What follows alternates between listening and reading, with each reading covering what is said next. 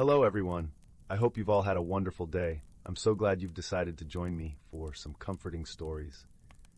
This is truly the perfect time of the year to snuggle up and let calming tales wash over you. As we settle in, let's remember the importance of relaxation and how it leads to sweet dreams. So take a deep breath, get cozy, and let's journey together into a world of tranquility and warmth. Story 1. In a cozy woodland cottage nestled between towering oak trees and a symphony of rustling leaves, there lived a young squirrel named Hazel. Her fur, the warm, rich hue of autumn leaves, caught the dappled sunlight filtering through the canopy above, while her eyes sparkled with the curiosity of 1,000 untold stories. Though small in stature, Hazel's heart was big, brimming with an insatiable curiosity about the world beyond her humble home. The air in the forest was crisp and earthy, carrying with it the scent of pine needles and damp soil.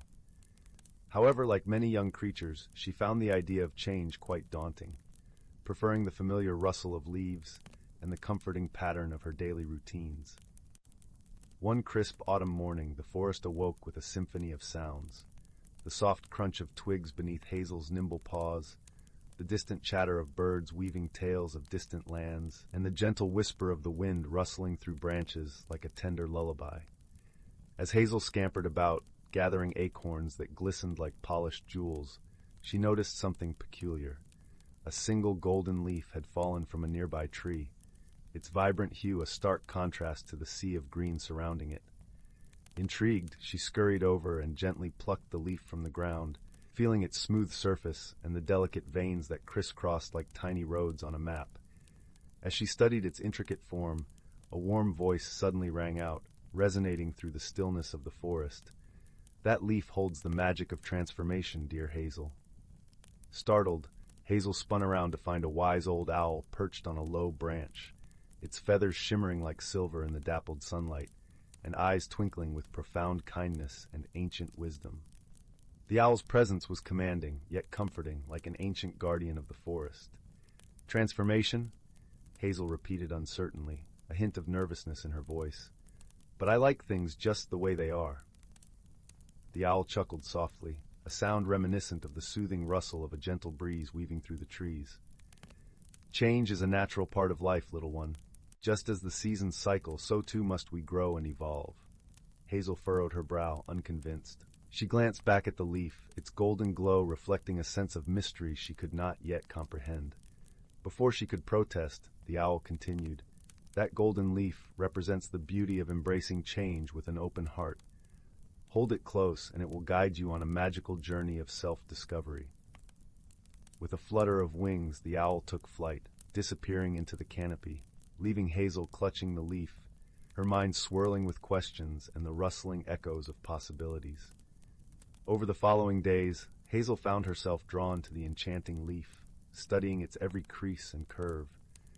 The forest around her was gradually transforming, with leaves turning brilliant shades of red and gold, casting a warm glow that bathed the woodland in a golden light.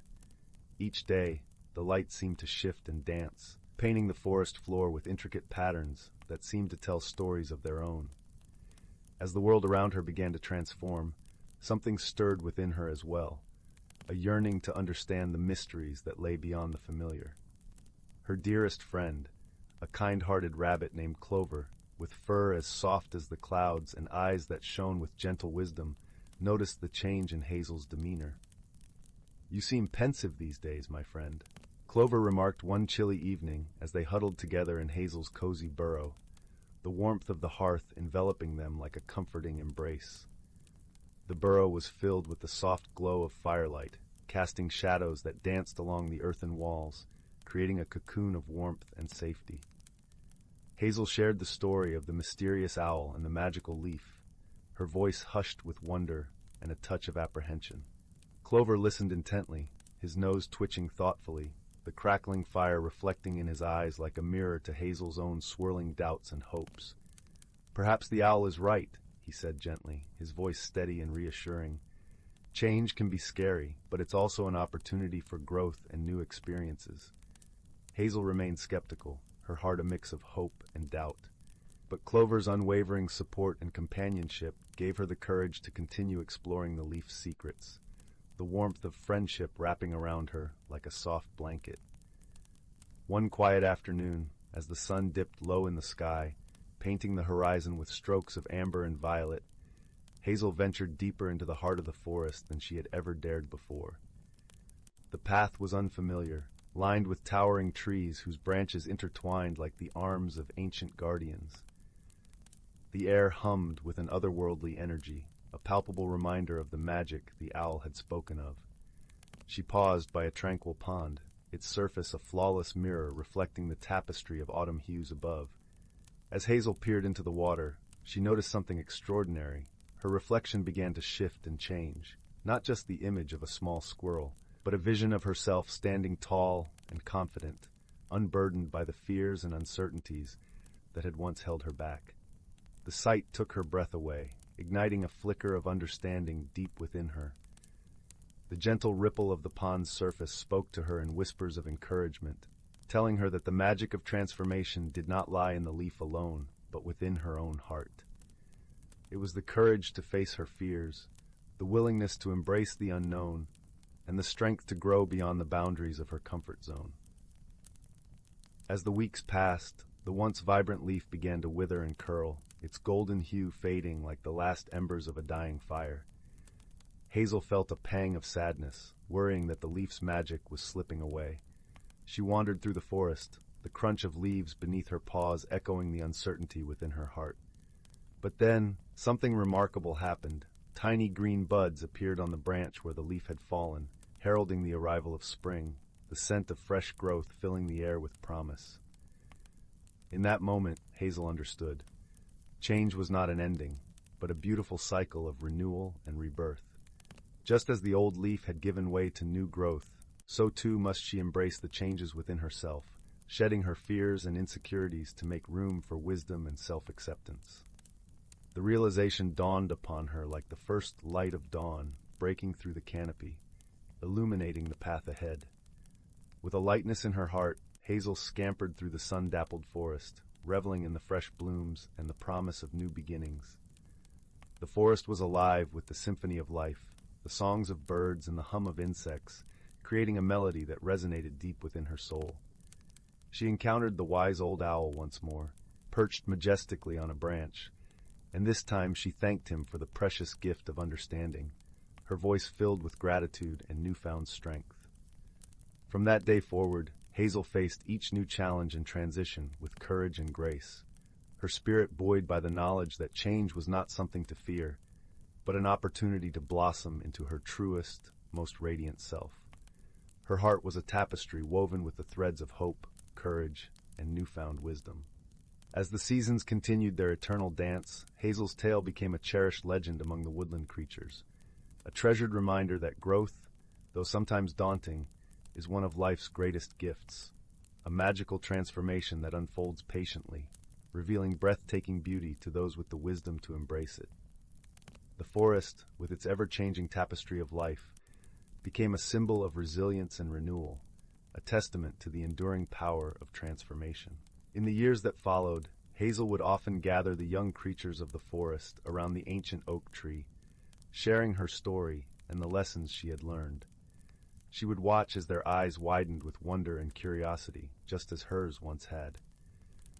And in those moments, she saw the continuation of her journey, the cycle of transformation and growth echoing through the generations, weaving a rich tapestry of stories and lives intertwined by the timeless magic of the forest. And so the legacy of Hazel's courage and wisdom spread beyond her woodland home, reaching the ears of creatures in distant lands, inspiring them to embrace their own paths of transformation.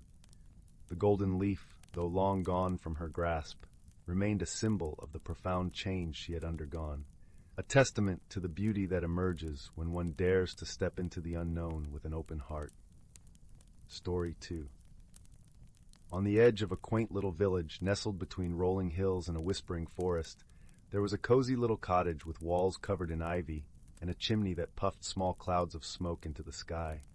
The scent of burning oak and pine drifted lazily through the air, mingling with the crisp, earthy aroma of fallen leaves. Inside this cottage lived a curious young girl named Lila, whose bright, inquisitive eyes mirrored the deep sapphire of a clear autumn sky. Her heart brimmed with wonder, always eager to find magic in the most ordinary of things. Lila's days were often filled with quiet adventures around her home, where every nook and cranny seemed to hold a secret waiting to be uncovered. Her favorite spot was the window seat, where she would spend hours watching the world outside, the gentle sway of the trees, the dance of the leaves, and the occasional deer that would wander from the forest edge. It was here that she often dreamed of journeys far beyond the village, guided by the tales her grandmother told by the fireside, stories woven with threads of history and myth. One crisp autumn afternoon, as the leaves danced down from the trees in a flurry of reds and golds, Lila decided to explore the attic of her cottage, a place she seldom ventured. The attic was a treasure trove of forgotten things, where the past lay softly covered in a blanket of dust. As she ascended the creaky stairs, each step echoed with the whispers of those who had come before. The air grew cooler and carried the sweet scent of old parchment and cedar wood. Sunlight filtered through a small round window, casting a warm glow over the cluttered space, its beams catching specks of dust that floated like tiny stars in the afternoon light. Lila carefully navigated through stacks of books, antique furniture, and trunks filled with memories. Her fingers brushed against a small, intricately carved wooden box hidden beneath a pile of yellowed newspapers. The box was cool and smooth, the carvings depicting twisting vines and leaves, as if the forest itself had lent its artistry. Lila marveled at the craftsmanship, feeling an ancient connection to the artisans who might have touched it long ago. With a gentle touch, Lila lifted the box and slowly opened it, revealing a peculiar object inside, a perfectly smooth, round stone that shimmered with an internal light. It was unlike anything she had ever seen. The stone was cool to the touch, and as Lila held it, she felt a tingling sensation travel up her arm, like the comforting warmth of a hug on a chilly day. The light from the stone seemed to pulse gently, like a heartbeat, inviting her to uncover its mysteries. Curiosity piqued, Lila decided to show the stone to her grandmother, who was sipping chamomile tea by the fireplace downstairs. Her grandmother had always been a source of wisdom and warmth, with stories that seemed to hold a bit of magic themselves. Her eyes, a deep amber, seemed to twinkle with hidden knowledge as she set her teacup down with a soft clink. "Oh, my dear Lila," her grandmother said with a twinkle in her eye as she examined the stone. "This is no ordinary stone. It is a whispering stone, said to contain the secrets and stories of the world. It will guide you to where you need to go and what you need to know." Lila was intrigued. "How does it work, Grandma?" she asked, her voice a mix of excitement and wonder. "Simply hold it close, and it will show you the way," her grandmother replied, her voice soft and reassuring, like the gentle rustle of leaves in a breeze. With the stone clutched tightly in her hand, Lila felt a gentle pull, as if the stone was guiding her toward something beyond her understanding. She decided to follow its lead, stepping out into the crisp afternoon air, her heart fluttering with anticipation. The world around her seemed more vibrant, each color richer, each sound clearer, as if the stone had awakened her senses to the magic hidden within the everyday. The stone led her through the village, past the fields where the golden sunlight kissed the tops of wheat stalks, and into the edge of the whispering forest. The forest was alive with the sound of rustling leaves and the distant song of a brook. The path wound through tall trees that swayed gently in the breeze, their branches creating a canopy that dappled the ground with light and shadow. The scent of pine mingled with the earthy aroma of damp soil, grounding her in the moment. As she ventured deeper into the forest, Lila encountered two companions who would join her on her journey. First was Bramble, a clever and mischievous fox with fur as red as the autumn leaves. Bramble had a knack for finding hidden paths and shortcuts, his nose always leading him to the most intriguing places. His eyes sparkled with mischief, yet held a warmth that promised friendship. "Where are you headed, little one?" Bramble asked, his voice playful and curious as he trotted alongside her, his tail flicking with interest. "I'm following the whispering stone," Lila replied, showing him the shimmering object in her palm. "It seems to know something I don't." "Ah, a stone with secrets. I shall join you." Bramble declared, his eyes sparkling with adventure. Next, they met Willow, a wise old owl perched on a low-hanging branch. Willow's feathers were a tapestry of browns and whites, and his eyes held the wisdom of many moons. His presence was calming, like the steady rhythm of the forest itself. An owl's eyes see far and wide, Willow hooted softly, his voice resonating with the depth of the forest. I shall accompany you, for every journey requires sight beyond sight. Together, the trio continued their journey, guided by the gentle pull of the whispering stone. As they walked, Lila felt a sense of peace settle over her, a feeling of being exactly where she needed to be. The companionship of Bramble and Willow added layers to her adventure, each bringing their unique strengths and perspectives. Along their path, they came across a forgotten clearing, overgrown with wildflowers and buzzing with the life of countless bees and butterflies. It was a place Lila had never seen, hidden away from the usual forest trails. The sun painted the petals in vibrant hues, and the air was filled with the sweet scent of blooming lavender. Here Bramble paused, his ears perked, listening intently to something only he could hear. There is a story here, buried beneath the flowers, Bramble whispered, his eyes thoughtful as he looked at Lila. A tale of time forgotten, waiting to be found. Intrigued, Lila knelt next to a patch of daisies, brushing aside the petals to reveal an old, weathered stone marker. Its inscriptions were faint, worn by time, but still legible. It spoke of a village festival from years past, a celebration of unity and harvest, where villagers from near and far gathered to share in joy and abundance. Willow, with his learned gaze, added context to the discovery. In those days, the villagers believed that the forest spirits blessed their gatherings, weaving magic into their lives as they shared their bounty and stories. The revelation of the marker deepened Lila's understanding of her village's roots, connecting her present journey with the past. The forest, with its whispered tales and hidden treasures, was not just a backdrop to her life, but an integral tapestry of history and shared experiences. The path eventually led them to a serene glade, where the sun bathed everything in a golden glow. In the center of the glade stood an ancient tree, its trunk gnarled and twisted, its branches reaching high into the sky. It was here that the stone stopped pulling, resting quietly in Lila's hand. The air was filled with the soft hum of nature, a symphony of rustling leaves and distant birdsong. Beneath the tree, a small pond shimmered, reflecting the sky and the tree's branches like a mirror. Lila, Bramble, and Willow gathered around the pond, sensing that it held the answer they sought. The water was clear, its surface smooth as glass, offering a glimpse into another world. As Lila gazed into the water, she saw a reflection that wasn't her own, a vision of the village, but different somehow. The streets were filled with people helping one another, laughter echoing through the air, and the warm glow of lanterns lighting up the night. It was a vision of unity and shared joy, a reminder of what truly mattered. The stone has brought you here to show you the heart of the village, Willow explained, his voice deep and soothing, like the rustle of leaves in a gentle wind. A reminder that the true magic lies in the kindness we share and the community we build. Lila nodded, understanding the lesson the whispering stone had revealed. The journey had shown her that while the world held many mysteries, the greatest magic was found in friendship and the simple joys of life.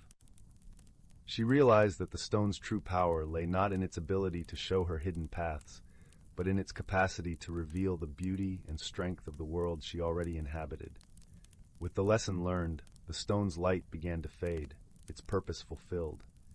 Lila placed it gently on the edge of the pond, where it would remain as a guardian of the glade, its secrets shared and its wisdom given. The pond shimmered briefly, as if acknowledging the stone's new role. As the sun dipped below the horizon, painting the sky in hues of pink and orange, Lila, Bramble, and Willow made their way back to the village. The path seemed shorter now, the journey lighter with the warmth of newfound understanding. The forest, once a place of mystery, now felt like a friend, its secrets whispering gently in the wind. That night, as Lila snuggled into her bed, the memory of the day's adventure filled her heart with a comforting glow. She drifted off to sleep with a smile, knowing that the magic of the whispering stone was not in the object itself, but in the journey it inspired and the friendships it forged. Her dreams were filled with visions of the glade, the village, and the gentle pull of the stone. In the days that followed, Lila often found herself returning to the glade, sometimes with Bramble and Willow, sometimes with other friends from the village. Each visit revealed something new, a different wildflower bloom, a new bird's song, or the quiet growth of the ancient tree. The glade had become a sanctuary, a place where stories were shared and laughter echoed against the backdrop of rustling leaves. The whispering stone, nestled by the pond, seemed to watch over them, a silent guardian of the tales it helped weave. Lila's grandmother, noticing the change in her granddaughter, often joined them, her presence bringing with it stories of old that intertwined with the new experiences. She spoke of the village's history, of times when unity was challenged, and how the people always found strength in coming together. These stories enriched the glade's air, filling it with a sense of continuity and hope. One evening, as the sun dipped low and the sky blazed with vibrant streaks of orange and purple, Lila sat quietly by the pond, her reflection mingling with that of the ancient tree. She thought of the stone's journey, of the lessons learned, and the friendships formed. A gentle breeze rustled the leaves, a soft reminder of the forest's living, breathing presence. Lila felt a deep sense of gratitude, her heart full of the magic she had found in the everyday. The village, too, seemed to transform. Inspired by Lila's tale, the villagers began to gather more often, rekindling old traditions and creating new ones. Festivals were revived, laughter and music spilling into the streets, echoing through the forest. The bonds of community strengthened, each person playing a part in the vibrant tapestry of village life. And so, the legacy of the Whispering Stone continued, a symbol of connection and the extraordinary power of friendship and community. Lila's journey became a part of the village's history, a tale told by firesides and under starlit skies, ensuring that its magic would never be forgotten. In this way, the village by the Whispering Forest thrived, its heart beating in time with the stories shared and the lives intertwined. The forest stood as a witness, its secrets embraced, its wonders celebrated, and its stories woven into the fabric of life. And as the years passed, the Whispering Stone remained, a quiet reminder of the magic found not just in the unknown, but in the beauty of the world we call home. On a particularly bright morning, Lila awoke with a sense of purpose. The Whispering Stone's journey had awakened a curiosity within her, not just for the hidden wonders of the forest, but for the stories and connections that lay beyond her village. With Bramble and Willow at her side, she decided to explore the villages that lay beyond the hills, to see if their stories held as much magic as her own. Their journey began at dawn, the air crisp and fresh, carrying the scent of dew-kissed grass and wildflowers. As they crested the rolling hills, Lila felt a thrill of excitement, the landscape unfolding before her like a tapestry of endless possibilities. They passed through fields rich with the promise of harvest, the sun casting long golden shadows that danced with the morning breeze. In each village they visited, Lila discovered new tales that enriched her understanding of the world. She met artisans who shaped clay into vibrant pottery, storytellers who spun tales of ancient heroes, and musicians who filled the air with melodies that resonated with the rhythm of life. Each encounter was a thread that wove itself into the tapestry of Lila's journey, a testament to the shared humanity that connected them all. One evening, as they rested by a quiet stream, Lila reflected on the stories she had gathered. She realized that, much like the Whispering Stone, every village held its own magic, its own heartbeat that pulsed with the vibrancy of its people. The world was not just a collection of distant places, but a living, breathing entity that bound them together in a shared journey. As they made their way back to their own village, Lila felt a profound sense of fulfillment. Her journey had shown her that the magic of the Whispering Stone was not confined to the glade, but lived in every heart that welcomed a stranger, in every story that was shared, and in every hand that reached out in friendship. On her return, Lila found herself pausing at the edge of her village, where the hills met the Whispering Forest. She turned to Bramble and Willow, her heart swelling with the gratitude of their friendship and the journey they had shared.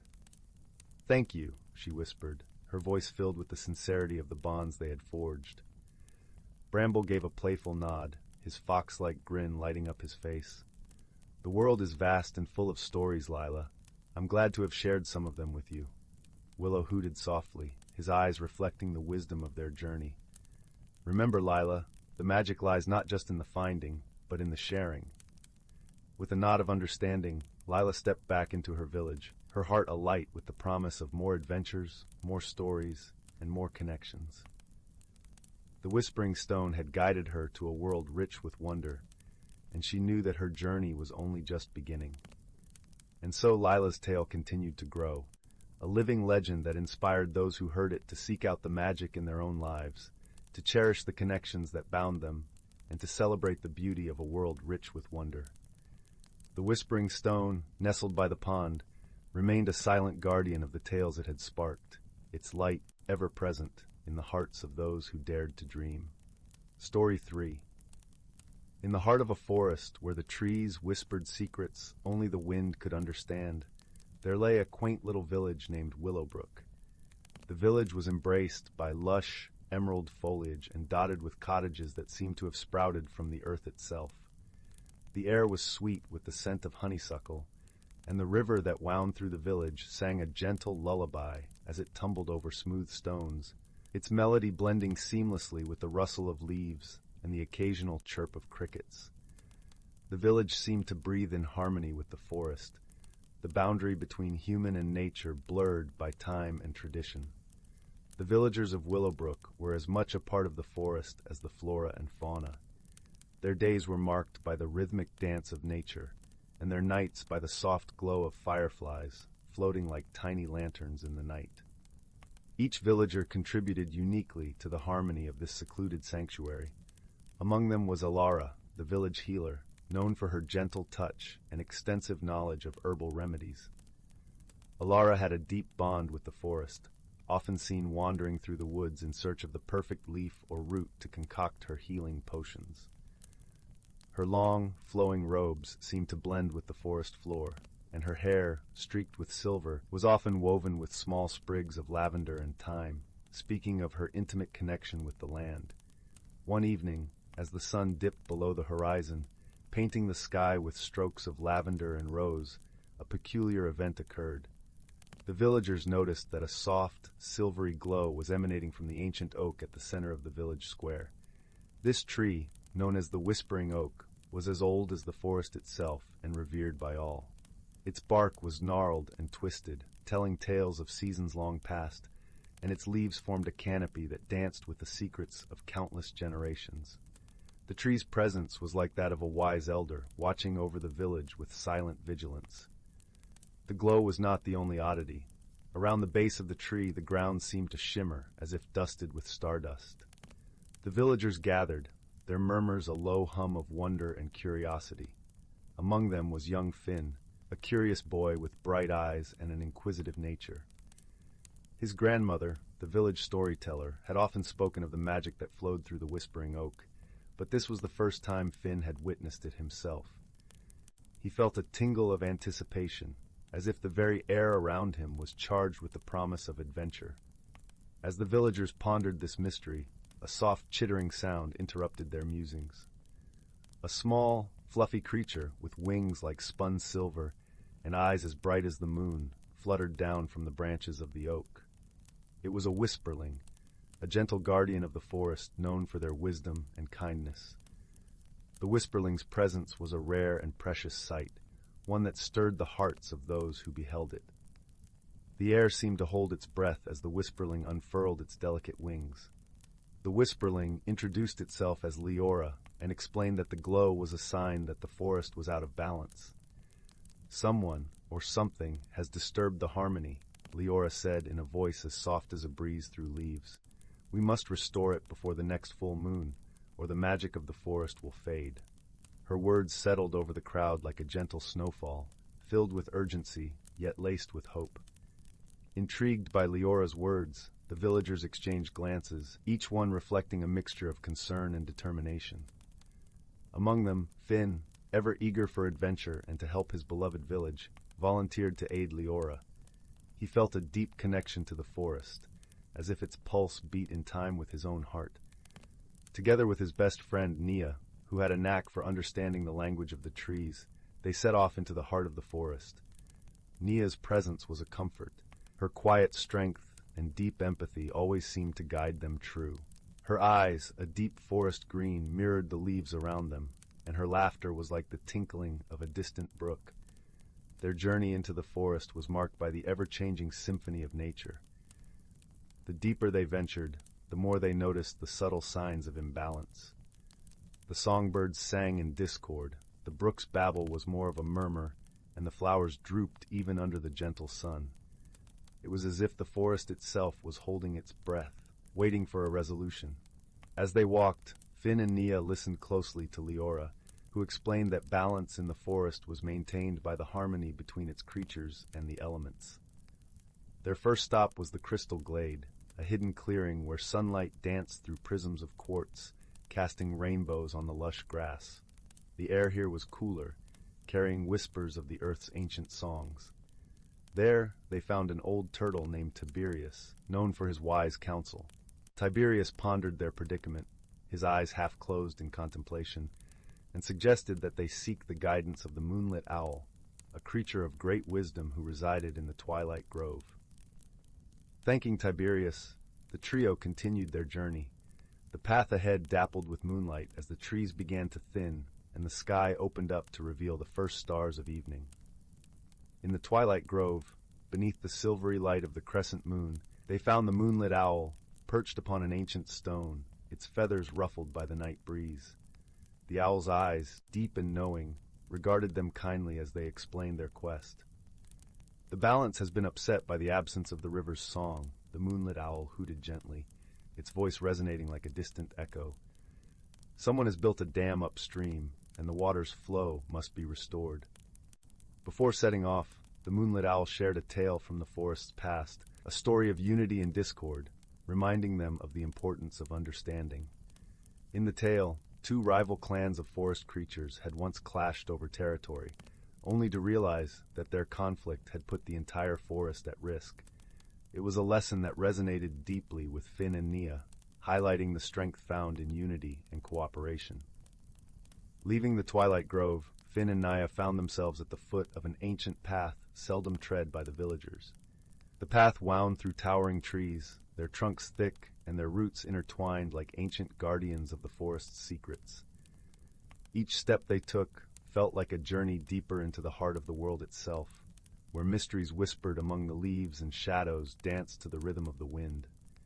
As they traveled, Leora shared stories of the forest's inhabitants, of creatures who sang to the moon and flowers that bloomed only under starlight. Finn listened intently, absorbing each tale like a sponge. He imagined the forest as a living tapestry, each creature and plant a thread woven together to create a masterpiece of life.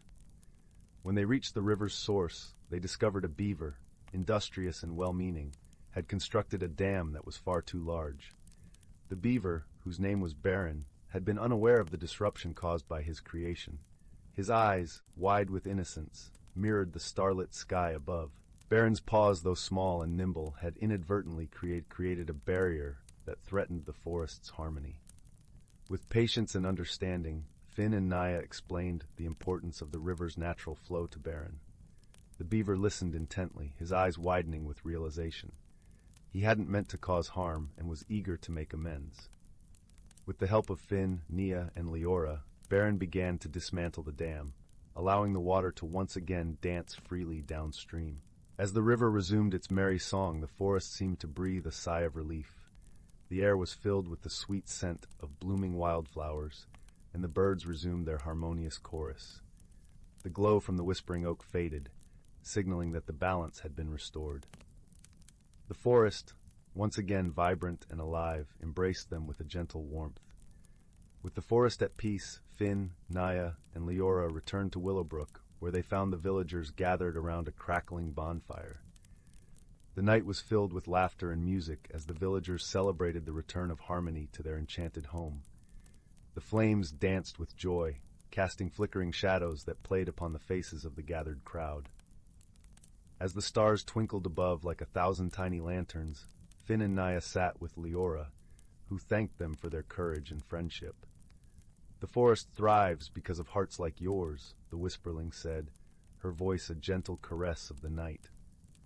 Her words filled them with a quiet pride, a reminder of the strength found in unity and understanding. Alara, the healer, approached Finn and Naya, placing a hand on each of their shoulders. "You have done more than restore balance," she said softly, her eyes reflecting the firelight. "You have reminded us of the power of listening and the strength in humility." That night, as the celebration continued, Finn and Naya took a moment to wander back to the Whispering Oak. The ancient tree stood silently, its branches swaying gently as if applauding their efforts. The bark, cool and rough under their touch, seemed to pulse with a quiet gratitude, a silent thank you from the forest itself. And so, under the watchful gaze of the Whispering Oak, Finn and Naya learned that sometimes the greatest mysteries are solved not through strength or force, but through understanding, kindness, and the gentle art of listening. They realized that the true magic of the forest was woven into the fabric of every creature, every leaf, and every breath of wind. With hearts full and spirits light, the friends knew that whatever challenges might come, the bonds they shared with each other and the magical world around them would always guide them home. And as the fire's warmth wrapped them in its cozy embrace, they drifted into dreams sweetened by the melody of the forest, at peace with the enchanting world they called home. Their dreams were filled with visions of the forest's wonders, a tapestry of life that held infinite stories waiting to be told, each one a promise of new adventures and shared discoveries. In the quiet hours before dawn, as the embers of the bonfire glowed softly, Finn stirred awake. He gazed at the sky, now a deep indigo velvet, and felt a gentle nudge at his heart. A whisper from the forest, a promise of more tales and mysteries waiting to be uncovered. It was then he knew that his journey with Naya and the magic of Willowbrook was far from over. The forest, with its endless secrets, would always welcome them back, teaching them the delicate balance of life and the beauty of harmony. And so, with a contented smile, he closed his eyes once more, the promise of tomorrow's adventures cradling him back to sleep. Yet, as the first light of dawn kissed the horizon, a new sense of purpose stirred within Finn. He and Nia resolved to embark on a new journey, one that would take them to the unseen corners of Willowbrook and beyond. They realized their adventures had only just begun, and the forest, with its hidden paths and untold stories, beckoned them forward, inviting them to explore the mysteries that lay beyond the Whispering Oak. Together, with Leora's guidance and the wisdom of their beloved village, they would continue to nurture the harmony and magic that defined the world they cherished so deeply. With hearts entwined in friendship and courage, Finn and Nia set forth, ready to embrace whatever the enchanting world of Willowbrook had yet to reveal. As they prepared to leave, the village elder, a wise and gentle soul named Eldrin, approached them.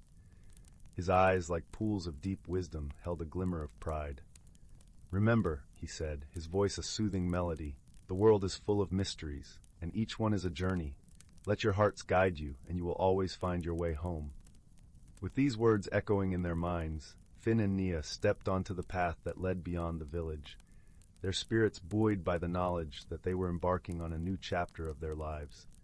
The forest, vast and alive, awaited them with open arms, its secrets ready to be unveiled by those who dared to listen and learn.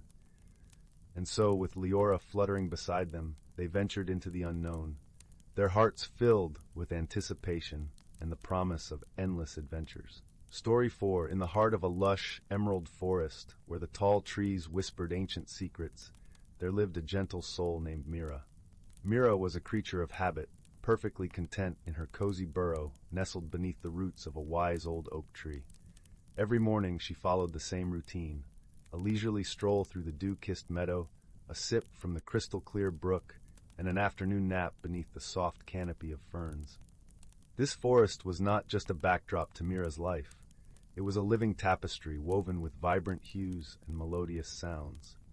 The air was perpetually sweet with the fragrance of wildflowers, and the sunlight filtering through the leaves created a dance of light and shadow that painted the forest floor in ever-changing patterns. Mira cherished the forest's symphony, the gentle rustle of leaves in the breeze, the distant call of a cuckoo, and the soft murmur of the brook that spoke to her in its watery tongue. One particular dawn, as the sky blushed with the first light of day, Mira awoke to find something unusual. Her favorite path through the woods was obscured by a tangle of vines that had mysteriously crept in overnight. The vines shimmered with an iridescent glow, as if kissed by moonbeams, and bore delicate flowers of every imaginable hue. The colors were so vivid that they seemed to pulse with life, each petal a tiny universe of its own. Intrigued yet apprehensive, Mira hesitated. She was not fond of surprises or changes to her well-laid plans, her heart a fluttering bird trapped within the cage of the unknown. Sensing her discomfort, a gentle voice floated through the morning mist. It was Lyra, the wise squirrel, perched high on a branch, her bushy tail twitching with curiosity. "Ah, Mira," Lyra chattered, her voice as bright and lively as the morning itself. "It seems the forest has woven a new path for you. Perhaps it is time to explore." Mira frowned slightly, the idea unsettling her. "But what if I lose my way, Lyra? This path is unfamiliar, and I do not know where it leads." Lyra tilted her head, her bright eyes full of understanding, reflecting the dappled sunlight. "Every path leads somewhere, dear Mira, and each step brings new discoveries. Trust in the journey, and you may find more than you ever imagined." Encouraged by Lyra's words, though still hesitant, Mira decided to venture forth. She stepped tentatively onto the new path, the petals of the flowers brushing softly against her fur as she moved forward. The air was filled with a peculiar fragrance, sweet and earthy, like the scent of rain on parched soil, and the gentle rustling of leaves provided a soothing melody that accompanied her journey. As she walked, Mira noticed subtle changes around her. The path wound deeper into the forest, where sunlight dappled the ground in patterns of gold and shadow. The trees here seemed to hum with a quiet magic, their trunks wrapped in shimmering moss that glowed faintly, as if holding the light of 1,000 fireflies. Tiny, luminescent creatures flitted about, leaving trails of light like falling stars, their wings whispering secrets of the night. Suddenly, Mira's path was blocked by a gentle brook that babbled cheerfully as it danced over smooth stones. She paused, unsure of how to cross. As if sensing her dilemma, a small turtle emerged from the water, its shell glistening with droplets, each one catching the light like a diamond. "Good morning, Mira," the turtle greeted warmly. "I am Taro. I see you are on a new adventure." "Yes, but I am unsure how to continue," Mira admitted, her voice tinged with uncertainty, the rippling water reflecting her inner turmoil. Taro smiled kindly. "Sometimes you must find the courage to go with the flow, like the water in this brook," he advised. "Trust in yourself, and you will find a way." With Taro's encouragement, Mira took a deep breath and stepped gingerly onto the stones. To her surprise, they felt solid and sure beneath her paws. She crossed with growing confidence, each step easier than the last, until she reached the opposite bank. Mira continued her journey, feeling a newfound sense of wonder. The forest seemed to open up to her, revealing hidden glades where sunlight pooled like liquid gold, and the air was alive with the songs of birds. Each step brought her closer to understanding the magic around her and within her. As Mira ventured deeper into the forest, she stumbled upon a small community of woodland creatures gathered under a canopy of intertwining branches. They were engaged in a lively debate, their voices a symphony of whispers and chirps. Drawn by curiosity, Mira approached, her presence acknowledged with nods and warm smiles. "Join us, Mira," invited a gray fox named Finn, his eyes sparkling with mischief and intelligence. "We were discussing the changes in the forest, the new paths, and what they might mean for us all." Mira listened intently as the creatures shared their thoughts and experiences. Some, like a spirited young rabbit named Tilly, saw the changes as an exciting opportunity for new adventures. Others, like a thoughtful hedgehog called Hazel, worried about the potential disruptions to their routines. As the conversation unfolded, Mira felt a sense of belonging among these creatures who, like her, were navigating the unknown. She realized that the forest's transformation mirrored her own journey, a journey of self-discovery and growth. The community's camaraderie warmed her heart, and she found herself sharing her own experiences, her voice gaining strength and confidence with each word. Her path led her to a place she had never seen before, a grove filled with trees whose leaves were the color of twilight, deep purples and midnight blues. Here, she met an elderly owl named Eldrin, his feathers a patchwork of wisdom and age. He perched solemnly above, watching her with eyes that held the depth of 1,000 sunsets.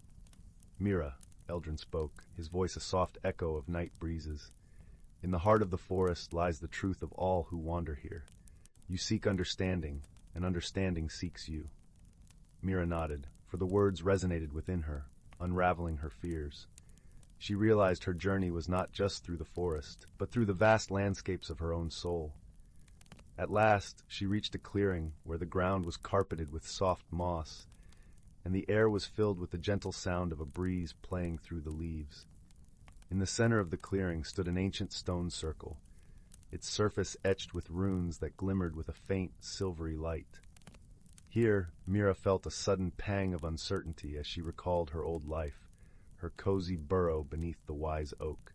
The comfort of routine tugged at her heart, yet beneath it a new feeling stirred, a yearning for the unknown, a desire to keep exploring beyond her familiar boundaries. This internal struggle played out in a dance of emotions, the old wrestling with the new, until a soft voice interrupted her thoughts. "Mira." The voice was like the gentle rustle of leaves, and she turned to see Eldrin perched on a low branch. "The forest holds many paths. Some lead back to where you began, richer for the journey. Others forward into the yet undiscovered. It is not the destination, but the journey that shapes us." Mira approached the stones, feeling a deep sense of peace and belonging. She realized that the journey had changed her. She felt braver, more open to the world's wonders. She placed a paw against one of the stones, and a warm, comforting energy enveloped her, like a gentle embrace. In that moment, Mira understood the lesson of the forest. Change, though daunting, was an essential part of life. It allowed for growth and transformation, much like the forest itself, which was ever evolving, ever renewing. She realized that she, too, was a part of this cycle, capable of adapting and flourishing in new circumstances. As the sun began to set, painting the sky in hues of pink and lavender, Mira made her way back along the path. The vines and flowers seemed to part for her, as if acknowledging her newfound courage. She returned to her burrow beneath the wise old oak, her heart full of gratitude for the journey she had undertaken. That night, as Mira snuggled into her nest of soft leaves, she felt a deep sense of contentment.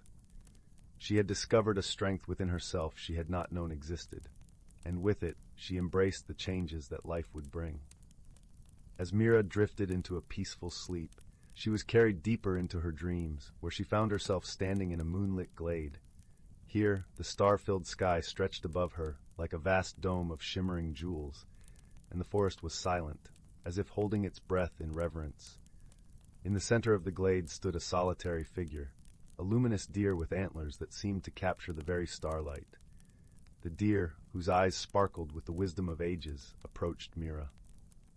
"You have journeyed far, Mira," the deer said, its voice a gentle cascade of music. "Every step you took has led you to this place of understanding." Mira felt a quiet joy blooming within her. "I have learned much about the forest and myself," she replied, her voice steady and filled with gratitude. The deer nodded, its antlers casting intricate shadows on the ground. "Remember, Mira, the forest is a mirror, reflecting the beauty and strength within you. As you continue your journey, let your heart guide you, and you will find your true path." As the deer melted back into the shadows of the forest, Mira awoke with a newfound clarity. She realized that the journey she had undertaken was not just about discovering the mysteries of the forest, but also about understanding the depth of her own spirit. And so, Mira drifted back to sleep, the gentle rhythm of the forest lulling her into dreams of new adventures yet to come. As the moon cast its silvery glow over the land, the forest held her in its embrace, a testament to the beauty of personal discovery and the magic of transformation. The next morning, as the sun's rays peeked through the canopy, Mira awoke with a renewed sense of purpose. She decided to visit the wise oak tree under which her burrow lay. The oak, with its gnarled branches and deep roots, had always been a silent guardian of the forest, and Mira felt a profound connection to it. As she approached, she noticed something she hadn't before, a small inscription carved into the bark, hidden beneath a layer of moss. Gently brushing the moss aside, Mira discovered a message left by travelers long gone. In growth lies strength, in change, wisdom. The message resonated with Mira, affirming the lessons she had learned on her journey. She realized that while her path had been uncertain, it had led her to a deeper understanding of herself and the world around her. From that day forward, Mira embraced change with an open heart and an inquisitive spirit. She continued to explore the forest, discovering new paths and forming friendships with the creatures she met along the way. Her journeys took her to places she had never imagined, from sunlit meadows to misty valleys, each adventure teaching her more about the interconnectedness of life. Mira's story spread throughout the forest, inspiring others to step beyond their comfort zones and embrace the unknown. The forest, in turn, flourished with renewed vitality, its inhabitants united by the shared journey of discovery. And so, as the seasons changed and the forest continued to whisper its ancient secrets, Mira remained a part of its living tapestry, her story woven into the very fabric of the land. Through her journey, she had found not only herself, but also the courage to embrace the ever-changing dance of life, where every ending was but a new beginning. Story 5: The Whispering Woods and the Starlight Stone, a tale of mystery and heart. Once upon a time, nestled in a peaceful valley surrounded by gentle hills, lay the quaint village of Hearthwood. This village was known for its lush, expansive forests that seemed to hum with life. The villagers called it the Whispering Woods, a place where the trees rustled with secrets and the air was thick with enchantment. The leaves, a tapestry of emerald and jade, whispered in the wind, creating a symphony that sang of ancient tales long forgotten. The forest was a living entity, its breath mingling with the gentle fog that blanketed the morning fields, and its voice echoed through the cobbled streets of Hearthwood. In this village lived a young girl named Miri, whose heart was as warm as the sunlit meadows she loved to wander. Her hair, a cascade of chestnut curls, seemed to dance with the breeze, and her eyes sparkled with the curiosity of 1,000 questions. Miri had an insatiable curiosity and a gentle nature that endeared her to everyone in Hearthwood. Her days were spent exploring the forest, gathering wildflowers whose scents were a delicate perfume of nature, and listening to the stories of the elders by the fireplace, where the crackling logs painted the room in flickering shadows. One crisp autumn evening, as the sun dipped below the horizon, painting the sky in hues of orange and pink, Miri's grandmother shared a tale that would ignite Miri's imagination. The cozy room filled with the smell of spiced cider and the warmth of family. It was the legend of the Starlight Stone, a magical gem said to be hidden deep within the Whispering Woods. According to the story, the Starlight Stone glimmered with the light of 1,000 stars and held the power to reveal hidden truths to those pure of heart. As her grandmother's voice wove the tale, Miri's eyes sparkled with wonder. She could almost see the stone's radiant glow lighting up the forest floor, illuminating the mysteries that lay beneath the canopy of leaves. Her heart raced with the possibility of adventure, the call of the unknown stirring something deep within her. With a heart full of dreams, Miri decided that she would find the Starlight Stone and uncover the secrets of the Whispering Woods. The next morning, Miri set out on her adventure. The forest was alive with the gentle chatter of birds and the rustling of leaves in the soft breeze. Sunlight filtered through the branches, casting playful shadows on the ground. Miri felt a sense of belonging in the Whispering Woods, as if the trees themselves were welcoming her into their embrace. The cool, earthy scent of the forest floor rose to greet her, mingling with the fresh, crisp air of the morning. As she ventured deeper, the world around her seemed to transform. The familiar paths faded away, replaced by winding trails that beckoned her onward. Miri's heart was light, her steps quickened by the thrill of discovery. She followed the whispers of the wind, trusting in the forest to guide her. Each step was a dance to the rhythm of nature, resonating with the pulse of the earth. After hours of wandering, Miri came upon a clearing bathed in golden light. In the center stood an ancient oak tree, its branches stretching wide like the arms of an old friend. Its bark was rough and etched with the lines of countless years, a testament to its enduring presence. Miri approached the tree, and with a soft sigh, leaned against its sturdy trunk. As she closed her eyes, she could hear the faintest whisper, a a gentle murmur that seemed to come from the very heart of the tree. Intrigued, Miri pressed her ear closer. The whisper grew clearer, stitching together words that spoke of the starlight stone. It told of a hidden world beneath the forest floor, a realm where time flowed differently and where the stone lay waiting for one who would listen to the forest's secrets. When Miri opened her eyes, she noticed a small hollow at the base of the tree. Driven by a sense of wonder, she knelt down and reached inside. Her fingers brushed against something smooth and cool, a stone, pulsing softly with an inner light. As she drew it out, the clearing seemed to shimmer, the light of 1,000 stars dancing around her. Holding the starlight stone, Miri felt a deep connection to the forest, as if she were part of its ancient story. The stone's light revealed paths she had never seen, trails that twisted and turned, inviting her to explore the hidden world beneath the leaves. With each step, the forest unfolded like a living tapestry, its secrets woven into the very fabric of the earth. With the stone as her guide, Miri ventured further into the forest. The trees seemed to lean closer, their whispers growing stronger, weaving tales of forgotten times and hidden realms. Miri listened, her heart open to the wonders of the whispering woods. She discovered that the forest was not just a place but a living entity, filled with stories waiting to be told. As she walked, she discovered a grove where the air was thick with the scent of wildflowers and the sound of laughter. There she met a group of woodland creatures, a fox with a coat like burnished copper, a rabbit with eyes like polished onyx, and a wise old owl with feathers that gleamed with moonlight, who welcomed her with warm smiles and gentle curiosity. Despite their differences, they shared a bond forged by the magic of the forest, a friendship that defied expectations. Together, they journeyed deeper into the hidden world, each step revealing new wonders. They encountered streams that sang with the voices of forgotten songs, meadows where the grass whispered ancient secrets, and glades where the light danced like fireflies. Miri's heart swelled with the beauty and mystery of it all, her soul resonating with the harmony of the forest. Through their adventures, Miri learned the true power of the Starlight Stone. It was not just a gem of beauty, but a symbol of the unity and harmony that bound the forest together. It revealed the truths that lay hidden within, truths that spoke of friendship, kindness, and the wisdom that comes from listening to the world around you. One evening, as the sun dipped low, painting the sky with a cascade of colors, they found themselves near a stream that sparkled like liquid crystal under the fading light. The fox, gazing into the water, began to speak of its own journey to the forest, a tale of loss and renewal. The rabbit followed suit, recounting how it had fled a storm to find sanctuary under the forest's protective canopy.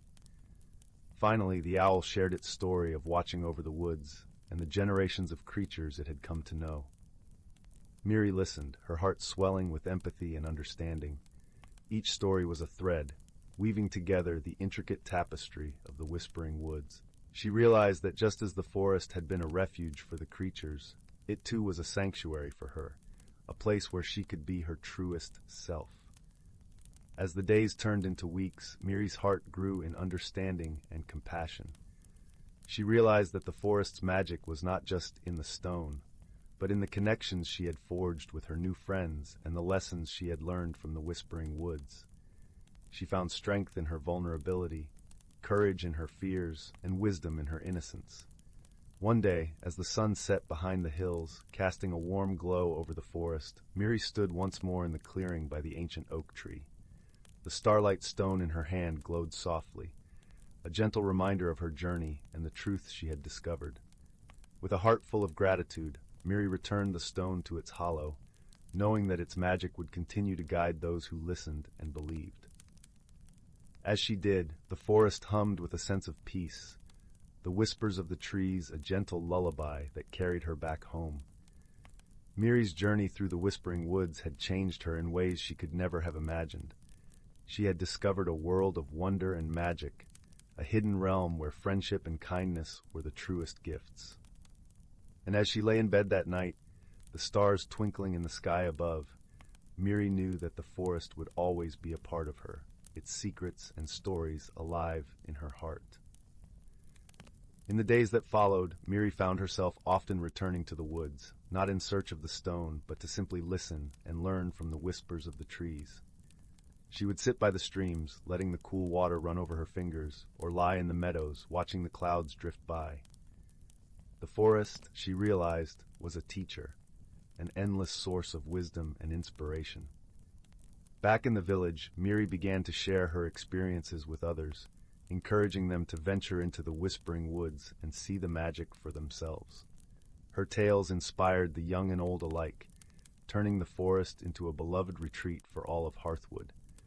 The villagers would gather at the edge of the woods, their hearts open to the mysteries that awaited them, eager to weave their own stories into the rich tapestry of the forest. And so, in the heart of the whispering woods, the starlight stone continued to shine, a beacon of hope and wonder for all who dared to listen to the whispers of the trees. And Miri's tale of friendship and discovery became a treasured story in the village of Hearthwood, passed down from generation to generation, a reminder that magic is everywhere, waiting to be found by those with open hearts and curious minds. As the fire crackled softly and the shadows danced on the walls, the village elders would gather the children around, their voices weaving the tale of Miri and the starlight stone.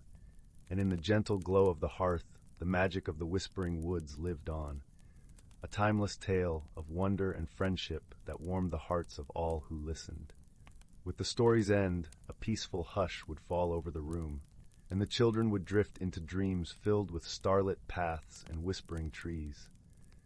And somewhere, in the heart of the forest, the starlight stone glimmered softly, its light a comforting presence, a promise of the magic that lay within us all. In the heart of the village, a new tradition began to take root. Each year, on the eve of the first autumn breeze, the villagers would gather beneath the stars at the edge of the whispering woods. They would bring lanterns crafted from the finest glass, each filled with a single flickering candle, to honor the journey of Miri and the lessons she had brought back to them. The night air would be filled with the gentle hum of voices, weaving tales both old and new, as the lanterns cast a warm glow over the gathering.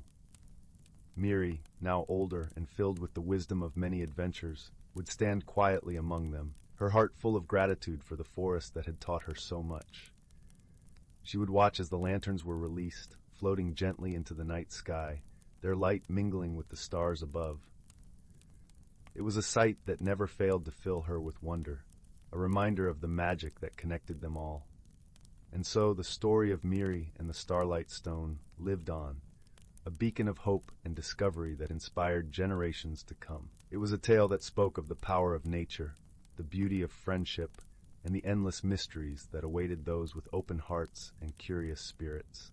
As the lanterns drifted higher, carrying the wishes and dreams of the villagers, Miri knew that the magic of the Whispering Woods would continue to guide them, just as it had guided her so many years ago. Somewhere, deep in the heart of the forest, the Starlight Stone pulsed gently, its light an eternal testament to the bond Miri had forged with the Whispering Woods. It was a bond not of possession, but of understanding, a reminder that sometimes the greatest treasures are those we hold within ourselves. As the years rolled on, the tale of Miri and the Starlight Stone remained a cherished story, whispered among the trees, carried on the breeze, and woven into the very essence of Hearthwood. Story 6, title, The Whispering Woods. Once in a valley where the sky stretched a gentle blue and the hills wore lush green cloaks, there was a small village named Bramble Hollow. This village was nestled between towering mountains and dense forests, where the air was sweet with the scent of pine and the songs of hidden streams. The people of Bramble Hollow were known for their kindness, always ready to lend a helping hand, and their lives were simple and content. In this village lived a young girl named Lila. She had hair the color of ripe chestnuts and eyes that sparkled like sunlight dancing on a clear brook. Lila was curious and gentle-hearted, often found wandering the edges of the Whispering Woods, a forest said to be alive with secrets and magic. The elders spoke of the woods with a mixture of reverence and caution, for they believed the forest held both wonders and mysteries best left undisturbed. One tranquil afternoon, when the sun was a warm embrace on the earth, Lila ventured a little further into the woods than she had before. She followed a path lined with wildflowers that nodded gently in the breeze, their colors a cheerful tapestry against the emerald backdrop. The air was filled with the rustle of leaves and the occasional trill of a distant bird. As she walked, she felt a strange pull, as if the forest itself was guiding her deeper into its heart. After a while, Lila came upon a clearing she had never seen before. In the center stood an ancient oak tree, its trunk wide and gnarled, its branches reaching out like welcoming arms. Nestled among its roots was a small, shimmering object that caught the sunlight and sent it dancing across the clearing. It was a locket, intricate and beautiful, with delicate engravings of leaves and stars. Lila knelt down, her fingers brushing the smooth metal, and she felt a warmth spread through her hand and up her arm. Curiosity piqued, she opened the locket and found inside a tiny glowing stone. As she gazed at it, the world around her seemed to shift slightly, as if viewed through a gentle dream. She heard a soft whisper, a voice as soothing as the forest itself, saying, "With this locket, the heart's true wish shall be revealed." Lila, intrigued and a little enchanted, slipped the locket around her neck. As she did, she felt an odd sense of connection to the forest around her, as if she had become a part of its ancient tapestry. She didn't fully understand the magic of the locket, but she felt sure it was meant for her. The days that followed were filled with a quiet joy that Lila couldn't quite explain. She found herself more attuned to the whispers of the woods, understanding the language of rustling leaves and babbling brooks. She soon realized that the locket allowed her to see the hidden world within the natural environment, a world teeming with tiny creatures and spirits invisible to ordinary eyes. One evening, as the sky blushed with the colors of dusk, Lila sat at the edge of the village, watching the last rays of sunlight dance across the fields. She noticed a small figure struggling to climb a nearby hill. It was a young fox with fur as red as autumn leaves and eyes glimmering with determination. The fox seemed to be in distress, its leg caught in a tangle of brambles. Feeling a surge of compassion, Lila hurried to its side. Gently, she freed the fox from the thorny trap, her fingers nimble and careful. The fox, grateful and relieved, nuzzled her hand with a soft whimper. Lila smiled and whispered comforting words, her voice as soothing as the lullabies her mother used to sing. From that day on, the fox, whom Lila named Ember, became her steadfast companion. Together, they explored the hidden nooks of the whispering woods, discovering enchanted glades and secret paths that twisted like tales of old. Ember, with his keen senses and agile form, guided Lila to places she had never imagined, and Lila, with her gentle heart and the locket's magic, understood the forest in ways she never thought possible. As the seasons turned, Lila and Ember's bond grew stronger, woven together by threads of friendship and adventure. They laughed in the golden glow of summer, danced in the crisp autumn air, and marveled at the silvery stillness of winter. Through it all, the locket glowed softly against Lila's chest, a constant reminder of the magic that had brought them together. One bright spring morning, the village awoke to find that the river which flowed through Bramble Hollow had mysteriously dried up. The villagers were puzzled and worried, for the river was their lifeline, providing water for their crops and homes. Without it, their way of life was at risk. Determined to help, Lila and Ember set off to uncover the mystery. Guided by the locket's glow and Ember's instincts, they followed the riverbed upstream through tangled underbrush and over moss-covered stones. The journey was long, but the air was filled with the fresh scent of blooming flowers and the distant call of birds, making it a pleasant trek.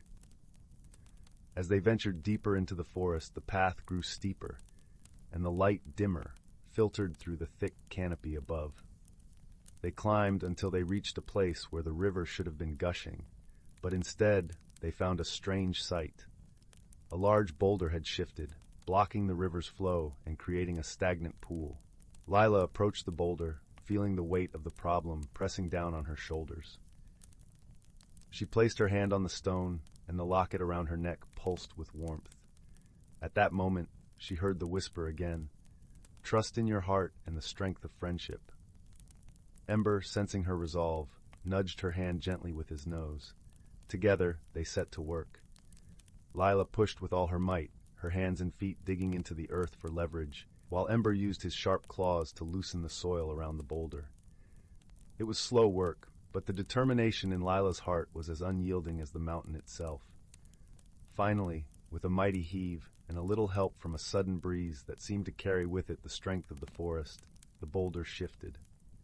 Water, clear and sparkling, burst forth, cascading down the riverbed in a joyful rush. Lila and Ember watched, breathless and triumphant, as the river returned to its natural course, bringing life back to the village below. When they returned to Bramble Hollow, the villagers greeted them with cheers and gratitude. The river sang as it flowed once more, its music a symphony of renewal and hope. Lila felt a deep sense of satisfaction, her heart swelling with joy for the difference she had made. She realized that the true magic of the locket was not just in the wonders it revealed, but in the strength and kindness it brought forth from within her. As the sun set over the village, painting the sky in hues of pink and gold, Lila sat with Ember by her side, the locket glowing softly against her chest. The whispering woods rustled with secrets and stories yet untold, but Lila knew that whatever adventures lay ahead, she would face them with courage and the steadfast friendship of her beloved fox. And so, with the gentle lullaby of the river and the warm embrace of the forest, Lila closed her eyes, her heart full of peace and the promise of tomorrow. Story 7. In a cozy woodland cottage nestled among towering pines, there lived a young otter named Ripple. Though outwardly content with her quiet life by the meandering stream, Ripple felt an undercurrent of restlessness stirring within. Change was coming, but embracing it filled her with trepidation. One crisp autumn morning, Ripple awoke to find a golden leaf resting upon her pillow. As she reached to brush it away, the leaf began to shimmer and spin, transforming into a radiant wood sprite. "Greetings, Ripple," the sprite said in a melodious voice. "I am Willow, an emissary of the forest. You are struggling to bloom into your truest self. I've come to be your guide on a journey of profound growth and discovery." Ripple's paws trembled as a kaleidoscope of emotions swirled through her. Part of her longed for change and new experiences, while another part feared leaving her comfort zone. But Willow's warmth and wisdom beckoned her forward. With a flick of her wrist, Willow crafted a shimmering portal. "This mystic gateway mirrors the metamorphosis waiting within you, Ripple. Let us step through together and greet the path ahead with courage." Trepidation fighting with curiosity, Ripple took a deep breath and followed Willow into the pulsing vortex. She found herself amidst the roots of a grand oak, its massive trunk stretching skyward like the pillars of a great cathedral. "Wow," Ripple breathed, wondrously tracing the winding bark with her paws. No sooner had the words left her mouth than a rustling sounded from above. Scampering down the trunk came two endearing oak sprites named Colonel and Whisper. "Welcome, welcome," Colonel greeted with an acorn-bright smile. "We've been waiting for you, Ripple." The shy Whisper simply smiled and gave a polite nod of her mossy head. "Oak symbolizes strength, resilience, and patience in growth," Willow explained. "By opening yourself to the oak's wise teachings, you'll gain the fortitude to embrace transformation fearlessly." Under her newfound friend's gentle guidance, Ripple spent sunlit days and moon-dappled nights in quiet contemplation among the oak's sprawling roots and branches. Slowly, she felt her anxieties about change begin to peel away like shedding bark. "Ripple, look!" Colonel gasped one morning, pointing to a newly unfurled oak leaf cradling a tiny acorn. It fell asleep as a seed and awakened, embracing its purpose to grow. In that acorn's journey, Ripple saw her own reflected. Her perspective shifted, and she realized her fear had been rooted in clinging to who she was rather than who she could become. When the summer breezes of her next transition stirred, Ripple felt ready. Willow's portal shimmered open once more, this time revealing a clearing amid a meadow of wildflowers. There, 3 butterfly sprites named Dew, Pollen, and Nectar awaited to share their wisdom about metamorphosis and the dance of transformation. As each petal's soft day unfolded, Ripple observed the butterflies' life cycles and molted her own fears and self-limiting beliefs. By witnessing their courage to alter form so drastically and beautifully, she awakened to the profound potential for change within herself. "Thank you, dear Ripple." Willow smiled misty-eyed when autumn's crisp winds beckoned her homeward. You not only embraced growth for yourself, but shared your light with us as well. Your journey will forever flourish in these lands. With a warm embrace, the woodland creatures bid Ripple farewell. As she turned to follow the tangerine-tinged path home, her eyes shone with newfound wisdom and brave acceptance of the perpetual cycle of rebirth awaiting her. Settling back in her cozy cottage, Ripple felt reborn, yet seamlessly herself, just as the acorn achieves its oaken magnificence by becoming more fully who it was always meant to be. Change would forever be a graceful companion dancing through the stream of her life rather than a feared intruder. And on the forest breezes, Ripple fancied she could hear Willow's parting words whispered like a sacred truth. To grow, we must embrace not just the idea of transformation, but its timeless, continual unfolding within us. Story 8. Once upon a time, in a quiet little village nestled at the edge of a sprawling emerald forest, there lived a gentle soul named Leora. Leora was known throughout the village for her kind heart and her garden of wildflowers that seemed to bloom in every color under the sun. Yet despite the beauty she cultivated, Leora found herself struggling with a change she could not quite understand. You see, Leora was about to embark on a new chapter in her life. Her beloved grandmother, who had been her guiding star since she was a child, had recently passed away, leaving Leora with the family cottage and the garden that surrounded it. This change, though inevitable, left Leora feeling adrift, as if she were a leaf caught in the gentle but persistent tug of the autumn wind. Every morning, after the mist had lifted from the fields and the sun had painted the sky in hues of gold and pink, Leora would walk through her garden, tending to each flower with care. Her grandmother had taught her that every plant had its own magic and secrets to share, if only one took the time to listen. But now, without her grandmother's wisdom, Leora felt uncertain and fearful of what her future might hold. It was during one such morning walk that Leora noticed something peculiar. At the far end of her garden, where the fence met the forest, stood an ancient oak tree. Its bark was thick and gnarled, and its roots twisted into the earth like the fingers of a wise old sage. Leora had always admired the oak for its strength and resilience, but on this day she noticed a shimmering light dancing among its branches. Intrigued, Leora approached the tree, her steps slow and deliberate. As she neared, the light grew brighter, revealing itself to be a cluster of tiny, luminescent creatures flitting about like butterflies made of pure starlight. They danced around Leora's head, their gentle glow casting a warm halo in the morning air. "Who are you?" Leora whispered, her voice barely louder than the rustle of leaves. One of the shimmering creatures paused and hovered before her, its light pulsing softly.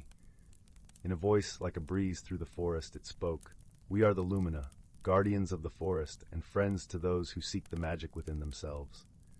Leora marveled at the Lumina, their presence filling her with a sense of wonder and peace she hadn't felt since her grandmother's passing. "What magic do you mean?" she asked, curiosity gleaming in her eyes.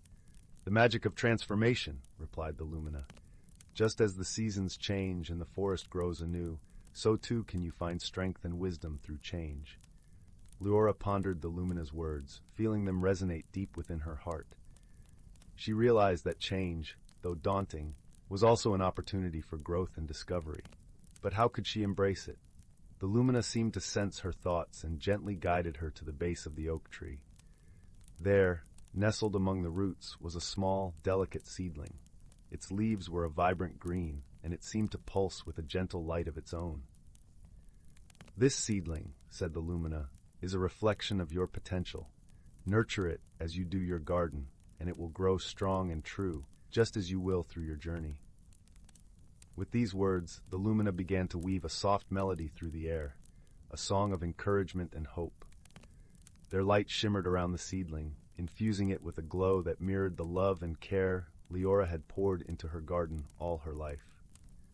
Feeling a renewed sense of purpose, Leora carried the seedling back to her cottage, planting it near her favorite patch of wildflowers. Each day, she tended to it with patience and love, watching as it grew taller and more robust. As the days turned to weeks, Leora found herself changing as well. She began to see her grandmother's lessons in new light, understanding that the wisdom she sought was within her all along. With each new leaf the seedling sprouted, Leora gained confidence in her ability to navigate the changes in her life. The villagers noticed the change in Leora too. Her smile was brighter, her laughter more frequent, and her heart more open than ever before. They, too, began to visit her garden, drawn by the magic that seemed to infuse the air with warmth and joy. Among these visitors was a young boy named Finn, who had recently moved to the village with his family. He was shy and unsure, much like Leora had been, and he often found solace among the flowers. Leora took him under her wing, sharing the wisdom she had gained and helping him find his own inner magic. As the seasons passed, Leora's garden flourished, and so did the people around her. The Lumina continued to visit, their light a constant reminder of the magic within reach. Leora learned that change, while sometimes difficult, was a beautiful part of life's journey, a journey that was meant to be shared with others. And so, with the gentle guidance of the Lumina and the love of her village, Leora embraced the transformation that had begun with a single shimmering light in the branches of an ancient oak. She discovered that true magic lay not in the garden she tended or the seedling that grew, but in the strength and wisdom she found within herself. As the sun set each evening, painting the sky in hues of lavender and rose, Leora would sit by her garden, surrounded by the soft hum of nature and the twinkle of the Lumina's light. She felt at peace, knowing that she was right where she was meant to be.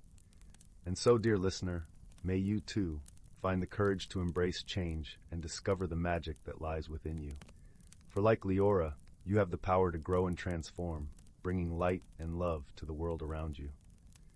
With that, the world outside the cottage began to quiet, the gentle whispers of the forest lulling the village to rest. And as the stars twinkled in the night sky, Leora drifted into a peaceful sleep, her heart full of gratitude and hope for the days to come. Story 9. Once upon a time, in the quaint village of Willowbrook, nestled in a cradle of emerald hills and fields of wildflowers, there lived a curious young girl named Clara. Willowbrook was a place where the whispers of the wind carried tales of old, and the babbling brook that wound through the town sang songs of forgotten times. The village was known for its vibrant markets and the laughter of children playing in the cobblestone streets. But most of all, it was known for its ancient library. The library, with its ivy-clad walls and towering time-worn shelves, was Clara's favorite place in the whole world. She spent countless afternoons there, losing herself in the stories of brave knights, wise wizards, and mystical lands. One chilly autumn evening, as the golden sun dipped behind the hills and cast long shadows through the library windows, Clara discovered a book she had never seen before. It was tucked away in a dusty corner, its leather cover embossed with a shimmering silver tree. Curiosity piqued, Clara opened the book, releasing a gentle sigh of air that smelled of pine forests and fresh rain. As she flipped through the pages, she noticed that the book was not filled with stories, but rather, it was empty save for a single sentence written at the top of the first page. To find the heart of the forest, follow the path of the ancestors. Intrigued and a little bewildered, Clara decided to seek the wisdom of the village elder, Old Man Thistle. He was a gentle soul with a long white beard and eyes that twinkled like stars. He was known to speak in riddles, but always provided guidance to those who sought it. Clara found him in his cozy cottage at the edge of the village, the air inside warm and fragrant with the scent of chamomile and lavender. She showed him the book, and he chuckled softly, his laughter like the rustling of leaves in a summer breeze. "Ah, the heart of the forest," he mused, handing Clara a cup of steaming tea. "It is a place of great magic and mystery, a place that reveals itself only to those who are truly seeking." "But how do I find it?" Clara asked, her eyes wide with wonder. "With your heart, my dear," Old Man Thistle replied gently. "Follow where it leads, and the path will unfold before you." The next morning, Clara set out on her journey, the book clutched tightly under her arm. She walked through the village, past the bustling market and the chattering brook, and into the dense forest that bordered Willowbrook. The trees stood tall and ancient, their branches arching overhead to form a cathedral of nature. As Clara ventured deeper, she soon realized she was not alone. A small, sprightly squirrel with a bushy tail and bright, intelligent eyes scampered alongside her, chittering happily. Clara laughed, delighted by the unexpected company. "I shall call you Nutkin," she giggled, and the squirrel seemed to nod in approval. Nutkin led Clara along winding paths carpeted with fallen leaves that crunched softly underfoot. The forest was alive with the sounds of nature, a symphony of birdsong, the rustle of leaves, and the distant murmur of a hidden stream. Sunlight filtered through the canopy, painting the ground in dappled patterns of light and shadow. After what felt like hours, Clara and Nutkin came upon a clearing bathed in a warm golden glow. In the center stood an ancient oak tree, its trunk wide and gnarled, its branches reaching skyward as if in prayer. Clara felt a gentle pull toward the tree, a sense of longing and belonging. As she approached, Clara noticed something remarkable. The tree's bark was etched with symbols, swirling patterns that seemed to pulse with a soft, silver light, the same light that adorned the cover of the mysterious book. Clara reached out and touched the tree, her fingers tracing the luminous designs. Suddenly, the air shimmered, and the forest around her seemed to shift and change. She found herself standing not in the clearing, but in a place that felt both familiar and strange. The trees here were taller, their leaves a vibrant emerald, and the air was filled with a sweet, floral fragrance. "This is the heart of the forest," a gentle voice said, and Clara turned to see an elegant deer standing nearby. Its eyes were deep and kind, and its antlers were crowned with delicate, blooming flowers. "Welcome, Clara," the deer continued, bowing its head in greeting. "You have followed the path of the ancestors, and in doing so, you have discovered the truth within yourself." Clara felt a warmth spread through her chest, a sense of peace and understanding. She realized that the journey was not about finding a place, but about discovering her own heart, her courage, her kindness, and her ability to see the magic in the world around her. "Thank you," Clara whispered, her voice full of gratitude. The deer nodded, and as it did, the forest around her began to fade, the vibrant colors blending into a soft, swirling mist. When the mist cleared, Clara found herself back in the clearing, Nutkin at her side, the ancient oak standing silent and wise. With a newfound sense of serenity, Clara made her way back to Willowbrook, Nutkin chattering cheerfully beside her. As they walked, the sun set in a blaze of orange and pink, and a cool breeze whispered through the trees. When Clara returned home, she placed the magical book on her bedside table, a reminder of her journey and the secrets she had uncovered. That night, as she drifted off to sleep, she dreamt of the heart of the forest, of the wisdom it had gifted her, and of the endless possibilities that lay ahead. And so in the gentle embrace of night, Clara slept soundly, her heart full of wonder and her spirit gently alight with the magic of the world around her. Story 10. In the heart of a lush, emerald forest, where the sun wove golden threads through the canopy, lay a quaint village named Willowbrook. Willowbrook was home to cottages with thatched roofs and cobblestone paths that wound lazily past flower gardens bursting with color and fragrance. The air was perpetually sweet with the scent of honeysuckle, and the gentle babble of a nearby brook provided a soothing melody that serenaded the villagers to sleep each night. In this enchanted village, there was an air of gentle mystery that had recently taken hold. Every morning, as the first light of dawn spilled over the forest, the villagers awoke to find their beloved flower petals arranged in intricate patterns on their doorsteps. These floral mosaics were beautiful, yet puzzling, depicting scenes of frolicking woodland creatures or swirling starry skies. The villagers found these occurrences both wonderful and perplexing. They wondered who could be creating such art under the cover of night. The patterns were too deliberate and detailed to be the work of a mischievous breeze or the playful forest sprites that sometimes flitted about. So they turned to the wisest person in Willowbrook, an elderly woman named Leora, who lived in a cottage at the edge of the village. Leora was a woman of gentle wisdom, with a heart as warm as the hearth that crackled invitingly in her home. Her hair was silver, like moonlight on still water, and her eyes twinkled with the mischief and kindness of 1,000 stories. She welcomed the villagers into her cozy cottage, where the scent of lavender tea mingled with the warmth of freshly baked honey cakes. As the villagers gathered around her, Leora listened intently to their tales of the mysterious floral arrangements.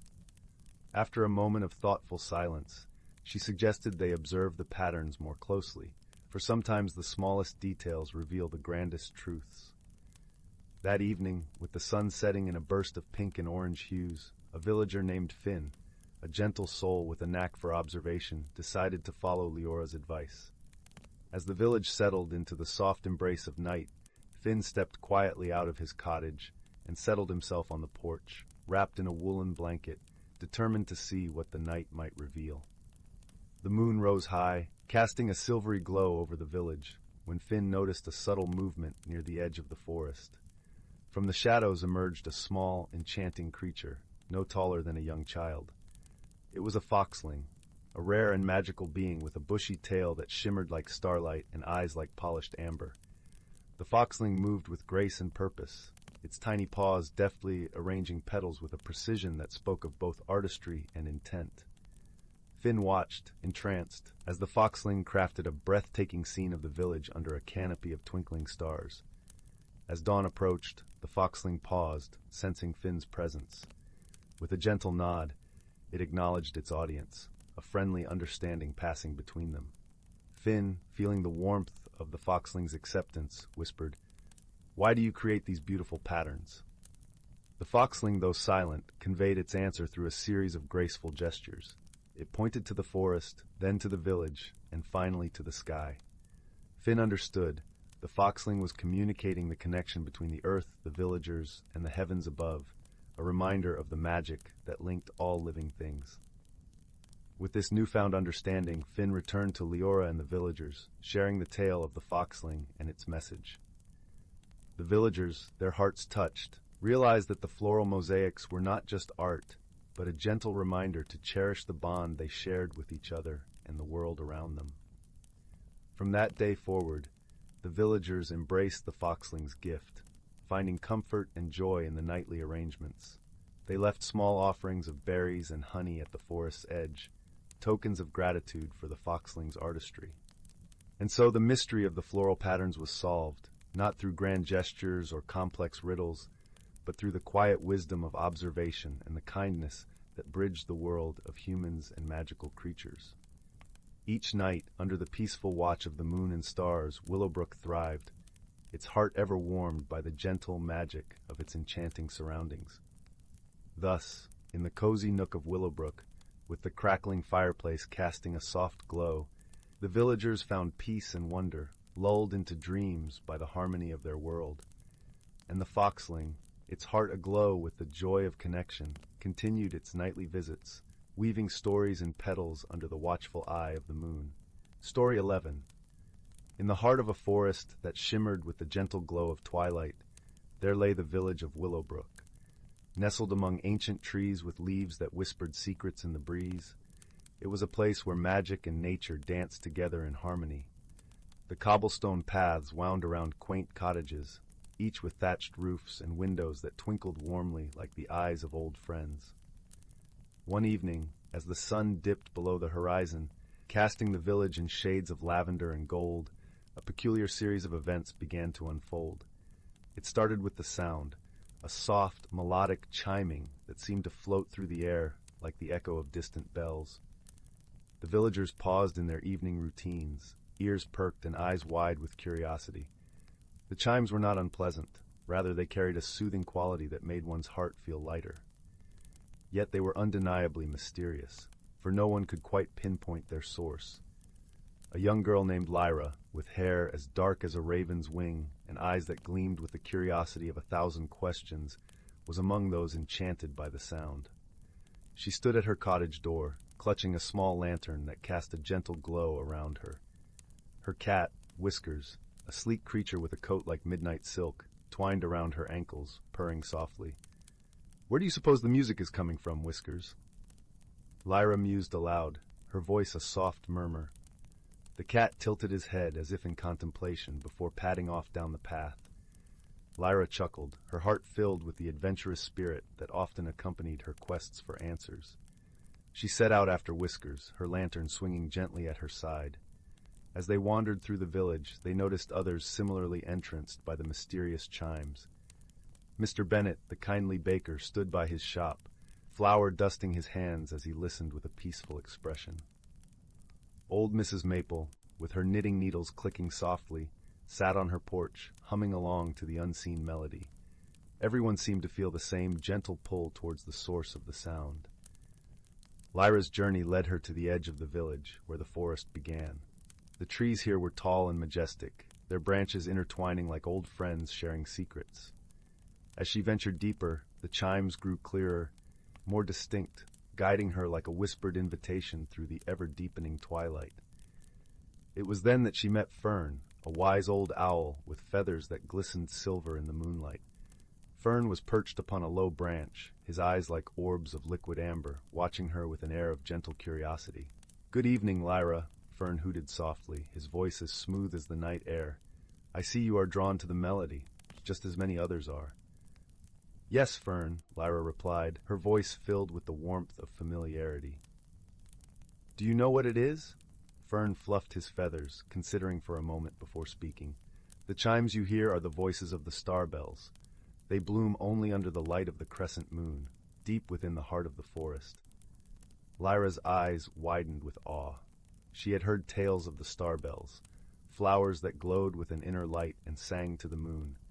Yet she had never seen them, for they were said to be elusive, blooming only on the rarest of nights. "Can you take me to them?" Lyra asked, her heart fluttering with excitement. Fern nodded, his eyes twinkling with the wisdom of ages. "Follow me, child, and mind your step. The forest paths can be tricky under the spell of night." Together, they wound their way through the forest, guided by the ethereal music that wove through the trees like a silken thread. The air was cool and fragrant, carrying the scent of pine and earth, while the soft rustle of leaves provided a gentle accompaniment to the melody.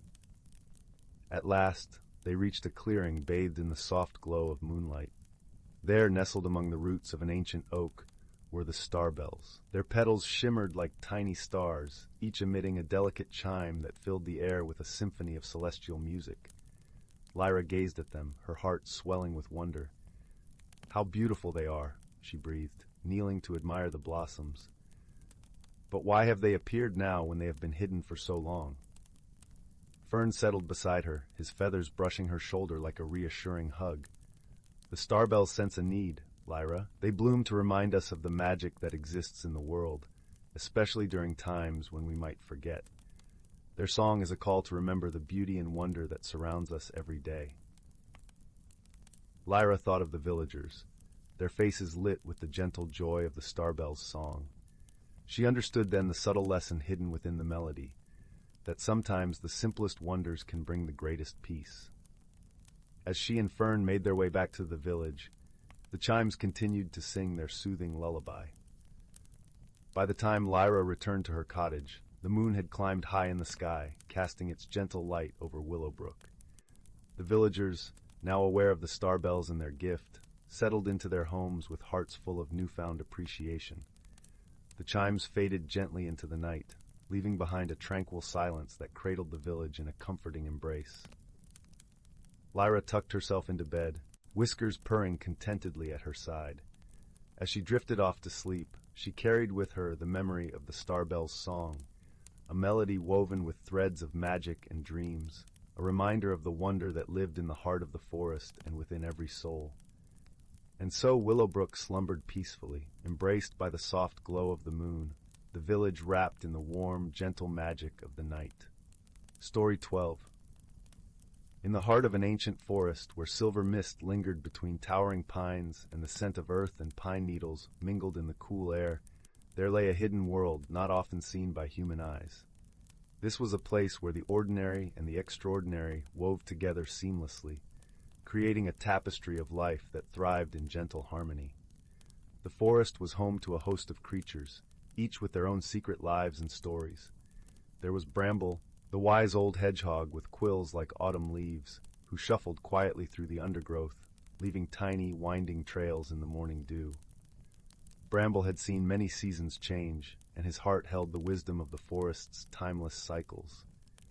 Nearby, in a sun-dappled glade, a family of rabbits lived beneath the protective roots of a sprawling oak. The air hummed with the chatter of birds, their songs weaving through the branches like ribbons. Among them was Lyra, a small robin with feathers the color of chestnuts, and a voice that could soothe the fiercest tempests. Her song was a gentle lullaby that comforted all who heard it, echoing the serene balance of the forest. The creatures of this woodland understood the delicate dance of life that played out with each turn of the seasons. They knew that the forest was sustained by an unseen magic, a force that flowed like a river through every leaf and stone, binding them all in a harmonious embrace. As spring unfurled its green fingers, a magical phenomenon occurred. The whispering brook, which wound its way through the forest, began to sparkle with a light not of this world. The water shimmered with the colors of the sky, reflecting the deep indigo of dusk and the blush of dawn in its ripples. It was said that this was the time when the brook whispered the secrets of the forest to those who would listen with their hearts, a tradition passed down through generations. One evening, as the sun dipped below the horizon and painted the sky with hues of lavender and gold, Bramble gathered the younger creatures around him. The air was cool and carried the sweet scent of blooming wildflowers, a promise of the summer warmth to come. The animals nestled close, their eyes wide with curiosity, eager to hear his stories. "In our forest," Bramble began, his voice a gentle rumble like distant thunder, "there is a balance that we must cherish. The whispering brook reminds us of this each spring. It tells us tales of harmony, of how each leaf, each drop of water, and each breath of wind plays its part in the grand symphony of life." As Bramble spoke, the brook's whispers grew louder, its voice mingling with the soft rustle of leaves and the murmurs of the night. The creatures listened intently, and in the quiet, they felt the rhythm of the forest beating like a heart beneath their paws and wings. Lyra, perched on a low branch, shared a look with Bramble and began to sing. Her song was a melody of hope and unity, a reminder that even the smallest creature played a vital role in maintaining the balance of their world. The other animals joined in, voices blending in a harmonious choir that echoed through the trees and up to the twinkling stars. The nights grew warmer, and as summer approached, the forest was alive with the sounds of life. The young rabbits practiced bounding through the grass, their laughter like the tinkling of bells. Squirrels darted up and down the trunks, their bushy tails flicking as they played. Yet, even in the midst of joy, the creatures were mindful of the lessons Bramble and Lyra had shared. They understood that each action, no matter how small, rippled through their world, affecting everything around them. As the days lengthened, a gentle rain began to fall, its drops like pearls on the leaves. The forest drank deeply, rejuvenated by the water that flowed from the sky and into the whispering brook. The brook's voice was strong and clear, a song of gratitude and renewal. Bramble watched the rain with a quiet satisfaction, his old eyes twinkling. He knew that the forest was a resilient and enduring place, its heart beating steadily through the ages.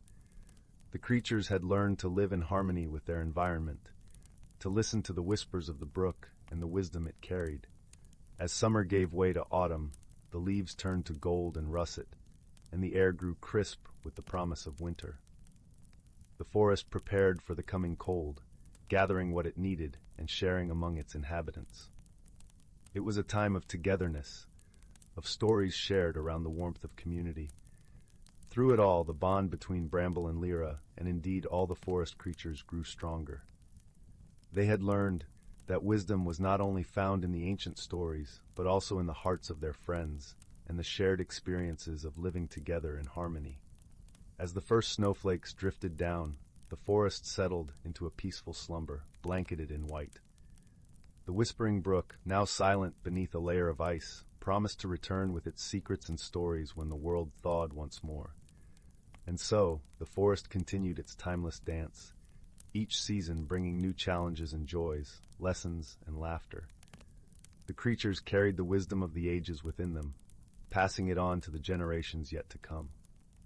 In this ancient forest, where reality and magic intertwined, the hidden lives of natural creatures flourished, a testament to the power of harmony and the enduring spirit of nature. The story of Bramble, Lyra, and their woodland home would echo through the ages, a gentle reminder of the beauty and balance that could be found in the world, if only one chose to listen to the whispers of the brook. Story 13. In a quaint village nestled between rolling hills and whispering woods, there lived a young woman named Ada. Her home was a charming cottage, its roof a patchwork of moss and wildflowers, with a garden that buzzed with life. Yet, despite the beauty surrounding her, Ada often felt a restlessness in her heart, a yearning for something she could not quite name. Each morning, she would gaze out her window, watching the sunrise paint the sky in hues of gold and rose, feeling the gentle caress of the dawn's breeze against her skin. But instead of comfort, the sight left her with a sense of incompleteness. Ada was afraid of change, of stepping beyond the boundaries of the familiar, and this fear kept her tethered to the life she knew. One crisp autumn day, as leaves danced in the wind and the air was filled with the spicy scent of wood smoke, Ada decided to take a walk through the woods. The forest, a place she had visited often as a child, was a tapestry of vibrant colors and soft, earthy scents. As she wandered deeper, the trees whispered secrets older than time itself, their voices a soothing balm to her worried mind. It was in this forest that Ada first met the willow, an ancient tree with limbs that stretched gracefully toward the sky. The willow's bark was a mosaic of silver and green, and her leaves shimmered with an ethereal light. Ada had often heard stories of the willow's magic, how she held the power to reveal truths hidden within one's heart. Feeling a pull she could not resist, Ada approached the willow. She rested her hand upon the rough bark, feeling a warmth spread through her fingertips. "What do you seek, child of the earth?" The willow's voice resonated in her mind, as gentle as a lullaby. "I seek change," Ada whispered, surprised by her own admission. "But I am afraid. I do not know who I will become." The willow's rustling leaves were like a soft chuckle. "Change is the essence of life, my dear. It is not to be feared, but embraced. Perhaps you need a little help to see the beauty in it." With those words, the willow let fall a single shimmering leaf. As it touched Ada's hand, a warmth spread through her, and she felt a curious sensation, as if the world around her had shifted ever so slightly. When she looked around, everything seemed brighter, imbued with a magical glow. Confused but intrigued, Ada returned to her village, the willow's leaf tucked safely in her pocket. Over the next few days, she noticed peculiar things. The world seemed to respond to her moods. Flowers bloomed more vibrantly, the air hummed with energy, and the villagers, too, began to change in subtle ways. Her friend Rowan, who ran the village bakery, found joy in experimenting with new recipes, filling the air with the aroma of freshly baked bread and sweets. One evening, Ada sat with Rowan outside the bakery. The sun was setting, casting a warm golden light over the village. "You seem different," Rowan remarked, breaking off a piece of warm, crusty bread and handing it to Ada. At ease. Ada took a bite, savoring the comforting simplicity of it. "I feel different," she admitted. "It's as if everything is alive with possibilities, but it's also unsettling." Rowan nodded thoughtfully. "Perhaps it's like baking. When you try new ingredients, the process feels uncertain, but the outcome can be wonderfully surprising." He grinned, his eyes twinkling. "And if it doesn't work out, you learn and try again." Encouraged by Rowan's words, Ada began to embrace the changes around her. She ventured beyond her cottage more often, connecting with the villagers and finding joy in their simple stories and shared laughter. She started a small herb garden, cultivating plants she had never grown before, each one a symbol of her willingness to explore the unknown. As the days passed, Ada realized that the magic of the willow was not in changing her world, but revealing the magic within herself. The leaf had unlocked her ability to see beauty in change, to find courage in uncertainty. She learned that personal growth was not a destination, but a journey, one filled with discovery and wonder. One night, as stars twinkled in the velvet sky, Ada returned to the willow, her heart full of gratitude. "Thank you," she whispered, her voice barely a breath against the night air. The willow's leaves shimmered, reflecting the starlight. "You had the magic within you all along, Ada. Never forget that change is but a mirror of our inner growth." With a heart lightened by understanding, Ada walked back home. The path was familiar, yet now it felt new, filled with the promise of endless possibilities. As she lay in bed that night, the gentle rustling of the leaves echoed in her dreams, a lullaby of peace and transformation. And so, Ada learned to embrace change, to see it as a friend rather than a foe. With each passing season, she grew more into herself, discovering the strength of her spirit and the magic of her heart. And in this journey of transformation, she found not just herself, but a world filled with endless beauty and wonder. Thus, nestled in the embrace of the whispering woods, Ada's story of personal growth and magical transformation became a cherished tale in the village, a reminder that within each of us lies the power to change, to grow, and to find magic in the everyday moments of life. Story 14. In the quaint village of Willowbrook, nestled between rolling emerald hills and the whispering woods, there stood an old bookshop, its bricks weathered by time and ivy. The shop was owned by Mr. Thistle, an elderly gentleman with a kind smile and a twinkle in his eye. His bookstore was a labyrinth of dusty tomes and tales waiting to be discovered, and it was here that a curious young girl named Lucy often spent her afternoons. Lucy loved the bookshop with its musty scent of ink and paper, the way the sunlight streamed through the tall, narrow windows, casting golden patterns on the creaky wooden floor. But more than anything, she loved the books themselves, each one a portal to a world of magic and wonder. One chilly autumn afternoon, as the leaves danced in the blustery winds outside, Lucy stumbled upon a peculiar book tucked away on a high shelf. Its cover was worn, yet the title shimmered faintly in the dim light, The Whispering Quill. Intrigued, Lucy reached up, her fingertips brushing the spine, and carefully pulled it down. The book was not like any she had seen before. It felt warm to the touch, as if it held a secret life of its own. As she opened it, a gentle breeze rustled the pages, and Lucy could have sworn she heard a soft voice, like a distant echo, beckoning her to listen. Inside the book, nestled between the pages, was an old quill pen, its feather iridescent, shifting colors like the hues of a dawn sky. Lucy picked it up, and the quill glowed softly, warming her hand. She realized this was no ordinary quill. It was magical, and it had chosen her. Eager to unravel its mysteries, Lucy began to write with the quill on a blank page at the back of the book. To her amazement, the words she wrote shimmered briefly before vanishing, leaving the page pristine once more. But something even more remarkable happened. The world around her began to change. The shop seemed to expand, the walls stretching and transforming into lush landscapes. Lucy found herself standing in a meadow filled with wildflowers, their scent sweet and intoxicating. Above, the sky was a canvas of soft blues and gentle whites, and a gentle breeze carried the whispered secrets of the world. Lucy knew she was not alone. From behind a cluster of sun-dappled trees emerged a small creature, its fur as soft as down and eyes bright with intelligence. It was a pippin, a creature of lore known for its wisdom and gentle heart. The pippin introduced itself as Nib, and with a cheerful chirp, it offered to guide Lucy through this enchanted realm. Together, they wandered through fields and forests, across bubbling brooks and beneath the towering canopies of ancient trees.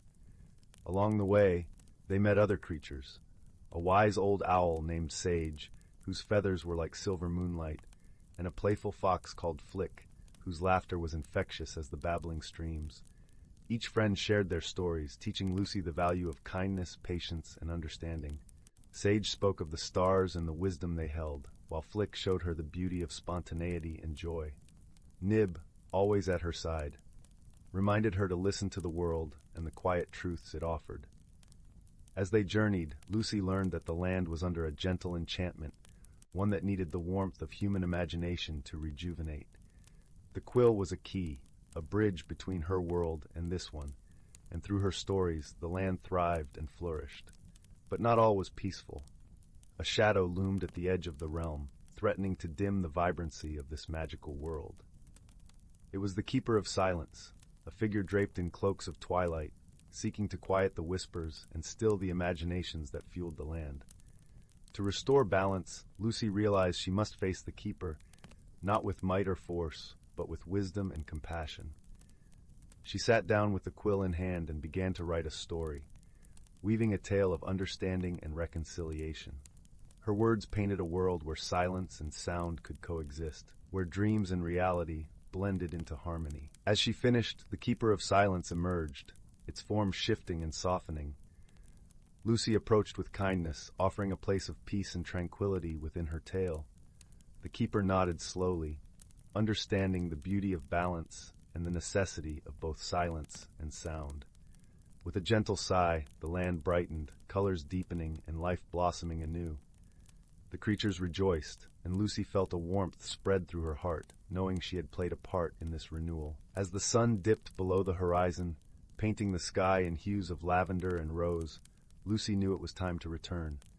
Her friends gathered around, their eyes filled with gratitude and affection. Nib, Sage, and Flick promised that their stories would continue, echoing through the pages of the Whispering Quill. Back in the bookshop, Lucy closed the book, the quill resting softly in her hand. She placed it back on the shelf, feeling the gentle hum of magic still within it. Mr. Thistle, who had been watching with a knowing smile, nodded approvingly. "You found the magic within yourself, dear Lucy," he said kindly, "and that is the greatest story of all." With a heart full of warmth and a mind alight with possibilities, Lucy stepped out of the shop into the crisp night air. The stars above twinkled like the stories she had yet to tell, each one a whisper waiting to be heard. And as she walked home, she carried with her the gentle lessons of friendship, imagination, and the enduring power of a well-told tale, cradled in the comforting embrace of the night. Story 15.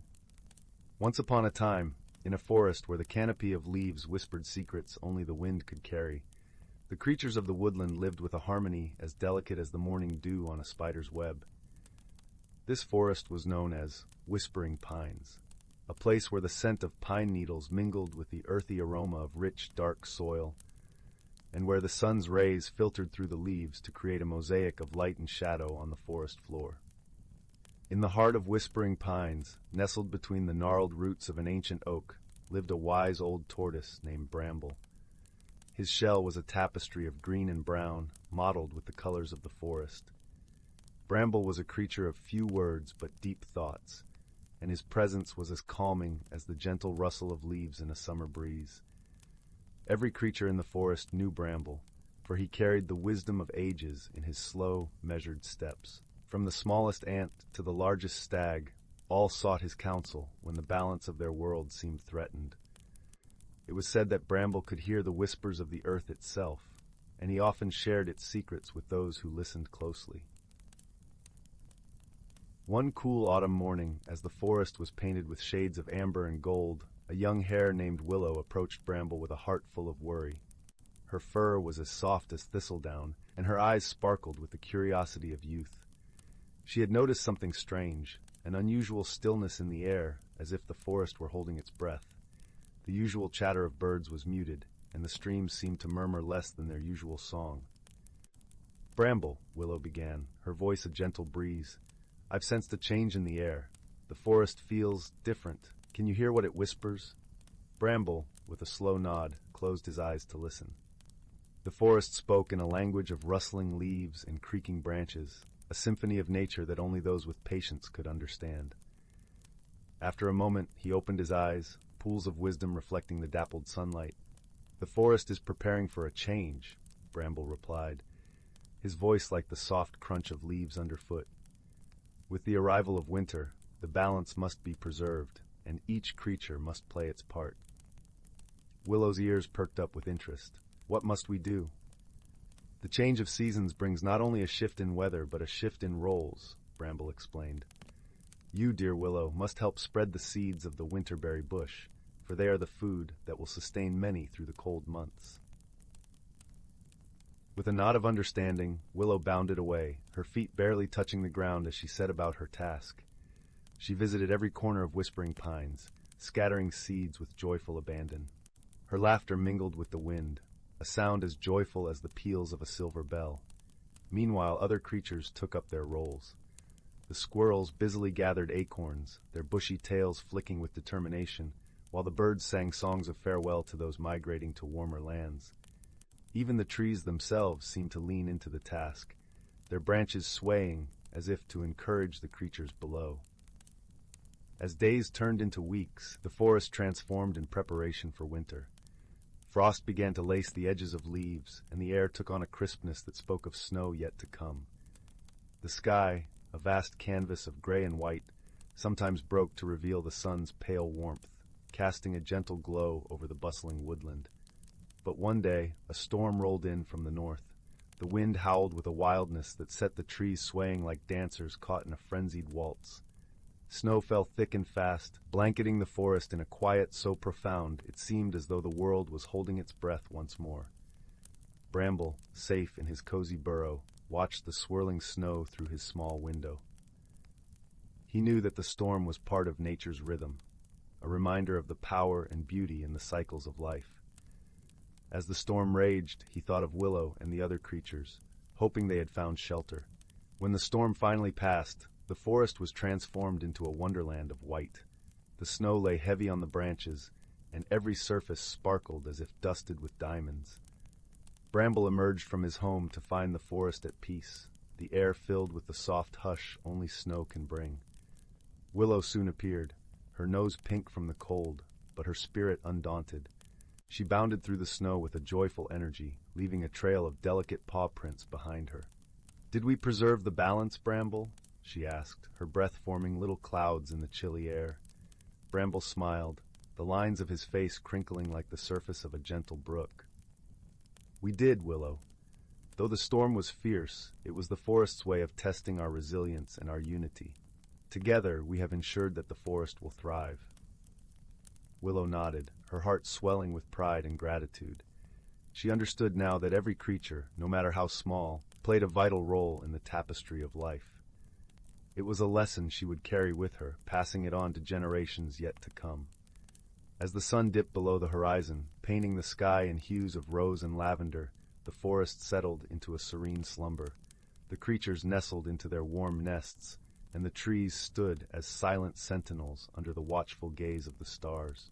And so the forest of whispering pines endured, a testament to the strength found in harmony and the wisdom of listening to the whispers of the earth. Bramble, with his heart full of the forest's secrets, closed his eyes, content in the knowledge that balance had been restored once more.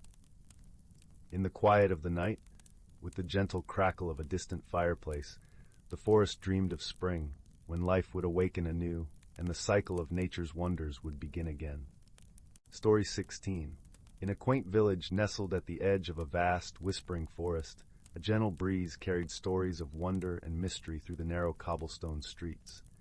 The village was a tapestry of charming cottages, their thatched roofs speckled with moss, and gardens where wildflowers danced in the light of a golden afternoon sun. Here lived a young girl named Lila, whose curious heart yearned for adventure beyond the familiar hills and fields. Lila was known for her keen eye and thoughtful nature, often observing the world with a sense of quiet wonder.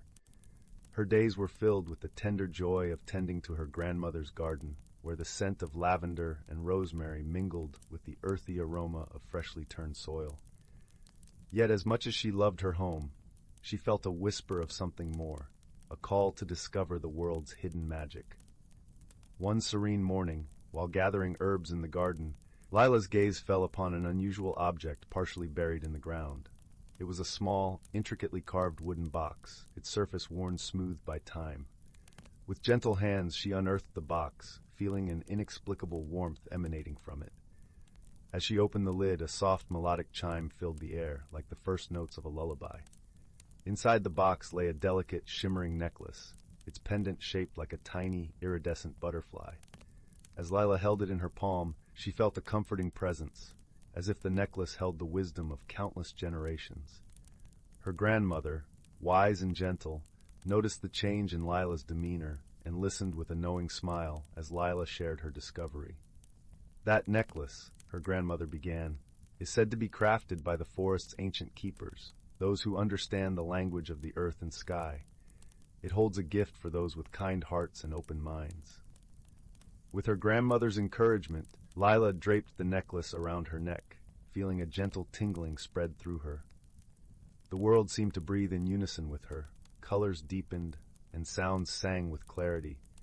It was as if she could hear the whispers of the trees and the songs of the wind. Moved by a newfound sense of purpose, Lila set out on a journey into the heart of the whispering forest, seeking to uncover the secrets it held. The path wound through towering trees whose branches formed a verdant canopy, dappling the ground with shifting patterns of light and shadow. The air was cool and fragrant with the scent of pine and damp earth, a soothing balm to her soul. As Lila ventured deeper, she encountered a peculiar band of forest dwellers, each with their own unique charm. There was Finn, a sprightly squirrel with a coat the color of autumn leaves, whose laughter was infectious and whose clever mind could solve any puzzle. Beside him was Maeve, a wise old owl with eyes that shimmered like moonlit pools, who spoke in riddles and rhymes, imparting truths hidden in her words. Lastly, there was Thistle, a gentle deer with a heart as pure as a mountain spring, who guided Lila with quiet strength and unwavering loyalty. Together they journeyed through the forest, facing challenges that required not strength, but heart and wisdom. There was the riddle of the singing brook, whose waters would only part for those who could match its melody. Lila listened carefully, her heart attuned to the gentle flow of the music, and sang its song back with the necklace's guiding light. The brook smiled and revealed a hidden path that led them forward. Further along, they encountered the dilemma of the tangled thicket, a barrier of thorny vines that whispered tales of those who had tried and failed. Finn, with his nimble paws, found a tiny opening, while Maeve's riddles untangled the secrets of the thicket's embrace, allowing Thistle to lead them safely through. As the journey unfolded, Lila discovered not only the forest's mysteries, but also the depths of her own heart. She learned the value of patience, of listening with more than just her ears, and the strength found in friendship and understanding. Every challenge was met with grace, every obstacle a lesson in harmony with the world around her. At last, they arrived at the heart of the forest, a tranquil glade bathed in the soft glow of twilight. Here, the air was filled with the gentle hum of life, a symphony orchestrated by the creatures of the wood. In the center of the glade stood an ancient tree, its trunk wide and gnarled, its branches stretching toward the heavens like a guardian of time. As Leela approached, the necklace began to glow, its light mingling with the soft luminescence of the tree. She understood with a clarity that transcended words that the necklace had brought her here to share in the forest's eternal dance. It was a gift not of power, but of connection, a reminder of the beauty that lay in harmony with nature and oneself.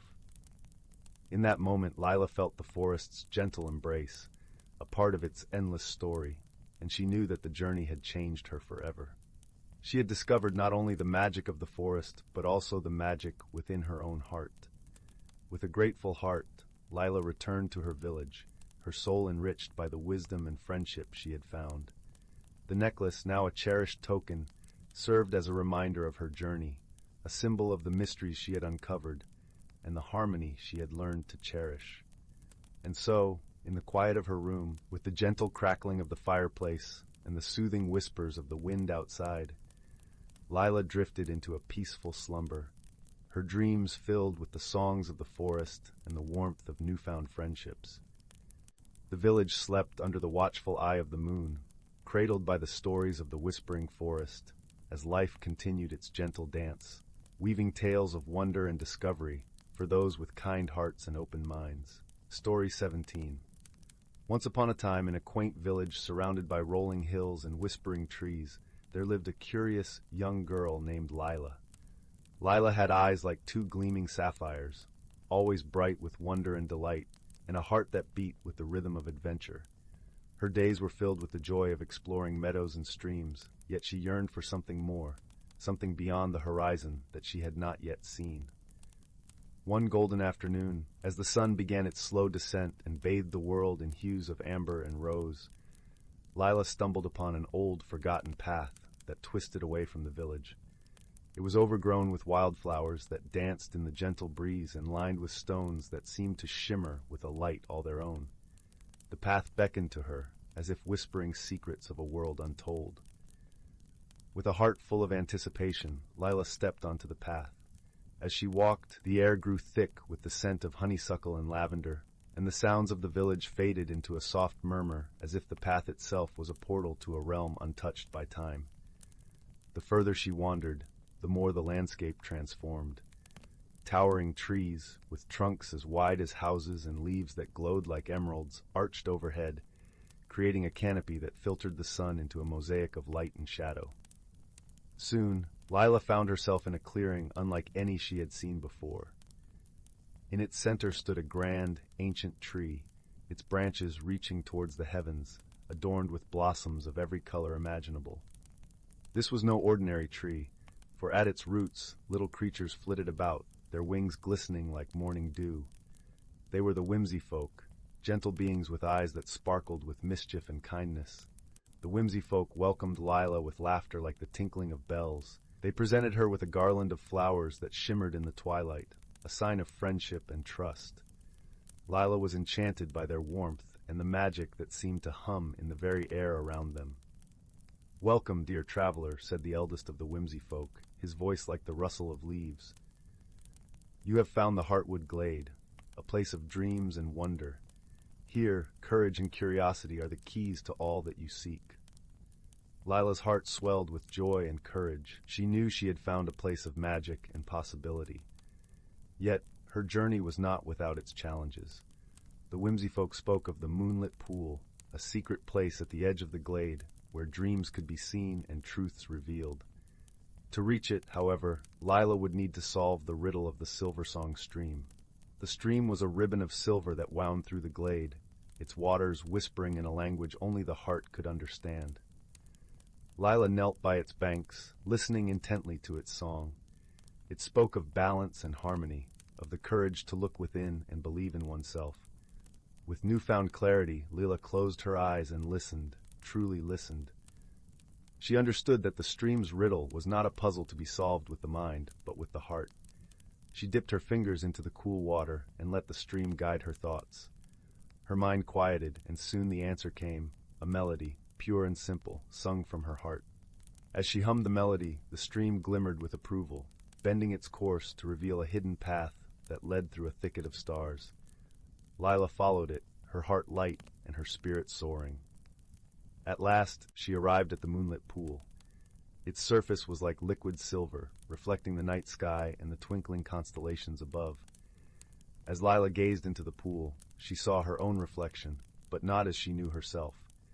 This reflection showed her strength, her kindness, and her unyielding spirit, a true reflection of her heart.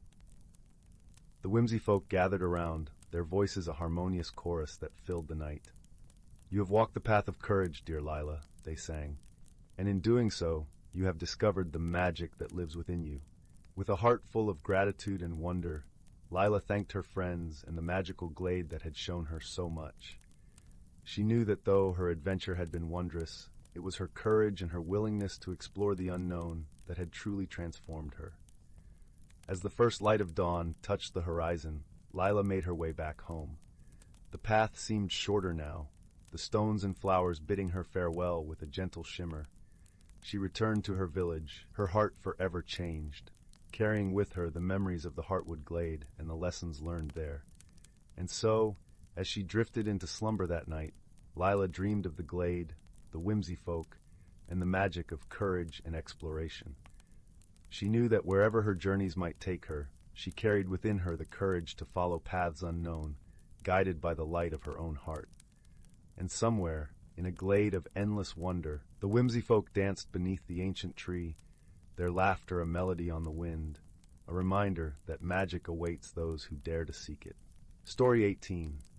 In the heart of the ancient verdant wood forest, where sunlight trickled through a canopy of emerald leaves like liquid gold, there was a hidden world that danced to the rhythm of the earth.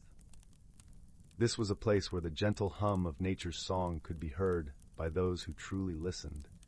A world where whispers of wind carried secret tales and the rustle of leaves formed an intricate symphony. Nestled within this lush expanse, the forest creatures lived in harmony, each playing their part in the delicate balance of life. The wise elder of the forest was an old, gnarled oak tree named Thistlefoot. His roots ran deep into the earth, and his branches reached high into the sky, bridging the gap between the soil and the heavens. Thistlefoot held the memories of countless seasons and was the keeper of the forest's wisdom, entrusted to guide those who sought his ancient knowledge. One crisp autumn morning, as the first chill of the season brushed against the forest floor, a curious young fox named Bramble wandered beneath Thistlefoot's sprawling boughs. His tawny coat glowed with the warmth of early morning light, and his eyes sparkled with the spirit of adventure. Bramble had heard tales of the magical phenomena that occurred with the changing of seasons, and felt a stirring in his heart. a yearning to understand the mysteries of his home. As Bramble approached, Thistlefoot's leaves rustled softly, greeting him with a gentle wave. "Good morning, young Bramble," the old tree spoke, his voice a deep and soothing rumble that resonated through the air. "What brings you to my shade on this fine day?" Bramble sat back on his haunches, his tail curling around his paws. "Oh, wise Thistlefoot," he began. "I've heard stories of the magic that dances with the seasons. I wish to learn about the balance of our forest and the wisdom you hold." Thistlefoot's branches swayed thoughtfully. "Ah, the magic of the seasons," he mused. "It is indeed a wondrous thing. Each season brings its own gifts, and with them lessons that guide our lives." The old oak paused, allowing Bramble to absorb his words. "In the spring," Thistlefoot continued, "we witness rebirth and renewal. The earth awakens from its slumber, and life bursts forth in vibrant green. It teaches us about the joy of new beginnings and the potential within each seed." Bramble nodded, imagining the forest carpeted with fresh blooms and the air filled with the sweet scent of wildflowers. "In the summer," Thistlefoot went on, "the forest is alive with growth and abundance. The sun's warmth nourishes all living things, reminding us of the strength found in unity and the warmth of companionship." Bramble felt the lingering heat of the sun on his fur, recalling the lively gatherings of creatures beneath the canopy during those long, golden days. "Autumn," Thistlefoot's voice softened, "brings a time of reflection and preparation. The leaves turn to shades of amber and crimson, painting the world in rich hues. It is a reminder of the beauty in change and the importance of letting go." Bramble glanced around at the forest, noticing how the leaves fluttered gently to the ground, creating a patchwork quilt of colors. "And then comes winter," the elder tree concluded, "a season of quiet and rest. The world is blanketed in snow, and the forest sleeps under a silvery veil. It teaches us the value of patience and the peace found in stillness." Bramble shivered slightly at the thought of the cold, yet he understood the tranquility that winter brought. "But what of the balance?" Bramble asked, his voice tinged with curiosity. "How do all these changes coexist without falling into chaos?" Thistlefoot chuckled, a sound like the rustling of dry leaves. "Ah, young one, that is where the true magic lies. It is the harmony of the forest, the way each creature, each tree, and every element plays its part. It is a dance, and we are all partners in this grand performance."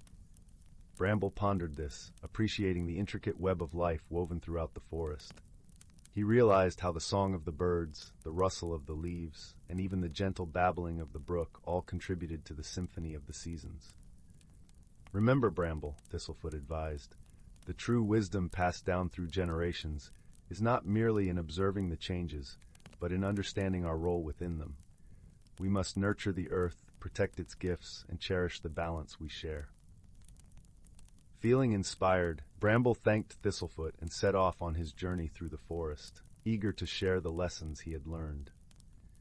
As he trotted along the familiar paths, he noticed how the sunlight danced on the dew-kissed grass, how the gentle breeze carried the scent of pine and moss, and how the forest seemed to hum with a melody all its own. With each step, Bramble felt a deeper connection to his home, understanding that he was part of something greater, a living, breathing tapestry of life.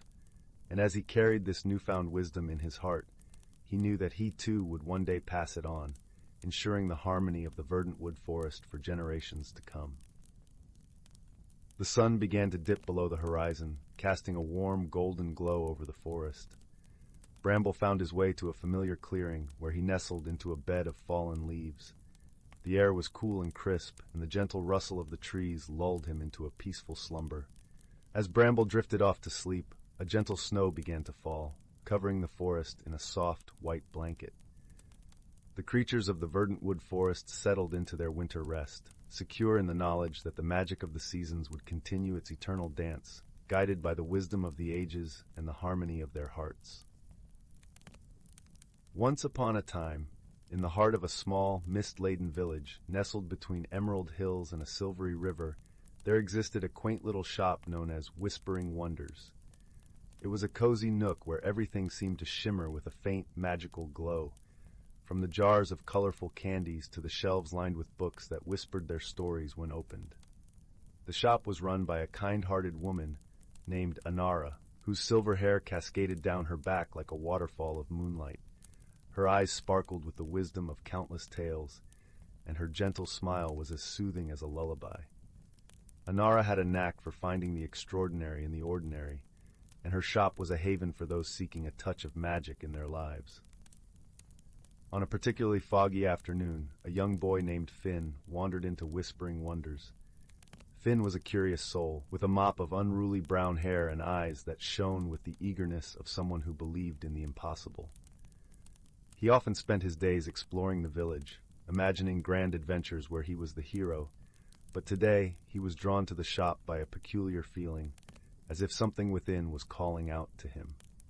As Finn entered, a soft chime rang out, echoing gently through the cozy space. The warm glow of lanterns reflected off the polished wooden floors, and the air was filled with the comforting scent of cinnamon and vanilla. Anara greeted Finn with a warm smile, her voice as soft and inviting as the crackle of a distant fireplace. "Welcome, dear Finn," she said, her eyes twinkling. "What brings you to my humble shop today?"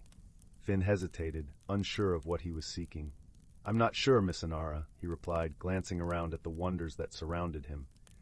"I just felt like I needed to be here." Anara nodded knowingly. "Sometimes the heart knows what it needs before the mind does. Come, let us see what you might discover."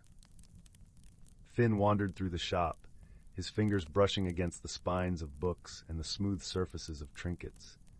It was then that he noticed a small, unassuming box tucked away in a corner.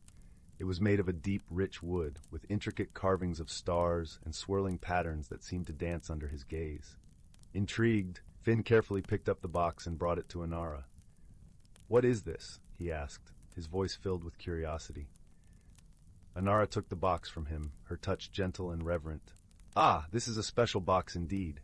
It is said to contain a gift, a magical ability that reveals itself only to those who truly need it." Finn's eyes widened with wonder. "Can I open it?" Anara nodded. "If you feel it calls to you, then perhaps it is meant for you."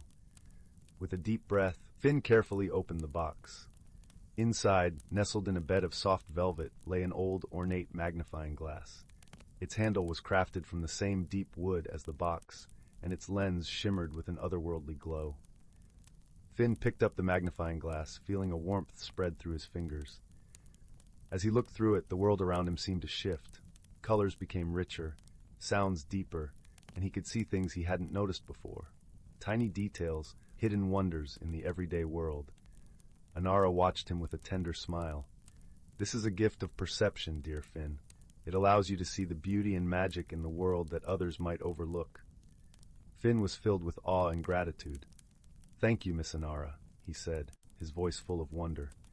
"But what should I do with it?" Anara gently placed a hand on his shoulder.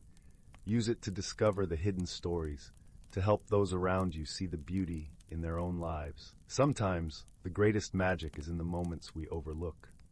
From that day on, Finn carried the magnifying glass with him wherever he went.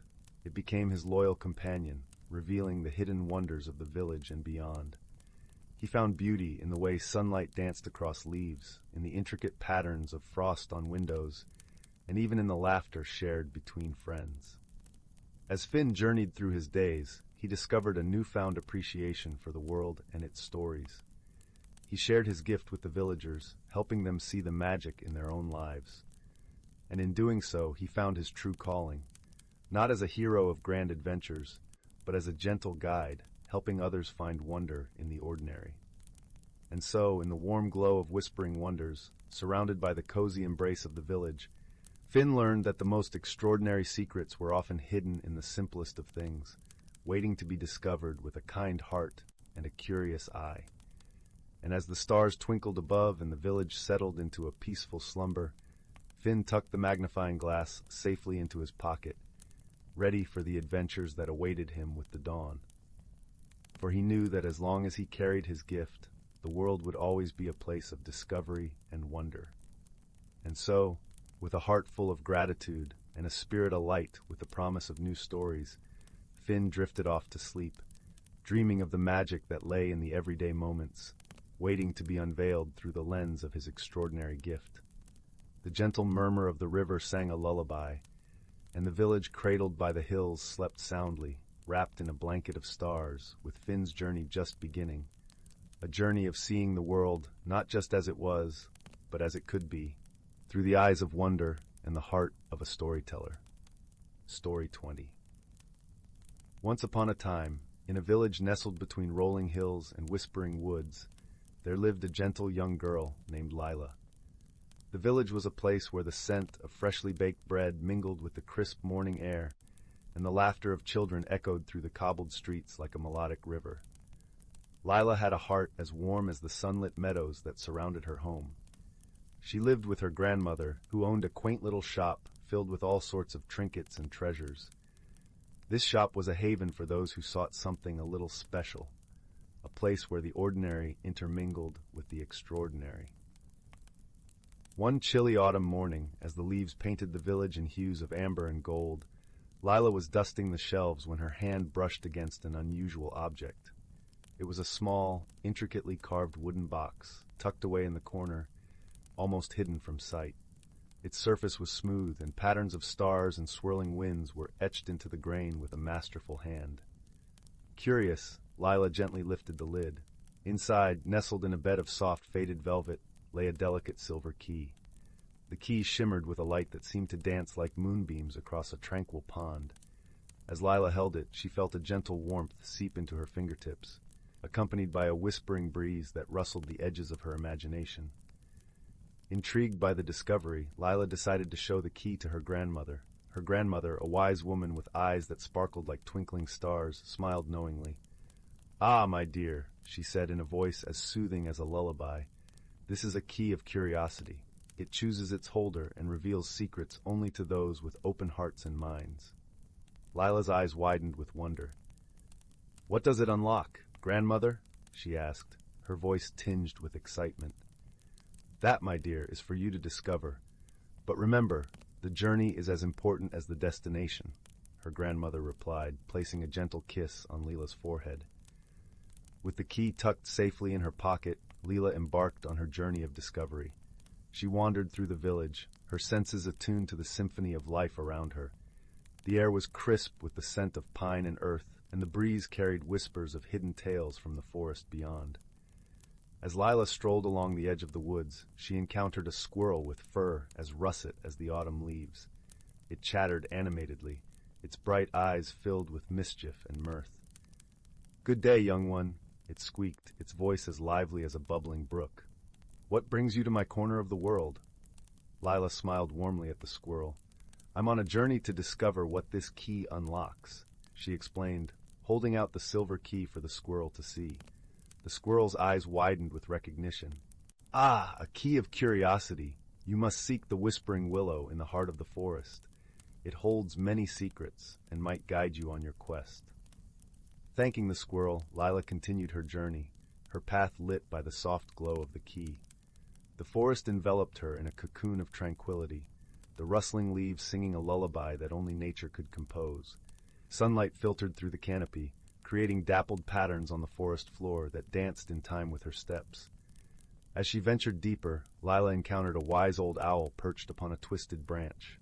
Its feathers were as soft as the clouds, and its eyes gleamed with the wisdom of ages.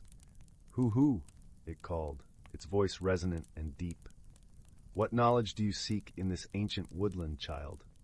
Lila gazed up at the owl, feeling a sense of calm wash over her. "I'm searching for the whispering willow," she replied. "I believe it holds the secret of this key." The owl nodded sagely. "Follow the path where the sun kisses the earth, and you shall find what you seek. But remember, the answers you discover may be different from the ones you expect." With gratitude in her heart, Lila pressed onward, her steps guided by the owl's words. The forest grew denser, the air filled with the sweet scent of wildflowers and the distant murmur of a hidden stream. She soon came upon a clearing where the whispering willow stood, its branches swaying gently in the breeze as if in conversation with the wind. The tree exuded an aura of ancient magic, its leaves shimmering like emeralds in the afternoon sun. As Lila approached, she felt a gentle tug on her heart, a connection that resonated deep within her soul. Kneeling before the willow, she placed the silver key into a small hollow at the tree's base. In that moment, a soft glow enveloped the clearing, and the willow's branches began to weave a tapestry of light and shadow. Images danced before Lila's eyes, scenes of kindness and courage, of hope and understanding. She saw herself helping a lost traveler find their way, comforting a friend in need, and listening to the stories of the village elders. The willow's whispers filled her mind, and she realized that the key had unlocked not a physical treasure, but a deeper understanding of the power of wisdom and compassion. It showed her that true magic lay not in the objects we hold, but in the connections we forge and the kindness we share. As the vision faded, Lila felt a profound sense of peace and contentment. She thanked the whispering willow for its guidance and made her way back to the village, her heart light with newfound wisdom. Upon her return, her grandmother welcomed her with open arms. "What did you discover, my dear?" she asked, her eyes gleaming with curiosity. Lila smiled, her voice gentle and warm. "I learned that the key doesn't unlock a single door, but many. It showed me the importance of kindness, understanding, and the magic that lies in every moment we share with others." Her grandmother nodded, a knowing smile gracing her lips. "Indeed, my dear, the greatest treasures are those that touch our hearts and light the paths of others." From that day forward, Lila carried the lessons of the key in her heart, sharing the magic of compassion and wisdom with everyone she met. And though the silver key remained a cherished keepsake, it was the journey itself that became the true treasure, a reminder that every day held its own secrets waiting to be discovered. And so, under the gentle glow of the evening stars, Lila's story became a bedtime tale whispered across generations, a soothing song of discovery and wonder, where the ordinary danced with the extraordinary, and the magic of the heart illuminated the world around them. Story 21. In a quaint village nestled at the edge of a dense, whispering forest, there lived a young girl named Leora. The forest was not just any ordinary woodland. It was known as the Everwood, an ancient place where time seemed to flow differently and secrets lingered in the rustling of leaves. Leora was a curious soul drawn to the forest's mysteries, and she spent her days exploring its winding paths and listening to the stories told by the village elders. Though the villagers spoke of the Everwood with a mixture of reverence and caution, Leora felt a deep connection to its enchanting beauty. She loved the way the sun filtered through the canopy, casting dancing shadows on the forest floor, and how the air was always filled with the sweet scent of pine and wildflowers. Her favorite spot was a small, hidden glade where a crystal-clear brook bubbled and laughed over smooth stones, its waters as cool and refreshing as a gentle breeze. One sunny afternoon, as Leora was resting by the brook and dipping her toes into the water, she noticed something glinting beneath the surface. Leaning closer, she saw a peculiar object nestled among the pebbles, a small, intricately carved wooden box. The box was adorned with patterns of leaves and vines, and as Leora picked it up, she felt a strange warmth emanating from it, as if it were alive. Curiosity piqued, Leora carefully opened the box. Inside lay a delicate silver pendant shaped like a crescent moon, its surface etched with tiny, shimmering stars. As she held it in her hand, she felt a gentle, tingling sensation spread through her fingers and up her arm. Instinctively, she slipped the pendant around her neck, and in that moment, she felt a profound sense of belonging, as though she had unlocked a piece of herself that had been missing. Over the following days, Leora discovered that the pendant bestowed upon her a remarkable ability. She could hear the whispers of the forest, the thoughts and feelings of the trees, animals, and even the very earth beneath her feet. It was as if the Everwood had welcomed her into its hidden world, sharing its secrets and stories that had been long forgotten by humankind. With this newfound connection, Leora began to understand the delicate balance of life within the forest. She learned of the struggles faced by the creatures who called it home, from the smallest of ants to the majestic deer that roamed its depths. She came to realize that every being had a role to play, and that harmony was achieved through cooperation and mutual respect. As she spent more time in the Everwood, Leora's bond with the forest deepened. She became friends with a wise old owl named Strix, who roosted in the branches of a towering oak. Strix was a creature of great knowledge, with eyes that gleamed like amber in the moonlight. He shared tales of the forest's history, of ancient trees that had seen centuries pass, and of magical creatures that once danced in the moonlit glades. One evening, as the sun dipped below the horizon and the forest was bathed in the soft glow of twilight, Strix told Leora of a looming danger. A shadow had fallen over the Everwood, a creeping darkness that threatened to upset the balance of life. It was said that a hidden force, long dormant, had awakened deep within the forest, and its growing power was causing the trees to wither and streams to run dry. Leora knew she could not stand idly by as her beloved forest suffered.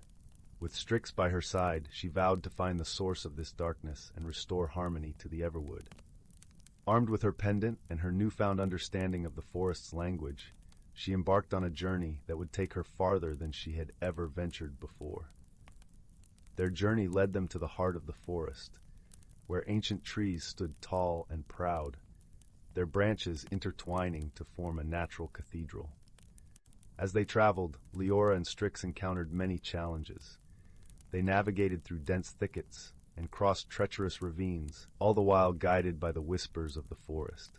Along the way, they met other creatures who, like Strix, had sensed the growing threat.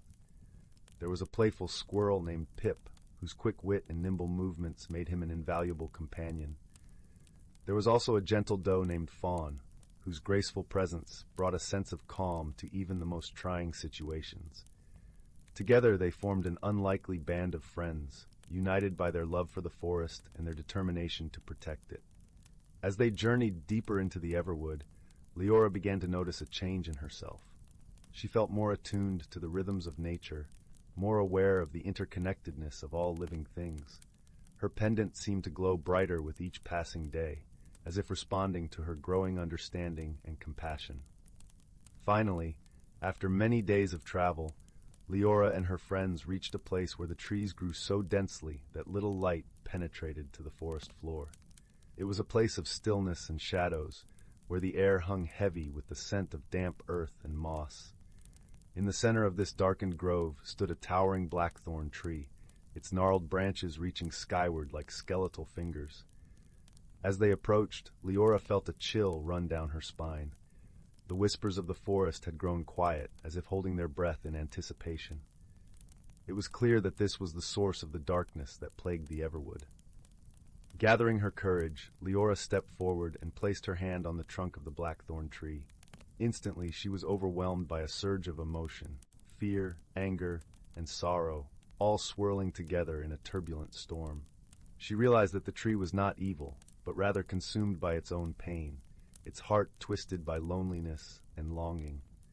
With a gentle voice, Leora spoke to the tree, her words carrying the warmth of the sun and the promise of renewal. She told it of the beauty of the Everwood, of the harmony that existed when all beings worked together, and of the love that bound her and her friends to this magical place. As she spoke, a soft light began to emanate from her pendant, bathing the grove in a gentle glow. Slowly, the darkness that clung to the blackthorn tree began to dissolve, replaced by a sense of peace and acceptance. The tree's gnarled branches relaxed, and the air was filled with the sweet scent of blossoms. With the darkness lifted, the Everwood began to heal. The streams flowed once more, and the trees stood tall and vibrant. Leora and her friends returned to the village, where they were greeted with joy and gratitude by the villagers, who had felt the forest's change and knew that balance had been restored. Leora's journey had transformed her, not just in her understanding of the forest, but in her understanding of herself. She had discovered that true strength lay not in power, but in empathy and connection. And as she stood at the edge of the Everwood, watching the sun set over the treetops, she knew that she would always carry the forest's magic within her heart. And so, with the forest whispers singing gently in her ears and the warmth of friendship surrounding her, Leora returned home, knowing that she was exactly where she was meant to be. The Everwood, with its secrets and wonders, would always be a part of her, guiding her on her path and reminding her of the beauty that lay in the world around her. And as she drifted off to sleep that night, her dreams were filled with the laughter of the brook, the rustle of leaves, and the promise of new adventures yet to come. Story 22. Here is a gentle, engaging bedtime story about a world where ordinary objects hold extraordinary secrets. Once upon a time, in a cozy village nestled between rolling hills, there lived a young girl named Violet. Though she seemed like any other child, Violet possessed an extraordinary gift. She could hear the whispers of everyday objects. To most, a wooden spoon was simply a tool for stirring soups and batters. But to Violet, that humble spoon spoke of ancient oak trees witnessing centuries of sunrises, its grain carrying memories of a mighty forest. Each item around her house held secrets waiting to be unlocked.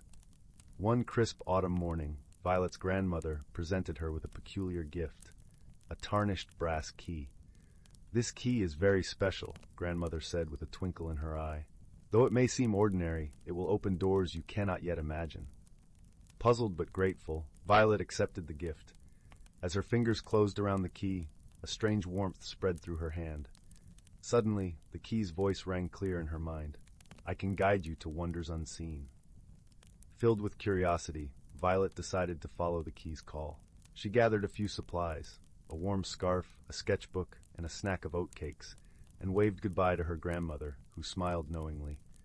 The key led Violet along a winding path into the forest, where sunlight filtered through a canopy of golden leaves. Squirrels scampered underfoot, chattering about the approaching winter. An old oak stretched its branches overhead, whispering tales of bygone days. After a long walk, Violet found herself before an ancient, crumbling stone archway, nearly reclaimed by ivy and moss. Without hesitation, she inserted the key into the locked door within the arch. With a bright flash, the door swung open, revealing a hidden world beyond. Stepping through the arch, Violet gasped in awe. She found herself in a lush valley surrounded by majestic, tree-lined cliffs. A crystalline river flowed beside her, its waters glimmering with stardust. Overhead, the sky shimmered with the radiant hues of the northern lights. As Violet marveled at this magical realm, she noticed several whimsical creatures emerging from hollows and burrows. A family of miniature deer with shining blue coats approached curiously. A wizened badger in a tattered scarf waved a friendly hello, and perched on a nearby branch, a tiny dragon no bigger than a songbird chirped a greeting.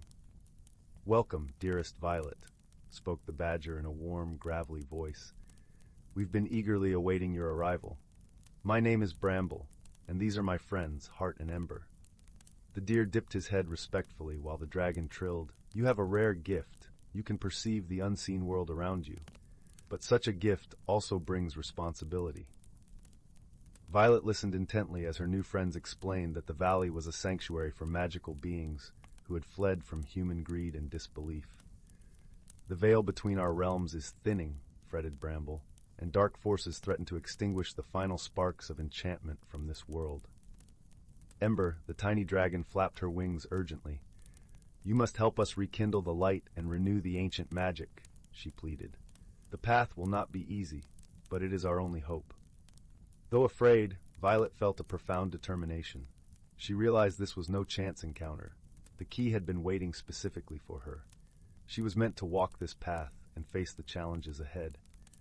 "I will do everything I can to help," Violet promised solemnly. And so began an extraordinary journey. Guided by her steadfast companions, Violet traveled the lengths of the valley, from twilit groves to sparkling caverns embodying the four natural elements. In the forest grove, they encountered aggressive vines and branches animated by negative emotions. But instead of force, Violet opened her heart and imagined filling the plants with warmth and light. Slowly, the anger diminished until the vines retreated peacefully. At the river's source, Violet received a vision showing how pain and sorrow had frozen the spirits of the freshwater nymphs into icy prisons. Her tears of empathy melted the ice, and the grateful nymphs emerged renewed.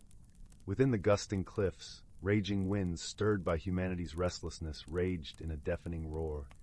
Violet calmly sang an ancient lullaby, soothing the turbulent air into tranquil breezes. Finally, in the sacred cavern aglow with primordial fire, they faced a grim shadow, the wretched manifestation of human apathy. As it tried to extinguish the flame, Violet firmly fanned the embers of hope and wonder within her heart. The shadow faltered, then dissipated in the face of such resilient belief. When all was achieved, a warm light bathed the valley. The magical boundaries were fortified, and belief in unseen wonders was rekindled across the land. Heart, Bramble, and Ember embraced Violet joyfully. "Because of your courage and compassion, the final light will never be dimmed," they exclaimed. When at last Violet returned home, her face was aglow with new wisdom. She hugged her grandmother fiercely, grateful for the key that had opened her eyes. From that day on, Violet helped others see the extraordinary magic of ordinary things.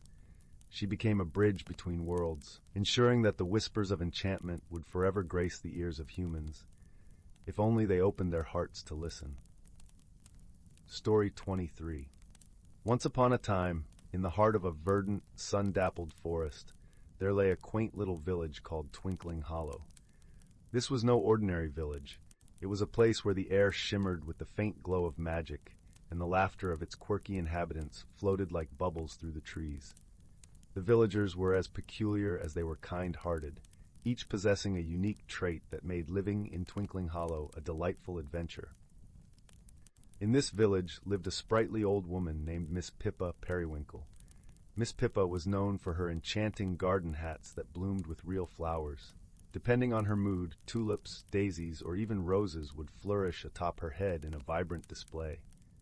Her good friend, Merrick the Jolly, was a round, cheerful fellow who could whistle tunes that would make even the grumpiest badger dance.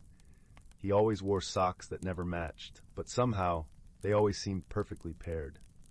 One sunny morning, as dewdrops sparkled like diamonds on the leaves, a mysterious predicament surfaced in Twinkling Hollow. The village well, which had always provided crisp, refreshing water, had inexplicably begun to bubble with pastel-colored, fizzy lemonade. While the villagers found this amusing at first, they soon realized they needed water for their gardens and baths more than lemonade. Perplexed but determined, Miss Pippa and Merrick set out to solve this fizzy conundrum. They decided to seek the wisdom of the esteemed Mr. Whiffleblink, the village's resident clockmaker and part-time philosopher. Mr. Whiffleblink was a tall, lanky fellow whose spectacles were so large they often magnified his already curious eyes. His workshop was a treasure trove of ticking clocks and whirring contraptions, each telling a story of its own. With a gentle creak, the door to Mr. Whiffleblink's workshop swung open, revealing the musty yet comforting scent of wood and clock oil. "Ah, Miss Pippa, Merrick, to what do I owe the pleasure?" Mr. Whiffleblink asked, his voice a soothing chime amidst the ticking clocks. "We need your help," Miss Pippa replied, explaining the peculiar predicament of the lemonade well. Stroking his chin thoughtfully, Mr. Whiffleblink pondered.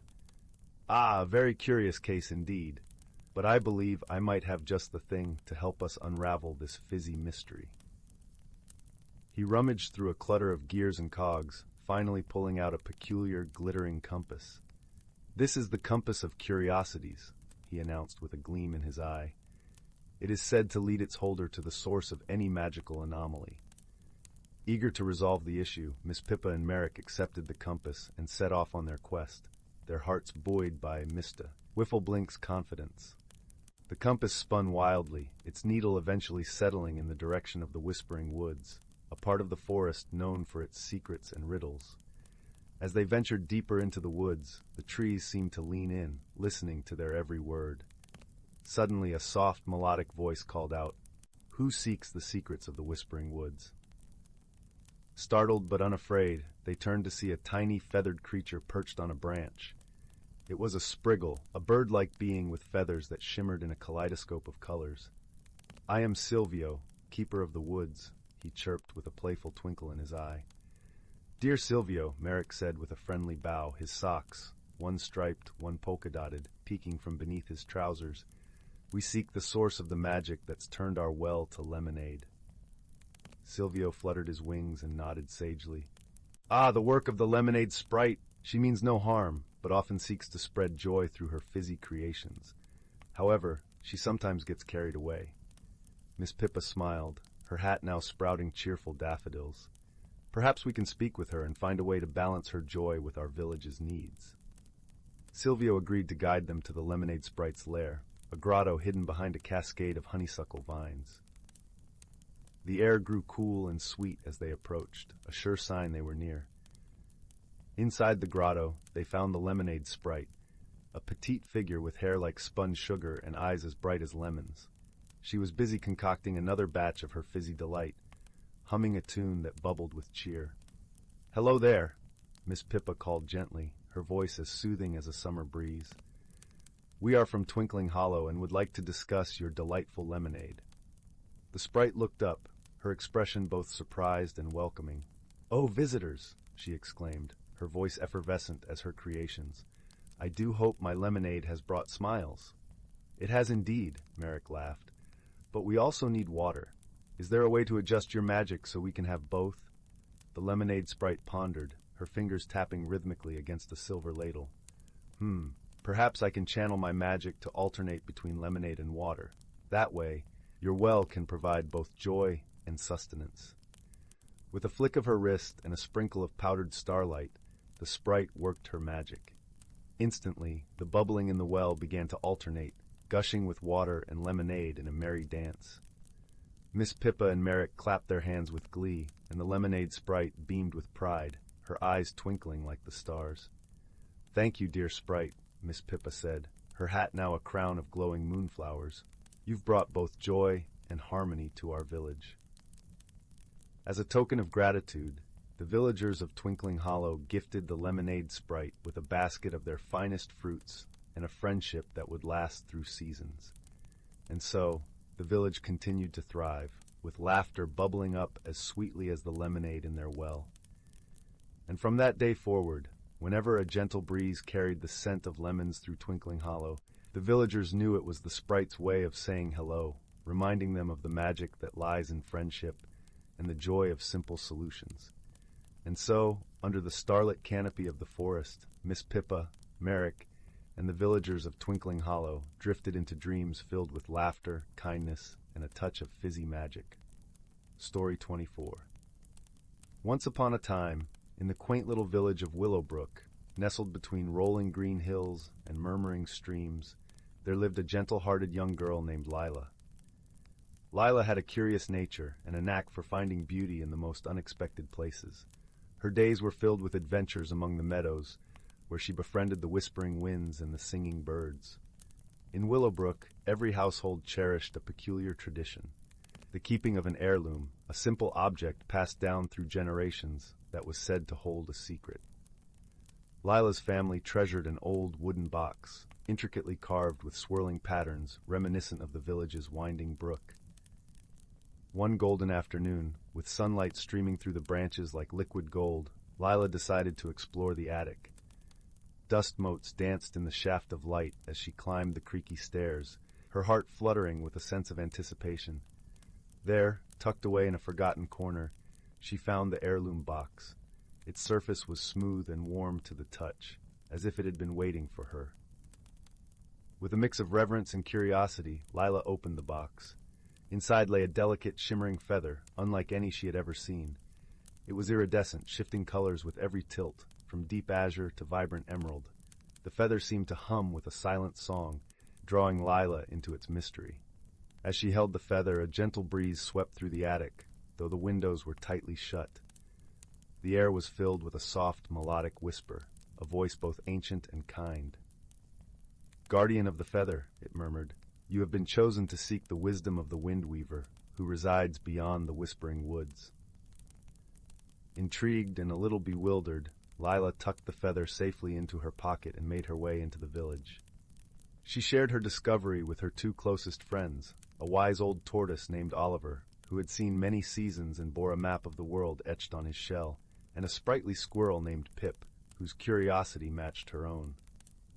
Oliver nodded sagely, his eyes twinkling behind his spectacles. The wind weaver is said to be the keeper of secrets and stories. It is a journey worth taking, my dear Lila, but it will require more than mere steps. It will require understanding and a heart open to wonder. Pip chattered excitedly, his fluffy tail flicking with enthusiasm. Adventure awaits. Oh, what stories we shall uncover. And so, with the feather as their guide, the trio set off on their journey. The path led them through the whispering woods, where the trees stood tall and wise, their branches swaying gently as if nodding in approval. As they traveled, they encountered many challenges. At the edge of a babbling brook, a wise old owl named Athena, with feathers as soft as moonlight, perched on a low branch. She posed a riddle, her voice like a lullaby. To cross the water, you must first understand what binds us all, yet cannot be seen. Lila pondered the owl's words, her mind drifting like the gentle flow of the brook.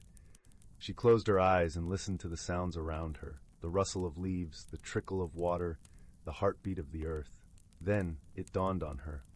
It's love, she said softly. The invisible thread that connects all living things. Athena blinked slowly, a smile in her wise eyes, and spread her wings to reveal a hidden bridge of woven vines, allowing them passage across the brook. Deeper into the woods they ventured, where the air grew crisp with the scent of pine and a soft mist curled around their feet like a playful kitten. They reached a glen where the windweaver was said to dwell, a place where time seemed to stand still, and the world waited with bated breath. In the heart of the glen, a gentle breeze swirled, forming a figure of light and air, a being of ethereal beauty and timeless wisdom. The windweaver beckoned to Lila, its voice a symphony of whispers. You have come far, young one. What is it you seek? Lila stepped forward, her heart full of both wonder and resolve. I seek to understand the secret of the feather, and to learn the stories it holds. The windweaver nodded, its form shifting like clouds in a summer sky. The feather you hold is a gift from the skies, a reminder of the beauty and fragility of our world. It is a symbol of the dreams and hopes we all carry within us. To unlock its true potential, you must learn to listen, to the wind, to your heart, and to the stories of those around you. With these words, the feather began to glow, casting a gentle light over the glen. Lila closed her eyes, feeling the warmth seep into her very being. In that moment, she understood that the journey was not just about the destination, but about the wisdom gathered along the way, the friendships forged, the challenges overcome, and the beauty discovered in every moment. As the sun dipped below the horizon, painting the sky in hues of pink and gold, Lila, Oliver, and Pip began their journey home, their hearts light with newfound understanding. The village welcomed them back with open arms, eager to hear tales of their adventure.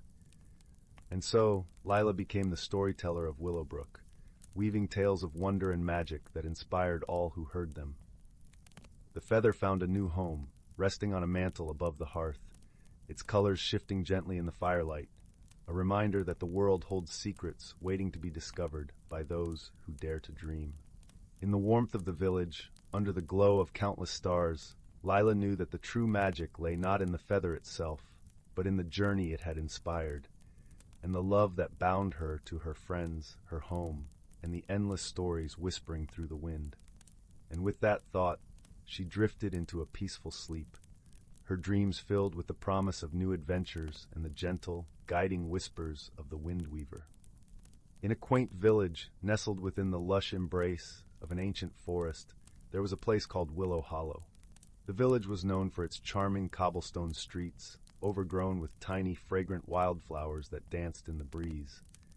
The houses were adorned with ivy-covered walls and roofs thatched with golden straw, creating a picturesque scene straight out of a fairy tale.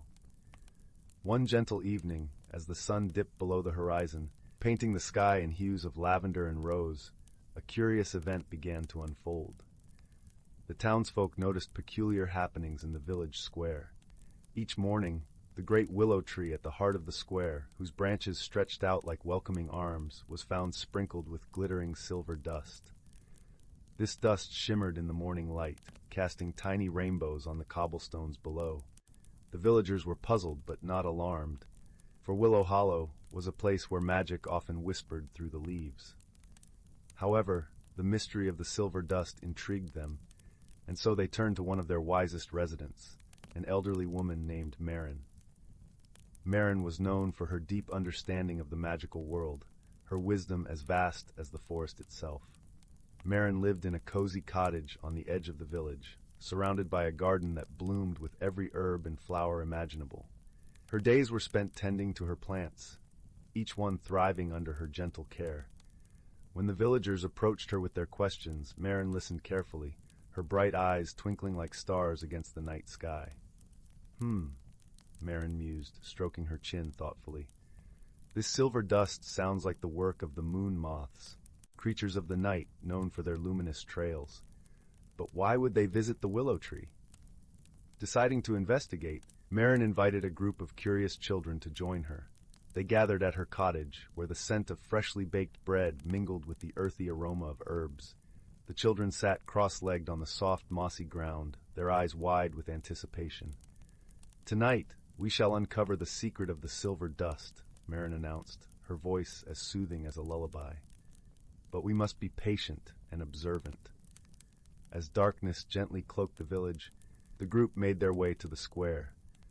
There they settled beneath the willow tree, its branches swaying softly in the cool night breeze. The village was hushed, the only sound the gentle rustle of leaves and the occasional hoot of an owl. Time seemed to stretch and fold, like the pages of a well-loved book, and just when the children began to feel the weight of sleep tugging at their eyelids, a soft glow appeared in the sky. It was as if the stars themselves had begun to dance, weaving a tapestry of light across the heavens. From this celestial dance emerged the moon moths, their wings shimmering like liquid silver. The children gasped in wonder as the moths spiraled gracefully around the willow tree, leaving trails of sparkling dust in their wake. Marin smiled, her heart swelling with the beauty of the moment. "You see," she whispered, "the moon moths have chosen our willow as their gathering place. It is a sign of great blessing." The children watched, enraptured, as the moths performed their ethereal ballet. As the performance drew to a close, a single moth fluttered down to Marin, alighting gently on her outstretched finger. Its delicate wings fluttered like whispers in the night, and Marin listened intently. "The moth says they come to honor the wishes woven into the willow's branches," Marin explained. "Each ribbon tied to the tree carries a dream or hope. The moths gather to grant their light, lending magic to our wishes." The children exchanged excited glances, their hearts filled with warmth and wonder. They had all tied ribbons to the willow, their dreams now blessed by the moon moth's magic. With the mystery unraveled and their spirits lifted, the group returned to their homes, the night still and comforting around them. As they snuggled into their beds, dreams of silver-winged moths and shimmering dust danced through their minds. In the days that followed, the villagers treated the willow tree with even greater reverence, knowing it was a beacon of hope and magic. And each morning, as the sun kissed the village awake, the silver dust gleamed, a reminder that the world was full of wonders waiting to be discovered. And so, in Willow Hollow, nestled in the heart of the ancient forest, the mysteries of magic and friendship continued to weave their gentle spell, ensuring that the village remained a place where dreams could take flight on silver wings. And as the villagers drifted into slumber each night, the moon moths danced on, their luminous trails lighting the way to sweet dreams and peaceful rest. Story 26, titled The Whispering Grove.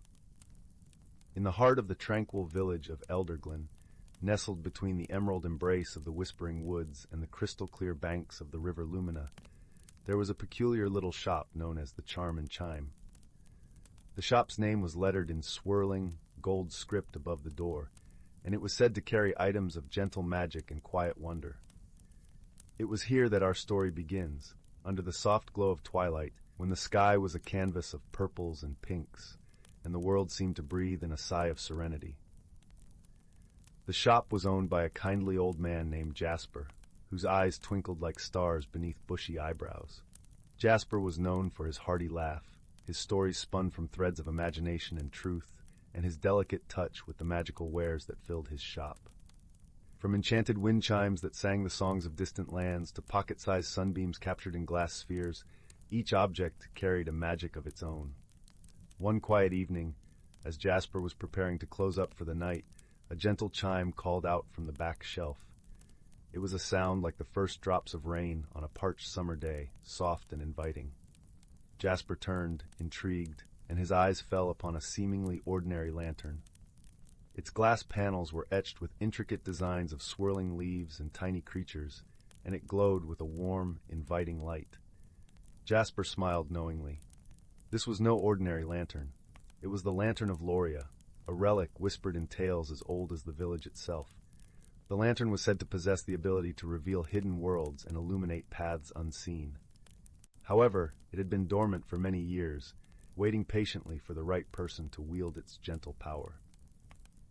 The next morning, a young girl named Arya entered the shop. Arya was known throughout Elderglen for her kind heart and insatiable curiosity. She was a girl of about 12, with hair the color of chestnuts and eyes that sparkled with the promise of adventure. Her presence always seemed to lift the spirits of those around her, as if she carried a piece of sunshine wherever she went. "Good morning, Jasper," Arya greeted cheerfully, her voice as bright as the morning sun. "Good morning, my dear Arya," Jasper replied, his eyes crinkling in a warm smile. "What brings you to the Charm and Chime today?" "I was wondering if you had anything new," Arya said, glancing eagerly around the shop. Her gaze fell upon the lantern, and her eyes widened with curiosity. "Oh, what's that?" Jasper chuckled softly. "Ah, you've got a keen eye, my dear. That is the Lantern of Loria. It has been waiting for someone with a spirit as bright as yours." A soft golden light flickered within the lantern, as though acknowledging Arya's presence. She stepped closer, captivated by the glow. "What does it do?" she asked, her voice barely above a whisper.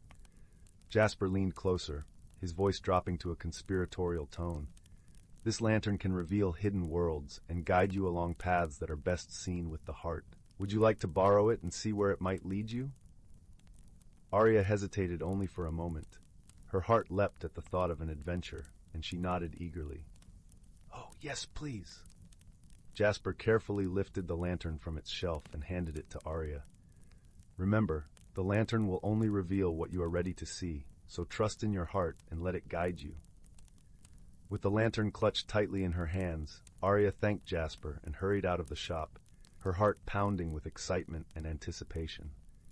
As Arya made her way through the village, the lantern's light seemed to grow brighter, casting a warm glow along her path. The villagers waved and smiled as she passed, their faces illuminated with a gentle radiance. Elderglen was a place of tranquility, where the pace of life was slow, and the air was filled with the scent of honeysuckle and fresh bread baking in the early morning. Her feet seemed to have a mind of their own as they led her towards the Whispering Woods, a place that had always sparked her imagination. The woods were known for their ancient trees that whispered secrets to the wind, and a carpet of moss that felt like walking on clouds. The villagers often spoke of mysterious happenings within, but to Arya it was a place of endless wonder and possibility. As she entered the woods, the lantern's light danced across the trees, painting them with a golden hue. The air was cool and filled with the symphony of rustling leaves, chirping birds, and the distant babble of the river Lumina. Arya walked deeper into the woods, her heart a steady drumbeat of excitement. She marveled at the way the light of the lantern seemed to transform the ordinary into the extraordinary. Shadows became playful creatures darting between the trunks, and the light played upon the leaves like the fingers of a gentle breeze. After walking for some time, Arya found herself in a small clearing. The lantern's glow illuminated an ancient oak tree that stood proudly in the center, its gnarled branches stretching towards the sky like a guardian of secrets. There was something enchanting about the tree, and Arya felt a pull towards it, as if it were calling her name. As she approached, the lantern flickered, casting its light upon a hollow at the base of the tree. To Arya's surprise, within the hollow lay a small, intricately carved wooden box. Her heart quickened as she reached out, her fingers brushing against the cool, smooth wood. The box felt warm, almost alive, beneath her touch. With a gentle click, the box opened, revealing a shimmering, translucent feather, unlike anything Arya had ever seen. It glowed with a soft, iridescent light, shifting colors like the flickering flames of a fire. Arya's eyes widened in wonder as she picked it up, feeling a gentle warmth spread through her fingers. In that moment, the world around her seemed to shift, as if the very air had taken a breath. The whispering of the trees grew louder, harmonizing with the delicate song of the feather. Arya closed her eyes, listening intently, and she could hear the words carried on the breeze. Hidden paths and secret glades, where dreams and magic softly wade, let the light reveal the way to where the heart and soul will play. As the final words faded into the air, Arya opened her eyes, a sense of awe filling her heart. She knew then that the lantern and the feather were meant to guide her on a journey of discovery, one that would reveal a hidden world within the woods. Clutching the feather gently, she felt a surge of courage and determination. Arya took a deep breath and followed the lantern's light once more, stepping towards the shadows where the trees stood like sentinels of an ancient realm. The feather, now tucked safely into her satchel, seemed to hum with its own quiet magic, a promise of the mysteries yet to unfold. The path twisted and turned, leading Arya deeper into the woods than she had ever ventured before. The lantern's glow cast playful shadows on the ground, and the air shimmered with the anticipation of discovery. The trees whispered secrets to one another, their leaves rustling like the turning pages of an ancient book. As Arya walked, she began to notice subtle changes in her surroundings. The colors of the leaves seemed more vibrant, the flowers more fragrant, and the very air seemed to hum with life. It was as though the lantern's light had peeled back a veil, revealing the hidden beauty of the woods. After a while, the path opened into another clearing, where a gentle stream babbled over smooth stones. The water sparkled like 1,000 diamonds, and the sound was like a lullaby, soothing and sweet. Arya knelt by the stream, the cool water refreshing against her skin, and she watched as small fish darted playfully beneath the surface, their scales flashing in the light. It was then that she noticed a small figure sitting on a rock by the stream, its back turned to her. The figure seemed to be humming a soft tune, a melody that blended seamlessly with the rhythm of the water. As Arya approached, the figure turned, revealing itself to be a small, delicate creature cloaked in robes of leaves and moss, with eyes like pools of moonlight. "Hello," Arya greeted softly, her voice filled with wonder. The creature tilted its head, regarding her with a curious expression. "Greetings, traveler," it replied, its voice as light as a summer breeze. "What brings you to the Whispering Grove?" Arya smiled, holding up the lantern. "I was led here by this lantern. It seems to be showing me the way to hidden places." The creature nodded, its gaze shifting to the lantern. "Ah, the Lantern of Loria. It has been a long time since it last shone in these woods. You must have a heart full of light to awaken its power." Arya blushed, feeling a warmth spread through her cheeks. "Thank you. I found this feather, too," she said, retrieving it from her satchel. "It seems to have its own magic." The creature's eyes widened in recognition. "That is a feather of the Dreamweaver. It holds the essence of dreams and can illuminate paths unseen. You are indeed a special soul to be chosen by such a gift." Arya felt a wave of awe and gratitude wash over her. "What is this place?" she asked, her voice barely above a whisper. The creature gestured around them, its smile gentle and knowing. "This is the Whispering Grove, a realm hidden within the woods where dreams and magic intertwine. It is a place for those who seek the wisdom of the heart and the beauty of the unseen." Arya listened, entranced by the creature's words. "What should I do here?" she asked, eager to learn more. "Follow the light within you," the creature replied, its voice serene. "Let it guide you to where you are meant to be. There are lessons to be learned and wonders to be discovered if you are open to them." With a nod of understanding, Arya rose to her feet, her heart brimming with anticipation. She thanked the creature and continued on her journey, the lantern lighting her path as she ventured deeper into the mysterious world of the Whispering Grove. As she walked, Arya marveled at the wonders around her. She saw trees with branches that glowed like silver in the moonlight, and flowers that sang in soft, melodious voices.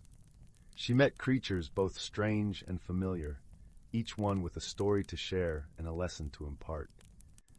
There was the wise old owl who spoke of the importance of listening to one's heart, and the playful fox who taught her the joy of living in the moment. Each encounter filled Arya with a sense of wonder and gratitude, and she felt herself changing, growing in ways she had never imagined. The lantern's light guided her through the mysteries of the grove, and the feather's song resonated within her soul, a reminder of the magic that lay within. Eventually, the path led Arya to a place unlike any she had seen before. It was a glade bathed in the soft glow of twilight, where the air shimmered with the colors of a setting sun. In the center of the glade stood a tree unlike any other, its leaves a vibrant kaleidoscope of colors, its branches stretching towards the heavens like a tapestry of dreams. Arya approached the tree, her heart full of awe and reverence. The lantern's light seemed to dance around her, and she felt a gentle warmth enveloping her like a comforting embrace. She knew that she had reached the heart of the Whispering Grove, a place where dreams were born and magic flowed like a river. As she stood beneath the tree, Arya felt a deep sense of peace and belonging. She closed her eyes, listening to the whispering leaves and the gentle hum of the feather. The world seemed to fade away, leaving only the quiet rhythm of her heart and the soft glow of the lantern's light. In that moment, Arya understood the true power of the lantern and the feather. They were not just objects of magic, but symbols of the light and wisdom she carried within herself. They had guided her on a journey of discovery, revealing the beauty of the hidden world and the strength of her own spirit. With a deep breath, Arya opened her eyes, her heart filled with gratitude and joy. She knew that the journey had changed her, teaching her the value of friendship, the power of dreams, and the importance of following one's heart. As she turned to leave the glade, the tree seemed to shimmer with a soft, gentle light, as if bidding her farewell. The lantern's glow guided her back through the woods, the feather's song a gentle echo in her heart. When she returned to Elderglen, the village was aglow with the soft light of the setting sun. The villagers greeted her with warm smiles and curious glances, sensing the change that had taken place within her.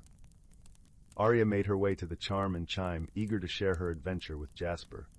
The old man listened intently, his eyes shining with pride and joy as Arya recounted her journey. "You have done well, my dear," Jasper said, his voice filled with warmth. "The lantern and the feather chose wisely. You have a heart full of light and a soul open to the wonders of the world." Arya smiled, feeling a deep sense of fulfillment and happiness. She knew that the journey had been a gift, one that would stay with her forever, guiding her through the challenges and joys of life. As she left the shop, Arya looked out at the village, her heart brimming with love and gratitude. The lantern's light had revealed a hidden world, but it had also illuminated the beauty of the life she had always known. With the feather tucked safely in her satchel and the lantern's glow in her heart, Arya knew that her journey was just beginning.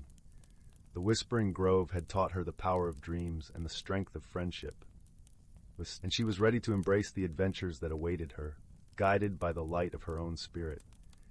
And so, as the sun set over Elderglen, casting a warm, golden glow over the village, Arya walked home, her heart full of peace and her spirit alight with the magic of the world. Story 27. In the gentle embrace of twilight, where the horizon blushed with hues of lavender and rose, a quiet village nestled in the heart of a lush, whispering forest awoke to the magic of the night. The village, cradled by towering oak trees whose leaves rustled like the softest of lullabies, was a place where time seemed to pause, allowing its inhabitants to savor the simple joys of life. Here, in this serene little world, lived a young boy named Henry. Henry was a bright-eyed child, with a heart as vast as the sky above him. His days were filled with the wonder of exploration, with every nook and cranny of the forest being a new adventure waiting to unfold. He was a gentle soul, often seen meandering along the babbling brook that sang its way through the village, or lying on the soft emerald carpet of moss, gazing up at the stars that began to twinkle as the sky darkened. His best friend and constant companion, a wise old tortoise named Thomas, accompanied him on his wanderings. Thomas was no ordinary tortoise. With a shell that shimmered like the polished surface of a river stone and eyes that sparkled with ancient wisdom, he had been with Henry for as long as the boy could remember. The villagers often whispered tales of Thomas being a guardian of the forest, possessing knowledge of secrets long forgotten by humankind. And perhaps it was true, for there was a certain magic in the air whenever Thomas was around, a gentle reminder that the world was filled with mysteries waiting to be uncovered. One crisp autumn morning, as the leaves turned to shades of amber and gold, Henry awoke with a sense of anticipation. Today was the day of the Harvest Festival, a celebration that brought together the villagers in a joyous gathering of music, laughter, and stories. But what excited Henry most was the annual storytelling competition, where tales of wonder and magic would be shared by both young and old. As the sun began its ascent, painting the sky with strokes of saffron and peach, Henry made his way to the village square. The air was alive with the scent of freshly baked bread and the sweet, earthy aroma of apples and cinnamon. Lanterns hung from the branches of trees, swaying gently in the breeze, casting a warm glow that danced like fireflies. As the villagers gathered, Henry noticed a stranger in their midst. She was an elderly woman, with hair like silver threads and eyes that glimmered with the light of countless stories. Draped in a cloak of deep forest green, she carried with her an aura of mystery and grace. The villagers, curious and intrigued, whispered among themselves as she took her place by the storytelling circle. One by one, the storytellers shared their tales, each one painting vivid pictures of adventure and enchantment. But it was the stranger's turn that left a lasting impression on Henry. Her story was of a hidden world, a realm cloaked in leaves and shadows, where the creatures of the forest lived in harmony, protected by a magical object known as the Heartstone. The Heartstone, she explained, was a magnificent gem that pulsed with the very life force of the forest. It was said to grant its possessor the ability to understand the whispers of the trees and the songs of the birds, to see the world through eyes unclouded by doubt and fear. But the Heartstone was not to be taken lightly, for it demanded of its bearer a heart pure and kind, filled with the courage to protect and nurture. As the stranger's tale came to a close, Henry felt a tug at his heart, a yearning to seek out this hidden world and uncover the truth of the Heartstone. His mind buzzed with possibilities, and he turned to Thomas, who seemed to nod in agreement, as if understanding the unspoken words of his young friend. The following morning, with the first light of dawn spilling over the horizon, Henry set out on his journey. The forest, bathed in the golden glow of morning, was alive with the symphony of birdsong and the rustle of leaves. Thomas ambled beside him, steadfast and unhurried, his presence a comforting reminder of home. As they ventured deeper into the forest, the familiar path gave way to a landscape that seemed to shimmer with a hidden energy. The trees stood taller, their branches arching like cathedral ceilings, and the air was thick with the scent of pine and earth. It was as if they had crossed into another world, one where magic flowed as freely as the streams that twisted through the underbrush. Their journey was not without its challenges. They encountered tangled thickets that seemed to close in on them like the fingers of a giant hand, and streams that wound their way through the forest like silver threads, their banks steep and treacherous. Yet, with Thomas's guidance and Henry's unwavering spirit, they pressed on, their hearts light with the thrill of discovery. As the sun dipped low in the sky, painting the world in shades of dusky pink and violet, they came upon a clearing unlike any they had seen before. At its center stood a magnificent oak tree, its trunk wide and gnarled, its branches stretching toward the heavens. Beneath its boughs, bathed in a pool of dappled light, lay the Heartstone. The gem was breathtaking, a kaleidoscope of colors that shifted and danced with the light. It pulsed gently, like the beating of a heart, casting a glow that seemed to warm the very air around it. Henry felt a pull, an invitation to step closer, to embrace the magic that awaited. As he reached for the Heartstone, a soft voice, like the rustle of leaves in a gentle breeze, filled the air. Remember, young one, the Heartstone is a gift to those who seek not for themselves but for the world around them.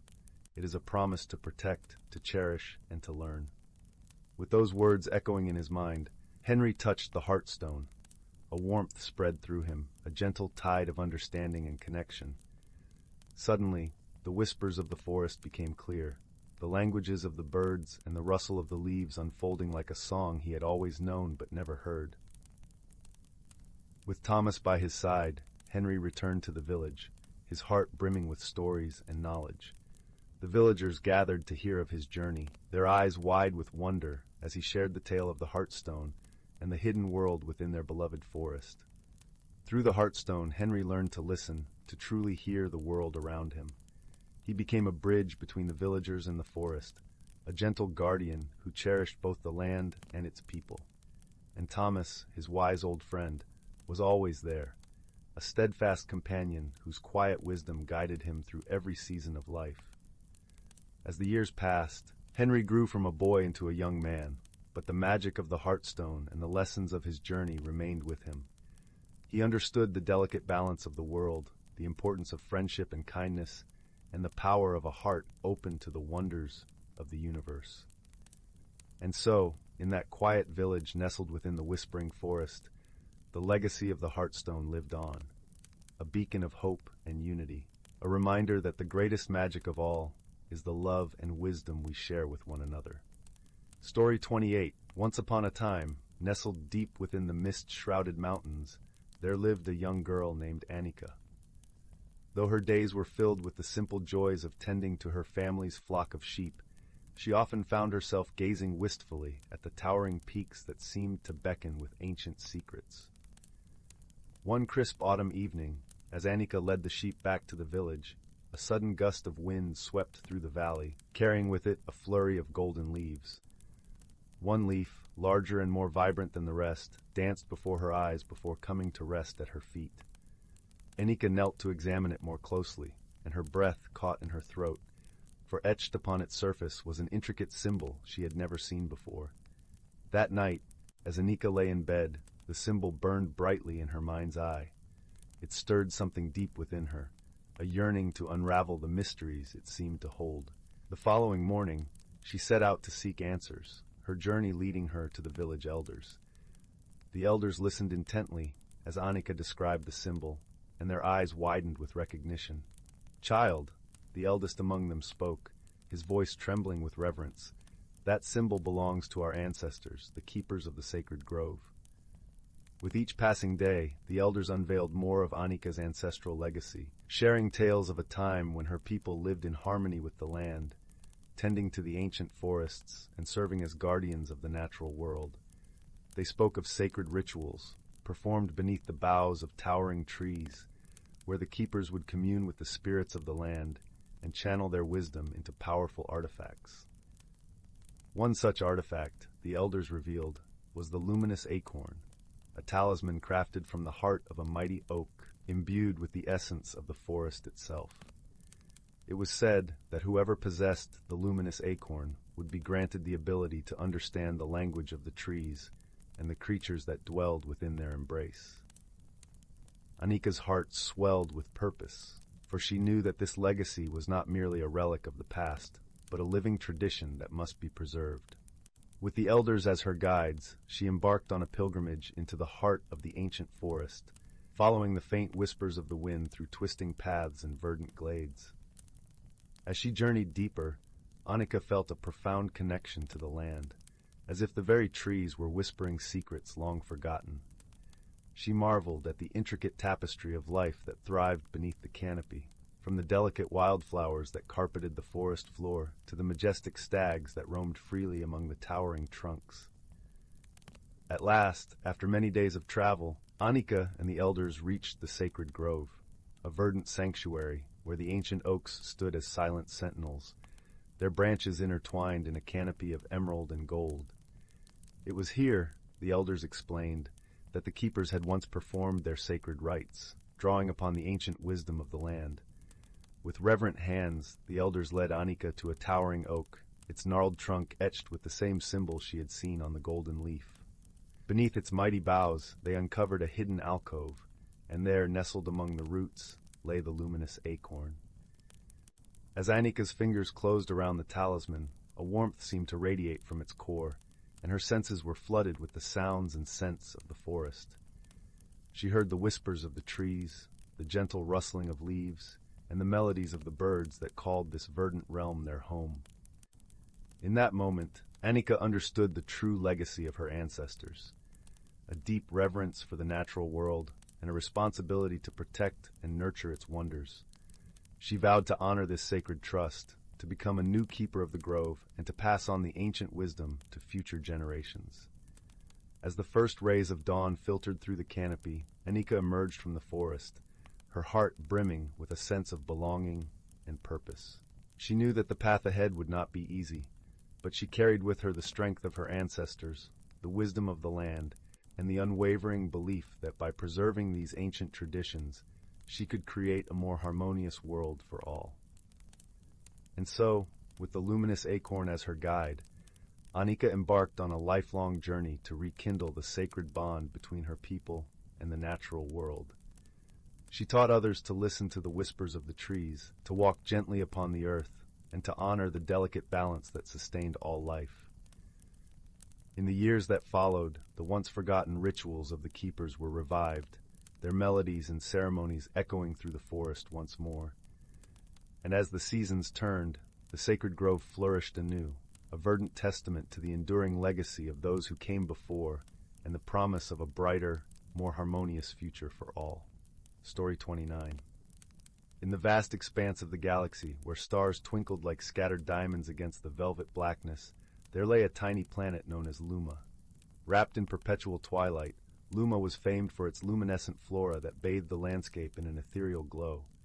It was here, amidst the gentle hum of the glowing blooms, that our story begins. On Luma, a small creature named Nori lived. Nori was a Lumarian, a being no taller than a child, with skin that shimmered like opal under the planet's gentle light. Her eyes were large and curious, windows to a soul as deep as the universe itself. She spent her days tending to the glowing gardens, her heart beating in rhythm with the natural symphony of her world. One day, a peculiar object streaked across Luma's dusky sky, crashing into the soft earth not far from Nori's garden. With a mixture of trepidation and curiosity, she ventured toward the source of the disturbance. There, nestled in a crater of luminescent dust, lay a small spacecraft, its hull glinting under the starlit sky. Cautiously, Nori approached the craft. As she did, a hatch slowly opened with a gentle hiss, revealing a creature unlike any she had seen before.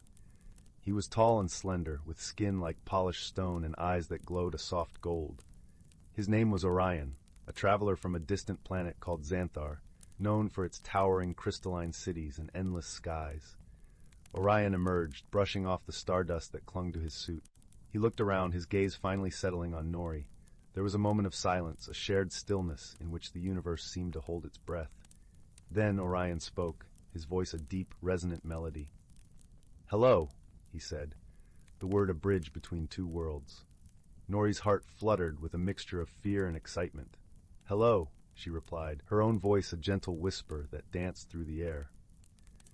Their initial encounter was marked by misunderstandings as they struggled to understand each other's ways. Orion, used to the bustling vibrancy of Xanthar, found Luma's serene quietude disconcerting. Nori, in turn, was bewildered by Orion's tales of towering structures and machines that hummed with life. But as days turned to weeks, they began to find common ground. Nori showed Orion the wonders of her world, the way the light played off the leaves, the melodies of the wind as it whispered through the luminescent groves. Orion, in return, shared stories of his travels, painting pictures of distant stars and cosmic phenomena that left Nori wide-eyed with wonder. Their friendship deepened through shared challenges. One day, a sudden storm swept across Luma, its winds fierce and unyielding. The storm threatened to uproot the glowing gardens that Nori so lovingly tended.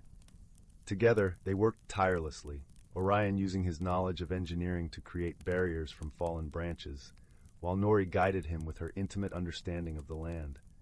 As they labored side by side, a bond of trust and camaraderie formed, each learning to rely on the other's strengths. When the storm finally subsided, leaving the air crisp and fresh, they stood together amidst the vibrant blooms, the gardens intact and more beautiful than ever. Through their shared experiences, Nori came to understand that while Orion's world was different from her own, it was no less wondrous. And Orion, who once saw Luma as a mere way station, began to appreciate its quiet beauty and the gentle wisdom of its people. One evening, as they sat by a gentle brook, the water shimmering like liquid light, Nori turned to Orion. "Thank you," she said softly, "for helping me see the universe through new eyes." Orion smiled, his eyes reflecting the glow of the twilight. "And thank you," he replied, "for teaching me the beauty of simplicity and the strength found in friendship." In the end, they discovered that despite their differences, the essence of who they were was the same. Kindness, understanding, and the willingness to embrace the unknown had woven their hearts together. As the stars blossomed above them in the indigo sky, they knew they had found in each other a friend for life. Thus, in the heart of the galaxy, where two unlikely companions once met by chance, a tale of friendship was etched in the tapestry of time. A story of how the bonds we forge can light up even the darkest corners of the universe. And under the canopy of stars, Luma whispered its secrets to the night, cradling its newfound friends in its gentle embrace. Story 30. Once upon a time, in a village nestled at the edge of an ancient, whispering forest, there lived a young woman named Cora. Cora was a gentle soul, known for her warm smile and the way she could coax blooms from even the most stubborn of seeds. Yet despite her gift with plants, Cora felt a creeping unease within her heart.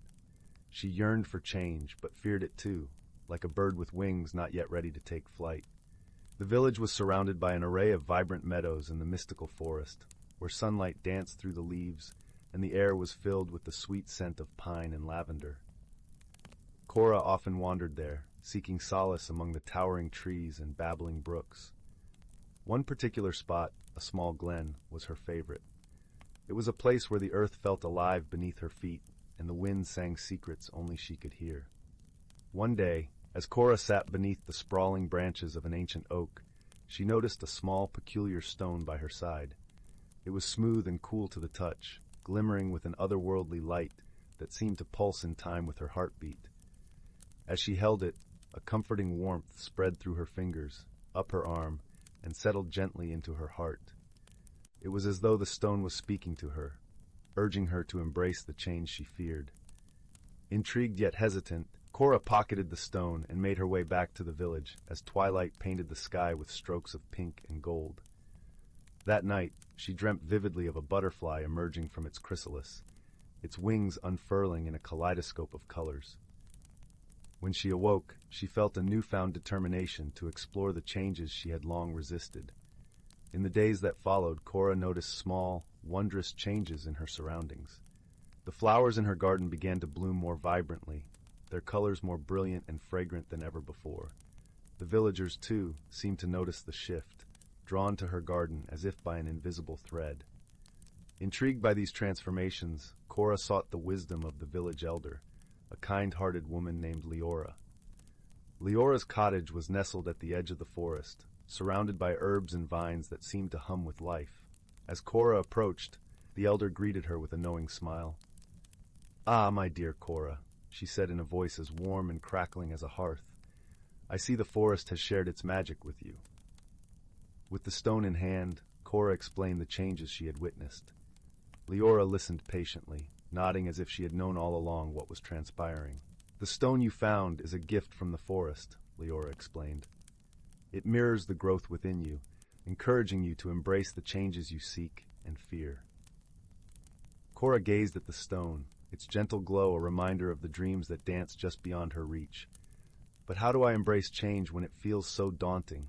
she asked, her voice tinged with uncertainty. Leora chuckled softly, her eyes twinkling with the wisdom of many years.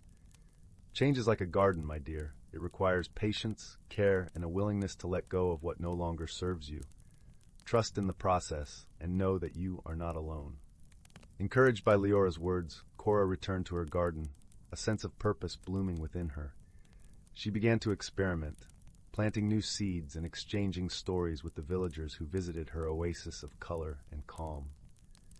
As the days turned into weeks, she discovered that change was not something to be feared but embraced, like the seasons that rolled gently over the land. One sunny afternoon, as Cora tended to her flowers, she was joined by a young boy named Finn. He was a curious child, full of questions and boundless energy. Together they explored the garden, Finn's laughter ringing out like a bell as they discovered the magic hidden among the petals and leaves. Finn became a frequent visitor, his presence a constant reminder of the joy found in new beginnings.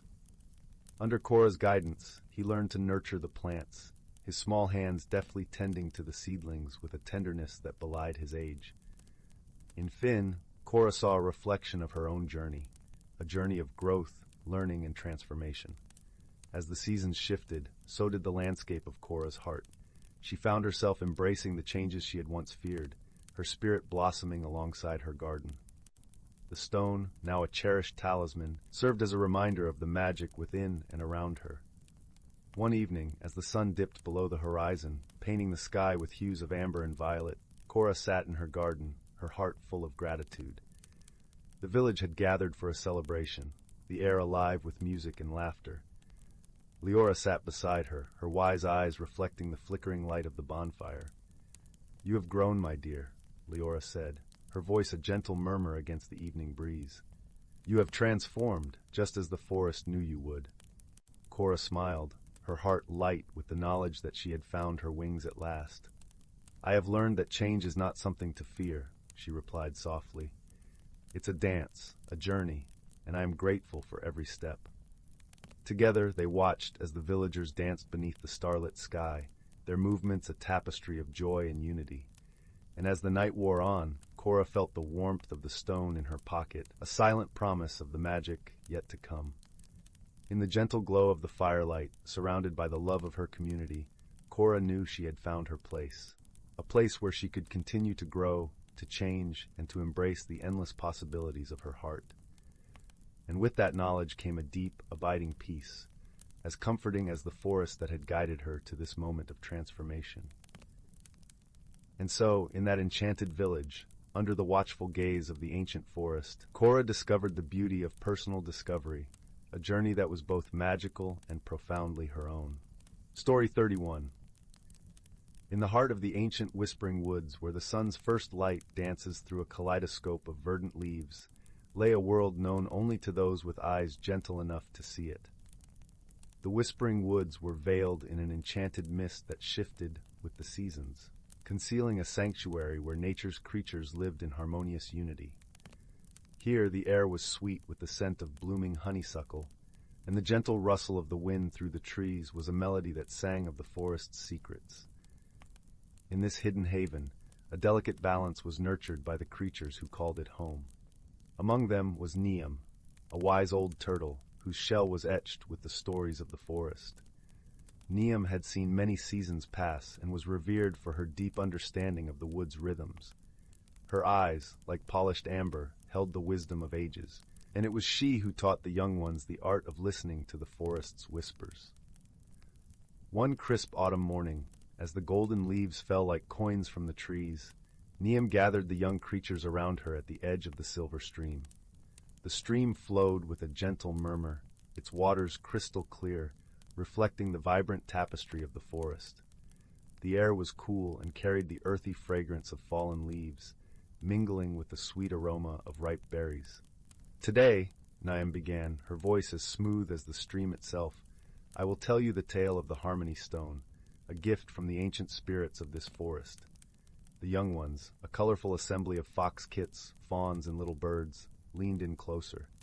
Their eyes, wide with wonder, mirrored the speckled light that filtered through the canopy above. Long ago, Neum continued, when the world was young and the seasons were new, the forest was not as we know it now. Back then, the elements did not dance in harmony. The sun and the rain quarreled, and the winds were wild and restless. The balance of nature was fragile, and the creatures of the forest lived in fear of what the next day might bring. The fawn's ears perked up, and the fox kits curled their tails around their paws, listening intently. It was during this time of chaos that the first Harmony Stone appeared, Neum said, her voice rich with the gravitas of history. It was discovered by a humble wren who had been blown off course by a fierce autumn gale.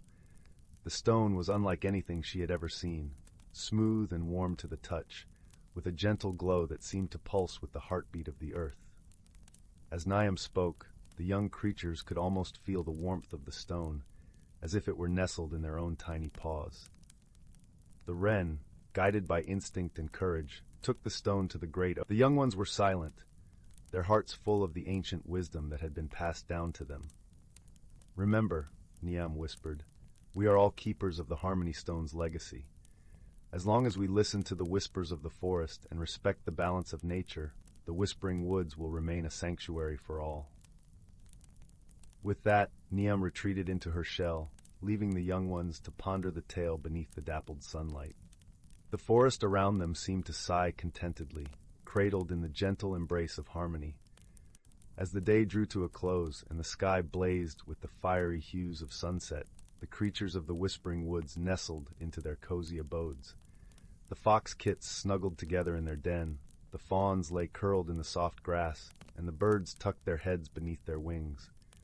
Above them, the stars began to twinkle, casting their tranquil glow over the peaceful forest. And so, in the heart of the ancient woods, where magic and reality intertwined, the creatures continued to live in harmony, guided by the wisdom of ages past and the gentle light of the harmony stone. The forest thrived, a testament to the enduring power of unity and balance, and the whispering woods remained a sanctuary for all who dwelt within its enchanting embrace. Story 32 title, The Whispering Woods. Once upon a time, nestled in a tranquil valley, surrounded by rolling hills and clear, bubbling streams, lay the village of Windy Hollow. The village was known for its lush green meadows, vibrant wildflowers, and gentle breezes that seemed to hum a soft lullaby to all who listened. In this serene setting lived a young boy named Finn, whose eyes sparkled with the curiosity of 1,000 questions. Finn, with his tousled brown hair and a perpetual look of wonder, often found himself wandering beyond the village boundaries, captivated by the mysteries of the Whispering Woods. These woods, said to be filled with secrets and enchantments, were a place where the trees seemed to converse with each other in hushed tones, their leaves rustling gently, even on the calmest of days. One crisp autumn afternoon, as the sun dipped low in the sky and painted the landscape with hues of gold and amber, Finn decided to venture deeper into the woods than ever before. His heart filled with excitement and a hint of trepidation, he set off along a narrow, winding path that led into the heart of the forest, where the sunlight filtered through the canopy like 1,000 tiny stars. As Finn walked, he marveled at the vibrant tapestry of colors around him, the vivid reds and oranges of the leaves, the earthy scent of the damp forest floor, and the cool breeze that whispered promises of adventure.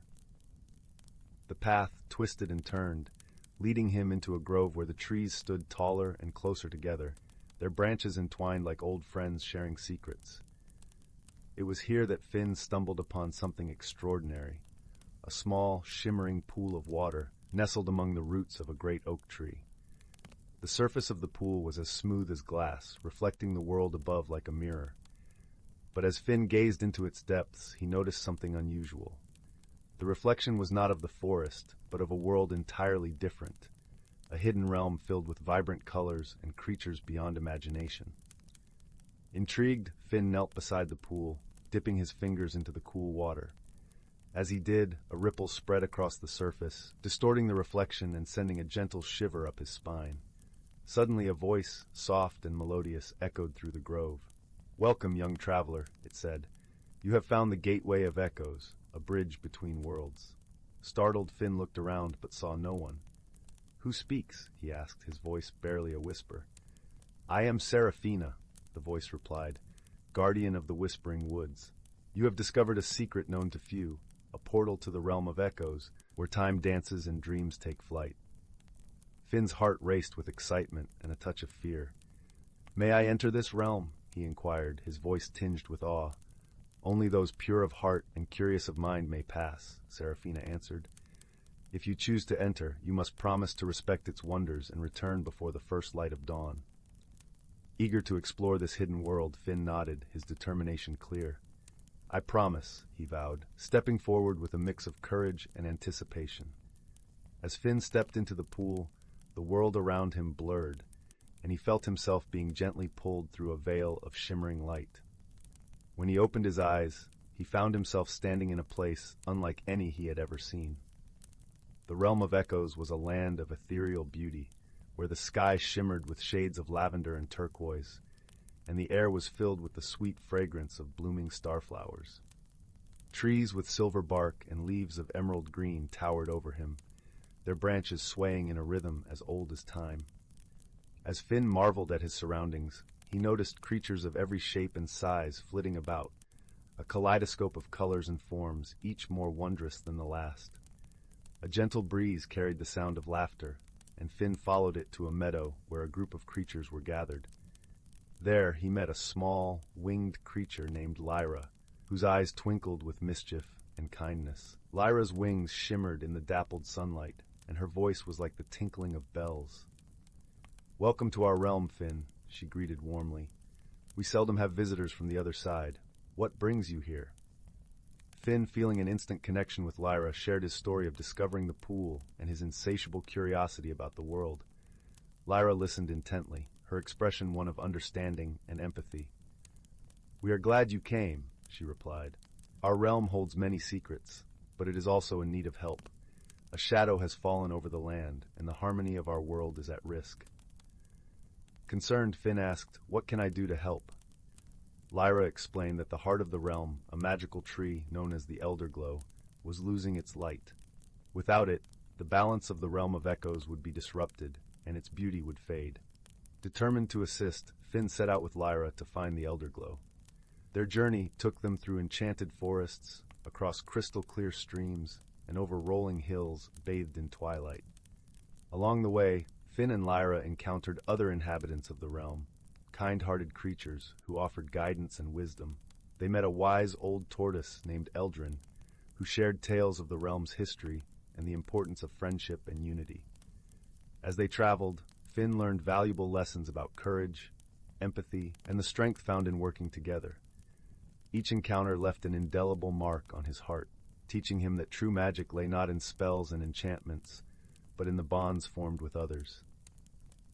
At last, they arrived at the Elder Glow, a magnificent tree whose branches reached towards the heavens. Its leaves, once radiant with light, now glowed faintly, casting soft shadows on the ground below.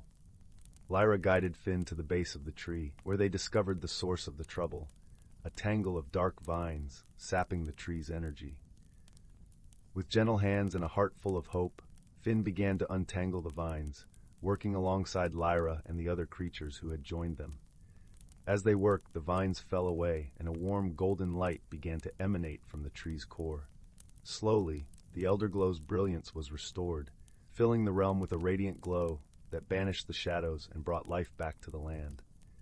With the realm restored, Finn felt a deep sense of fulfillment and gratitude. Lyra and the other creatures gathered around him, their eyes shining with appreciation and joy. "You have saved our world," Lyra said softly, her voice filled with emotion. "Your courage and kindness have brought light back to the realm of echoes." Touched by their gratitude, Finn realized that his journey had changed him in ways he could never have imagined. He had discovered the power of friendship, the importance of working together, and the beauty of a world connected by love and harmony. As the first light of dawn began to creep across the sky, Finn knew it was time to return to his own world. With a heart full of memories and newfound wisdom, he bid farewell to his friends, promising to carry their lessons with him always. Stepping back through the shimmering veil, Finn found himself once again in the whispering woods, the morning sun casting gentle rays upon the forest floor. The pool of water lay still and silent, its surface reflecting the world above as if nothing had changed. But Finn knew better. He had journeyed to a place where dreams took flight and returned with a heart full of light and understanding. As he made his way back to Windy Hollow, the whispers of the woods seemed to sing a song of friendship and hope, a melody that would stay with him forever. And so, the village of Windy Hollow continued to thrive, its people unaware of the hidden world that lay just beyond their reach. But Finn, with his eyes full of wonder and his heart full of dreams, knew that magic was all around them, waiting to be discovered by those who dared to seek it. For in the end, it was not the journey itself that mattered, but the friendships forged, the lessons learned, and the light shared along the way. And in the quiet moments when the breeze whispered through the trees, Finn could still hear the echoes of a realm where dreams had come to life, reminding him of the magic that lay within every heart. Story 33. In a quiet and sleepy village nestled between rolling green hills and whispering woods, there lived a curious young girl named Lily. With her auburn hair catching the golden rays of the morning sun and eyes as bright as the evening stars, Lily was known for her adventurous spirit and unyielding curiosity. One crisp morning, while the dew still clung to the grass like tiny diamonds, and the air was filled with the sweet scent of blooming wildflowers, Lily decided to explore beyond the familiar paths of her village. She set off towards the edge of the whispering woods, where a shimmering stream marked the boundary between the known and the mysterious. As she crossed the stream, the water babbling cheerfully over smooth stones, Lily felt a tingle of excitement. The woods on the other side seemed to hum with a gentle magic, their leaves rustling in a melody only the wind knew. The path she followed was dappled with sunlight, and the air was filled with the songs of unseen birds and the occasional flutter of butterfly wings. Deeper into the woods, the trees stood like ancient guardians, their bark etched with the stories of time. Lily's footsteps were soft upon the mossy ground, and the forest seemed to welcome her presence, guiding her with whispers and gentle nudges of the breeze. It wasn't long before Lily came upon a clearing bathed in a warm golden light. At its center stood an enormous tree with a trunk so wide that it would take several villagers holding hands to encircle it. Its branches stretched towards the sky, and nestled among its leaves were countless glowing orbs, each one pulsing with a soft, soothing light. As Lily gazed up in wonder, she noticed a gathering of whimsical creatures. There were tiny foxes with fur like moonlight, rabbits with ears as long as their bodies, and birds with feathers painted in all the colors of the rainbow. They moved about the clearing with a grace and joy that filled Lily's heart with warmth. Among these creatures was a gentle old turtle, his shell adorned with intricate patterns of silver and gold. With eyes full of wisdom, he slowly approached Lily and greeted her with a voice as soft as a lullaby. "Welcome, young traveler," he said. "You have ventured far into the heart of our enchanted world. Here, each creature and every tree has a story to tell, and you are welcome to listen." Lily felt a sense of peace wash over her. "Thank you," she replied, her voice barely above a whisper. "I have always dreamed of discovering a place like this." The turtle nodded, his eyes twinkling. "It takes courage to seek the unknown, and an open heart to embrace what you find. There is much to learn here if you are willing." As the day unfolded, Lily explored the clearing, guided by the gentle turtle and accompanied by the joyous creatures. She learned that the glowing orbs were the dreams of the forest, each one a wish or a hope, cherished and nurtured by the ancient tree. The creatures shared their stories, tales of friendship and kindness, of challenges met with wisdom and bravery. Lily listened intently, her heart swelling with the beauty and wonder of it all. She realized that courage wasn't just about facing the unknown, but also about opening oneself to the magic that lay in every moment, in every encounter. As the sun began to set, casting a warm glow over the forest, Lily knew it was time to return home. The turtle accompanied her back to the edge of the woods, his steps slow and steady. "Remember, dear Lily," he said as they reached the stream, "the courage to explore is also the courage to return, to share the stories and the magic with those who have yet to journey." Lily nodded, feeling a deep sense of gratitude. She promised to carry the lessons of the enchanted woods in her heart, to nurture her own dreams like the glowing orbs in the great tree. With a farewell wave to the turtle and the magical creatures, Lily crossed the stream, her feet finding the familiar path back to her village. The stars began to twinkle above, and the world around her felt a little more wondrous, a little more alive. As she reached her home, the fireplace crackled warmly, and her mother welcomed her with a hug. Lily shared her adventure with a twinkle in her eye, her words weaving a tapestry of magic and courage that filled the room with a gentle glow. And so, as the village settled into the quiet of the night, Lily drifted into dreams filled with enchanted woods and glowing orbs, her heart forever touched by the courage to explore and the joy of discovery. Story 34. In the heart of an ancient forest, where the canopy of leaves formed a patchwork quilt of emerald and gold, there existed a world unseen by most. This was a realm where the whisper of the wind carried ancient secrets, and the babbling brooks sang a melody as old as time itself. Here, nestled in the bosom of nature, the creatures of the forest lived in a delicate balance, their lives woven together like threads in a tapestry. At the edge of a shimmering pond, where water lilies floated like delicate crowns, there lived a wise old turtle named Thistle. His shell was a mosaic of greens and browns, weathered by time and adventure. Thistle had seen many seasons come and go, and his heart beat in rhythm with the pulse of the earth. He was known far and wide among the forest creatures for his gentle wisdom and the stories he shared, passed down from his ancestors. One crisp autumn morning, when the air was filled with the scent of ripe apples, and the sky was a tapestry of soft pinks and oranges, a young squirrel named Bramble scampered down from the branches above. Her fur was the color of cinnamon, and her eyes sparkled with curiosity and a hint of mischief. Bramble had heard tales of the magical phenomena that graced the forest with the changing seasons, and her heart brimmed with the desire to witness this magic firsthand. "Thistle," she chattered excitedly, "will you tell me about the magic of the forest? I've heard whispers of it in the rustling leaves and the songs of the birds." Thistle, with a slow, deliberate nod, smiled kindly at Bramble. "Ah, the magic of the forest," he began in a voice as gentle as the breeze, "is woven into the very fabric of our world. It is in the way the flowers bloom with the first touch of spring, in the dance of fireflies on warm summer nights, and in the blanket of snow that hushes the earth in winter." Bramble leaned in closer, her bushy tail twitching in anticipation. "But how does this magic happen?" she asked, her voice a whisper of wonder. Thistle's eyes twinkled with the wisdom of ages.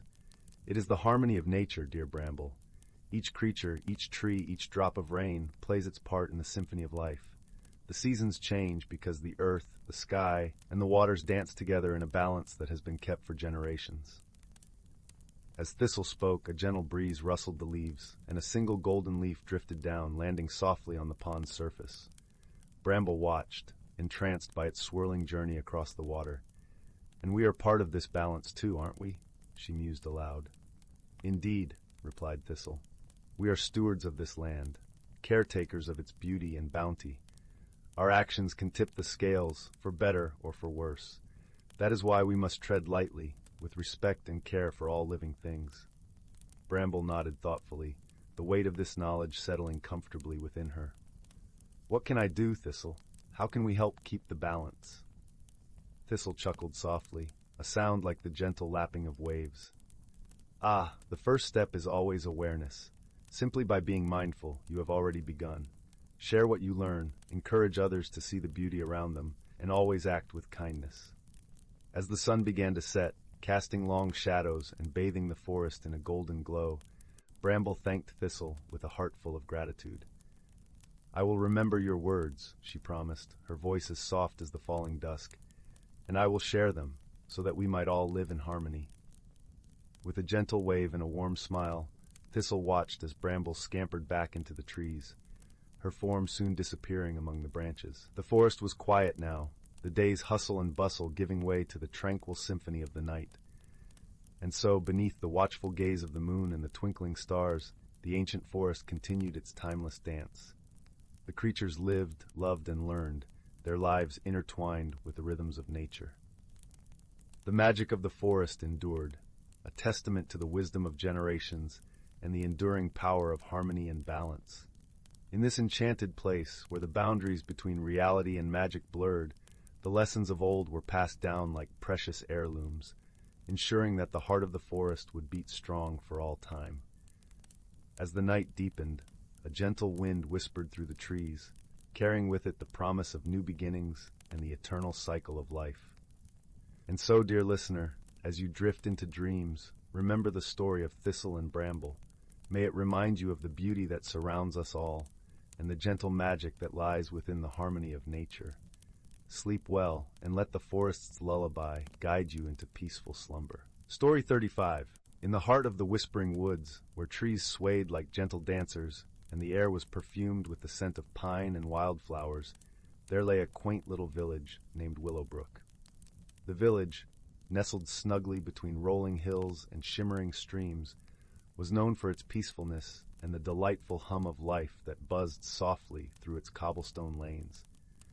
In this village, there was a young apprentice named Finn. Finn had a knack for noticing things that others often overlooked. His eyes were bright with curiosity, and his heart was filled with kindness. He spent his days at the side of the village's wise old sage, Master Alder, learning the arts of potion making and the secrets of the forest. One crisp autumn morning, as golden leaves drifted lazily to the ground, Finn noticed something peculiar.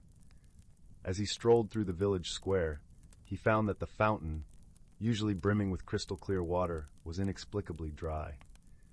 The villagers, in their daily bustle, seemed not to notice the fountain's silence, but Finn felt an odd tug at his curiosity. With a gentle determination, Finn decided he must unravel the mystery of the dry fountain. He hurried to Master Alder's cottage, a cozy abode with a roof thatched with straw and windows adorned with flower boxes. The hearth crackled warmly as Finn entered, the scent of herbal teas wafting through the air. "Master Alder," Finn began, his voice curious yet respectful, "something strange has happened in the village. The fountain in the square has run dry, and I think it might be more than just a broken pipe." Master Alder, a man whose eyes twinkled with ancient wisdom, nodded thoughtfully. "Indeed, Finn," he replied, his voice as soothing as a lullaby. "It is said that the fountain is blessed by the water sprites of the Whispering Woods. If it has run dry, perhaps the sprites are trying to tell us something." Intrigued by this mystical connection, Finn decided to venture into the woods. With Master Alder's blessing, he gathered his satchel, filling it with a flask of warm tea, a loaf of honey bread, and a small vial of lavender oil, gifts should he encounter the sprites. The path into the Whispering Woods was dappled with sunlight, creating a patchwork of light and shadow. The rustling leaves whispered secrets that only the forest knew. As Finn walked deeper into the woods, he felt the presence of the magical creatures that called it home. After a time, Finn came upon a clearing where the trees formed a natural archway. In the center of the clearing was a small pond, its waters shimmering like liquid silver. And there, dancing upon the surface, were the water sprites, tiny, ethereal beings whose laughter tinkled like wind chimes. "Hello, dear sprites," Finn called softly, his voice gentle and respectful. "I seek your guidance. The village fountain has run dry, and I wonder if you might know why." The sprites paused in their dance, their eyes sparkling with mischief and wisdom. One sprite, her wings glistening like morning dew, flitted to Finn's shoulder. "Dear Finn," she chimed, her voice as light as a breeze, "the fountain is dry because the stream that feeds it has been blocked by a fallen branch. We tried to move it, but it's too large for our small hands." Understanding dawned upon Finn. The solution was simple enough, yet it required the strength and cooperation of the village. "Thank you, kind sprites," he said, bowing his head in gratitude. "I will return to the village and gather help." With a heart full of purpose, Finn made his way back to Willowbrook. He explained the situation to Master Alder and the villagers, who all agreed to lend a hand. Together they ventured into the woods, carrying ropes and tools, ready to help their neighbors, the sprites. Under the watchful eyes of the sprites, the villagers worked together to move the large branch that had blocked the stream. With each heave and pull, the branch inched away until at last the waters flowed freely once more, gurgling happily along their course. With the stream restored, the fountain in the village square began to bubble and sing anew. The villagers cheered, their spirits lifted by the simple joy of flowing water. Finn smiled, his heart warmed by the kindness and cooperation that had solved the mystery. As the sun dipped below the horizon, casting a golden glow over Willowbrook, Finn returned to the clearing in the woods. The sprites danced joyously, their gratitude shimmering in the air. "Thank you, Finn," they sang, their voices a melody of the forest. "You have shown us that kindness and cooperation can overcome any challenge." Finn smiled, feeling a deep sense of peace and accomplishment. He knew that the lesson of the dry fountain would stay with him, a reminder of the magic that lay in friendship and understanding. As he made his way back to the village, the stars began to twinkle in the velvet sky, and the moon cast a gentle glow over the sleeping world. Finn, wrapped in the warmth of the night's embrace, knew that all was well in Willowbrook, a place where mysteries were solved with wisdom and hearts were forever bound by the gentle magic of the woods. Story 36, The Whispering Leaves and the Secret of Everwood. In a small, sun-dappled village cradled by misty hills and lush, sprawling woods, there existed whispers of a hidden world. This secret realm was said to be nestled deep within the heart of Everwood Forest, where sunlight danced through the branches in golden beams, leaving trails of light on the forest floor. The air was always fresh and sweet with the scent of pine and earth, a place where time seemed to slow, and the troubles of the world were softened by the symphony of rustling leaves. In this village lived a young girl named Lila. Her days were filled with helping her grandmother tend to the garden, where rows of lavender and rosemary brimmed with life and fragrance. Lila was a curious child, with eyes as bright and green as the mossy rocks by the babbling brook that bordered Everwood. Her imagination was as boundless as the sky, and she often found herself dreaming of adventures beyond the horizon. One morning, As the sun kissed the dew-laden grass, Lila's grandmother beckoned her with a gentle call. "Lila, my dear, would you fetch some herbs from the forest for our supper? The thyme and sage have run low, and the forest's bounty is ripe for the picking." Lila nodded eagerly, her heart alight with the prospect of another journey into the enchanting woods. Armed with a small woven basket and her grandmother's whispered instructions, she set off down the winding path that led into Everwood. The trees towered above her like ancient sentinels, their leaves whispering secrets in the breeze. As she wandered deeper into the forest, she noticed something unusual. There was a soft, melodic murmur that seemed to drift through the air, a sound unlike any she had ever heard. It was as if the forest itself was singing. Lila paused, listening intently, her heart pounding with a mixture of trepidation and excitement. Drawn by the mysterious melody, she followed the sound until she reached a secluded glen. The glen was bathed in a gentle glow, and in its center stood an ancient oak tree, its gnarled branches stretching wide like welcoming arms. At the base of the tree, nestled among the roots, lay an object that shimmered with an ethereal light. It was a small, intricately carved wooden flute, unlike any instrument Lila had ever seen. It seemed to hum softly, resonating with the forest's song. Tentatively, she picked it up, marveling at the craftsmanship, tiny vines and leaves etched into its surface, as though the forest had lent its essence to its creation. Lila felt a strange connection to the flute, as if it was meant for her. She lifted it to her lips and blew gently. The sound that emerged was pure and enchanting, weaving through the trees like a gentle breeze. As the notes filled the air, the world around her seemed to shimmer and shift. Before her eyes, the glen transformed.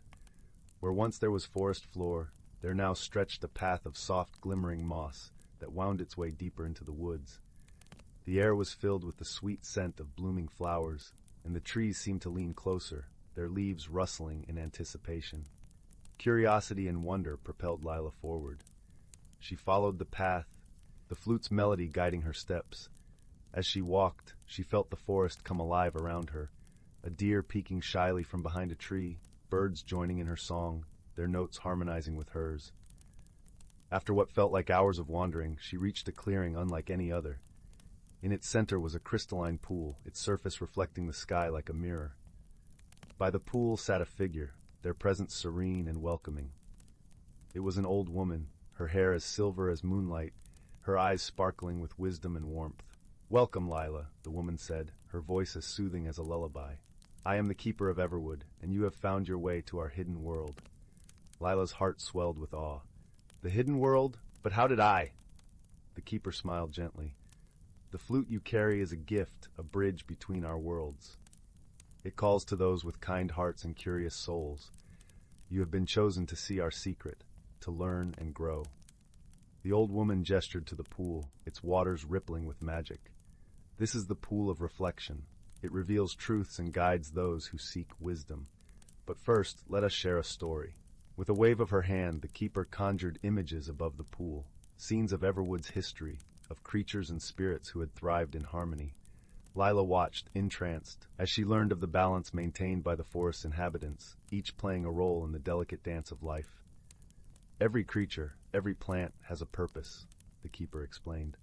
"And so do you, dear Lila. But to understand your path, you must first understand yourself." The keeper handed Lila a smooth stone, its surface cool against her palm. "Cast this into the pool and see what it reveals." With a deep breath, Lila tossed the stone into the water. As it sank, the pool shimmered and images began to form.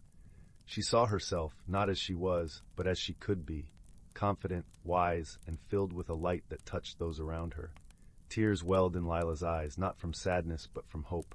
She realized that she held the power to shape her own future, to grow and become someone who could make a difference. The keeper's voice was gentle. "You have a kind heart, Lila. Let it guide you, and you will always find your way." Lila nodded, a newfound determination blossoming within her. With gratitude, she thanked the keeper and promised to cherish the lessons learned. As she turned to leave, the keeper touched her shoulder, offering a parting gift, an acorn, small and unassuming, yet brimming with potential. "Plant this when you are ready," the keeper said. "It will grow as you do, a reminder of the hidden world you carry within." With the flute in hand and the acorn in her pocket, Lila retraced her steps, the path back to the village unfolding before her. The forest seemed to embrace her, its whispers now a comforting melody.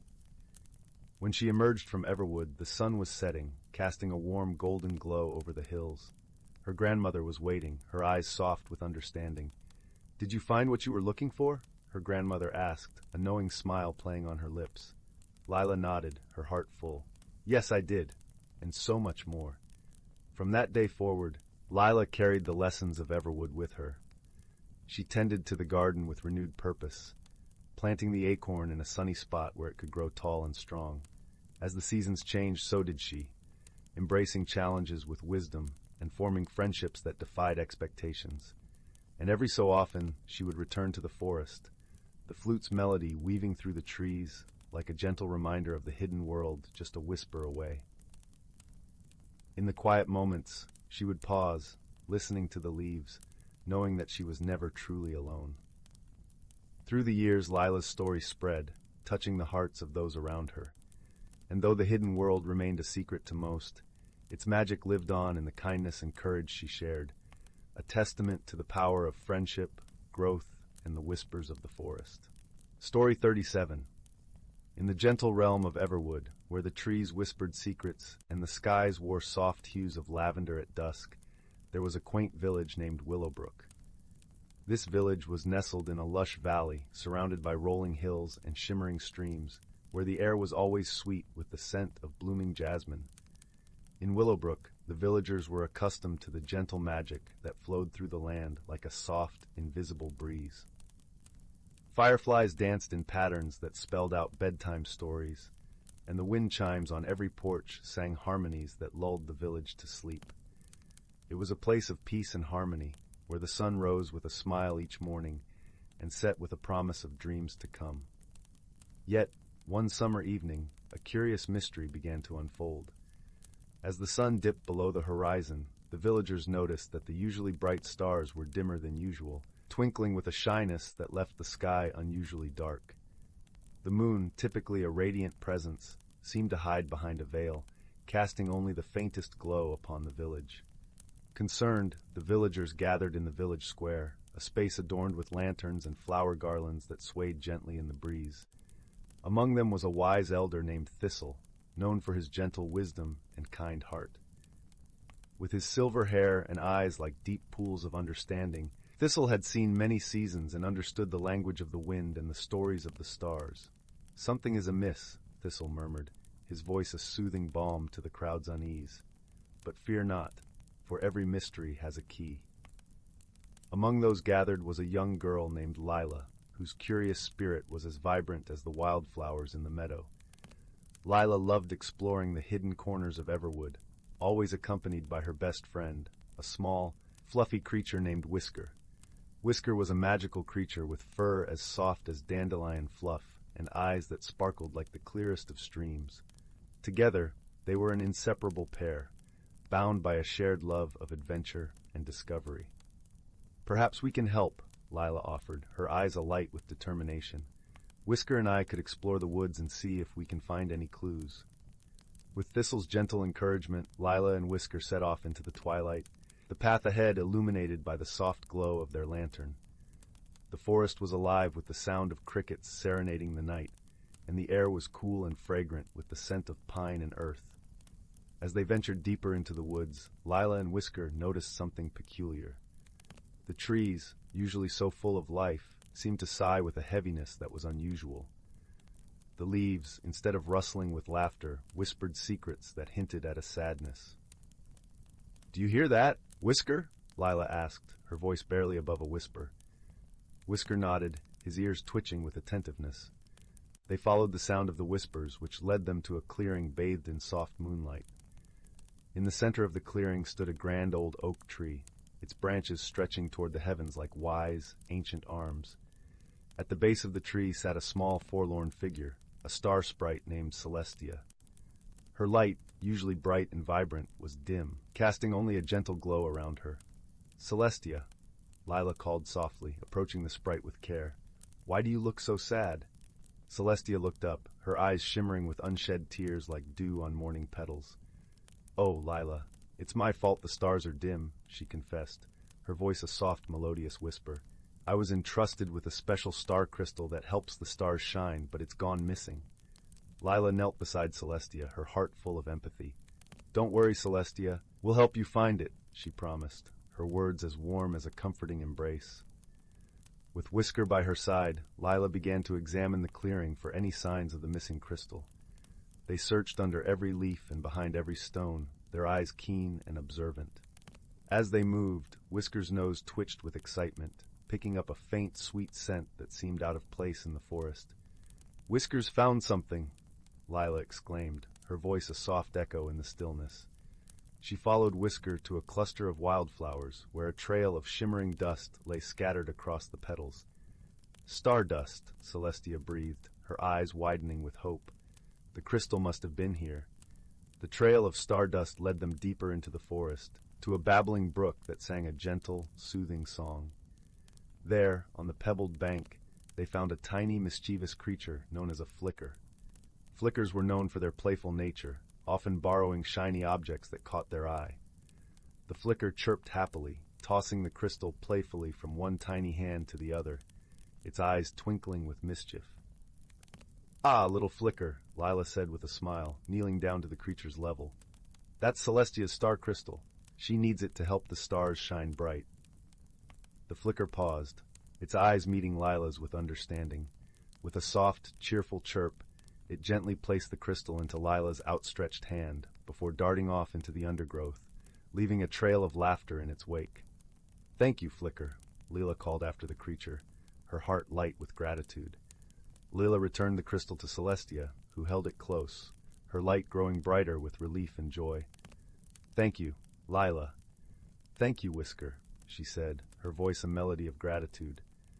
"Thanks to you, the stars will shine as they should." With the crystal restored, Celestia floated into the sky, her light weaving through the night, awakening the stars from their slumber. One by one, they twinkled back to life, casting their radiant glow upon the land, painting the sky with a tapestry of light and wonder. Lila and Whisker watched as the village of Willowbrook was bathed in the stars' gentle glow once more.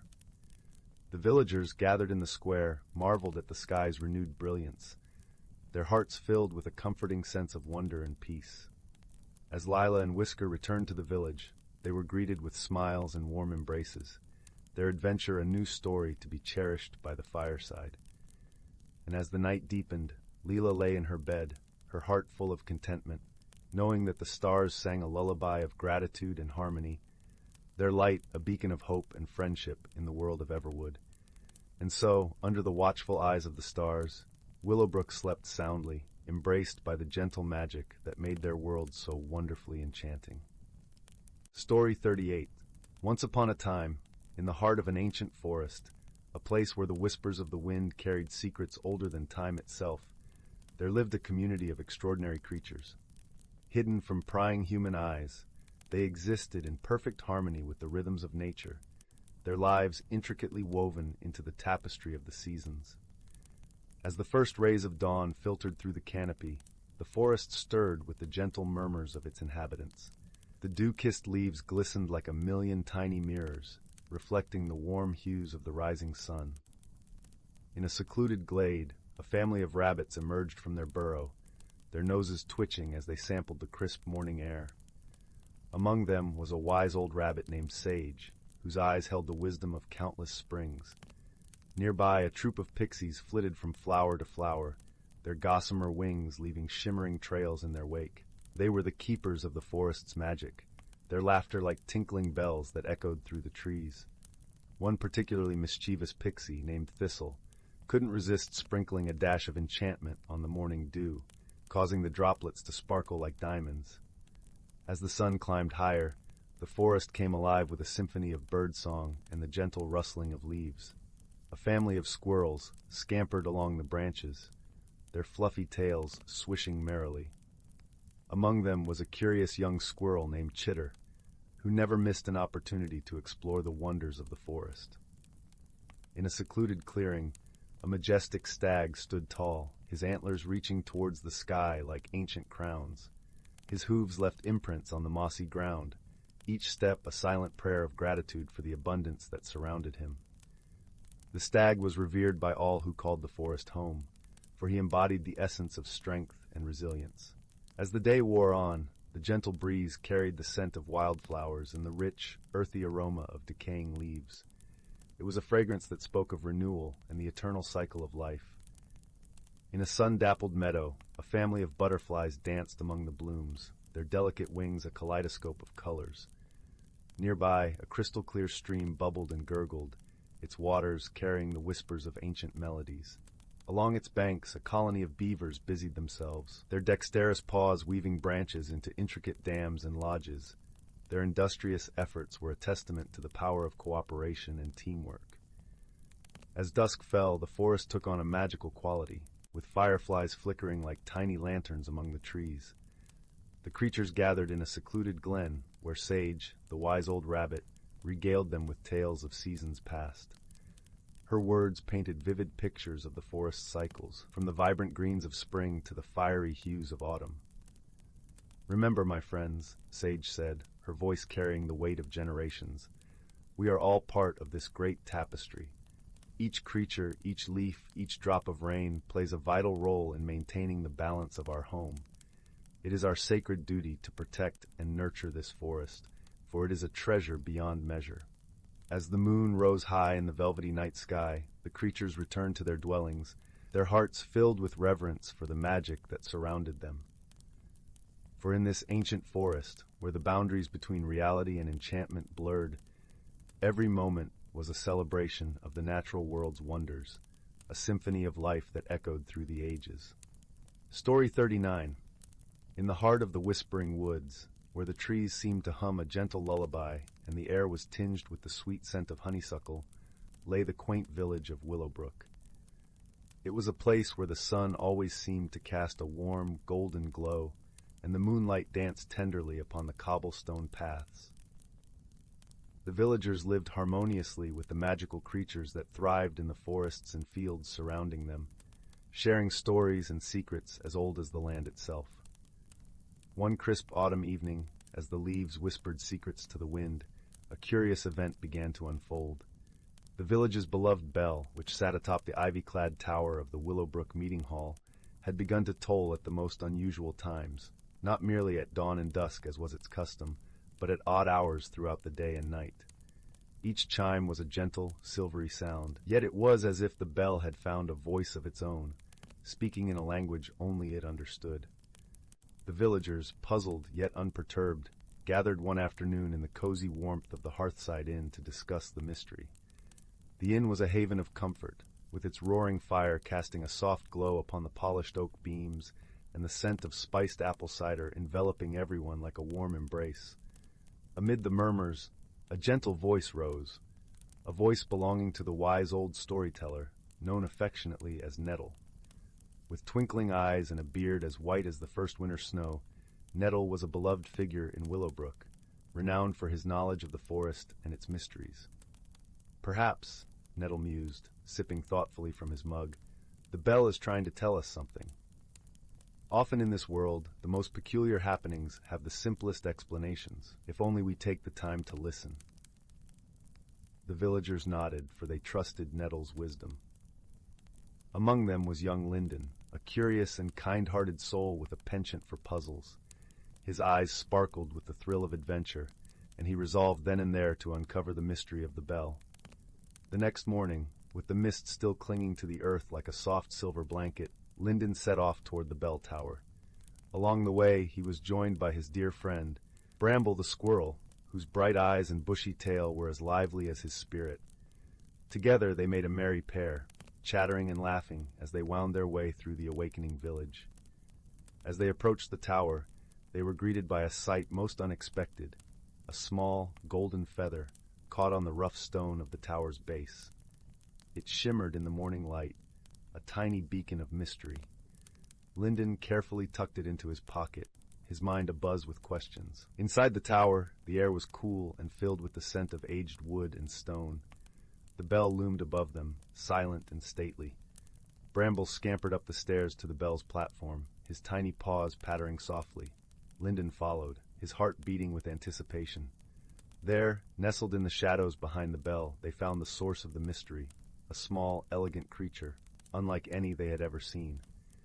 It was a luminara, a bird of legend, known for its ability to weave light into song. Its feathers glowed with a soft, golden hue, and its eyes shone with a wisdom beyond its years. The luminara chirped a soft greeting, and Lyndon felt a warmth spread through him, as if the creature's gentle light had wrapped around his heart. Bramble, ever the sociable one, offered the bird a nut from his stash, which it accepted with a gracious nod. Through a gentle exchange of chirps and gestures, Lyndon understood that the luminara had lost its way during a storm. Seeking refuge, it had found the bell tower, and in its loneliness had begun to sing to the bell, causing it to chime in reply. The bell's unusual tolling was simply a conversation between the two, a song of longing and companionship. Realizing the bird's plight, Lyndon and Bramble knew they must help the luminara find its way home. With Nettle's stories of magical creatures and their habitats in mind, they set off toward the glimmering glade, a hidden sanctuary known to be a haven for creatures of light. The journey was gentle and filled with wonder. As they walked, the forest seemed to come alive with the rustle of leaves and the soft, melodic calls of distant creatures. At times, the luminara would flit ahead, its glow lighting the path like a beacon of hope. Upon reaching the glimmering glade, they were greeted by a sight of breathtaking beauty.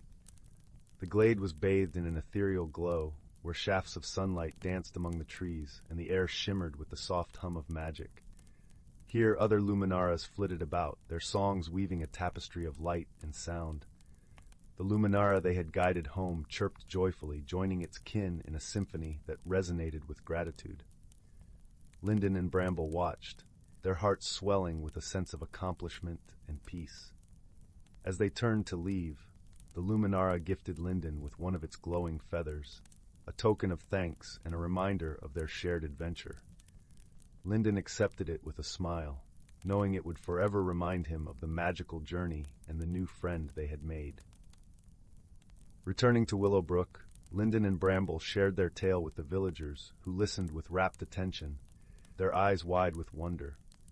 Nettle, with a knowing smile, nodded in approval, for he understood the importance of listening not just with ears, but with the heart. The bell, once again silent until its rightful times, stood as a testament to the gentle mystery that had brought the village together.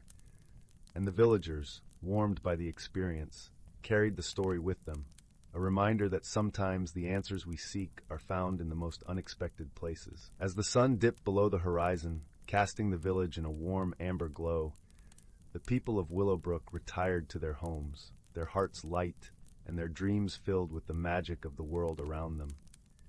And as the first stars twinkled in the velvet sky, a gentle peace settled over the village, as soft and comforting as a lullaby. Story 40. In a distant galaxy where stars shimmered like glittering jewels strewn across a vast cosmic tapestry, there existed a small, vibrant planet named Lumina. Lumina was a world of luminous flora and fauna, where the air was perpetually sweet with the scent of blooming stardust lilies, and the sky glowed in hues of lavender and gold. It was here that a young being named Arlo, with skin like the night sky and eyes that sparkled like twin suns, resided. Arlo was a luminarian, a species known for their gentle nature and deep connection to the natural world. Arlo spent his days tending to the radiant gardens of Lumina, where plants sang softly to one another in the gentle breeze. He was content in his solitude, finding joy in the simple beauty of his world. However, Arlo often gazed at the stars with a longing to explore, to see what lay beyond the familiar constellations. One sunlit morning, as Arlo was gathering crystal dew from the petals of a moonflower, a sudden shadow fell over the garden. He looked up to see a sleek silver spacecraft descending with grace, its surface reflecting the colors of the sky. The craft landed softly, and from its doors emerged a figure unlike any Arlo had seen before. This newcomer was Tira, a traveler from the planet Verdantia, known for its dense forests and towering emerald mountains. Tira's skin was a deep, leafy green, her hair cascading in waves like flowing vines. Her eyes, sharp and curious, took in the vibrant surroundings with a mix of wonder and caution. "Greetings," Arlo called out, his voice as gentle as the wind that rustled the leaves. "Welcome to Lumina." Tira nodded, though her expression remained guarded. Thank you. My name is Tira. I come in peace, seeking knowledge and understanding between our worlds. Arlo's heart swelled with excitement at the prospect of learning about another world, yet he sensed Tira's hesitance. He offered her a small, glowing fruit from a nearby starberry bush, hoping it would serve as a gesture of goodwill. Tira accepted the fruit, her fingers brushing against Arlo's, and for a moment they both felt a spark of connection. But as she bit into the fruit, her face contorted in surprise. It's different, she managed, trying to mask her discomfort. Arlo chuckled softly, realizing the misunderstanding. Ah, you're not used to the taste. It's sweet, but with a hint of starlight, an acquired taste, perhaps. Despite the initial awkwardness, Tira smiled, her defenses beginning to lower. It's quite unique, just like your world. Over the following days, Arlo and Tira explored Lumina together. Tira marveled at the luminescent creatures that flitted about, while Arlo listened intently to her tales of Verdantia, where trees whispered secrets to those who cared to listen. They shared stories under the twilight sky, their laughter mingling with the songs of the night. Yet as time passed, a challenge arose. A sudden, unexpected solar flare from Lumina's sun threatened to disrupt the delicate balance of the planet's ecosystem.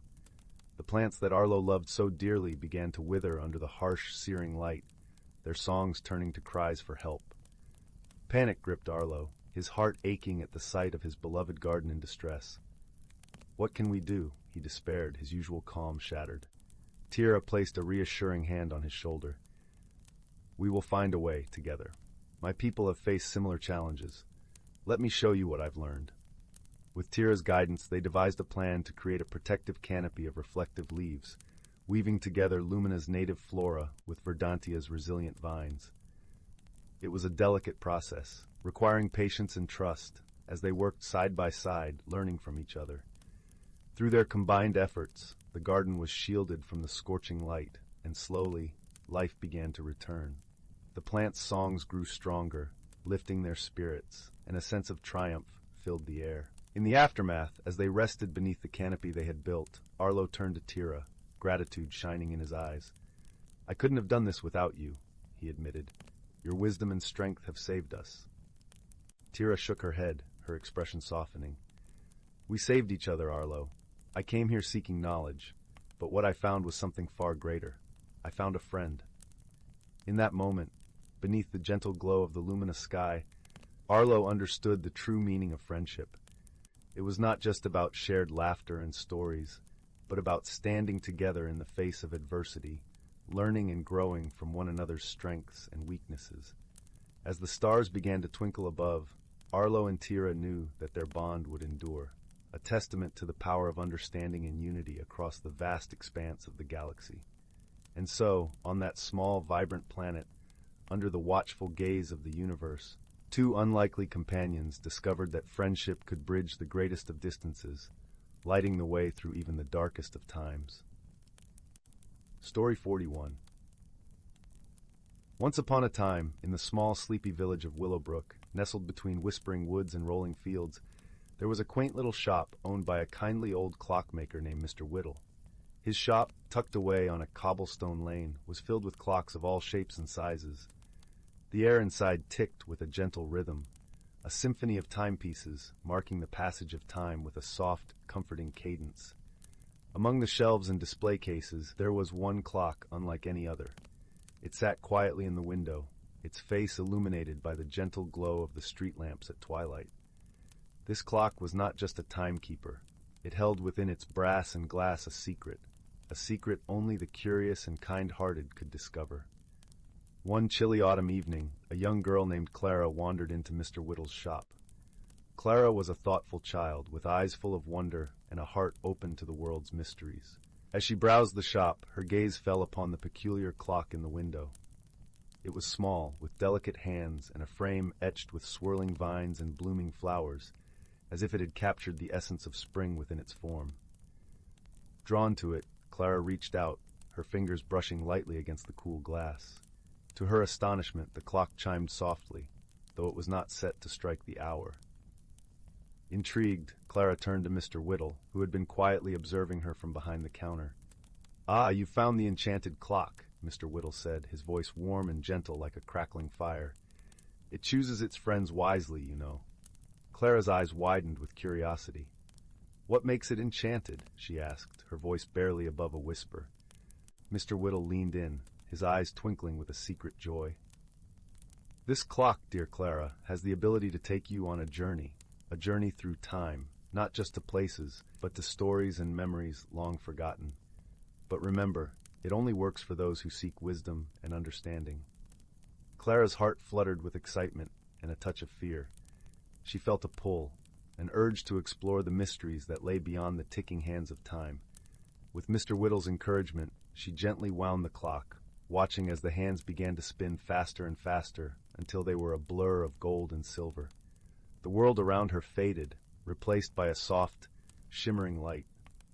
Clara found herself standing in a lush, verdant forest, the air filled with the scent of pine and the gentle rustling of leaves. Sunlight dappled the forest floor, creating patterns that danced at her feet. As Clara ventured deeper into the forest, she encountered her first helper, a wise old owl perched upon an ancient oak. The owl's feathers were a mosaic of browns and whites, and its eyes gleamed with a knowing kindness. "Hello, young traveler," the owl hooted softly. "I am Oliver, the guardian of this forest. What brings you to our realm?" Clara, feeling a sense of calm in Oliver's presence, explained her encounter with the enchanted clock and her desire to learn and grow. Oliver nodded, his eyes closing briefly in thought. "You seek wisdom, and so the clock has brought you here. But remember, wisdom is not found in answers alone, but in the journey and the questions you ask." With Oliver's guidance, Clara continued her journey, meeting other woodland creatures who each imparted their own lessons. There was Lila, the gentle deer with a heart full of kindness, who taught Clara the importance of empathy and understanding.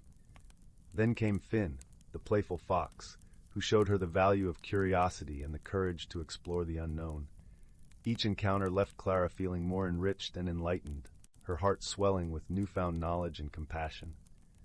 As she traveled, Clara reached a clearing where a crystal-clear stream babbled softly over smooth stones. Here she faced her greatest challenge, a puzzle etched into the stone beside the stream. The puzzle was not one of brute force or intellect, but of insight and discernment. Clara knelt by the stream, her reflection shimmering in the water. She pondered the puzzle, recalling the lessons she had learned from her new friends. With a heart full of wisdom and gratitude, she understood that the answer lay not in solving the puzzle outright, but in seeing beyond it to the deeper truths it represented. With a gentle touch, Clara traced the patterns in the stone, her fingers guided by an inner knowing. The puzzle glowed softly, and the stream seemed to sing with a melody only she could hear. In that moment, Clara realized that true wisdom came from seeing the world with an open heart and mind. The forest began to fade, and Clara found herself back in the cozy warmth of Mr. Whittle's shop. The enchanted clock ticked softly in the window, its journey complete. Mr. Whittle smiled warmly at Clara, his eyes full of pride. "You've returned wiser than before, Clara. Remember, the world is full of stories waiting to be discovered, and you hold the key to unlocking them with your heart." Clara thanked Mr. Whittle, her heart brimming with gratitude and a sense of wonder. As she stepped out into the crisp evening air of Willowbrook, she felt a deep peace settle within her, knowing that the journey she had embarked upon would stay with her forever. And so, with each tick of the enchanted clock, Clara was reminded of the wisdom she had gained and the friends she had made, carrying their lessons with her as she continued to explore the enchanting world around her, always seeking, always learning, and always growing. With a gentle sigh, the village of Willowbrook settled into the night, the stars twinkling above like scattered diamonds in the velvet sky. The world was quiet, and all was at peace, as the enchanted clock kept its silent vigil, waiting patiently for the next curious heart to discover its secrets. Story 42. In the gentle embrace of the whispering woods, where the trees' leaves sang soft lullabies to the wind, there lived a young girl named Amara. Amara was known throughout her village for her vibrant spirit and her laughter, which danced like sunlight on a bubbling brook. Yet beneath her joyful exterior, Amara carried a quiet fear of change, like a shadow stitched to her heels. Each day she would walk the familiar paths of the woods, her heart tethered to the comfort of routine. But deep inside, a part of her yearned for something more, something she could not yet name.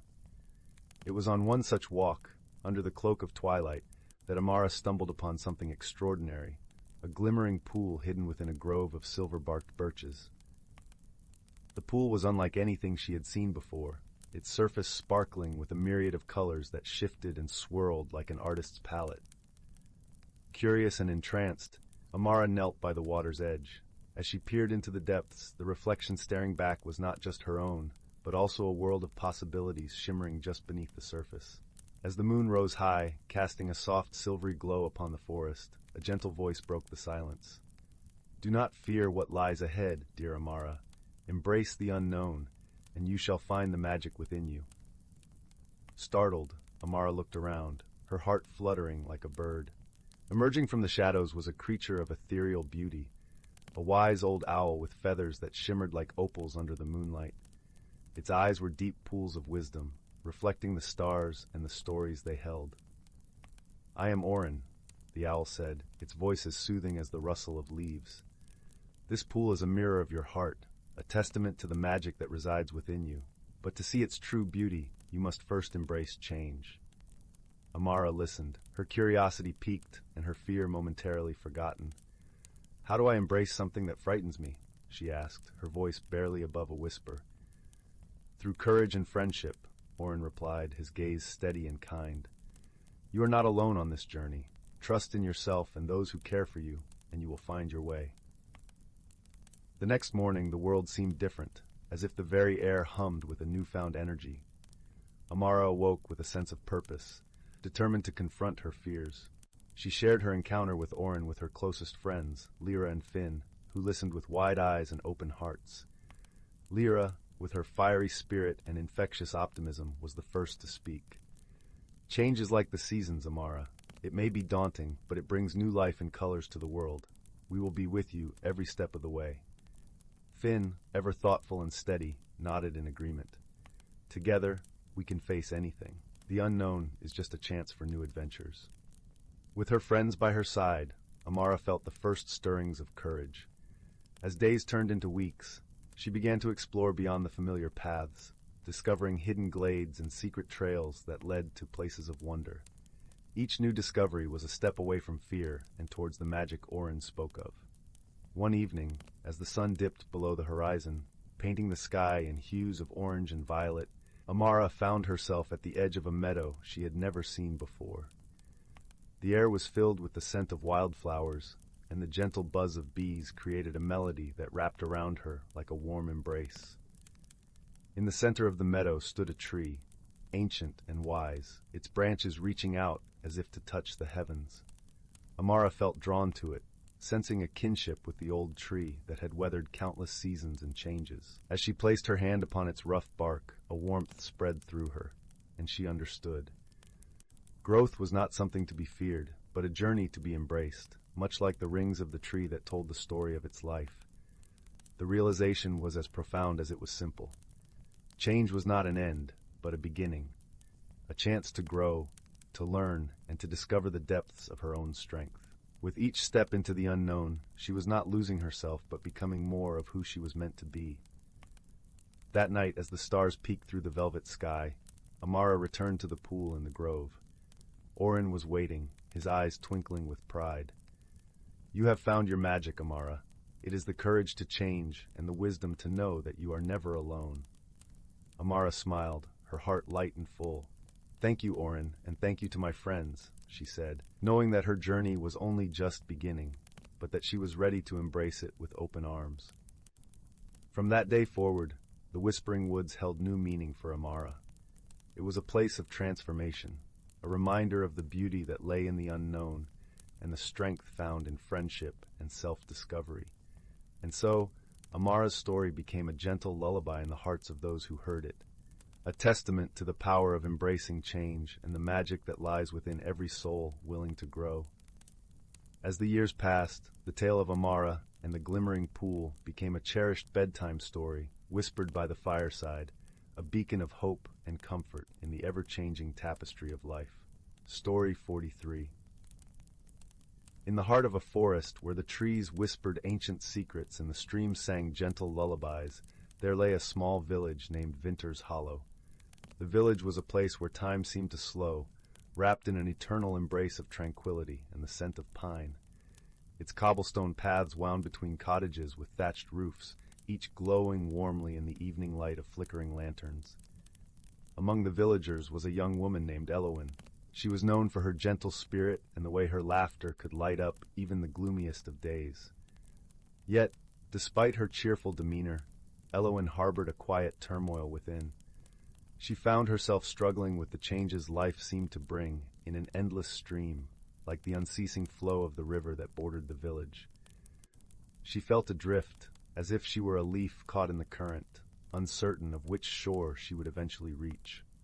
Elowen cherished the familiar, the comforting rituals of her daily life, the steady rhythm of seasons passing, and the constancy of the stars that twinkled down at night. But as she grew older, she began to feel the gentle nudge of change pressing upon her, urging her to step beyond the boundaries she had always known. This prospect filled her with a deep unease, like the feeling of standing on the edge of a vast, unknown sea.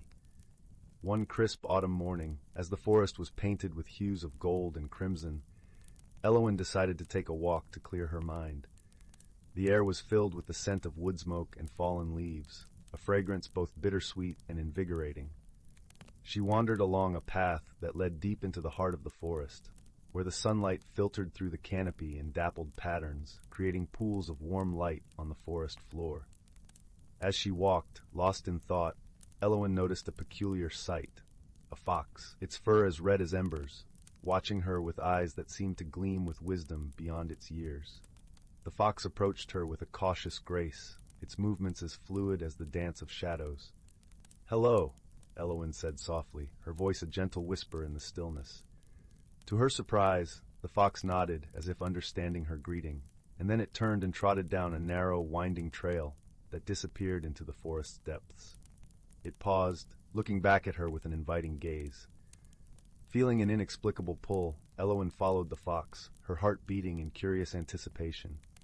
The path led her to a secret glen, where a magnificent willow tree stood, its branches trailing like the delicate threads of a tapestry woven by the hands of time. The fox sat beneath the tree, its eyes twinkling with a knowing glance. In the embrace of the willow's shade, Elowen felt a soothing calm wash over her, as if the worries she had carried were being gently lifted away. There was something magical about this place, a sense of ancient wisdom that resonated with the quiet longing in her soul. As she settled against the willow's trunk, a soft voice filled the air, not spoken but felt within her heart. "Change is the essence of life, dear one," the voice whispered, as gentle as the rustling leaves. "It is through change that we grow and become who we are meant to be." Elowen felt a warmth spreading through her, a comfort she hadn't known she needed. The fox sat beside her, its presence a silent reassurance. She closed her eyes, listening to the melody of the forest, the whisper of the wind, the murmurs of the stream, and the distant call of birds soaring free. In that moment, Elowen realized that change was not something to be feared, but a journey to be embraced. It was the very heartbeat of the world around her, the pulse of life itself. With every change came new beginnings, new stories waiting to unfold. Days turned to weeks, and Elowen found herself returning to the glen, seeking the wisdom of the willow and the companionship of the fox. Each visit she felt a little stronger, a little braver, as if the forest was sharing with her its secrets of resilience and renewal. During her visits, she met others who had been drawn to the magical glen, a wise old herbalist named Finn, who carried the scent of wildflowers and shared tales of healing plants, a kind-hearted woodcutter called Bramble, who spoke of the strength found in nature's cycles, and a gentle weaver named Nissa, who wove the stories of change into her vibrant tapestries. Together, they formed a circle of friendship, supporting one another as they each navigated their own paths of transformation. They learned from one another, drawing strength from their shared experiences and the bonds they formed. In the quiet of the glen, they celebrated the beauty of their individual journeys, understanding that each step forward, however uncertain, was a testament to their growth. As the seasons turned, Elowen found herself transformed in ways she had never imagined. She began to welcome the changes that life brought with open arms, seeing them not as obstacles, but as opportunities to learn and evolve. She discovered within herself a resilience as strong as the ancient trees, and a spirit as free as the wind that danced through their branches. The fox became her constant companion, guiding her through the woodland paths and reminding her that magic was always present, even in the smallest moments of life. With each passing day, Elowen felt more at home in the world, more at peace with the ebb and flow of life. And so, in the heart of the forest, under the watchful gaze of the willow and the fox, Elowen found not only her path, but her purpose. She understood that life was a wondrous tapestry, woven with threads of change and continuity, and that she was an integral part of its intricate design. The lessons she learned in the glen stayed with her, grounding her in times of uncertainty and lifting her in moments of doubt. She carried the wisdom of the forest within her, a shimmering light that guided her through the darkest nights and brightest days. In the end, Elowen discovered that true magic lay not in the forest, but within her own heart. It was the magic of acceptance, of courage, and of the gentle unfolding of life's mysteries. And with this newfound understanding, she embraced the changes yet to come, knowing that each step of her journey would lead her closer to the person she was destined to become. With the crackling warmth of the village hearths as her backdrop, Elowen shared her story with others, offering solace and encouragement to those who found themselves at the edge of change. Her voice, like a gentle lullaby, carried the promise of transformation and hope, a testament to the strength found in the embrace of life's ever-turning seasons. And so, the tale of Elowen and the magical glen became a cherished story in Vinter's Hollow, a reminder that within each of us lies the power to transform and grow, to find beauty in change, and to live with a heart open to the wonders of the world. Story 44. In the heart of the whispering woods, where the trees hummed gentle lullabies and the moonlight danced on dewdrops, there lay a quaint little village called Starlit Hollow. The village was tucked away from the hustle and bustle of the wider world, wrapped snugly in the embrace of nature's beauty and harmony. Its cobblestone paths wound around timbered cottages, each with chimneys that puffed out tendrils of sweet-smelling smoke drifting into the starlit sky. In this serene setting lived a young girl named Lila. She was known for her kind heart and curious mind, always eager to understand the wonders of the world around her. Lila had a special gift. She could hear the whispers of the woodland creatures, who often shared their tales and secrets with her. Her best friend was a wise old owl named Archimedes, who resided in the ancient oak at the edge of the village. One evening, as the sun dipped below the horizon and painted the sky with hues of pink and gold, something unusual began to happen in Starlit Hollow. Tiny, shimmering lights appeared to float around the village square, flickering like fireflies, yet leaving trails of silver glitter in their wake. This enchanting sight, however, was accompanied by peculiar occurrences. Village wells seemed to fill with sparkling water, and the flowers in the gardens began to bloom in brilliant colors, even those not in season. Curiosity piqued. Lila decided to unravel the mystery behind these strange happenings. She set off to visit Archimedes, hoping his wisdom could shed some light on the situation. As she walked through the forest, the soft rustle of leaves and the gentle hoot of distant owls wrapped around her like a comforting blanket. Reaching the ancient oak, Lila called up to her feathered friend. "Archimedes, did you see the lights in the village? Do you know what's causing them?" The old owl blinked his large golden eyes and fluffed his feathers thoughtfully.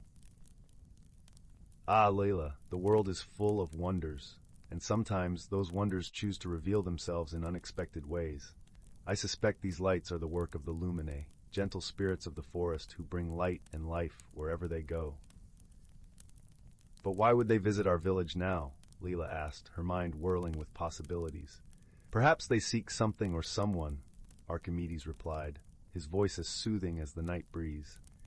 "It would be wise to observe them closely, for they might be leaving clues behind." With Archimedes' advice in mind, Lila returned to the village, her eyes keen and her heart open to the mysteries unfolding around her. As she approached the village square, she noticed the shimmering lights had gathered around the old stone well at the center. Drawing closer, Lila saw that the lights were moving in a pattern, swirling and spiraling in a mesmerizing dance. She watched intently, noticing that each light seemed to pause briefly at the same spot on the well's edge before continuing its dance. Intrigued, Lila knelt down to inspect the stone. There, etched faintly in the weathered stone, was a symbol she had never seen before, a simple spiral within a circle. It glowed softly, as if imbued with some ancient magic. Lila gently traced it with her finger, and as she did, a warm sensation spread through her hand and into her heart, filling her with a sense of peace and understanding. Realizing this symbol might be a message, Lila decided to seek out another wise friend, a gentle fox named Ember, known for his knowledge of the forest's hidden secrets. Ember lived in a cozy burrow beneath a canopy of ferns, not far from where the river sang its bubbling tune. As Lila approached, Ember emerged from his den, his russet fur gleaming in the moonlight. "Greetings, Lila," he said with a nod. "Your visit is always a welcome surprise." "Hello, Ember," Lila replied with a smile. "I need your help. Strange lights have appeared in the village, and I found a symbol on the well. Do you know what it means?"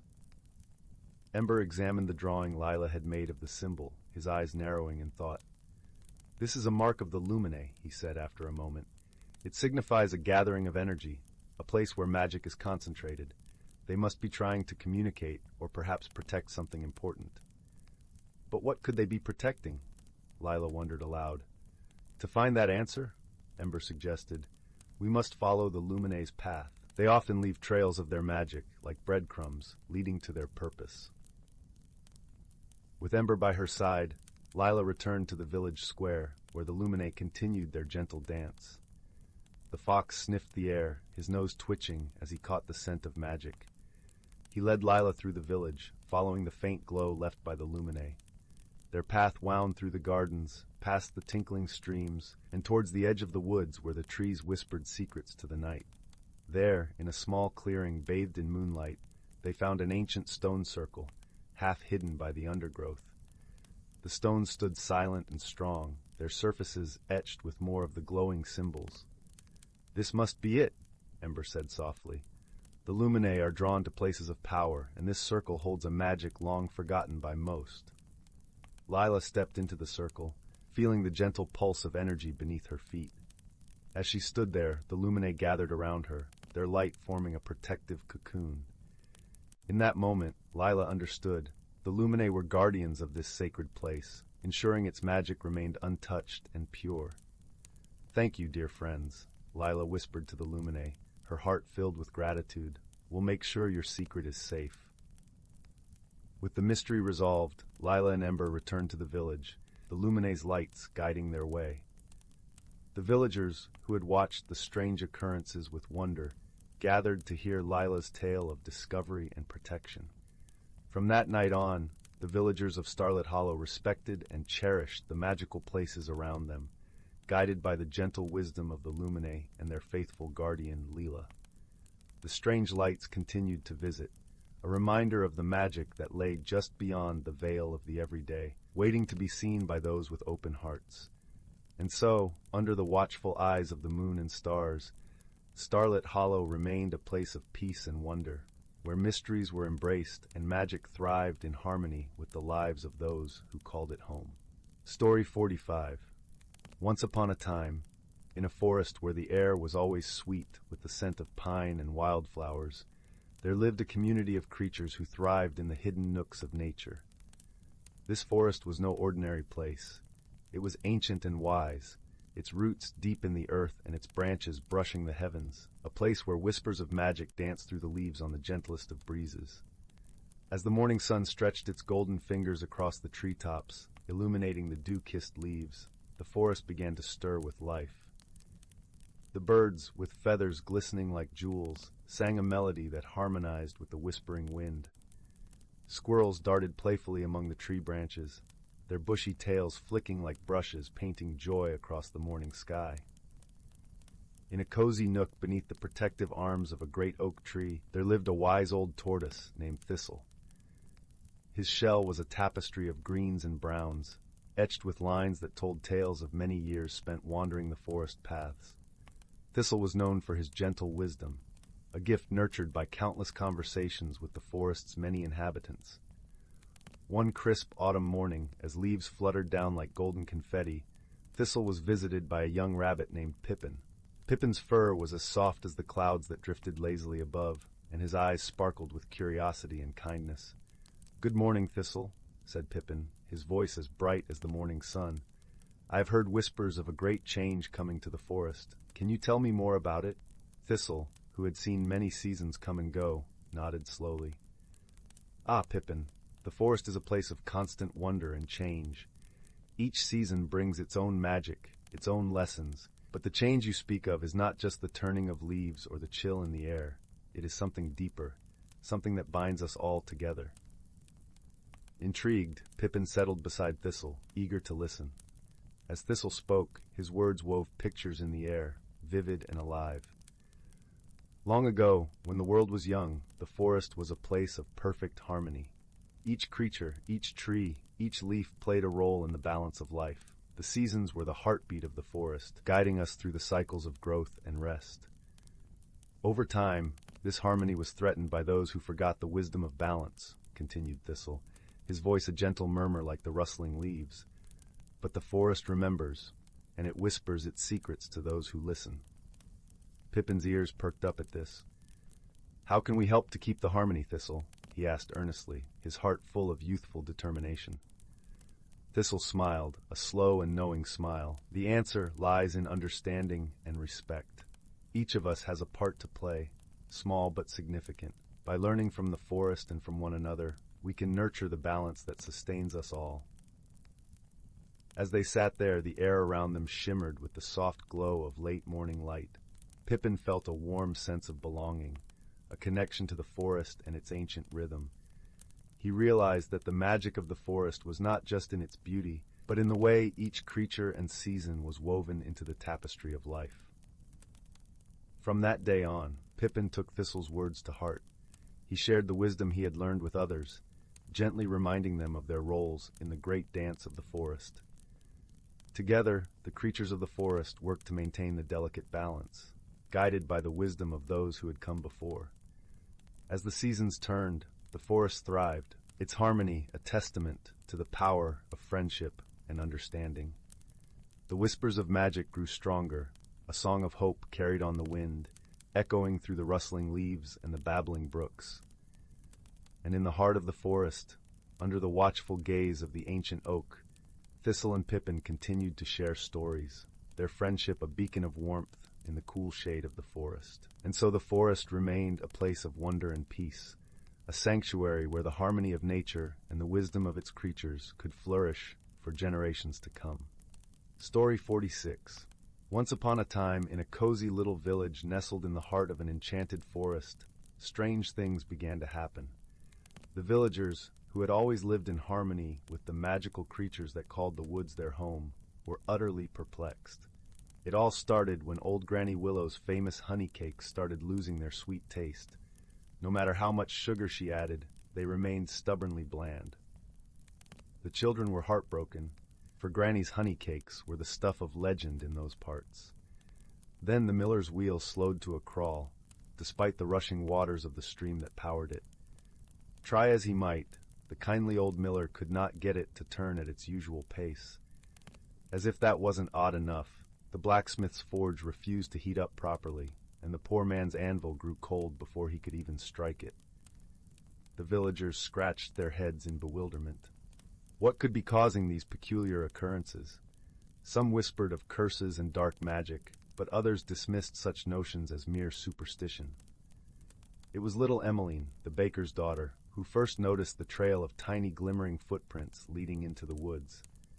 With the curiosity of youth and a heart full of wonder, she decided to follow them. Deep within the forest, she came across a most extraordinary sight, a troop of mischievous pixies, whisking away the sweetness from Granny's cakes, the energy from the miller's wheel, and the heat from the blacksmith's forge. Emmeline watched in amazement as the pixies danced and giggled, reveling in their magical pranks. But just as she was about to reveal herself, a wise old oak tree spoke to her in a creaking voice. "Fear not, little one," said the tree. "These pixies mean no harm. They are simply practicing their magic, as all young beings must. But their mischief has gone too far." The oak tree then shared with Emmeline an ancient secret known only to the oldest residents of the forest. With a few whispered words and a gentle wave of her hand, Emmeline was able to cast a harmless spell that restored balance to the village. The pixies, delighted by Emmeline's clever solution, vowed to be more mindful of their magical antics. From that day on, they became fast friends with the villagers, sharing their whimsical ways while learning to temper their mischief. And so, the strange occurrences were explained, the village returned to its peaceful ways, and Emmeline became known as the one who brought harmony between the human and magical realms. Whenever the children gathered around the fire on a cozy evening, they would beg Emmeline to retell the tale of how she solved the mystery of the missing sweetness, the slowing wheel, and the cold forge. And she would smile, happy to share the wisdom she had learned, that understanding and friendship can overcome even the most peculiar of puzzles. Story 47. Once upon a time, in a quaint village nestled between rolling green hills and a forest that sparkled with the whispers of ancient secrets, there lived a young girl named Lila. Lila had hair the color of chestnuts and eyes that shimmered like the morning dew on the petals of wildflowers. Her days were filled with the songs of birds and the gentle rustle of leaves, for she lived at the edge of the Whispering Woods, a place where magic was said to dance among the shadows. Lila's village was a place of simple wonders, where cobblestone paths wound between cottages with roofs thatched in golden straw. The air carried the sweet scent of honeysuckle and the laughter of children playing in sun-dappled meadows. Yet, beyond the charm of the village lay the allure of the forest, which had always called to Lila with a voice as soft as a lullaby. The villagers spoke of the forest with a mixture of reverence and caution, for it was said to be the dwelling of the Fae, mischievous and wise creatures who could be both friend and foe. Lila, however, felt no fear. To her, the forest was a living tapestry woven with threads of mystery and wonder. It was her sanctuary, a place where she could escape the world and dream her dreams under the canopy of stars. One crisp autumn morning, as the leaves turned to hues of amber and gold, Lila set out for the woods with a woven basket in hand. She was on a quest to collect the last of the season's blackberries, their sweetness a promise of the summer now fading. As she wandered deeper into the forest, the sunlight danced through the branches, painting patterns on the forest floor that shifted with the breeze. It was as Lila reached a clearing, where the air was thick with the scent of earth and pine, that she stumbled upon something unexpected. There, nestled in a bed of moss, was an ornate mirror. Its frame was wrought in silver vines that seemed to pulse with a life of their own, and its surface glimmered with an otherworldly light. Curiosity sparked in Lila's heart. She knelt beside the mirror, her reflection gazing back at her with eyes wide with wonder. As she touched the mirror's cool surface, it rippled like water, and Lila felt a gentle tug, as if the mirror was inviting her to step through its shimmering portal. Heart pounding with a mix of excitement and trepidation, she closed her eyes and took a deep breath. Before she knew it, she found herself standing in a world that was both familiar and strange, a world that seemed to exist in the space between dreams and reality. The sky overhead was a tapestry of twilight, painted with the deep purples and blues of a coming dusk, and the air was filled with the faint, melodic chiming of unseen bells. Lila stood on a path lined with flowers that glowed softly in the dim light, their petals whispering secrets she could almost understand. She knew, without knowing how, that she had crossed into the realm of the Fae. As she walked, the path wound through fields of shimmering grass and past trees with leaves that glinted like silver. Lila could feel the forest watching her, not with malice, but with a gentle curiosity. It was then that she met her first companion in this enchanted world, a fox with fur as red as flame and eyes that sparkled with mischief. "Welcome, young traveler," the fox said, his voice smooth and warm as honey. "To wander into our realm is no small feat. What brings you here to the land of the Whispering Woods?" Lila, surprised but not afraid, replied, "I followed the call of the forest and found a mirror that led me here. I'm not sure why I came, but I feel there's something I must discover." The fox nodded, as if this explanation was entirely satisfactory. "Then let us journey together, for the forest has many secrets, and I am a guide of sorts. My name is Renard." With Renard by her side, Lila felt a sense of belonging, as if she had found a friend who understood her heart. Together, they ventured deeper into the Fey realm, where the world seemed to hum with a magic that was as old as the stars. They passed by a stream whose waters sang with the voices of the forest, and Lila marveled at the beauty that surrounded her. Every leaf, every stone seemed to hold a story, and she wished she could listen to them all. As they walked, Renard shared tales of the Fey, of their laughter and their wisdom, of their love for the land and their playful spirits. It was not long before they reached the heart of the forest, where a great tree stood, its branches reaching towards the heavens. Its trunk was wide and ancient, its bark etched with patterns that seemed to shift and flow like the currents of time. At the base of the tree lay a door made of woven branches, and beside it stood a figure cloaked in shadow and light, a guardian of the forest. The guardian was tall and graceful, with eyes that shimmered like moonlight on water. She regarded Lila with a gaze that felt both comforting and profound, as if she could see into the very depths of her soul. "You have come far, child of the earth," the guardian said, her voice echoing with the wisdom of ages. "What is it that you seek in the heart of the whispering woods?" Lila hesitated, searching for the words that would express the yearning in her heart. "I seek to understand," she said finally, "to understand the magic of this place, and perhaps to understand myself." The guardian smiled, a gentle curve of her lips that spoke of kindness and understanding. "To seek understanding is a noble quest, and the forest shall aid you in your journey. But remember, the greatest wisdom often comes not from answers, but from the questions we ask." With those words, the guardian turned and opened the door, revealing a spiral staircase that descended into the earth. Lila, with Renard by her side, stepped through the doorway and began the descent, the air around them cool and filled with the scent of earth and growing things. The staircase wound deep into the heart of the forest, and Lila felt as if she were traveling through the layers of time itself. When they finally emerged, it was into a cavern filled with a soft, luminescent glow. In the center of the cavern stood a pool of crystal-clear water, its surface reflecting the myriad of colors that danced across the walls. Renard nodded towards the pool, his eyes filled with a knowing gleam. "This is the pool of reflection, a place where truths are revealed and dreams take form. To look into its depths is to see oneself both as you are and as you might become." Lila approached the pool with a sense of awe and anticipation. As she gazed into its depths, the water shimmered and began to shift, revealing images that seemed to rise from the very heart of the earth. She saw herself as a child, running through fields of wildflowers, her laughter mingling with the song of the wind. She saw the faces of her family and friends, their love surrounding her like a warm embrace.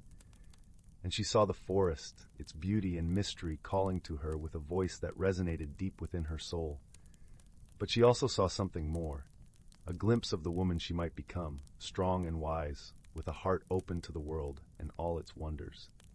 It was a vision that filled her with hope and courage, for she realized that the journey she was on was not just about discovering the magic of the forest, but about discovering the magic within herself. As the vision faded, Lila felt a sense of peace settle over her, like a gentle cloak woven from the fabric of dreams. She turned to Renard, her eyes shining with gratitude.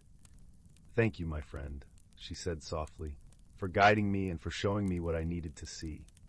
Renard bowed his head, a smile playing on his lips. "It has been my pleasure, dear Lila. The forest is always here for those who seek its wisdom, and you have proven yourself to be a true friend of the woods." With the guardian's blessing and Renard's companionship, Lila made her way back to the surface, the path now clear and filled with the light of understanding. As she emerged from the forest, the sun was setting, painting the sky in hues of rose and gold. She knew that she would return to the village, to the life she had always known, but she would carry with her the lessons of the forest, the friendships she had forged, and the truths she had discovered.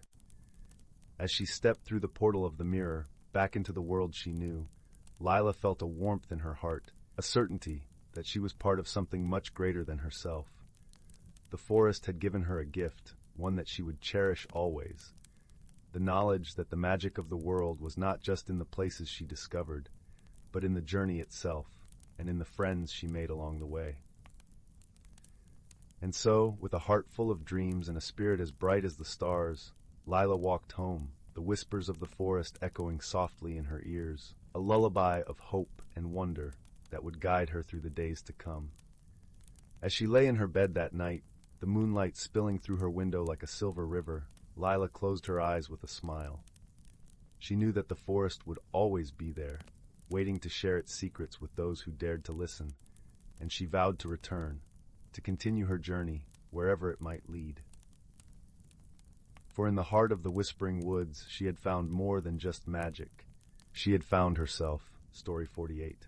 In a quaint village nestled between the gentle sweep of emerald hills and the shimmering expanse of a serene lake, there lived a young woman named Leora. Her days were spent tending to her small garden, the air sweet with the scent of blooming lavender and thyme. The village was a tapestry of vibrant colors, with its quaint stone cottages draped in ivy and the cobblestone paths winding like streams through the lush landscape. Leora felt a deep connection to her home, yet there was a quiet longing within her, like the whisper of the wind through the ancient oak trees. Her grandmother, a wise woman with twinkling eyes and a heart as warm as the hearth, often spoke of their ancestry, weaving tales of mystic traditions and forgotten legacies. One crisp autumn evening, as the sun dipped below the horizon and the sky blazed with hues of amber and rose, Leora's grandmother called her to the fireside. The flames crackled softly, casting a golden glow that danced across the walls. From a worn leather pouch, she drew out a small, intricately carved wooden box. Its surface was adorned with swirling patterns, reminiscent of the branches of the mighty oaks that stood sentinel over the village. "This," her grandmother said, her voice a gentle murmur in the cozy room, "is a key to our past. It holds the story of our ancestors and the magic that flows through our veins." Leora's fingers traced the carvings, feeling the warmth and age of the wood. Inside the box lay a delicate silver pendant, shaped like a crescent moon, cradling a radiant sun. It shimmered under the firelight, casting reflections that danced like spirits of old. Her grandmother explained that the pendant was more than just a piece of jewelry. It was a symbol of balance and unity, passed down through generations. It was said to hold the wisdom of their forebears, and those who wore it could glimpse into the past, drawing strength and understanding from their lineage. Intrigued and inspired, Leora decided to delve deeper into her heritage. She began her journey the next morning, the air crisp and the sky a brilliant azure. She followed the winding path that led through the heart of the forest, the ground carpeted with fallen leaves that crunched softly beneath her feet. The forest was alive with the gentle rustle of leaves and the distant song of a lark, creating a symphony that resonated with her soul. As she ventured deeper, she came upon a clearing where stood an ancient stone circle, weathered by time, yet standing proud and resolute. The stones were covered in moss, their surfaces etched with runes that glowed faintly in the dappled sunlight. Leora felt a tingling sensation as she stepped into the circle, the pendant warm against her chest. Closing her eyes, she took a deep breath, the scent of earth and leaves enveloping her like a tender embrace. In that moment of stillness, she felt a connection to the generations who had come before her, who had stood in this very place seeking guidance and strength. Visions began to unfold in her mind's eye, scenes of her ancestors living in harmony with the land, tending to their crops and celebrating the cycles of the moon. She saw how they embraced the balance of light and dark, joy and sorrow, understanding that each was essential to the other. Leora felt a profound sense of belonging, a realization that she was a thread in the vast tapestry of her heritage, woven together by the love and wisdom of those who had come before. She understood that the legacy she carried was not just a burden of the past, but a source of strength and inspiration for the future. With a heart full of gratitude and newfound purpose, she returned to her village, the pendant now a talisman of her journey and the stories she had uncovered. As the seasons turned, she shared these stories with her fellow villagers, teaching them the lessons she had learned, the importance of balance, the power of unity, and the enduring strength found in understanding one's roots. Under the starlit skies, with the gentle lullaby of the lake lapping against the shore, Leora's village thrived, its people united by the bonds of heritage and hope. The traditions of old were cherished and celebrated, their magic a guiding light that illuminated the path forward. And so, as the village nestled in the embrace of the hills and lake continued to flourish, Leora knew she had found her place in the world. Her heart was at peace, her spirit content, for she had discovered the ancient legacy that had always been a part of her, and in doing so, she had come home to herself. Story 49. In a distant quadrant of the galaxy, where stars glimmered like tiny lanterns suspended in the velvet fabric of space, there existed a small, vibrant planet named Etheria. Etheria was a place where the skies danced with auroras of every hue, and the air was perpetually infused with the gentle scent of blooming starflowers. On this planet lived a kind-hearted being named Lyra, a creature from a race known as the Luminara. The Luminara were known for their translucent, glowing skin that shimmered softly in the dark, and their gentle, resonant voices that could calm any storm. Lyra spent her days tending to the planet's magical gardens, ensuring that the flora and fauna thrived in harmony. Her life was serene, filled with the quiet joys of nature. One day, as Lyra was wandering through the forest, she noticed an unusual object glinting in the distance. Her curiosity piqued. She approached and found what seemed to be a small, round spacecraft, unlike any she had seen before. As she drew nearer, the hatch slowly opened, and out stumbled a peculiar creature, covered in metallic scales that sparkled like the night sky itself. This was Zoran, a traveler from the distant planet of Tyronia. Zoran's people, the Technosians, were renowned for their advanced technology and their ability to communicate through intricate melodic harmonies. However, Zoran's journey had been unexpected. A malfunction had sent him off course, and he had crash-landed on Etheria. Lyra, seeing Zoran's confusion and distress, offered a hand of friendship, her voice a soothing lullaby in the gentle breeze. But Zoran, unfamiliar with the customs of Etheria, mistook her intentions. He clicked anxiously in his melodic tongue, his scales bristling with uncertainty. Misunderstandings sprouted like tangled vines between them, each struggling to comprehend the other's ways. Lyra spoke with the rhythm of nature, while Zoran's words were precise and calculated, like the ticking of a clock. Yet, despite the initial discord, an unspoken understanding began to weave between them. Days turned into nights as they worked together to repair Zoran's spacecraft. In the quiet hours under the twinkling canopy of stars, they shared stories of their worlds. Lyra spoke of the gentle creatures that inhabited Etheria, and how the planet's heart pulsed with the essence of life. Zoran, in turn, described the grand cities of Tyronia, where technology hummed in harmony with the natural world, creating melodies that resonated through the air. Through these tales, they found common ground. Both cherished harmony, though expressed it differently. Lyra's connection to the earth complemented Zoran's affinity for the mechanical, like two symphonic notes creating a perfect chord. As their understanding deepened, so did their friendship. One evening, Lyra led Zoran to a secluded glade, where the moonlight shimmered on a tranquil pond. There, she showed him an ancient ritual of her people, the dance of the luminescence. With graceful movements, she beckoned the light from the depths of the pond, creating a mesmerizing display of colors that reflected in Zoran's eyes. Touched by the beauty of the moment, Zoran responded with a melody from his heart, a sound so pure it seemed to echo through the stars. It was a melody of gratitude, of friendship, of newfound understanding. In that moment, their differences melted away, leaving only the warmth of connection. As the repairs on the spacecraft neared completion, a challenge arose.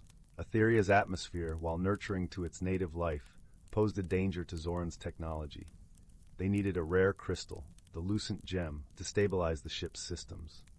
The gem lay deep within the caverns of Echo, a place both revered and feared by the Luminara for its unpredictable echoes. Determined to help his friend, Zoran agreed to accompany Lyra into the caverns. Together, they navigated the labyrinthine passages, their path illuminated by Lyra's gentle glow.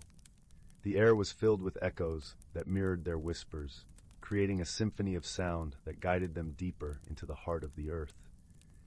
As they ventured further, a sudden tremor shook the ground, causing the caverns to tremble. Rocks tumbled around them, and they quickly realized they were trapped. In that moment of uncertainty, Lyra and Zoran turned to each other, their spirits intertwined by shared resolve. Drawing strength from their bond, Lyra began to sing a calming melody, her voice a balm that soothed the trembling earth. Zoran, inspired by her courage, joined in with his own harmonics, weaving a tapestry of sound that resonated through the caverns. The echoes responded to their song, guiding them toward an alternate path.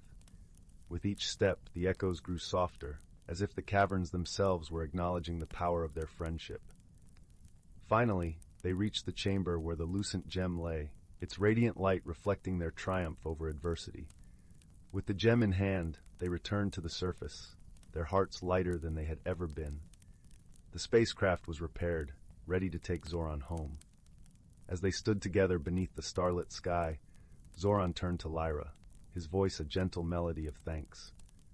"You have shown me the true meaning of harmony," he said, his eyes glistening with emotion. "It is not found in the absence of differences, but in the embrace of them." Lyra smiled, her heart aglow with the warmth of friendship. "And you have taught me that understanding is the key to unlocking the beauty of diversity," she replied softly. As the spacecraft ascended into the night, a trail of light followed in its wake, a symbol of the bond they had forged. Though their paths diverged, the friendship between Lyra and Zoran remained, a bridge between worlds, a testament to the magic of connection. And so, beneath the vast expanse of the universe, two unlikely companions discovered that the greatest adventures were those shared with a friend. Their story became a gentle reminder that even amidst the stars, the heart's true journey was never in solitude, but in the company of those who touched our lives with kindness and understanding. Story 51, titled The Whispering Woods and the Silver Locket. Once upon a time, nestled between the rolling hills of the Misty Vale, lay a small village named Willowbrook. Willowbrook was known for its lush, emerald-green landscapes, where the forest whispered secrets to those who dared to listen. The villagers lived in harmony with nature, tending to their gardens and weaving tales of enchantment that had been passed down through generations. In this quaint village, there lived a young girl named Lila. Lila had a heart as vast as the open sky and eyes that sparkled with the wonder of every new discovery. Though she was small, her spirit was mighty, and she was beloved by all in the village. Lila loved exploring the whispering woods that bordered Willowbrook, always hoping to uncover its hidden mysteries. One crisp autumn morning, as the golden leaves fell like gentle rain from the trees, Lila set out on another adventure. She wrapped herself in a warm, woolen cloak, the color of ripe cranberries, and donned her favorite leather boots, soft and worn from many an exploration. The air was filled with the scent of earth and pine, and a gentle breeze sang through the branches. As she wandered deeper into the forest, Lila's keen ears caught a soft, melodic hum. It was a sound unlike any she had heard before, a song woven from the whispers of the woods themselves. Intrigued, she followed the melody, her heart beating in time with its rhythm. The path led her to a small, sunlit clearing, where a single, ancient oak stood proudly in the center.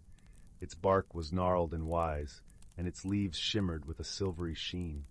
At the base of the oak, nestled among the roots, lay a small silver locket, glinting in the dappled sunlight. Lila knelt down and gently picked up the locket. It was cool to the touch, with intricate engravings of stars and moons. As she held it in her palm, the locket began to glow softly, and the hum grew louder, filling the clearing with its gentle music.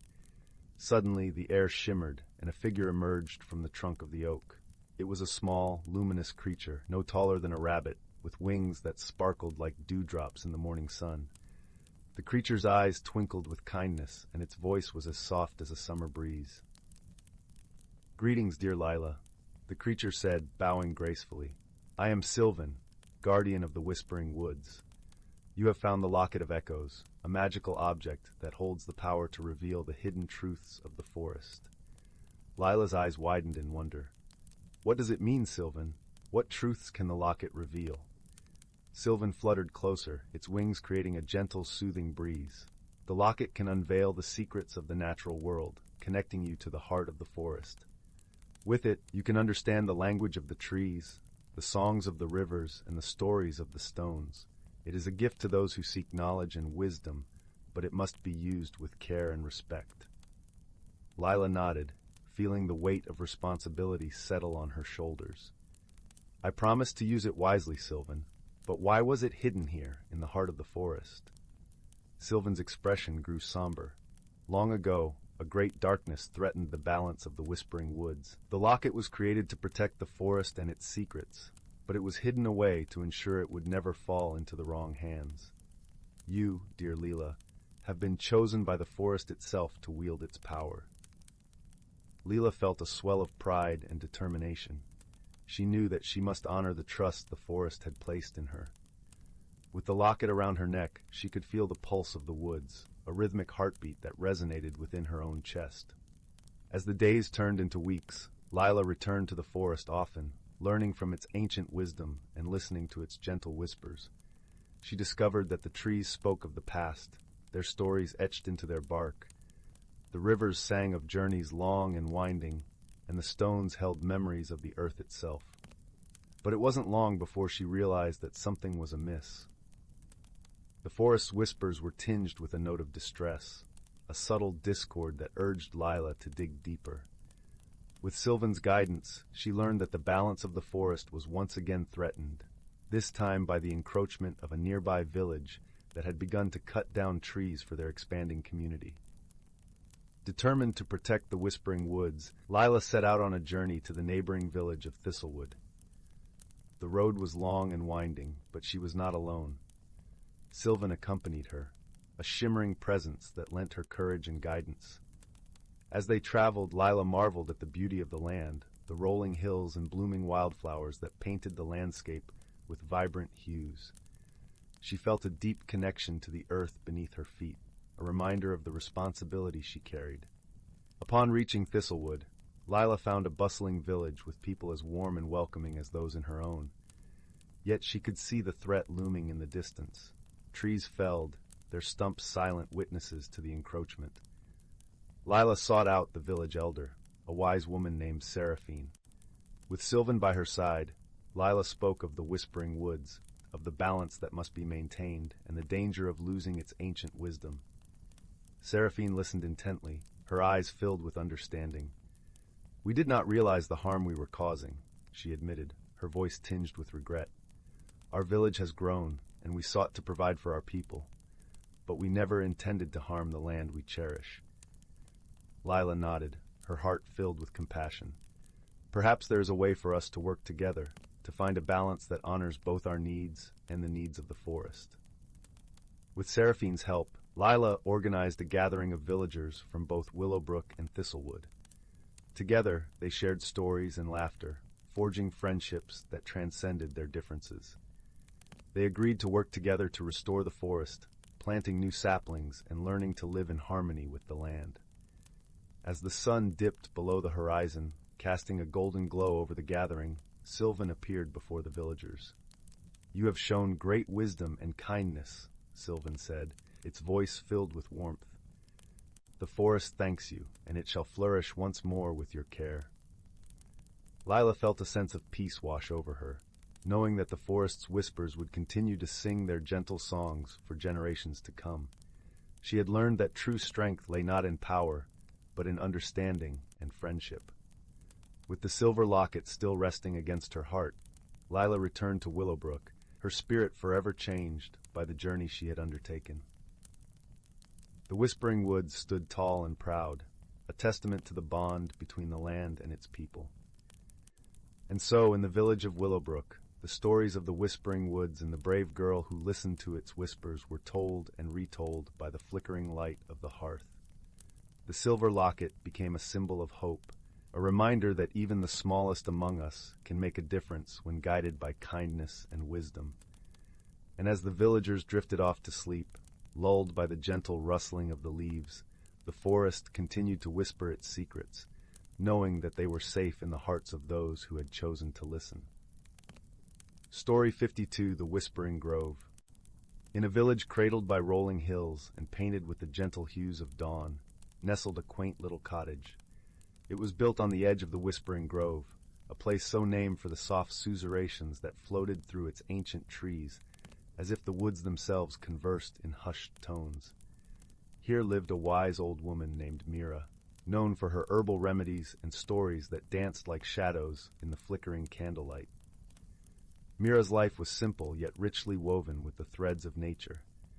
Each morning she would wander into the grove, basket in hand, gathering leaves that shimmered with dew and roots that carried the earth's deep secrets. Her heart was as open as the sky, and she shared her wisdom freely with all who sought it. One crisp autumn day, as the leaves blushed and the air carried a crispness that tickled the nose, a young boy named Finn arrived in the village. His eyes, the color of storm-tossed seas, held an unspoken question, and his presence brought with it an air of mystery. He was a traveler, drawn to the village by tales of the Whispering Grove and its magical inhabitants. Finn was not just any boy. He possessed a unique gift, a gift that allowed him to hear the whispers of the grove more clearly than anyone else. The trees, with their gnarled branches and rustling leaves, spoke to him in a language of rustles and sighs, of creaks and groans.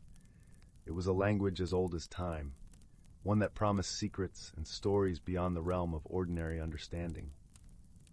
Curious and eager to learn more about his gift, Finn sought out Mira, hoping to unravel the mysterious symphony that played in his ears.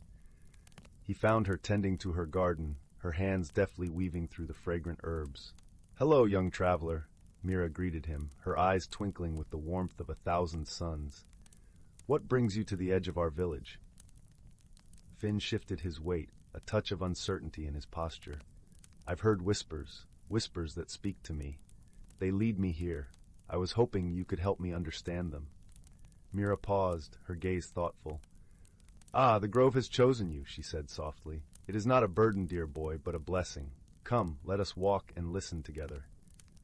The two ventured into the grove, where the light filtered through the canopy in golden shafts, dappling the forest floor with a mosaic of sunlight and shadow. The air was cool, carrying the earthy scent of damp leaves and the distant murmur of a brook. As they walked, the whispers grew louder, a gentle chorus that seemed to echo from every direction. Finn listened intently, his heart attuned to the ebb and flow of the grove's song. He closed his eyes, allowing the sounds to wash over him, to seep into his very being. "What do you hear, Finn?" Mira asked softly, her voice mingling with the rustle of leaves. Finn paused, his brow furrowing in concentration. "I hear stories," he replied, his voice barely above a whisper. "Stories of times long past, of creatures who once walked these woods. It's like they're trying to tell me something important." Mira nodded, her expression serene. "The grove holds many secrets. It remembers everything, the joys and sorrows, the laughter and tears. It is a keeper of memories, a guardian of the past." As they continued deeper into the grove, Finn felt a sense of belonging, as though he was a part of a grand tapestry woven with threads of history and magic. It was a feeling both comforting and awe-inspiring. "Why can I hear them?" Finn asked, breaking the silence that had settled between them like a soft blanket. "Why me?" Mira smiled, her eyes reflecting the wisdom of ages. "Perhaps you were chosen because your heart is open, because you have the courage to listen.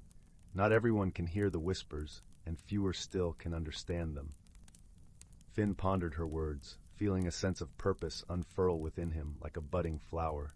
He realized that the whispers were not just sounds, they were a call to action, an invitation to explore the mysteries of the world. As they walked, Finn noticed a peculiar tree, its bark etched with intricate patterns that seemed to shimmer in the dappled light. Drawn to it, he reached out, his fingers brushing against the rough surface. Instantly, the whispers grew louder, more insistent, weaving together into a single, coherent voice. "Find the heartstone," the voice intoned, resonating deep within Finn's soul. "It holds the key to understanding." Finn pulled back, his heart racing with a mix of excitement and trepidation. "Did you hear that?" he asked Mira, his voice tinged with wonder. Mira nodded, her expression thoughtful.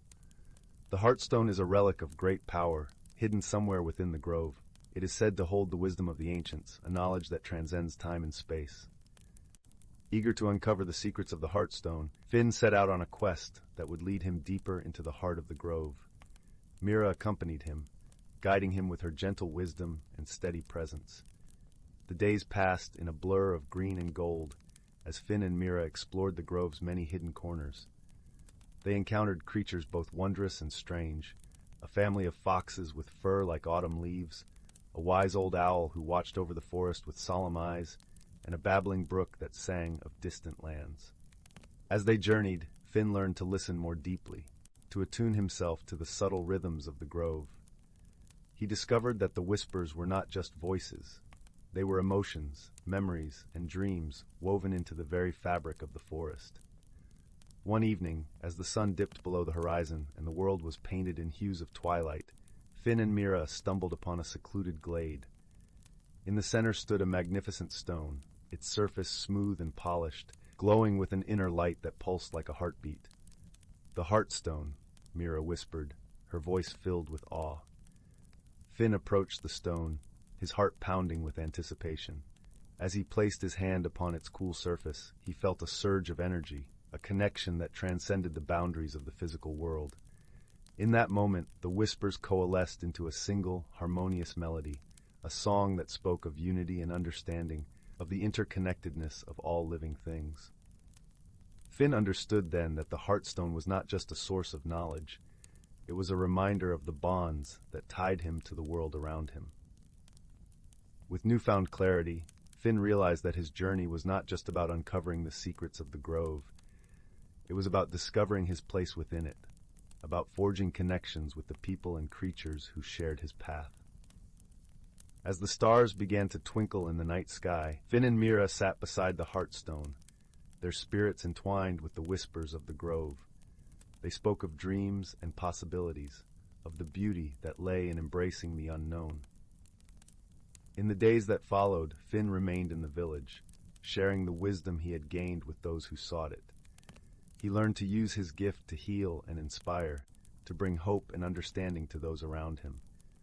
And though his journey had come to an end, Finn knew that the whispers would always be with him, guiding him as he continued to explore the wonders of the world.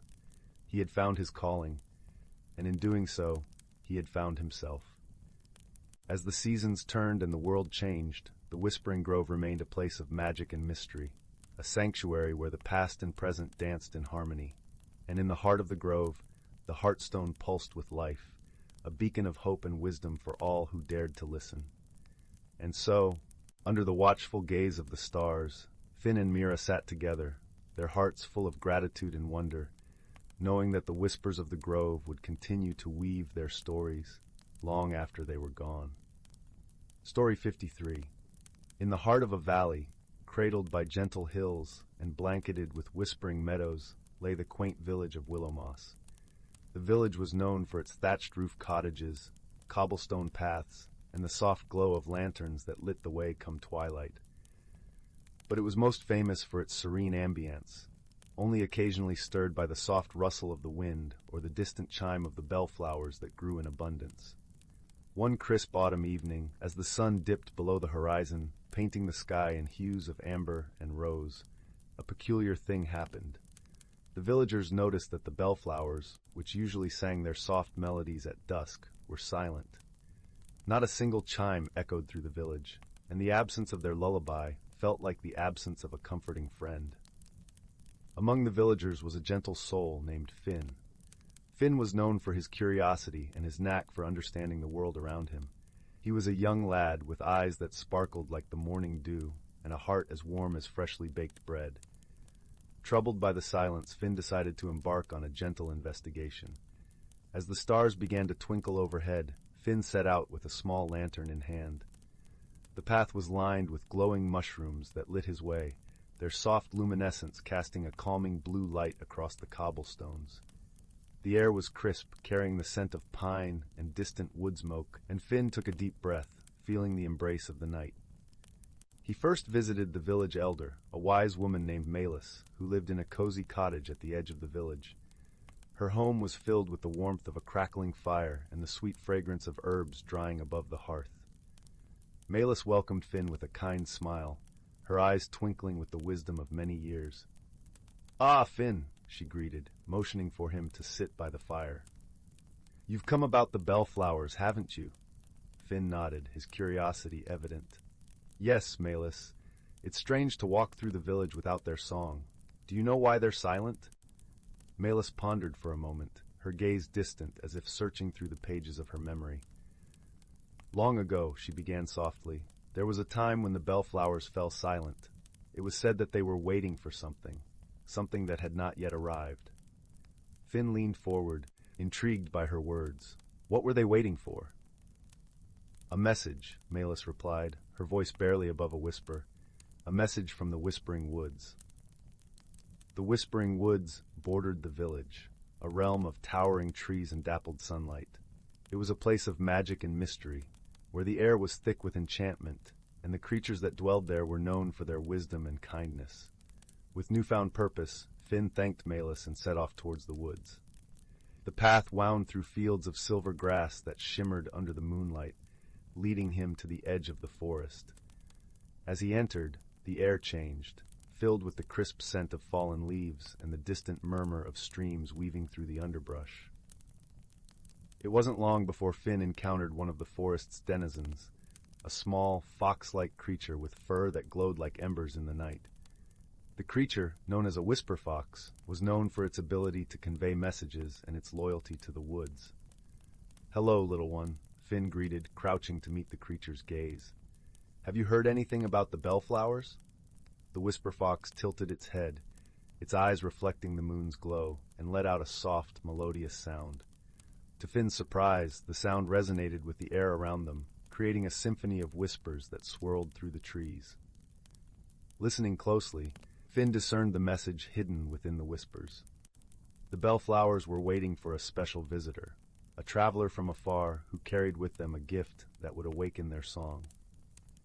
Thanking the whisper fox for its help, Finn made his way deeper into the forest, guided by the whispers that now seemed to echo from every leaf and branch. As he walked, he thought of the traveler, the mysterious figure whose arrival would restore the melody of the bellflowers. Hours passed, and the forest seemed to hold its breath, waiting. Then, as dawn painted the sky with gentle strokes of light, Finn stumbled upon a clearing. There, seated upon a fallen log, was a figure cloaked in a robe of starlight. The traveler looked up, eyes twinkling with the warmth of 1,000 campfires, and smiled at Finn. "You must be the one who follows the whispers," they said, their voice as soothing as a lullaby. Finn nodded, captivated by the traveler's presence. "The bellflowers are silent," he explained. "The village awaits their song." The traveler reached into their cloak and drew out a small wooden instrument, a flute carved from the heart of an ancient tree. "This is the gift they await," the traveler explained, holding the flute out to Finn. "An instrument that carries the melody of the stars." Taking the flute, Finn marveled at its craftsmanship, feeling the weight of its importance. "Will you play it for them?" he asked, his voice filled with hope. The travelers shook their head gently. "No, young Finn, it is not I who must play, but you, for the melody will only awaken through the heart of one who truly listens." With a heart full of wonder, Finn accepted the flute and began the journey back to Willowmoss. As he walked, he listened to the forest, allowing its whispers to guide his fingers across the flute's smooth surface. By the time he reached the village, the sun had risen, casting golden light upon the rooftops and the silent bellflowers. The villagers gathered, drawn by the promise of the flute's song, their breaths held in anticipation. Standing amidst the bellflowers, Finn lifted the flute to his lips and began to play. The melody that flowed forth was unlike any the village had heard before. Gentle and pure, it wove through the air like a tender breeze, coaxing the bellflowers to join in harmony. As the last note faded into the morning light, the bellflowers chimed once more, their song resonating with the flute's melody, filling the village with a sense of peace and belonging.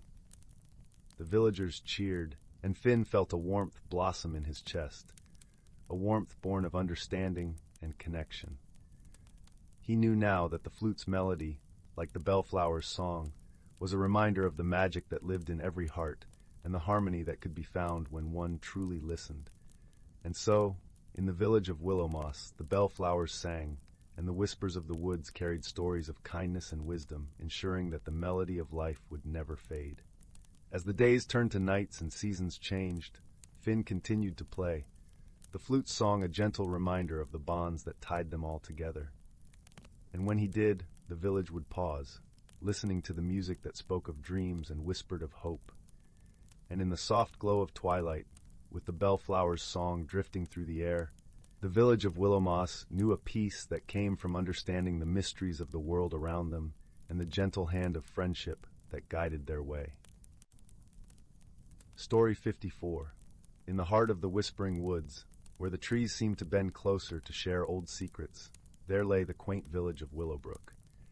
The village was nestled between rolling hills dressed in emerald green and a babbling brook that sang its cheerful tune as it danced over smooth stones. In this serene place, a peculiar event began to unfold. Each morning, villagers awoke to find their garden paths rearranged, flower beds swapped, and even their garden gnomes mysteriously relocated. At first, the villagers chuckled, thinking it a playful trick of the woodland sprites that were known to inhabit the area. However, as the days wore on, the changes grew more elaborate, and the villagers began to worry. One evening, as the sun dipped below the horizon and the sky turned a soft lavender, young Finn, a curious and kind-hearted boy with eyes as blue as cornflowers, gazed out from his cozy attic window. He loved the village dearly and couldn't bear to see his neighbors troubled. Finn decided that he would solve this mystery. The next morning, with a gentle breeze rustling the leaves, Finn set off on his quest. He wore his favorite woolen cloak, soft and warm, and carried a small satchel filled with a notebook, a pencil, and a few crisp apples, his favorite snack. As he wandered through the village, he carefully observed the changes. The cobblestone paths now twisted like ribbons, and the tulips and daisies stood in new formations, creating beautiful patterns that seemed to tell a silent story. Finn's first stop was the cottage of Granny Hazel, the village's wise elder, who was known for her vast knowledge of the woods and its magical inhabitants. Her home, covered in climbing ivy, was always filled with the comforting scent of lavender and freshly baked bread. As Finn entered, he was greeted with a warm hug and a cup of steaming chamomile tea. "Ah, Finn," Granny Hazel said, her eyes twinkling with wisdom. "You seek the answer to our little mystery, do you?" Finn nodded eagerly. "Yes, Granny Hazel, I want to help the village." Granny Hazel chuckled softly and motioned for Finn to sit by the crackling fireplace. "In the Whispering Woods," she began, "there lives a creature both clever and whimsical, the Tangle-Wisp. It's said that they love to rearrange things, not out of mischief, but to create beauty and harmony." Finn listened intently, nibbling on one of his apples. "But why now? Why would the Tangle-Wisp start rearranging our gardens?" Granny Hazel smiled gently. "Perhaps they wish to share their art with us, or perhaps they seek something they cannot find in the woods." With this new understanding, Finn thanked Granny Hazel and decided to venture into the woods. The sun filtered through the canopy, casting dappled shadows on the forest floor. The air was filled with the earthy scent of moss and the sweet melody of birdsong. As Finn walked deeper into the woods, he paused to admire the intricate patterns of fallen leaves, which seemed to echo the changes in the village gardens. He remembered Granny Hazel's words about the Tangle-Wisp's love for beauty and harmony. Just then, a soft chiming sound caught Finn's attention. It was like the tinkling of tiny bells, and it led him to a clearing where the light danced in golden pools. There, amidst the ferns and wildflowers, Finn saw them, tiny, glowing creatures fluttering about, each with wings that shimmered like the morning dew. The Tangle-Wisps. They were as delicate as petals and radiated a gentle, warm light. Finn watched, captivated, as they worked together, weaving the grasses and arranging the stones in mesmerizing patterns. "Hello," Finn called softly, not wanting to startle them. His voice was gentle like the breeze that rustled through the leaves. The Tangle-Wisps paused in their work, a few of them hovering closer, their eyes curious and bright. Finn felt a sense of calm wash over him, as if the forest itself was embracing him. "I see the beautiful patterns you've been creating in our village," Finn said with a smile. "But the villagers are puzzled and a little worried. Can you tell me why you've come?" A particularly bold Tangle-Wisp flitted forward, its voice like the softest whisper. "We seek the song of the brook," it said. "Long have we heard its melody, but it grows faint. We thought perhaps to find its source within your village to restore its music and ours." Finn understood now. The brook, the lifeblood of the village and woods, had been their muse. With the brook's melody fading, the Tangle-Wisps had turned to the village for inspiration, hoping to rekindle their creative spirit. "Perhaps I can help," Finn offered. "Let's follow the brook together and see what we can find." With a chorus of gentle chimes, the Tangle-Wisps agreed, and together they followed the winding path of the brook back to the heart of the village. The sun was setting, painting the sky with strokes of pink and gold as they arrived at the source, a small pond surrounded by weeping willows. Finn noticed immediately that the pond's water level was low, its usual babble reduced to a mere trickle. He knelt by the water's edge, observing the stones and reeds. "There must be something blocking the flow," he mused. Under the soft glow of the Tangle-Wisp's light, Finn spotted a cluster of twigs and leaves that had gathered at the pond's inlet. With careful hands, he began to clear away the debris, feeling the cool water rush past his fingers as he worked. As the blockage was removed, the brook's melody returned, first as a gentle whisper, then growing into a joyful song that filled the air. The Tangle-Wisps danced with delight, their wings shimmering in the twilight. The villagers, hearing the brook's restored music, emerged from their homes to see what had happened. They watched in awe as the Tangle-Wisps flitted about, their light casting a magical glow over the village. With the mystery solved and harmony restored, Finn felt a warm satisfaction blossom in his heart. The villagers, now understanding the Tangle-Wisp's intentions, welcomed them with open arms, admiring the enchanting new patterns in their gardens. As night fell and the stars twinkled above, the Tangle-Wisps returned to the woods, their spirits lifted by the brook's song. Finn, feeling a deep sense of peace, returned home to his attic window, where he watched the village bathed in moonlight. And so, the village of Willowbrook continued to thrive, its gardens a testament to the beauty of friendship and understanding. Finn, with his gentle heart and curious mind, had not only solved the mystery, but had also forged a bond between the villagers and the magical creatures of the Whispering Woods. With a contented sigh, Finn snuggled under his covers, the soothing sound of the brook lulling him to sleep. As he drifted into dreams, he knew that no matter the mystery, there was always a way to find harmony, with a little kindness and a lot of heart. Story 55. Once upon a time, in a cozy little town nestled between rolling hills, there lived a young girl named Lily. She had a heart full of curiosity and a mind that always searched for the extraordinary in the ordinary. One crisp autumn day, Lily was rummaging through her grandmother's attic, a place filled with dusty trinkets and forgotten treasures. As she ran her fingers along the spines of old books, something caught her eye. A tarnished silver key, half hidden beneath a pile of papers. Lily picked it up, captivated by its intricate designs and the way it seemed to glimmer in the soft light. Little did she know, this unassuming key held a magical secret that would change her life forever. As soon as her fingers curled around the key, a warmth spread through her body, and she felt a tingling sensation in her fingertips. Suddenly, the attic door swung open, revealing a swirling vortex of colors and shapes that seemed to beckon her forward. Without a moment's hesitation, Lily stepped through the doorway, her heart racing with excitement and curiosity. She found herself in a wondrous realm, where the trees were made of sparkling gemstones, and the skies danced with ribbons of iridescent light. As she wandered through this enchanted world, she encountered a wise old owl perched atop a crystalline branch. "Welcome, young one," the owl hooted, its eyes twinkling with kindness. "You have stumbled upon the realm of imagination, a place where dreams and stories come to life." Lily listened, entranced, as the owl explained that the key she held was a powerful talisman, capable of unlocking the doors to countless realms and adventures. However, with this power came a great responsibility, to use her imagination to help those in need and to overcome the challenges that lay ahead. With the owl's guidance, Lily embarked on a journey through the realm of imagination, meeting a diverse cast of characters along the way. There was Pip, a mischievous pixie with a knack for finding trouble, and Willow, a gentle forest sprite who spoke the language of the trees. Together they faced a series of trials, each one testing their wit, courage, and creativity. In one realm, they had to solve a complex riddle to unlock a hidden pathway. In another, they had to weave a tapestry of dreams to calm a raging storm. Through these challenges, Lily learned invaluable lessons about friendship, perseverance, and the power of her own imagination.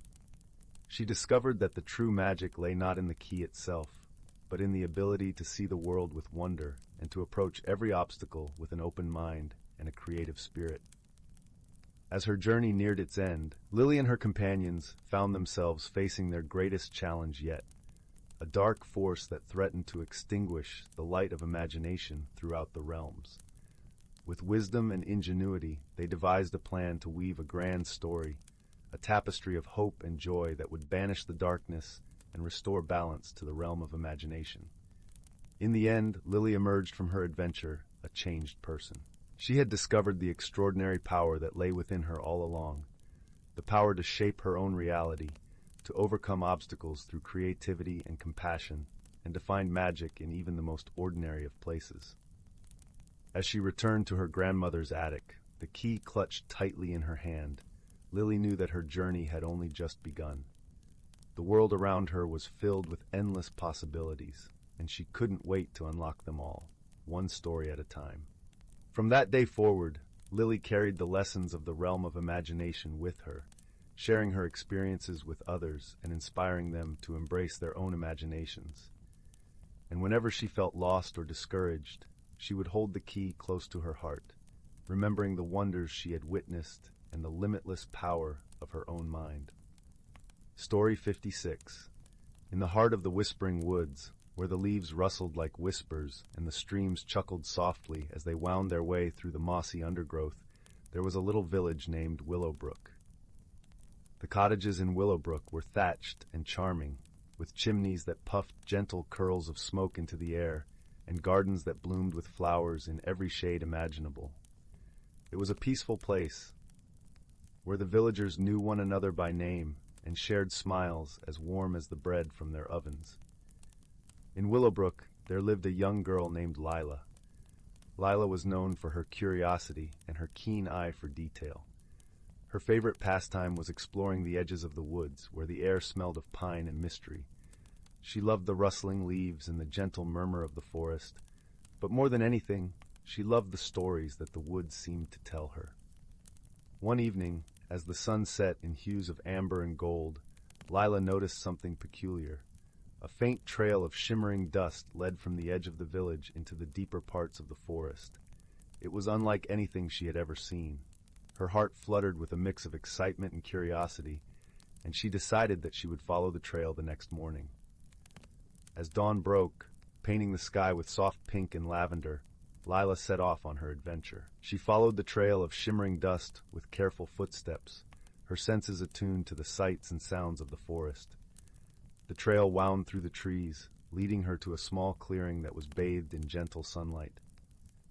In the center of the clearing stood an ancient oak tree, its gnarled branches stretching towards the sky. Sitting beneath the oak was a creature unlike any Lila had ever seen. It was a small, fluffy creature with fur that glimmered like the dust she had followed. Its eyes were bright and curious, and it wore a small, endearing smile. As Lila approached, the creature greeted her with a soft, musical hum. "Hello there," Lila said gently, kneeling down to be at eye level with the creature. "I'm Lila. What's your name?" The creature tilted its head and responded with a series of melodic notes that seemed to carry the sound of wind chimes in a gentle breeze. Lila giggled, understanding that, while she might not grasp its language fully, the creature meant her no harm. "I followed this trail of shimmering dust," Lila explained, gesturing to the path she had taken. "Did you leave it?" The creature nodded, its eyes twinkling with a hint of mischief. It then pointed towards a small, hollow space at the base of the oak tree. Lila leaned closer and saw what looked like a tiny, intricately carved door.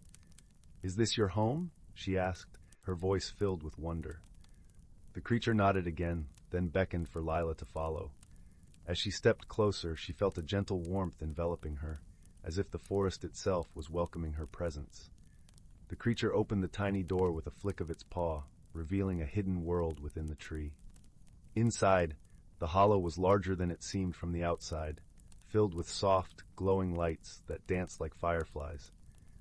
The walls were lined with tiny shelves, each holding curious trinkets and treasures, a pebble with a swirling pattern, a feather that shimmered with rainbow hues, and a small vial filled with the same shimmering dust. "I've never seen anything like this," Lila whispered, her eyes wide with amazement. The creature gestured for her to take a seat on a cushion of moss. As she sat, it began to hum again, this time weaving a story with its notes. Lila listened intently, piecing together the tale of a forgotten path and an ancient magic that once connected the whispering woods to the village of Willowbrook. The creature explained, through its song, that the shimmering dust was part of a protective magic that shielded the village, ensuring peaceful nights and bountiful days. However, the path had been forgotten over time, and the magic had started to wane, causing subtle changes in the village: milk that soured too soon, gardens that didn't bloom as brightly. Understanding the significance, Lila felt a surge of determination. She realized that if she could help restore the forgotten path, the village would thrive once more. She thanked the creature for sharing its secret and vowed to return with a plan. The next few days saw Lila busy with preparations. She gathered villagers who were known for their skills in carpentry and weaving, explaining the tale she had learned. Together, they crafted a plan to restore the path with markers that would guide the shimmering dust back to the village. As word of the project spread, more villagers joined, bringing their own talents and ideas. Some brought colorful stones to line the path, while others crafted wind chimes that would hang from the trees, carrying melodies through the woods. Even the village baker contributed by providing warm pastries and bread for the workers. With each day, the path took shape, a glowing ribbon weaving through the forest. The creature from the oak tree watched with delight, its presence a constant reminder of the magic that flowed through the whispering woods. Finally, the day came when the path was complete. As the last stone was laid and the final chime hung, a sense of peace settled over Willowbrook. That evening, as the sun dipped below the horizon, the village gathered to celebrate. Lila stood at the edge of the village, watching as the shimmering dust began to dance along the path, its glow illuminating the way. The creature appeared beside her, offering a gentle nod of gratitude. Lila smiled, feeling a warmth in her heart that matched the glow on the path. From that day forward, Willowbrook flourished. The gardens bloomed with vibrant colors, the air was filled with sweet melodies, and the villagers lived in harmony with the magic of the whispering woods. Lila often visited the creature beneath the ancient oak, each time learning more about the wonders of the world and the magic of friendship. As the stars twinkled above, Lila knew that the village would always be protected, bound by the unseen threads of kindness and community.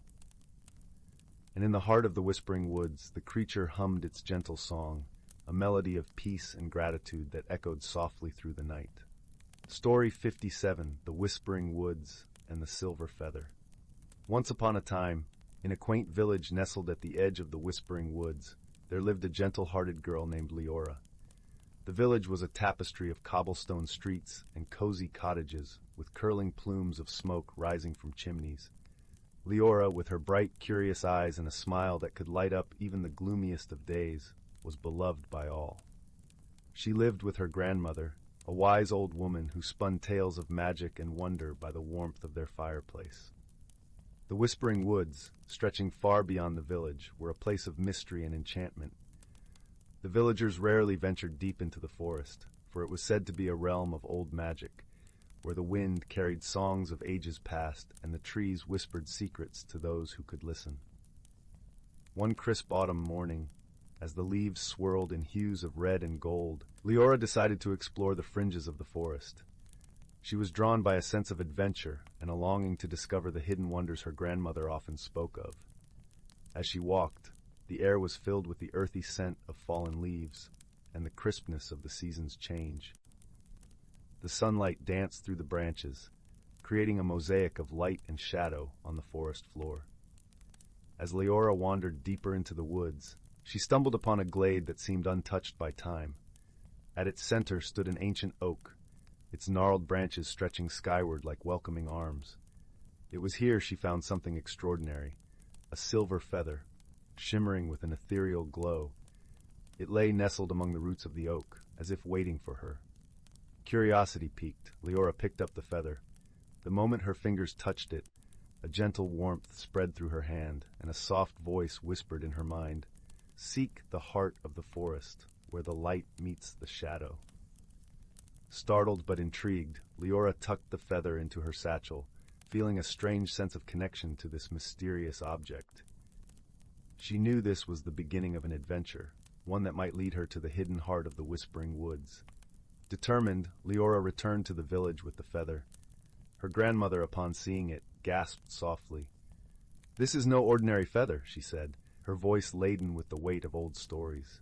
"It is said to be a gift from the forest spirits, granting those pure of heart the ability to hear the true whispers of the woods." Leora's eyes widened with wonder. "What should I do, grandmother?" "Listen," her grandmother advised. "The feather has chosen you for a reason. Follow its guidance, and you may uncover the forest's secrets." That night, as the fire crackled and cast a warm glow in their cottage, Leora held the feather close. She closed her eyes and listened to the whispers that seemed to drift through her dreams. Among the murmurs, she discerned a message, a call to journey deeper into the forest, to seek the place where the light met the shadow. With the dawn of a new day, Leora set out on her quest, the silver feather safely tucked in her satchel. The path through the woods was both familiar and strange, with every rustling leaf and distant bird call echoing with a sense of anticipation. As she journeyed deeper, the forest unfolded before her like a living tapestry, each tree and brook a thread in the intricate weave of nature. Along the way, Leora encountered a fox with a coat as fiery as the autumn leaves. The fox watched her with intelligent eyes, and to her surprise, it began to speak. "You carry the feather of the forest spirits," it said, its voice like the rustle of leaves. "I am Phelan, guardian of these woods. Will you share your purpose with me?" Leora, though surprised, felt a kinship with the fox. She explained her quest to find the heart of the forest, guided by the feather's whispers. Phelan nodded thoughtfully. "The heart of the forest is a place of great magic and wisdom. But beware, for it is protected by trials that test the spirit and the heart." With Phelan as her guide, Leora ventured further into the woods. The path became more challenging, with tangled roots and thick underbrush. Yet, with each step, her resolve grew stronger, bolstered by the presence of her newfound friend. Together, they reached a clearing where sunlight and shadow danced in perfect harmony. At its center stood a stone archway, entwined with vines and flowers that bloomed with an otherworldly glow. It was a gateway, leading to the heart of the forest. As Leora stepped through the archway, the world shifted. She found herself in a realm where time seemed to stand still, and the air thrummed with magic. The trees here were ancient, their leaves whispering secrets in a language only the heart could understand. In the heart of this enchanted grove stood a pool of crystal-clear water. Its surface mirrored the sky, reflecting the stars even in daylight. Leora felt drawn to it, sensing that the answers she sought lay within its depths. As she approached, the silver feather in her satchel began to glow, its light mingling with that of the pool. Kneeling by the water's edge, Leora gazed into the depths and saw visions of the past and the future, woven together in a tapestry of light. She saw the village she loved, nestled safely by the edge of the forest. She saw her grandmother, with her wise eyes and gentle smile. She saw herself, standing at the crossroads of choices yet to be made. And then she saw something else, a shadow creeping at the edges of the forest, a darkness that threatened to encroach upon the light. The whispers of the forest grew urgent, urging her to act. Understanding dawned upon Leora. The heart of the forest was not just a place of magic, it was a guardian of balance. The silver feather had chosen her to protect this balance, to ensure that the light and shadow remained in harmony. With newfound resolve, Leora turned to Phelan. "We must protect the forest from the darkness," she declared. "The balance must be preserved." Phelan nodded, his eyes gleaming with approval. "You have chosen wisely, Leora. The forest spirits have placed their trust in you." Together, they devised a plan to strengthen the forest's defenses, calling upon the magic of the trees and the wisdom of the earth. Leora, guided by the feather's whispers, wove spells of light and protection. ensuring that the heart of the forest remained a sanctuary for all who sought its wisdom. As the days passed, the forest thrived under their care. The darkness at its edges receded, repelled by the strength of their friendship and the magic of the silver feather.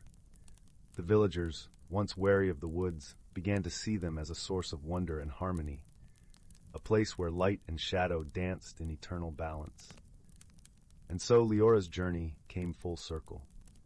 She returned to the village not just as the girl who had ventured into the woods, but as a guardian of the forest's secrets, a protector of the magic that whispered through the leaves. On quiet nights, as she sat by the fireplace with her grandmother, Leora would listen to the whispers of the silver feather, knowing that she was part of a story that stretched beyond time. She had found her place in the tapestry of life, woven with threads of courage, friendship, and the timeless magic of the whispering woods. And as the fire crackled softly, casting its warm glow, Leora knew that the heart of the forest would forever beat in harmony, a testament to the power of wisdom and friendship, and the gentle magic that bound them all. Story 58. Once upon a time, in a cozy little village nestled between rolling meadows and ancient forests, there lived a young girl named Lily. She was a curious soul with a heart full of dreams and a spirit that yearned for adventure. One crisp autumn morning, as Lily walked along the familiar path that led through the woods, she noticed something peculiar, a shimmering veil of mist hovering between the trees. Intrigued, she stepped closer, and to her surprise, the mist parted, revealing a hidden trail she had never seen before. Lily's heart fluttered with excitement, and without a moment's hesitation, she ventured forth, following the winding path deeper into the unknown. The further she went, the more enchanting her surroundings became. Towering trees with bark that shimmered like jewels cast dappled shadows on the mossy ground, and the air was filled with the sweet scent of wildflowers she had never seen before. As she rounded a bend in the trail, Lily caught a glimpse of something extraordinary, a tiny creature with gossamer wings and a glowing aura, flitting from blossom to blossom. She gasped in wonder, and the little fairy looked up, its eyes twinkling with mischief. With a melodic laugh, it beckoned Lily to follow, and she found herself chasing after the elusive creature, her curiosity piqued. The fairy led Lily through a labyrinth of twisting vines and vibrant mushrooms, each more wondrous than the last. At one point, Lily found herself wading through a shallow stream, its waters shimmering with every color of the rainbow. On the bank, a family of playful otters splashed and frolicked, their joyful antics bringing a smile to Lily's face. As she journeyed deeper into this enchanted realm, Lily encountered challenges that tested her courage and resilience. A thick, thorny bramble blocked her path, but with determination, she carefully navigated her way through, emerging with a newfound sense of strength. A towering cliff loomed before her, but Lily found handholds and footholds, climbing steadily until she reached the breathtaking vista above. Throughout her adventure, Lily discovered that within herself lay a wellspring of bravery and wonder. She embraced each new challenge with an open heart, and in doing so, she unlocked the magic that had been waiting inside her all along. As the sun began to set, casting a warm golden glow over the enchanted forest, Lily found herself in a clearing unlike any she had ever seen. A crystal-clear pond lay at its center, surrounded by towering willows whose branches swayed in a gentle breeze. The fairy reappeared, dancing and twirling in the fading light, and Lily knew that her journey had come full circle. With a contented sigh, she settled down beside the pond, watching as the stars began to twinkle in the velvety sky above. A profound sense of peace washed over her, and she realized that her adventure had been a reminder to never lose her sense of wonder and curiosity, for it was those very qualities that had led her to discover the magic within herself and the world around her. As Lily drifted off to sleep, cradled by the whispers of the enchanted forest, she knew that this was just the beginning of her extraordinary journey, and she couldn't wait to see what other wonders awaited her in the days to come. Story 59. Once upon a time, in the heart of a lush, sunlit forest, there lay a hidden village called Whispering Willows. This was no ordinary village, for it was home to an assortment of quirky, endearing creatures, each with their own unique traits that made them as memorable as the soft glow of fireflies that danced in the night. At the center of Whispering Willows lived a petite, cheerful hedgehog named Nibbles. Nibbles had the most magnificent collection of hats anyone had ever seen, ranging from towering top hats to snug beanies adorned with tiny bells that jingled with every step. Despite his prickly exterior, Nibbles was known for his warm heart and quick wit, always ready with a clever solution to any problem that arose. One fine morning, as the sun peeked through the canopy of emerald leaves, casting dappled shadows on the forest floor, a peculiar event occurred. The village's magical fountain, a crystal-clear spring that bubbled with joy and laughter, suddenly stopped flowing. The fountain was the heart of Whispering Willows, its magic keeping the forest vibrant and full of life. Without its sparkling waters, the village would soon lose its charm. Concerned, the villagers gathered around the fountain, their faces etched with worry. Among them was Pippin, a sprightly squirrel with a bushy tail that seemed to have a mind of its own. Pippin was known for his boundless energy and knack for finding hidden treasures. He scampered up to Nibbles, his eyes wide with curiosity. "What do we do now, Nibbles?" he asked, his tail twitching anxiously. Nibbles pondered for a moment, his mind whirring beneath a particularly jaunty feathered hat. "We must investigate the source of the fountain's magic," he declared with a determined nod, "and I believe the answer lies within the Enchanted Glade."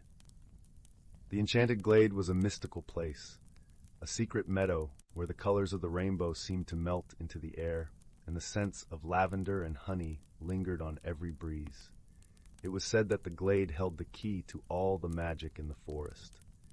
With a sense of adventure, Nibbles and Pippin set off, joined by their dear friend Luna, a wise and gentle rabbit with ears as long as her kindness was deep.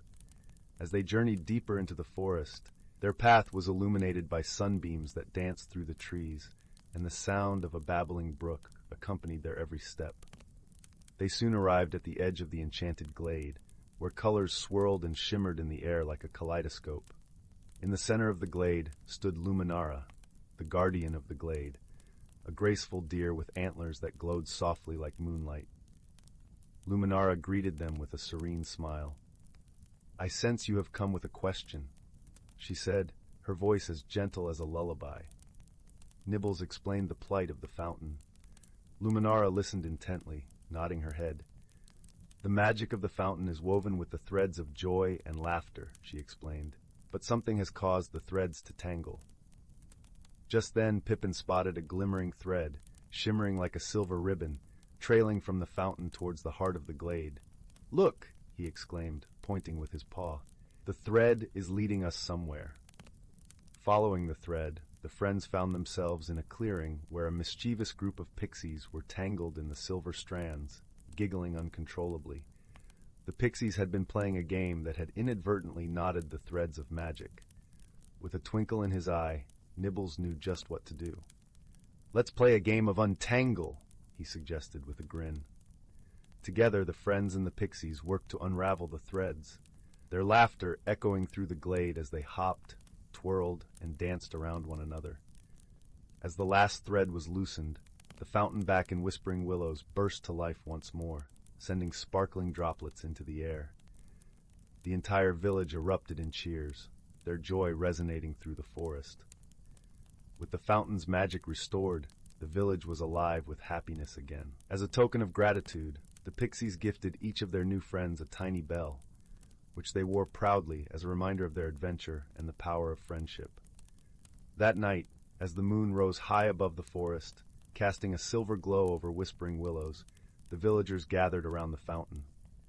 The gentle sound of the water, mingled with soft melodies sung by the night creatures, creating a symphony of peace that lulled everyone into a restful slumber.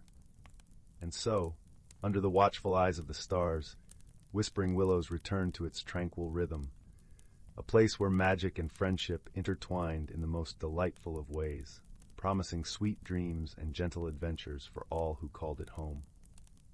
Story 61. In a universe vast and woven with stars like a tapestry of twinkling lights, there lay a small, verdant planet known as Luminara Prime. This planet was famous throughout the cosmos for its lush emerald forests and skies that shimmered with perpetual twilight. It was here, amidst the gentle rustling of silken leaves, that an unlikely friendship was destined to unfold. Aboard a sleek spacecraft that glinted like polished silver in the starlight, a young traveler named Ziriel was making his way to Luminara Prime. Ziriel hailed from the arid, sun-scorched world of Solara, where the shifting sands sang with the wind, and the golden sun blazed fiercely in the sky. His people, the Solarians, were known for their wisdom and their ability to harness the power of the sun, embodying warmth and resilience. As the ship descended through Luminara's atmosphere, Ziriel marveled at the sight of sprawling forests and rivers that glowed with a soft luminescence. He was here on a mission of peace, sent to learn and share knowledge with the people of Luminara Prime. However, little did he know, his journey would lead him to forge a bond that would transcend the stars themselves. On the surface of Luminara Prime, nestled in a tranquil glade where the air was filled with the sweet fragrance of blooming starflowers, lived a gentle creature named Leora. Leora was a luminarian, a species known for their deep connection to nature and their shimmering, translucent wings that caught the faintest glint of light. Her kind, shimmering eyes and melodious voice were as soothing as the gentle rains that occasionally fell upon the forest.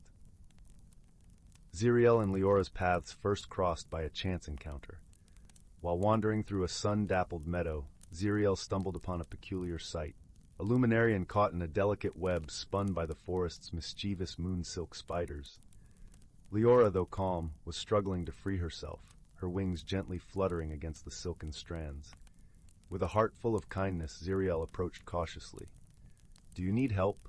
he asked, his voice carrying the warmth of his sunlit home.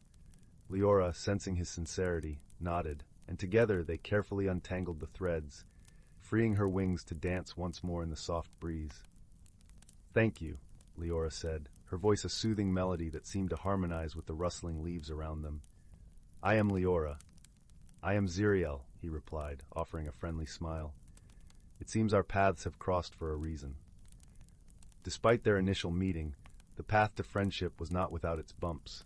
Ziriel, with his Solarian directness, sometimes found himself puzzled by Leora's gentle, roundabout way of speaking. Meanwhile, Leora, used to the quiet whispers of her forest home, was occasionally overwhelmed by Ziriel's exuberant energy and his stories of a world bathed in unrelenting sunlight. One day, while exploring the luminescent caverns that lay beneath the forest, a misunderstanding arose.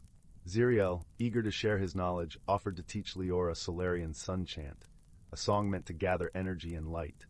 However, the chant, when sung in the echoing caverns, resonated too strongly for Leora, causing the delicate crystal formations around them to tremble and crack. Feeling embarrassed and misunderstood, Ziriel apologized profusely. "I did not mean to cause harm," he said, his voice tinged with regret. Leora, seeing his genuine remorse, placed a comforting hand on his arm. "It is all right, Ziriel. We learn together. Perhaps I can show you how to listen to the forest's song." Through this exchange, they both realized the value of patience and understanding. Ziriel learned to temper his enthusiasm with sensitivity, while Leora embraced the courage to voice her needs. Their bond grew stronger as they navigated these gentle waters of understanding. As the weeks passed, they encountered challenges that tested their newfound friendship. One afternoon, a sudden storm rolled in, darkening the skies and transforming the forest into a maze of shadow and water. The two companions found themselves lost amidst the towering trees, their path obscured by the downpour. In this moment of uncertainty, it was Leora who led the way, her intimate knowledge of the forest guiding them to a hidden glen where ancient, sheltering oaks stood like silent guardians. There, they found refuge beneath the branches, the rain a gentle symphony around them. Ziriel, in turn, used his Solarian skills to gather warmth from the dwindling light, creating a small orb of sunlit warmth that glowed between them, casting a comforting glow in the dimness. In that cozy circle of light, they shared stories and laughter, their hearts alight with the simple joy of companionship. Through each shared challenge, Ziriel and Leora discovered the true meaning of friendship, a bond that transcends differences, built on mutual respect and the willingness to grow together. They learned that misunderstandings were not barriers but stepping stones to deeper understanding, and that the greatest strength lay not in solitary resilience, but in the gentle support of a friend. As the storm subsided and the skies cleared, Ziriel and Leora emerged from their sanctuary to find the forest transformed. The rain had washed the world anew, and the air sparkled with the fragrance of fresh earth and blooming starflowers. The sky, once more aglow with the soft luminescence of Luminara's twilight, seemed to embrace them in its gentle light. Standing side by side, beneath the vast, starry expanse, Ziriel and Leora knew that their friendship was a beacon, a light that would guide them no matter where their journeys might lead. For in each other, they had found a connection that was as infinite and wondrous as the universe itself. And so, amidst the whispering leaves and the glowing rivers of Luminara Prime, their friendship flourished, a testament to the beauty of diversity, the power of understanding, and the enduring light of kindness.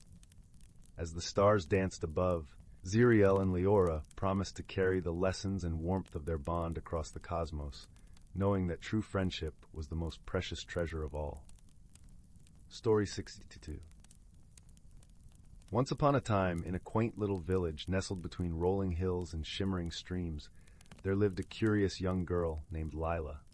Her eyes sparkled like the morning dew, and her heart brimmed with a yearning for adventure. Lila was known for her love of exploring the meadows that surrounded the village, often bringing back tales of the wondrous sights she had seen. One crisp autumn morning, as the leaves danced in hues of amber and gold, Lila set out with her woven basket, planning to gather pine cones and wildflowers. She followed a familiar path through the whispering woods, where sunlight trickled through the canopy above, casting playful shadows on the forest floor. The air was filled with the earthy scent of fallen leaves and the gentle rustle of creatures preparing for winter. As Lila wandered deeper into the woods, she noticed an unfamiliar path veering off to the right, partially hidden by a curtain of ivy. Her heart fluttered with excitement and a touch of apprehension. She had never seen this path before, and it seemed to beckon her with a promise of mysteries untold. After a moment's hesitation, Lila decided to follow the path, her footsteps light and silent on the soft carpet of moss. The forest around her grew denser, and the air turned cooler, carrying the sweet scent of honeysuckle. The path wound its way through towering trees, their branches arching overhead like a majestic cathedral. Suddenly, Lila emerged into a clearing that took her breath away. Before her lay an enchanting meadow bathed in golden sunlight. The grass was a vibrant green, dotted with flowers of every imaginable color, blushing pinks, vivid blues, and sunny yellows that swayed gently in the breeze. In the center of this meadow stood a peculiarly large and ancient oak tree, its gnarled branches stretching wide as if embracing the sky. As Lila approached the tree, she noticed tiny lights flickering among the leaves, like stars that had descended from the heavens. She gasped in wonder as she realized these were not lights but tiny, winged creatures, fairies, their delicate wings shimmering like rainbow-tinted glass. They flitted about with laughter as soft as the tinkling of wind chimes. "Welcome, dear traveler," chimed a voice as sweet as honey. Lila turned to see a fairy hovering near her shoulder, her eyes twinkling with warmth and mischief. "I am Nisa, guardian of the enchanted meadow. What brings you to our hidden haven?" Lila smiled, feeling a sense of belonging. "I was drawn here by the path I had never seen before. Your meadow is so beautiful," she replied softly, her voice filled with awe. Nisa fluttered her wings, creating a soft breeze. "It is said that only those with a true heart and a curious spirit can find this place. You must have both." As Lila explored the meadow, she met other whimsical creatures, a family of rabbits with fur as white as snow, a wise old turtle with a shell patterned like a mosaic, and even a pair of playful foxes with tails as bushy as the clouds. Each one shared stories and secrets of the meadow, their voices mingling with the gentle murmur of the brook that babbled nearby. As the sun began its descent, casting a warm, golden glow over the land, Lila realized she must return home. Her heart ached at the thought of leaving this magical place, but she knew she would carry its wonders with her always. Before she left, Nisa flew to her side once more.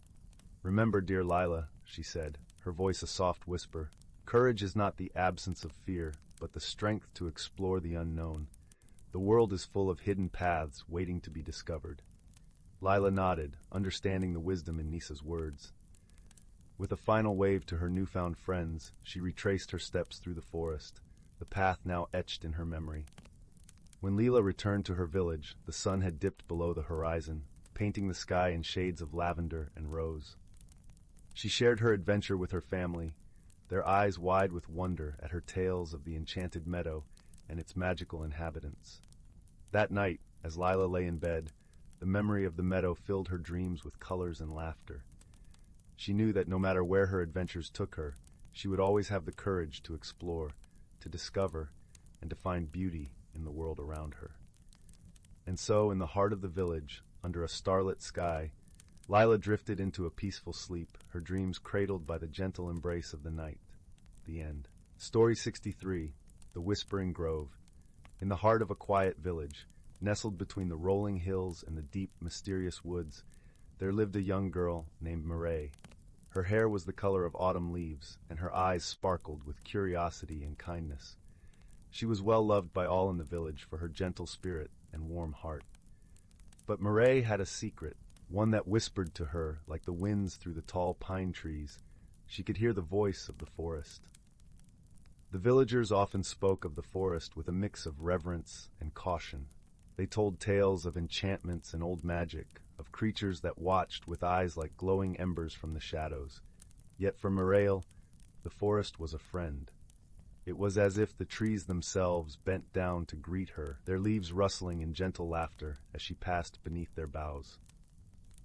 One crisp autumn morning, the sun barely peeking over the horizon, Mireille set out for one of her daily walks in the woods. The air was fresh and filled with the earthy scent of fallen leaves. As she wandered among the towering trees, she listened intently to the familiar murmurs of the forest. Today, however, the whispers seemed different, excited, almost urgent. Following the sounds, Mireille found herself at the edge of a small glade she had never seen before. In the center stood a grand oak, its branches sprawling out like welcoming arms. It was here she discovered something extraordinary. Nestled among the roots was a small, intricately carved wooden box. It seemed to shimmer with an inner light, casting a gentle glow on the ground around it. Mireille knelt down, her heart a flutter of anticipation. As she touched the box, a warmth spread through her fingers, and a soft voice filled her mind.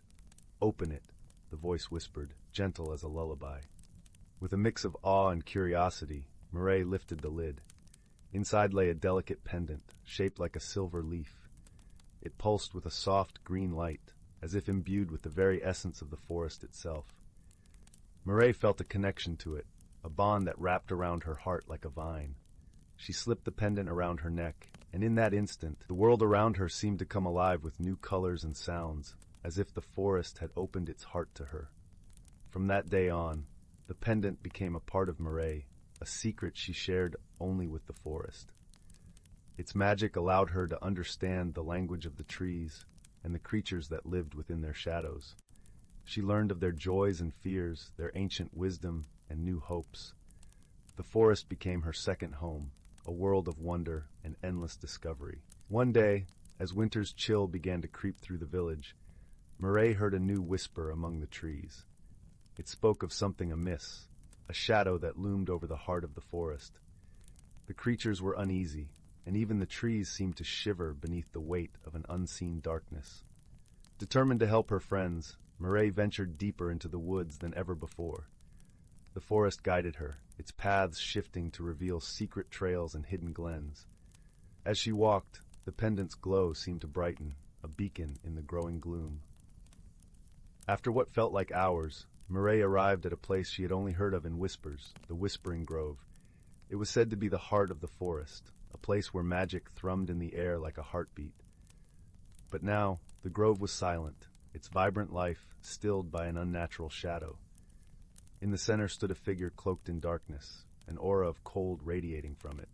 Mireille felt a shiver run down her spine, but she stood firm, the warmth of the pendant like a steady flame in her heart. "Who disturbs my rest?" the figure spoke, its voice like the crackle of ice on a frozen pond. "I am Mireille," she replied, her voice steady. "I come on behalf of the forest." The figure laughed, a sound that echoed like a winter storm. The forest, you say? What can a mere child do against the likes of me? Mireille's heart swelled with the strength of her bond with the woods. I am not alone, she said, her voice a gentle melody. The forest stands with me. At her words, the trees around the grove seemed to lean closer, their branches rustling with ancient power. The pendant around her neck flared, casting a warm green light that pushed back the shadows. The figure recoiled, its form flickering like a dying flame. What is this? It hissed, its voice losing its icy edge. This is the heart of the forest, Mireille said softly. It cannot be darkened by fear or shadow. With those words, the pendant shone brighter than ever, its light enveloping the grove. The shadows began to dissolve, retreating into the depths of the forest. The figure let out a final, anguished cry before vanishing, leaving behind only a whisper in the wind. As the light faded, the grove came alive once more. The trees stood tall, their leaves whispering in joy and relief. The creatures emerged from their hiding places, their eyes bright with gratitude. Mireille stood in the center of the grove, a sense of peace settling over her. She knew she had done something important, something that would keep the forest safe for many seasons to come.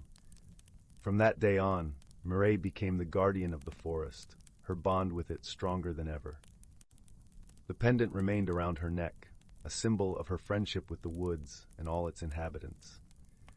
She continued to listen to the whispers, her heart open to the wonders of the world around her. And in the quiet evenings, as the sun set behind the hills and the village settled into slumber, Mireille would often sit beneath the grand oak in the glade, listening to the gentle murmur of the forest, a lullaby of leaves and wind, a promise of peace and friendship that would last a lifetime. Story 64. Once upon a time, in a quaint village nestled between rolling hills, there lived a young girl named Lily. Though she appeared ordinary, Lily possessed a most extraordinary gift, the ability to bring inanimate objects to life with just a touch of her hand. One crisp autumn evening, as Lily sat by the crackling fire, something caught her eye, an old, tarnished key lying forgotten in the corner. Drawn to its peculiar shape, she reached out and caressed its ridged surface. To her delight, the key trembled ever so slightly, as if awakening from a deep slumber. "Hello there," Lily whispered. "What wonders might you unlock?" The key seemed to hum with excitement, and Lily could sense its yearning for adventure. Without a moment's hesitation, she slipped the key into her pocket, and the two embarked on a journey into the unknown. As they wandered through the winding forest paths, Lily encountered a wise old oak tree, its branches swaying gently in the breeze. "Greetings, young one," the tree creaked. "I sense you carry a special companion." Lily nodded, retrieving the key from her pocket. "This little key longs to fulfill its purpose, but I know not where its path lies." The oak tree contemplated for a moment, its leaves rustling softly. "Ah, I see. Then you must seek the counsel of the bookkeeper, for she holds the knowledge of all forgotten things."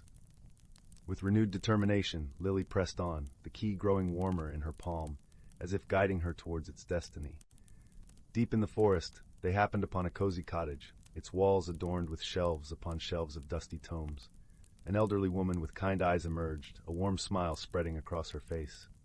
"Welcome, dear child," she greeted. "I am the bookkeeper, guardian of forgotten lore. What seek you amid these storied halls?"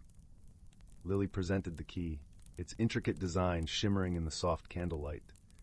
This humble key wishes to uncover its true purpose, but the path remains shrouded in mystery. The bookkeeper's eyes twinkled as she gently cradled the key in her weathered hands.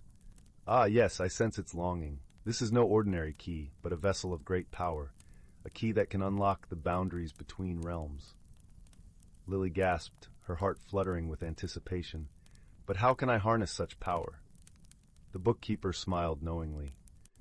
"The key's true strength lies not in force, but in wisdom and compassion. You must embark on a journey within, conquering the fears and doubts that bind you. Only then will the key's true potential be realized." With a nod of understanding, Lily clutched the key to her heart, its warmth filling her with courage. She bid farewell to the bookkeeper and the gentle oak tree, their words echoing in her mind. As she continued her journey, Lily encountered challenges that tested her resolve. Treacherous ravines, dense thickets, and shadowy specters that whispered doubts into her ear. Yet with each obstacle overcome, she felt the key's power growing stronger, resonating with her own inner strength. Finally, Lily found herself standing before an ancient, towering door, its surface etched with intricate symbols. Without hesitation, she raised the key, and as it slipped into the lock, a brilliant light engulfed her. In that moment, Lily felt a profound shift within her soul, as if a veil had been lifted, revealing the boundless potential that had always resided within. She understood at last that the true magic lay not in the key itself, but in her own courage, compassion, and unwavering belief. From that day forth, Lily embarked on countless adventures, unlocking wondrous realms and touching the lives of countless souls. And wherever her journey took her, the key remained a steadfast companion, a reminder of the extraordinary power that resides within the hearts of those who dare to seek it. Story 65. In the quaint village of Willowbrook, nestled between rolling hills and whispering woods, there stood an ancient stone bridge. It was a humble passage over a gentle stream, worn smooth by countless footsteps over the years. The bridge was known for its peculiar habit of collecting echoes, laughter, whispers, and songs carried by the wind, lingering as if the bridge itself listened and remembered. One chilly evening, as the sun dipped below the horizon and painted the sky with hues of lavender and rose, a young girl named Clara found herself wandering toward the bridge.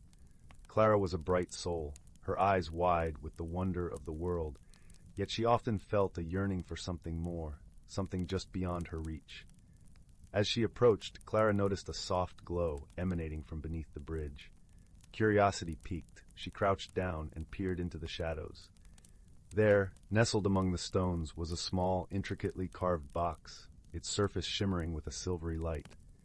Gingerly, Clara picked up the box. It was cool to the touch, yet hummed with a warmth that seemed to resonate with the beat of her heart. Without a second thought, she opened it, revealing a delicate golden compass inside. The needle spun wildly for a moment before settling, pointing not north, but toward the heart of the forest. Clara felt a tug, gentle yet insistent, guiding her to follow the compass's direction. With a deep breath, she stepped off the beaten path and into the woods, leaves crunching softly underfoot. The forest was alive with the whisper of the wind through branches and the occasional hoot of an owl. The trees stood tall and mighty, their bark rough but welcoming, and the air was filled with the earthy scent of moss and fallen leaves. As Clara ventured deeper, she noticed the forest seemed to change subtly around her. The light grew softer, and the sounds became a soothing symphony of nature's lullaby. It wasn't long before Clara encountered her first helper, a sprightly squirrel with fur the color of chestnuts and eyes that twinkled with mischief. The squirrel scurried down from its perch, chattering excitedly. Clara couldn't help but smile at its antics. "Hello, little one," she greeted warmly, her voice gentle as the stream that ran beneath the bridge. "Do you know where this compass is leading me?" The squirrel paused, tilting its head as if considering her question. Then, with a swift flick of its bushy tail, it darted off into the underbrush. Clara followed, her heart light with the thrill of adventure. As they journeyed, Clara met more helpers. A wise old owl perched solemnly in the branches, whose hoots seemed to offer advice, and a family of rabbits who guided her through a maze of brambles with their soft, thumping feet. Each creature contributed their unique wisdom, enriching Clara's journey with friendship and guidance. The compass continued to direct them deeper into the forest until they arrived at a secluded glen where the moonlight danced upon a pond as still as glass. In the center stood a large, ancient tree, its branches stretching toward the stars. The tree exuded a presence both powerful and gentle, as if it held the secrets of the world within its gnarled bark. The squirrel chattered once more, nudging Clara forward. As she approached, she noticed a small hollow in the tree's trunk. Inside, nestled like a precious gem, was a simple, yet radiant acorn. Clara understood instinctively that this was the heart of her journey. Kneeling before the tree, she took the acorn in her hands. It was warm and pulsed with a gentle light. She closed her eyes, allowing the warmth to wash over her, and in that moment, she understood the truth the forest had guided her to discover. The acorn, though small, held within it the potential for growth and transformation. It was a reminder that even the most ordinary beginnings could lead to extraordinary outcomes. Clara realized that her own life, with its dreams and aspirations, was like this acorn, filled with promise and possibility. With this newfound wisdom, Clara returned the acorn to its resting place within the tree. She felt a sense of peace and fulfillment, as though the forest itself had bestowed its blessing upon her. As she retraced her steps back to the village, the compass now pointed confidently toward home. Her heart felt lighter, buoyed by the knowledge that she carried within her the seeds of her own destiny. Clara emerged from the woods just as the first light of dawn painted the sky with shades of gold and pink. The village of Willowbrook lay before her, familiar and welcoming, yet somehow new and full of promise. She returned the compass to the box beneath the bridge, knowing that it would guide another seeker when the time was right. With a grateful heart, Clara made her way home, her spirit enriched by the journey and the gentle wisdom of the forest. And as she lay down to sleep that night, the echoes of the bridge whispered softly in the wind, carrying the tale of her journey to those who would listen. Clara drifted off with a smile, cradled by the warmth of the village she loved, the promise of tomorrow bright in her dreams. Story 66. Once upon a time, nestled in the heart of the Whispering Woods, there was a quaint little village named Willowbrook. The village was a tapestry of cobblestone paths and wooden cottages, their chimneys puffing wisps of smoke that danced into the sky. The air was always filled with the scent of pine and the distant murmur of the babbling brook that wound its way through the town, lending a soothing melody to the ears of its residents. In this village lived a young woman named Leora. Leora had hair the color of autumn leaves and eyes as gentle as a rain-washed meadow. She was known for her gentle spirit and a heart as kind as the morning sun. But despite the warmth she shared with others, Leora often found herself struggling with the winds of change that seemed to blow through her life. She feared the unknown and found comfort in the familiar rhythms of her daily routine. Every morning, Leora would stroll to the marketplace, her wicker basket swinging beside her, filled with freshly baked bread and sweet honey from the village's hives. She would greet the villagers with a soft smile and a nod, her heart dancing to the familiar tunes of their exchanges. Yet, deep inside, she felt a quiet longing, a whisper of something more that she could not quite grasp. One crisp autumn afternoon, Leora decided to wander beyond the edges of Willowbrook, her feet carrying her towards the heart of the Whispering Woods.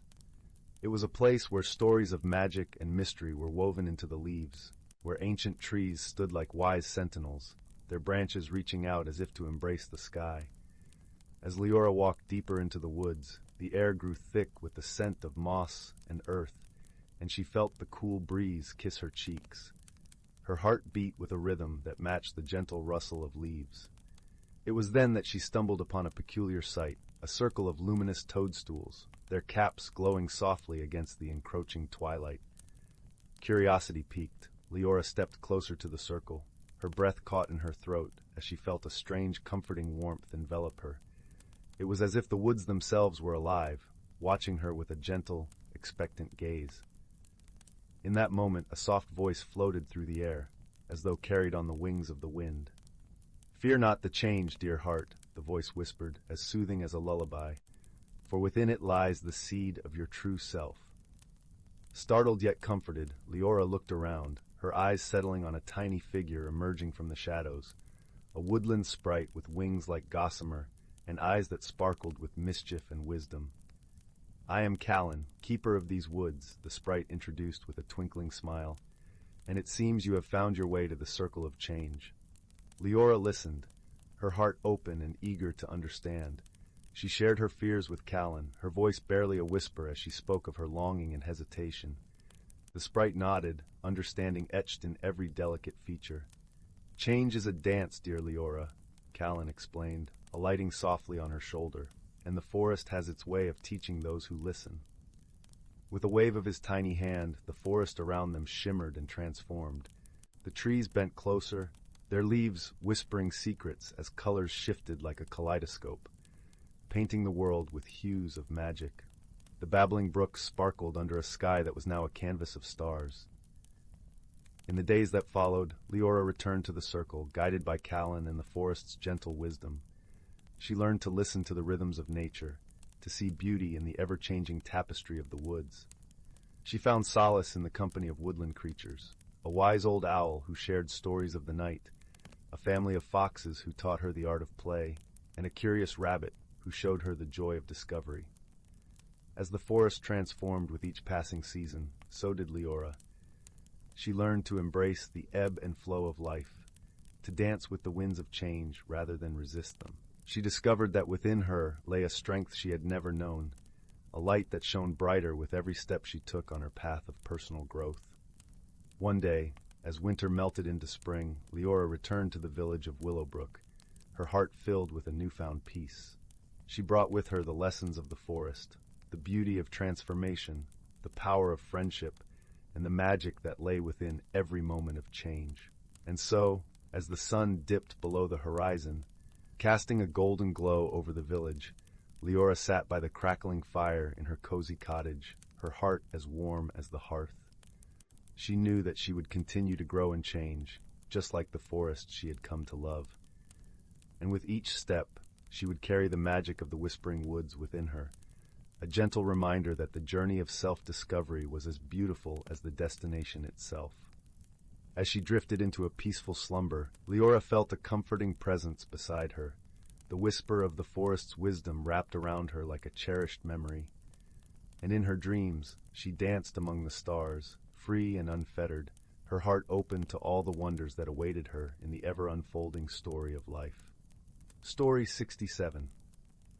Once upon a time, in the quaint magical village of Willowbrook, nestled amidst rolling hills and shadowed by the whispering wisteria woods, there lived a young girl named Luna. Her hair was the color of ripened wheat, and her eyes sparkled like the stars that danced above the sleepy village each night. Willowbrook was a place where magic flowed as freely as the babbling brook that wound through the town, and the villagers lived in harmony with the enchantments that surrounded them. Luna's days were filled with the simple joys of village life, helping her grandmother tend to their herb garden, listening to the stories spun by the elder villagers, and exploring the woods with her best friend, a clever fox named Finn. Finn was not an ordinary fox. His fur glimmered with a silvery sheen, and he had an uncanny knack for solving puzzles and riddles. One crisp autumn morning, as the leaves painted the village in shades of gold and amber, Luna noticed something peculiar. The usually vibrant flowers in the central square had lost their color overnight. The blooms, once a riot of reds, blues, and yellows, now stood pale and ghostly. The villagers, puzzled and a bit worried, gathered around to discuss this strange occurrence. "I've never seen such a thing," murmured Old Man Thistle, the village baker, his round spectacles perched precariously on his nose.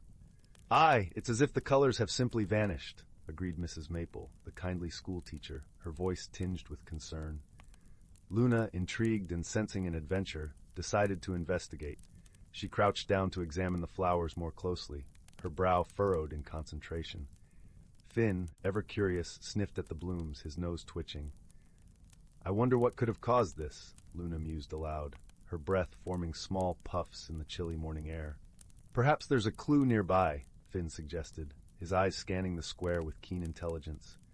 Together, they began to search the area, their footsteps crunching softly against the cobblestones.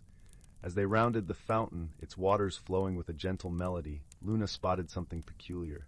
Tiny, iridescent footprints leading away from the flower bed and into the woods. "Look, Finn," she exclaimed, pointing to the shimmering trail. The fox nodded, his eyes narrowing thoughtfully. "These prints are not of any creature I've seen before. Let's follow them. They might lead us to the answer." With excitement tingling in their veins, Luna and Finn ventured into the wisteria woods, the footprints guiding them deeper into the heart of the forest.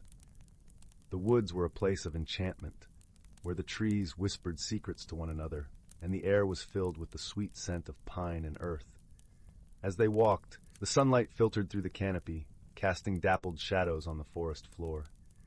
Birds chirped softly in the branches above, and the gentle rustle of leaves accompanied their journey. Eventually, the trail led them to a small clearing, where a quaint moss-covered cottage stood. Smoke curled lazily from the chimney, and the windows glowed with a warm, inviting light. Luna and Finn exchanged curious glances before approaching the door, which creaked open as if by its own accord. Inside, the cottage was cozy and inviting. Shelves lined with jars of mysterious ingredients and well-worn books covered the walls. In the center of the room sat a figure, bent over a bubbling cauldron.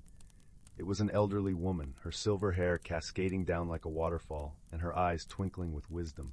"Welcome, young ones," she greeted, her voice as soft as the rustling leaves. "I am Sage, the keeper of these woods. What brings you to my humble abode?" Luna stepped forward, her heart beating with both excitement and a hint of nervousness. "We followed the trail of footprints here. The flowers in Willowbrook have lost their color, and we thought you might know why." Sage nodded thoughtfully, her gaze drifting to the window where the sun painted the sky in hues of pink and orange. "Ah, yes. The color sprites have been mischievous again. They mean no harm, but sometimes they borrow colors from the world to weave their own dreams." "Color sprites?" Finn echoed, his ears perked with intrigue. Sage chuckled softly, the sound as comforting as a lullaby. Tiny creatures, invisible to most, who dwell in the fabric of dreams. They love vibrant colors and sometimes take them to add brightness to their own realm. Luna, ever compassionate, felt a pang of sympathy for the sprites. "Is there a way to help them return the colors?" Sage smiled, her eyes crinkling at the corners. "Indeed, there is. The sprites only need to be reminded of the beauty they leave behind. If you can show them the joy their colors bring to the world, they will surely return them." With a newfound purpose, Luna and Finn thanked Sage and set off to find the sprites. Sage handed them a small, shimmering vial filled with a potion that would reveal the sprites to their eyes. As night fell, casting a blanket of stars over the village, Luna and Finn returned to the flower bed. Under the silvery glow of the moon, they sprinkled the potion over the blooms. Slowly, as if waking from a dream, dozens of tiny, sparkling creatures appeared, flitting among the flowers like living jewels. The color sprites paused, their attention captured by the sight of Luna and Finn. Luna smiled gently and spoke with the warmth of 1,000 sunrises.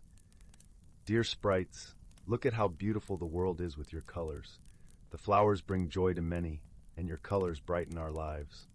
Touched by her words, the sprites gathered together, their tiny wings shimmering like drops of dew in the moonlight. They began to hum a melodious tune, and as they did, the colors flowed back into the flowers, vibrant and alive once more. The village awoke the next morning to a riot of color, the blooms brighter than ever. Luna and Finn watched with satisfaction as the villagers admired the restored beauty, their hearts filled with gratitude and wonder. And so the mystery of the missing colors was solved, not with force or anger, but with understanding and kindness. The color sprites returned to their realm, grateful for the lesson they had learned. Luna and Finn, now celebrated as heroes in Willowbrook, continued their adventures, always seeking to spread joy and wisdom wherever they went. As the seasons changed and the years passed, the tale of Luna, Finn, and the color sprites became a cherished story in the village, a reminder of the magic that lay in friendship and the power of gentle understanding. And so, under the watchful gaze of the stars, Willowbrook slept peacefully, wrapped in the warmth of its tales and the magic that would forever flow through its heart. Story 68. Once upon a time, in a sunlit meadow where wildflowers danced in the breeze, there lived a young rabbit named Willow. She was a gentle creature, her fur the color of warm honey and her eyes shimmering like dewdrops. Yet despite the beauty that surrounded her, Willow often found herself feeling troubled and uncertain. You see, Willow was changing, her body stretching and her mind opening to new realizations. The once familiar world seemed different, almost unrecognizable at times. She would look at her reflection in the stream and wonder, who am I becoming? Sensing Willow's unease, her dear friend Oak, a wise old oak tree, would offer comforting words. "My dear Willow," he would say, his branches swaying gently, "change is the nature of life. It is a journey of growth and discovery, a beautiful unfolding." But Willow's doubts lingered. How can I embrace this change when everything feels so unfamiliar? She wondered aloud. It was then that a most extraordinary thing happened. One morning, as the first rays of sunrise peeked over the horizon, Willow awoke to find a shimmering trail of stardust leading deeper into the forest. Curiosity beckoned her forward, and she followed the sparkling path, her heart fluttering with anticipation. Deep within the forest's embrace, Willow discovered a clearing unlike any she had seen before. The trees were adorned with glowing blossoms that shimmered like captured moonbeams, and a crystal-clear pond reflected the twinkling stars above. It was a place of pure magic, a realm where the boundaries between the physical and the unseen blurred. As Willow gazed in wonder, a gentle voice called out to her. "Welcome, dear one," it spoke, and from the shadows emerged a beautiful creature, a unicorn, its coat shimmering like pearl and its horn aglow with ethereal light.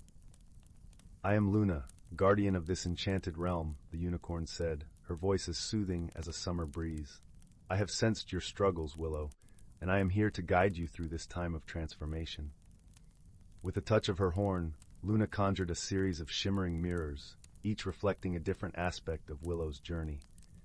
In one, Willow saw herself as a timid young rabbit, curled up and afraid of the world's vastness. In another, she witnessed her own growth, her body stretching and her mind expanding with newfound wisdom. "These mirrors show the path you have walked," Luna explained, her eyes shining with ancient knowledge.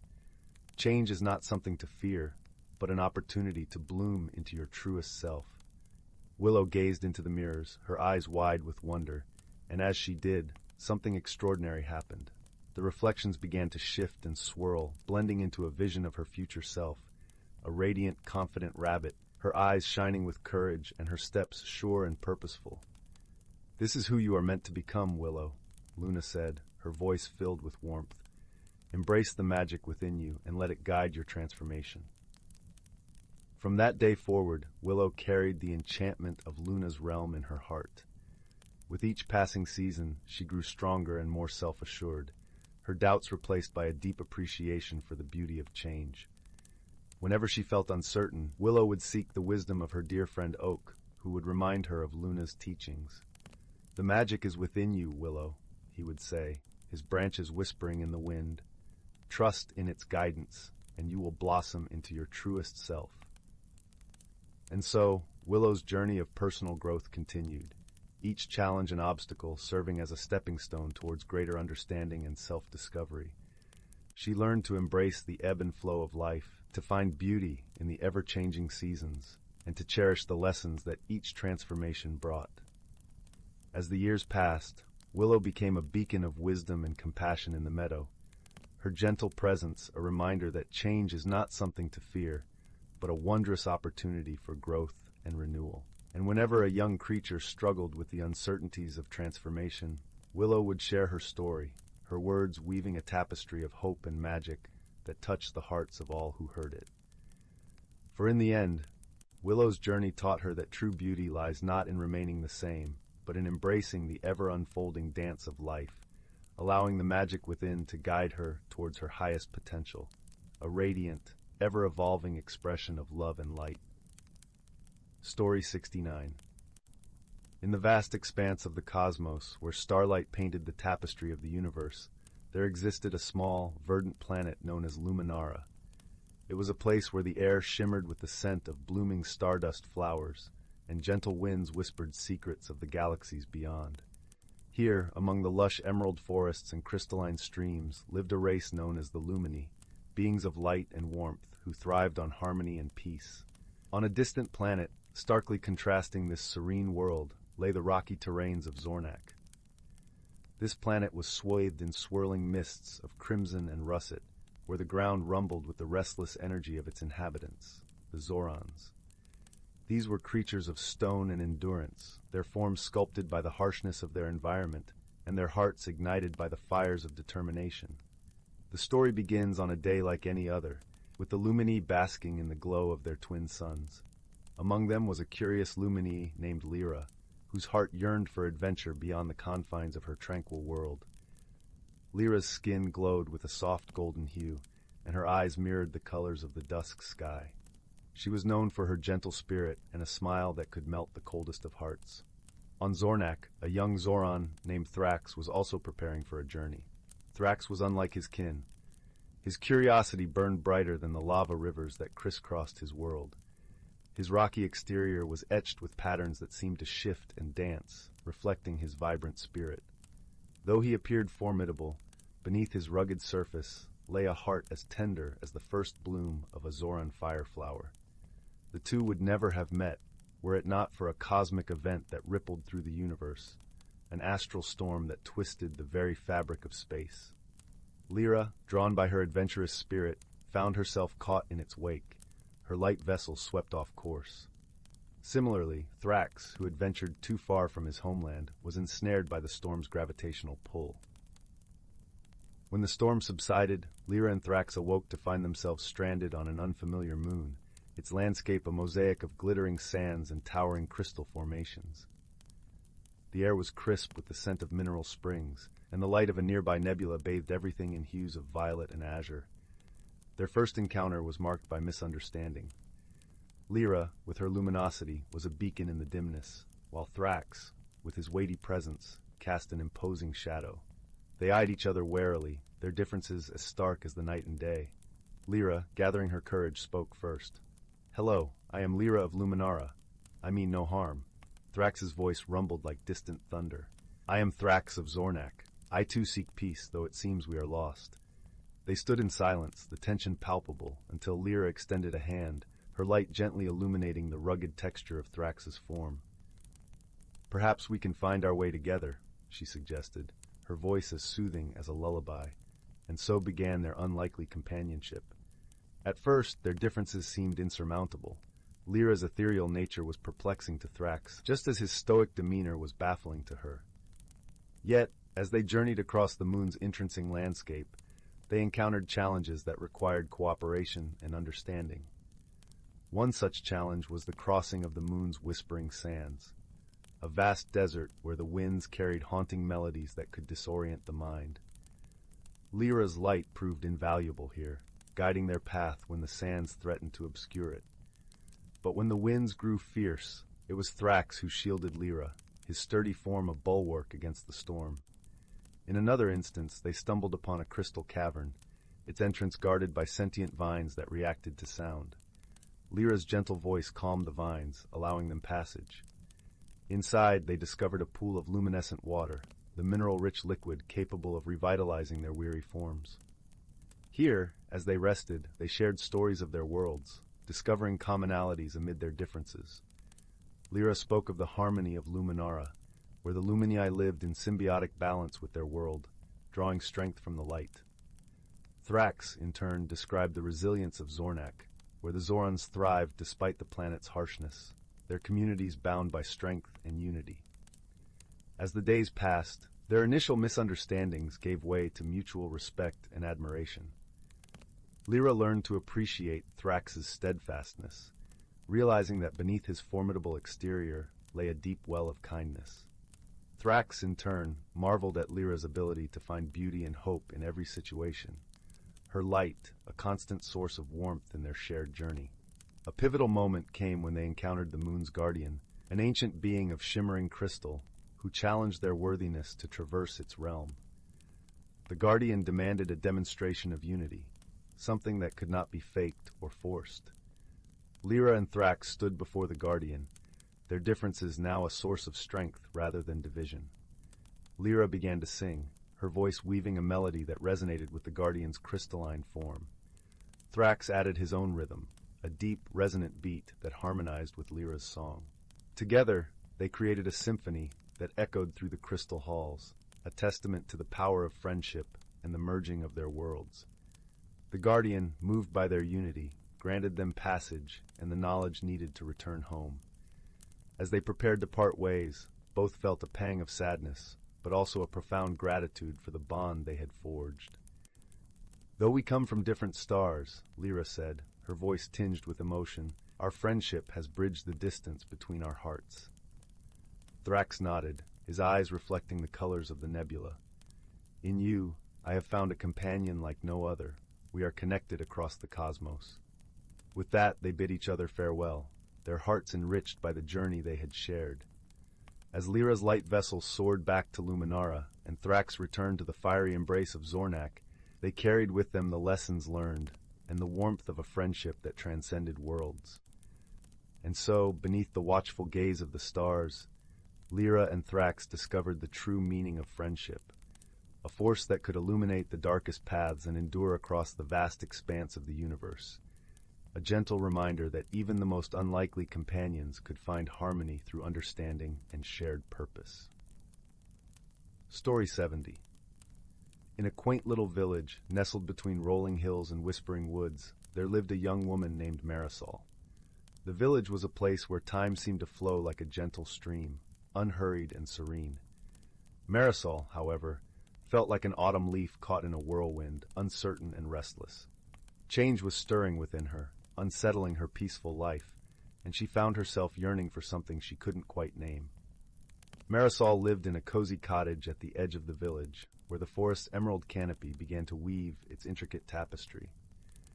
Her days were filled with familiar routines, tending to her small garden, painting the vibrant landscapes that surrounded her, and sharing quiet moments with her beloved cat, Whiskers. Despite the tranquility, Marisol sensed a growing ache, a whisper of transformation that she struggled to embrace. One crisp morning, as the sun's golden fingers reached through the trees, Marisol wandered into the depths of the forest. The air was fragrant with the scent of pine and earth, and the gentle rustle of leaves sang a soothing melody. As she walked, she noticed something she had never seen before, a path of glistening stones leading to a hidden glade. It was as if the forest itself was inviting her to explore.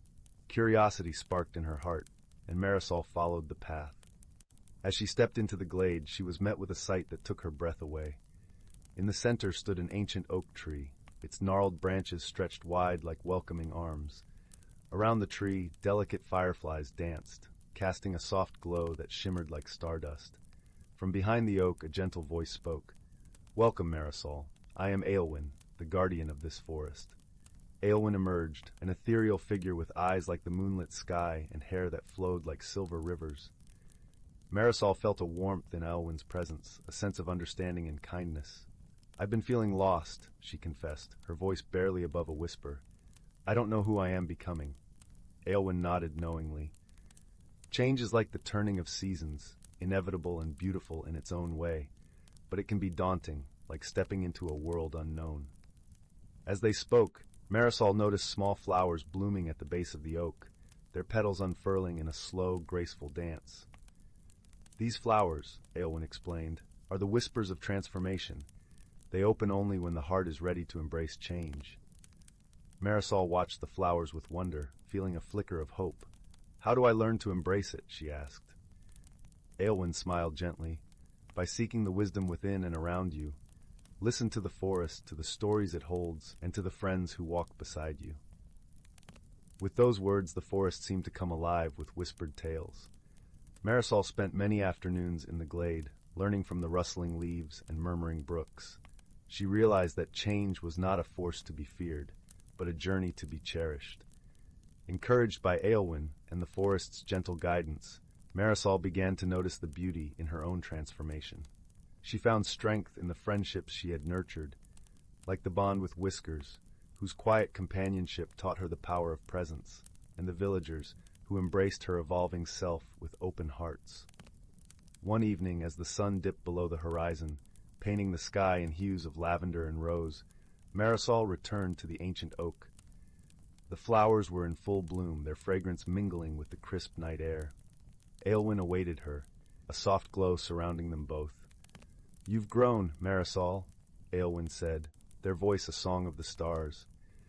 "You've learned that change is not the end, but a new beginning. You are not the leaf in the whirlwind, but the tree that stands tall and steadfast." Marisol smiled, feeling a warmth spread through her chest. She had discovered the beauty of personal growth, the magic of transformation. In her heart, she knew she was ready to embrace whatever changes life would bring.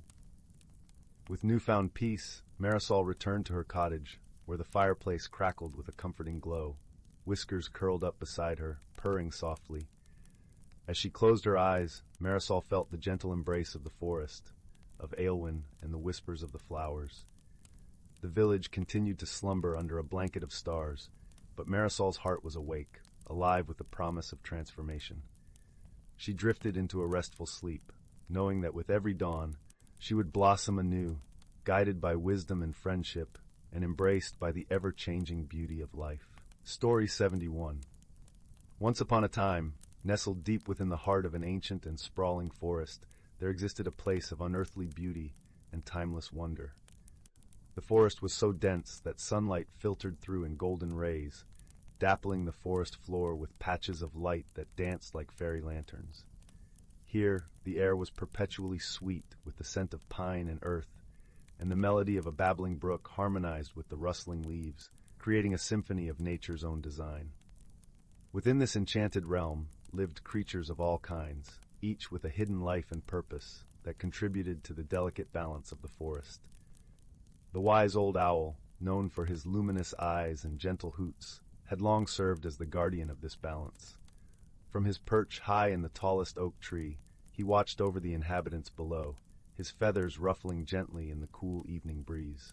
Beneath the owl's vigilant watch, a family of rabbits tended to their burrow, their soft fur blending seamlessly with the underbrush. The rabbits were known for their kindness and generosity, often sharing their finds of the freshest clover and sweetest berries with their neighbors.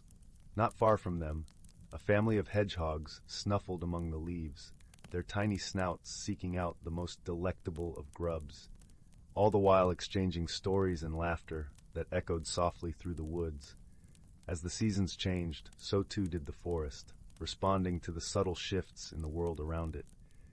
In spring, the forest awoke from its winter slumber, the trees donning cloaks of emerald leaves, while wildflowers painted the forest floor in a riot of colors. The brook, swollen with snowmelt, sang a more vigorous melody, inviting all creatures to rejoice in the renewal of life. Summer followed, bringing with it longer days and the gentle hum of bees flitting from bloom to bloom. The forest basked under a warm sun, and the creatures thrived, their days filled with play and plenty.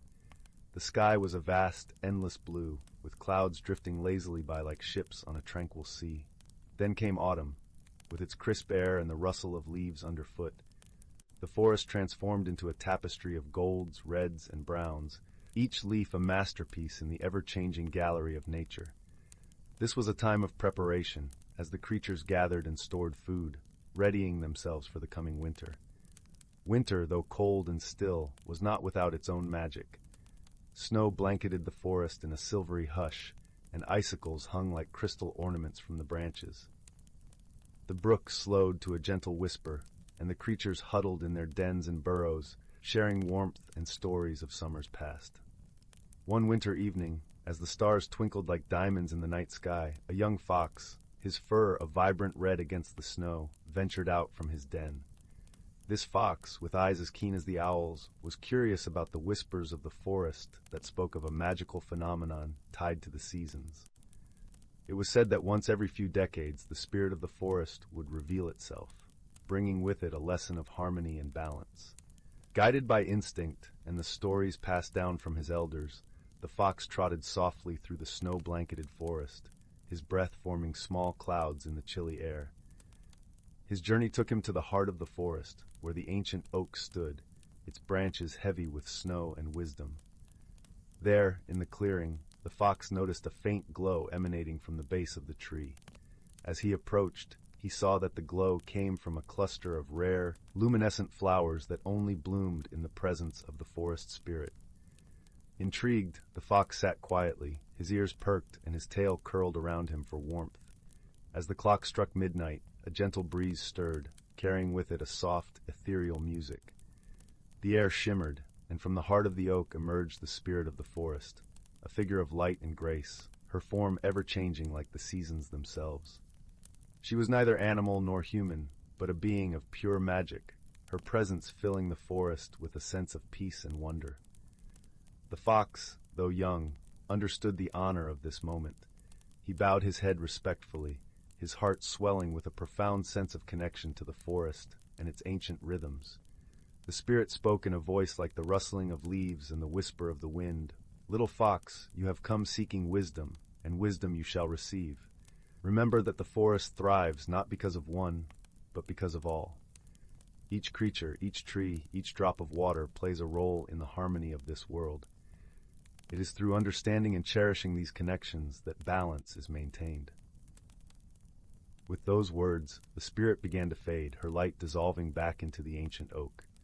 The fox remained, pondering the lesson imparted to him.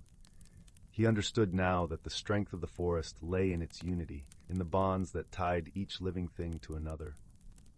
As dawn broke, and the first light of morning kissed the snow with a gentle glow, the fox returned to his den, his heart filled with a newfound wisdom. He shared the spirit's message with his family and friends, and together they vowed to honor the balance of their world, knowing that in doing so, they safeguarded not only their home, but the legacy of all who came before them. And so, in that ancient forest where reality and magic danced together, the creatures lived in harmony, each one a vital thread in the tapestry of life, bound by the wisdom of the ages and the gentle, guiding hand of nature herself. Story 72. In the heart of an ancient forest, where the trees whispered secrets of old, and the air was sweet with the scent of pine and moss, there lay a hidden glade known only to the gentle creatures that called it home. This was not just any glade. It was a place where the boundaries between the mundane world and the magical one blurred like mist at dawn. The glade was a tapestry of vibrant life, woven with emerald ferns, sapphire streams, and the golden glow of the sun filtering through a canopy of leaves. It was here that the creatures of the forest gathered, each playing their part in a delicate dance of harmony. Among them, the wise old owl, with eyes like polished amber, perched solemnly on a twisted branch, observing the happenings below. Every creature had its role, from the industrious ants that carried the forest's secrets in their tiny mandibles, to the gentle deer that moved like whispers through the underbrush. The glade thrummed with the gentle symphony of chirping crickets, the rustle of leaves, and the soft murmur of a brook that wound its way through the forest like a silver thread. In this haven, the seasons wove their magic, each bringing its own gifts and challenges. Spring arrived with a cascade of blossoms, painting the glade in colors as delicate as a butterfly's wing. The air was thick with the scent of fresh earth and the promise of life renewed. The creatures busied themselves with the tasks of rebirth, guided by the wisdom of the owl, who had seen many a spring come and go. As the days lengthened and the sun grew warm, summer took its place. The glade basked in golden warmth, and the air shimmered with the songs of birds and the lazy hum of bees. The creatures reveled in the bounty of the season, their spirits buoyed by the vibrant life that surrounded them. But it was not always so idyllic. With the abundance of summer came the threat of imbalance. The wise owl, with feathers as soft as dusk, called a gathering beneath the ancient oak. "Listen, dear friends," he hooted softly, his voice a gentle reminder of the forest's ancient rhythms. "We must remember the balance, for nature flourishes only when all are in harmony." And so, the creatures listened. The squirrels, with their twitching noses and bushy tails, gathered only what they needed, leaving enough acorns for the earth to nurture new life. The bees shared their nectar with the flowers, knowing that each bloom was a promise for the future. As summer waned and the crisp breath of autumn kissed the leaves, the glade transformed into a riot of color. Crimson and gold leaves crunched underfoot, and the air was filled with the sweet, smoky scent of change. The creatures, guided by the wisdom passed down through generations, prepared for the coming chill, storing away the lessons of the seasons along with their provisions. Then winter, with its cloak of silence and snow, enveloped the forest. The glade lay hushed and serene, wrapped in a blanket of white. The owl, ever watchful, reminded the creatures of the warmth found in companionship, and shared stories by the glow of a fire. They gathered close, sharing the warmth of their bodies and hearts, each knowing that within this circle they were safe and cherished. Through the changing seasons, the creatures of the forest learned that true magic lay not in the extraordinary, but in the harmony and balance of their lives. They understood that they were all part of a greater whole, each thread in the tapestry of the glade vital to its beauty and strength.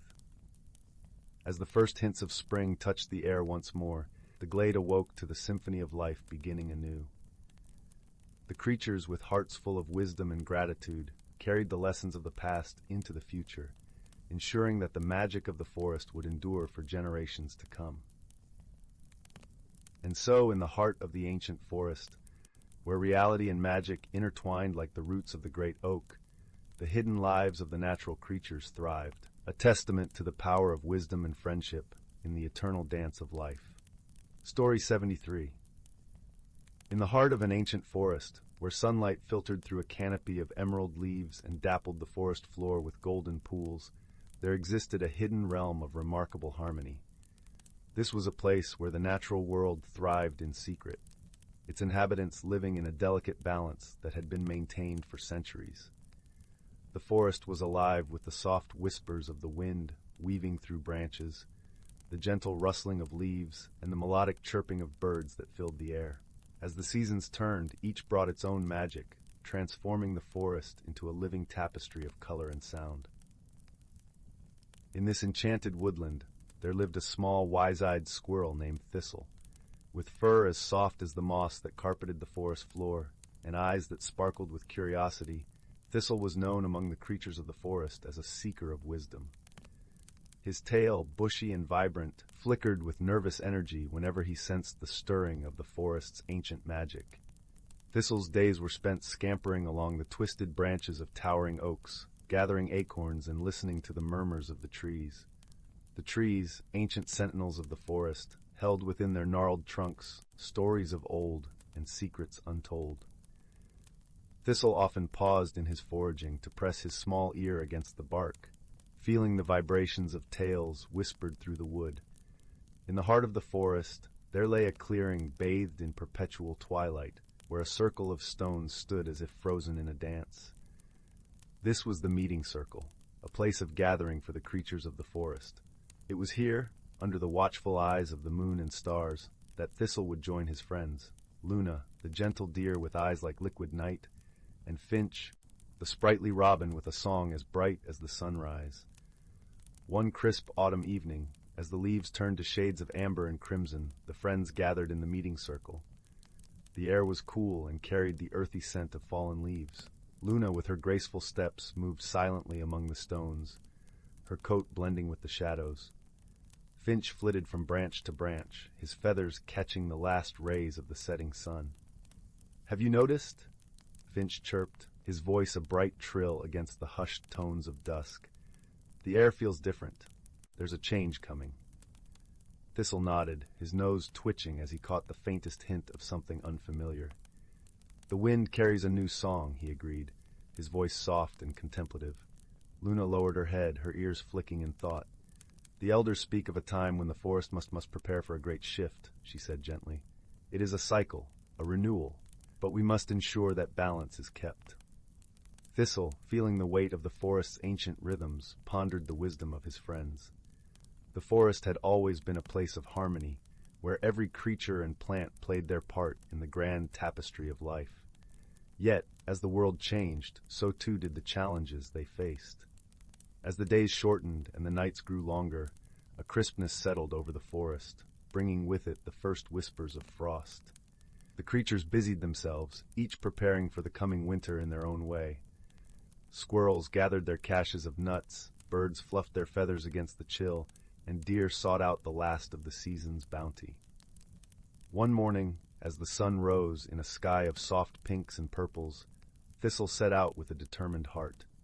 He scampered through the forest, his paws crunching on the frost-kissed leaves, until he reached the ancient oak known as the Story Keeper. Its bark was thick with age, and its branches stretched toward the heavens like wise arms. Thistle sat beneath the oak and spoke, his voice a gentle whisper to the wind.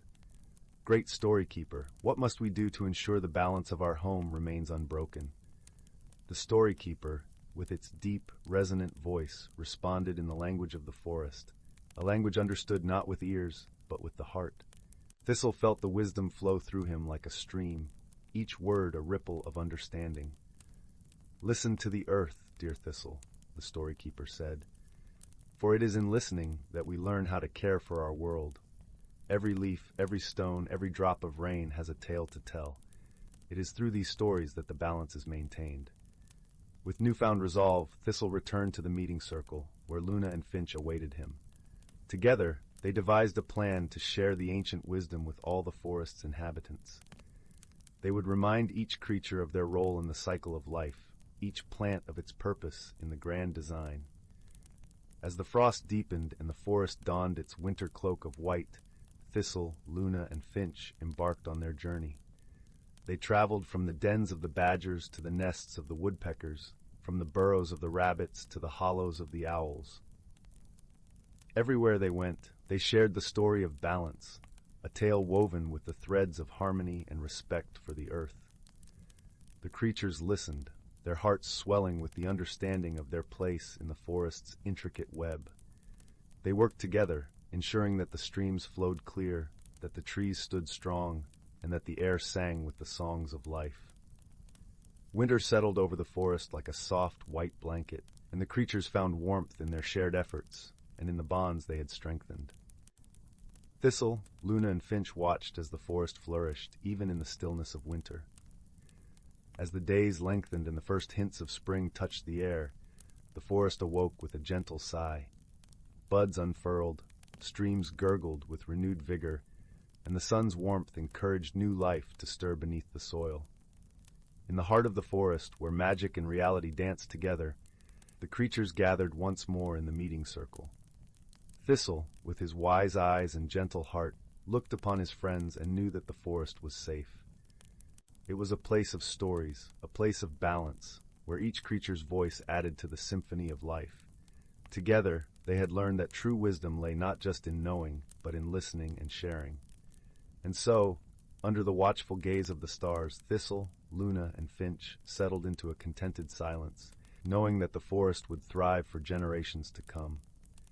And in the quiet of the night, as the world was wrapped in the embrace of dreams, the forest whispered its gratitude. A soft lullaby carried on the wind, a promise of peace and harmony that would echo through the ages. Story 74. In a quaint village nestled among rolling meadows, a peculiar mystery had taken hold. The residents awoke each morning to find their meticulously tended gardens in disarray, flower beds overturned, vegetable patches scattered, and gentle paths left criss-crossed with tiny prints. Amidst the confusion, a young girl named Lilac found herself deeply intrigued. With intelligent eyes that sparkled like dewdrops, she set out to unravel the puzzle, determined to restore the village's tranquil beauty. One crisp morning, as Lilac tended her own cherished flower bed, a rustling caught her ear. Peering through the foliage, she gasped in delight at the sight of a tiny, radiant creature perched atop a sunflower.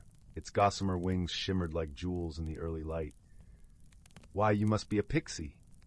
Lilac exclaimed in a hushed whisper. The pixie regarded her with bright, curious eyes before darting away on a trail of golden dust. Undeterred, Lilac gave chase, her heart pounding with excitement. She followed the pixie deep into the heart of the ancient woods, where towering trees filtered soft, dappled light. Here, among the whispering leaves and the scent of wild mushrooms, Lilac came upon a most wondrous sight. A sprightly group of pixies danced and fluttered amid the vegetation, their laughter like tinkling bells. They tended to the forest creatures with gentle care, grooming the fur of rabbits and assisting birds with their nests. As Lilac watched in awe, a wise old owl swept down from the branches above, alighting before her with a solemn gaze. "You have discovered the keepers of the wood, young one," the owl spoke in a voice rich with ancient wisdom. "These pixies are guardians of our forest home, ensuring that all creatures great and small are cared for." Lilac's eyes widened with understanding. "Then the disarray in our gardens, it wasn't mischief at all. The pixies were simply trying to help, just as they do here." The owl nodded sagely. "Indeed, though their intentions are pure, the ways of the pixies can seem strange to human eyes. Perhaps it is time for a new understanding between our two worlds." With the owl's guidance, Lilac learned the secret languages of the forest, the whispers of the trees, the melodies of the birds, and the gentle rhythms of the pixies themselves. She became a bridge between the village and the wood, teaching her neighbors to appreciate the pixies' well-meaning efforts and to craft their gardens in harmony with nature's ways. From that day forth, the gardens flourished with a new, wild beauty. Flowers bloomed in kaleidoscopic profusion, intertwined with snaking vines and soft mosses. The villagers delighted in the whimsical arrangements, knowing that each morning's disarray was a gift from their pixie friends. And at the heart of it all was Lilac, her infectious wonder spreading like the fragrant blossoms she so adored. for in unraveling the mystery, she had uncovered the true magic of the woods, a magic rooted in kindness, respect, and the eternal dance between all living things. Story 75. In the heart of an ancient forest where sunlight dappled the ground in an endless dance of light and shadow, there lay a small village named Wind Whisper. The village, nestled snugly between the sprawling roots of towering trees, was known for its serene beauty and the gentle rustle of leaves that sang its lullaby. Here, the air was always sweet with the scent of wildflowers and pine, and the villagers lived in harmony with the whispers of the forest. One crisp autumn morning, as the golden sun stretched its arms across the sky, a young boy named Finn awoke to the sound of gentle tapping on his window. Finn, with hair the color of ripe wheat and eyes as blue as the midsummer sky, was a curious soul, always eager to explore the mysteries of the world around him. He lived with his grandmother, a wise woman who often spoke in riddles and shared tales of wonder and magic. On this particular morning, Finn found a small, peculiar bird pecking at his window. Its feathers shimmered a delicate silver, and it had a tiny scroll tied to its leg. Intrigued, Finn carefully opened the window, allowing the bird to hop inside. It chirped cheerily, dropped the scroll onto his bedside table, and fluttered out again, leaving Finn with a sense of excited anticipation. Unrolling the scroll, Finn discovered an invitation written in elegant, flowing script. It read, "Dear Finn, your presence is requested in the heart of the whispering glade. Follow the path of the autumn leaves, and you shall find your way." Finn's heart raced with a mixture of excitement and curiosity. The Whispering Glade was a place of legend, said to be hidden deep within the forest, where magic flowed like a gentle stream. It was a place where dreams and reality intertwined, yet no one in the village had ever ventured there and returned with stories to tell. Filled with determination, Finn dressed quickly, pulling on his woolen sweater and sturdy boots.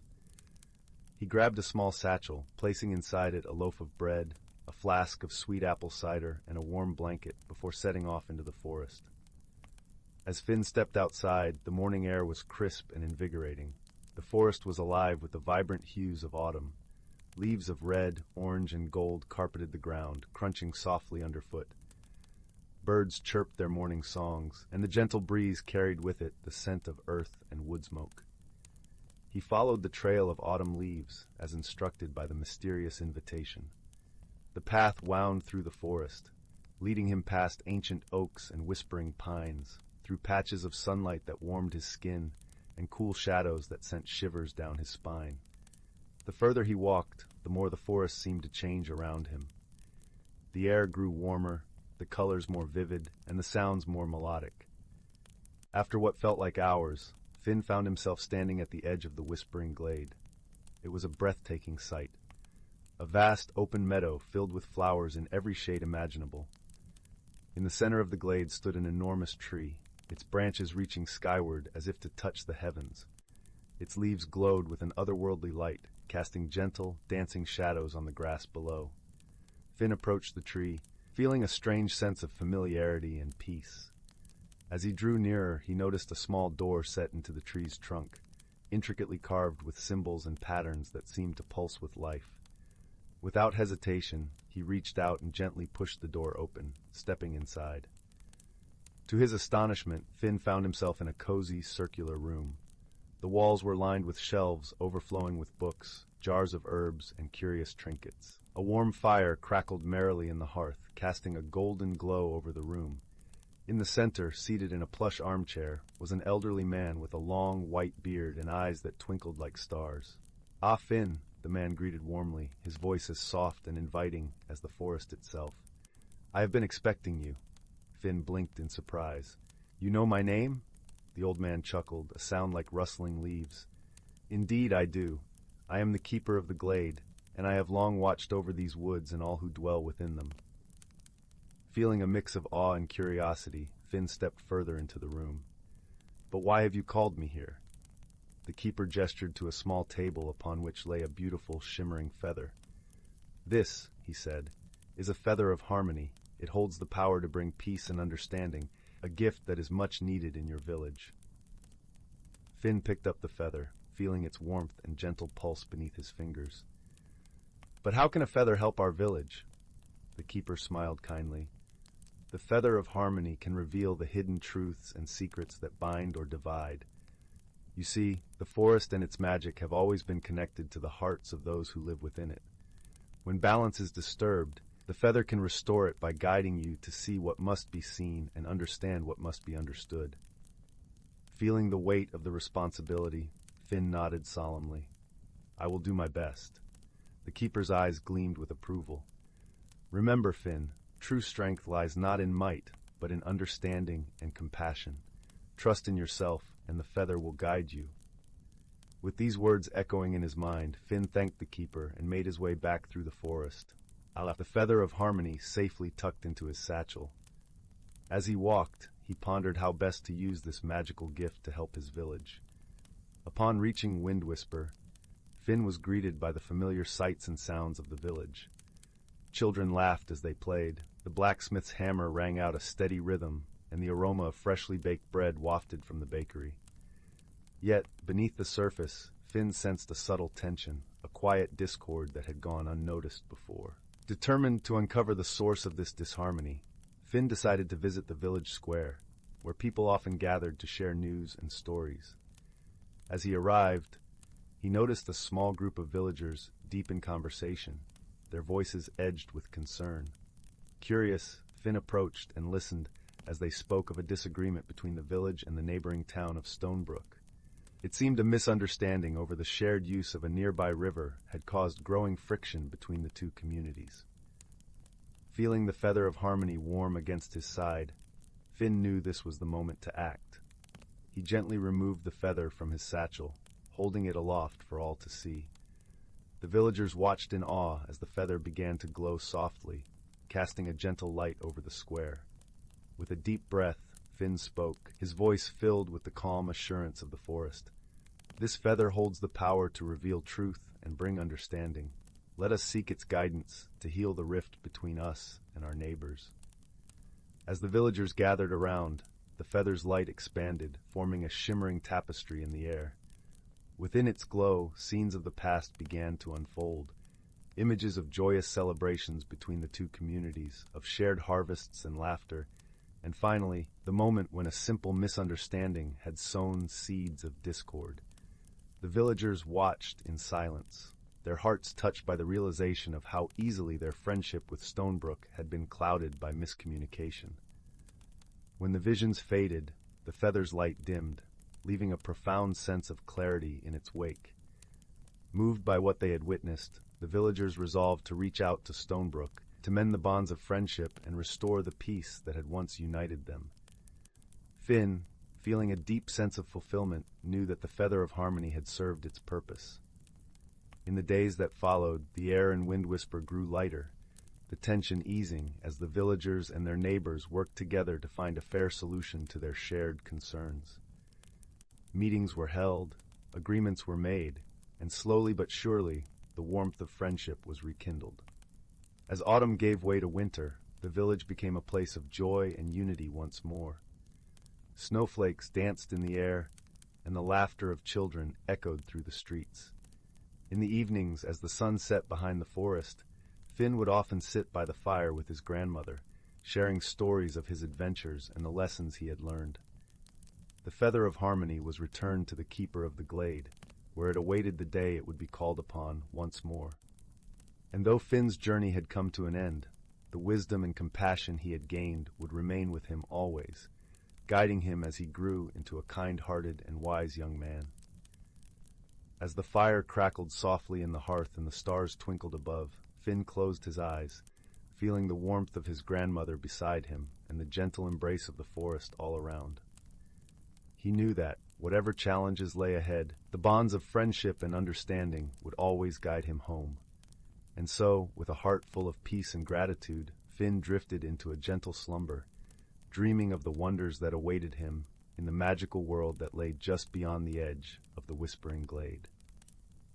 Story 76. In the heart of the Whispering Wood, nestled between the towering pines and the babbling brooks, lay the quaint village of Willowbark, a place where the air always seemed to carry a hint of honeyed lilac and where the cobblestone paths were lined with cheerful daisies that nodded in the gentle breeze. Willowbark was known for its warm, inviting charm and its unique inhabitants. Here, the villagers lived harmoniously with magical creatures, each helping the other in delightful ways. Life in Willowbark was as serene as a soft lullaby sung under the moonlit sky. Until one day, peculiar happenings began to unfold. It started with the fireflies. These tiny lantern-bearers, who usually twinkled through the night like stars come to Earth, began flickering erratically and then disappearing altogether. Next, the streams that sang their merry tunes through the village started whispering secrets, the kind that only the most attentive ears could catch. And lastly, the daisies lining the paths began to change colors, shifting from sunny yellows to curious shades of silver. The villagers, while concerned, were not troubled. They knew that every mystery had a solution, and in Willowbark there was always someone willing to lend a hand. The task of unraveling these strange occurrences fell upon a wise old sorcerer named Thistlewood. With a beard as long and flowing as the streams themselves, and eyes twinkling like the lost fireflies, Thistlewood was a beloved figure in Willowbark. He had an uncanny knack for understanding the language of the forest and its magical inhabitants. Thistlewood decided to begin his investigation by consulting the whispering trees, ancient guardians of the forest who had stood watch for centuries. Their trunks were gnarled and wise, their leaves rustling with the wisdom of ages. As he approached them, he felt the familiar warmth of their presence envelop him, as though welcoming an old friend. "Thistlewood," murmured the trees in their deep, resonant voices, "the balance of magic in Willowbark has been disturbed. The fireflies flicker because they are confused, the streams whisper because they fear, and the daisies reflect the moon's glow, seeking guidance." Thistlewood nodded, understanding that the magic that wove the fabric of their world was indeed askew. He needed to find the source of this imbalance. He decided to enlist the help of Luna, a young and perceptive girl with a heart as big as the sun. Luna had a gift for noticing the little things that others might overlook, and her kindness had earned her the trust of many creatures in the forest. Together, Thistlewood and Luna set out on a gentle quest, their first stop being the burrow of Whimsy, a sprightly and mischievous fox known for her keen senses. Whimsy greeted them with a playful bow, her bushy tail flicking with excitement. "I've noticed something peculiar," Whimsy said, her eyes glinting with curiosity. "The mushrooms in the glade have been glowing at odd times, and the winds have carried whispers from the north, where the old stone circle stands." Thanking Whimsy for her insights, Thistlewood and Luna headed towards the ancient stone circle, a place steeped in old magic and mystery. As they approached, they could feel a gentle hum in the air, a vibration that tickled their skin and filled their hearts with a sense of wonder. The stones stood tall and silent, casting long shadows in the fading light of dusk. Luna, with her keen eyes, noticed something unusual. At the base of one of the stones lay a small, shimmering shell, unlike any she had seen before. It glowed softly, pulsating with a gentle blue light. Thistlewood picked up the shell, feeling a warm, comforting energy emanating from it. "This is a moon shell," he said, recognizing it from the old tales. "They are known to hold the essence of moonlight, nurturing the magic of balance and harmony." As they pondered the shell's presence, a soft, melodic voice echoed through the clearing. It was the voice of Selene, the moon spirit, who watched over the harmony of the world from her celestial perch. "Dear friends," Selene spoke, her voice as gentle as a lullaby, "I have misplaced a precious moon shell, and its absence has caused the magic to waver. Willowbark, with all its enchantment, felt the imbalance most keenly." Understanding dawned upon Thistlewood and Luna. The moon shell was the key to restoring harmony. Selene, grateful for their discovery, guided them on how to return the shell to its rightful place. They carefully placed it on the central stone of the circle, where it glowed brighter, pulsating with renewed energy. A soft breeze whispered through the clearing, carrying with it a sense of peace and balance. The fireflies returned, dancing joyfully through the night.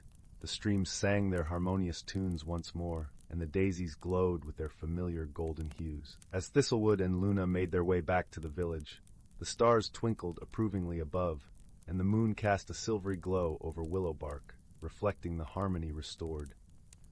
The villagers greeted them with warmth and gratitude, and the village settled into a tranquil slumber, knowing that all was well once more. And so, in the heart of the whispering wood, the gentle mystery was solved, not through might or magic alone, but through the wisdom of friendship and the kindness of those who listened to the whispers of the world around them. As the night deepened, Willowbark sighed in contentment, cradled in the embrace of the magical world it called home, where every mystery was a chance to grow closer to the wonders of life. Story 77. In a remote corner of the galaxy, where the stars shimmered like scattered diamonds on black velvet, there existed a planet named Aurelia. Aurelia was a world of perpetual twilight, where the skies were a gentle mix of lavender and indigo, and the air carried the soft scent of blooming irises. The planet was inhabited by the Aurelians, a gentle species known for their luminous skin that glowed softly in the dim light, reflecting the colors of their surroundings. One evening, as the gentle hum of life on Aurelia was beginning its nightly symphony, an unexpected event unfolded. A ship, sleek and silver, like a crescent moon fallen from the heavens, descended softly onto the meadow that bordered the crystalline lake of Luma. Out of the ship stepped a being unlike any the Aurelians had seen before. He was tall and slender, with skin the color of deep space, eyes that mirrored distant galaxies, and a presence that hummed with an unfamiliar energy. His name was Zarek, a traveler from the planet Voss, where the inhabitants were adept at navigating the stars, but little acquainted with the customs of other worlds. As he emerged from his craft, a small crowd of curious Aurelians gathered, their eyes wide with wonder and a hint of caution. Among them was Lyra, a young Aurelian with a heart as warm as her glow. Zarek bowed awkwardly, attempting to mimic a greeting he had read about in his interstellar guidebook. However, his gesture appeared more like a swooping dance move, causing a ripple of laughter among the Aurelians. Embarrassed but undeterred, Zarek cleared his throat and spoke in his best attempt at the melodic Aurelian tongue. "I come in peace," he announced, his voice resonating like a soft echo in a canyon. "I seek knowledge and friendship." Lyra, sensing the sincerity in Zarek's voice, stepped forward. "Welcome, traveler," she said with a reassuring smile. "You are among friends." Despite the initial awkwardness, Zarek and Lyra quickly became companions. Lyra was fascinated by Zarek's tales of the vast galaxies he had explored, while Zarek found solace in the serenity of Aurelia and the kindness of its people. Yet as they spent more time together, small misunderstandings began to arise. Zarek was accustomed to the fast-paced life of Voss, where efficiency was valued above all, while Lyra cherished the slow, deliberate rhythms of Aurelian life. One day, as they walked along the banks of the Luma Lake, Zarek suggested they build a device to measure the lake's depth, eager to apply the scientific methods of his home. Lyra hesitated, explaining that the Aurelians believed the lake possessed a wisdom that transcended mere measurement. Frustrated, Zarek couldn't understand why anyone would choose intuition over fact.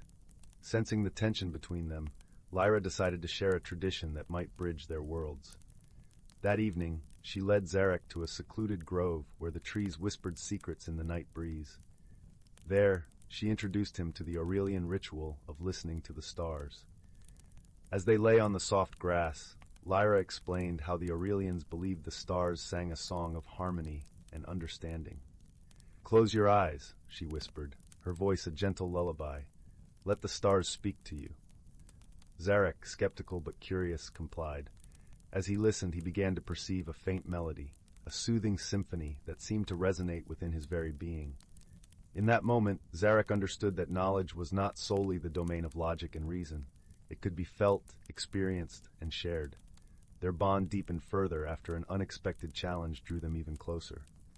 One morning, a rare celestial storm swept across Aurelia, its violet lightning casting eerie shadows. The storm threatened the delicate balance of the ecosystem, and the Aurelians, though wise, had never encountered such a phenomenon.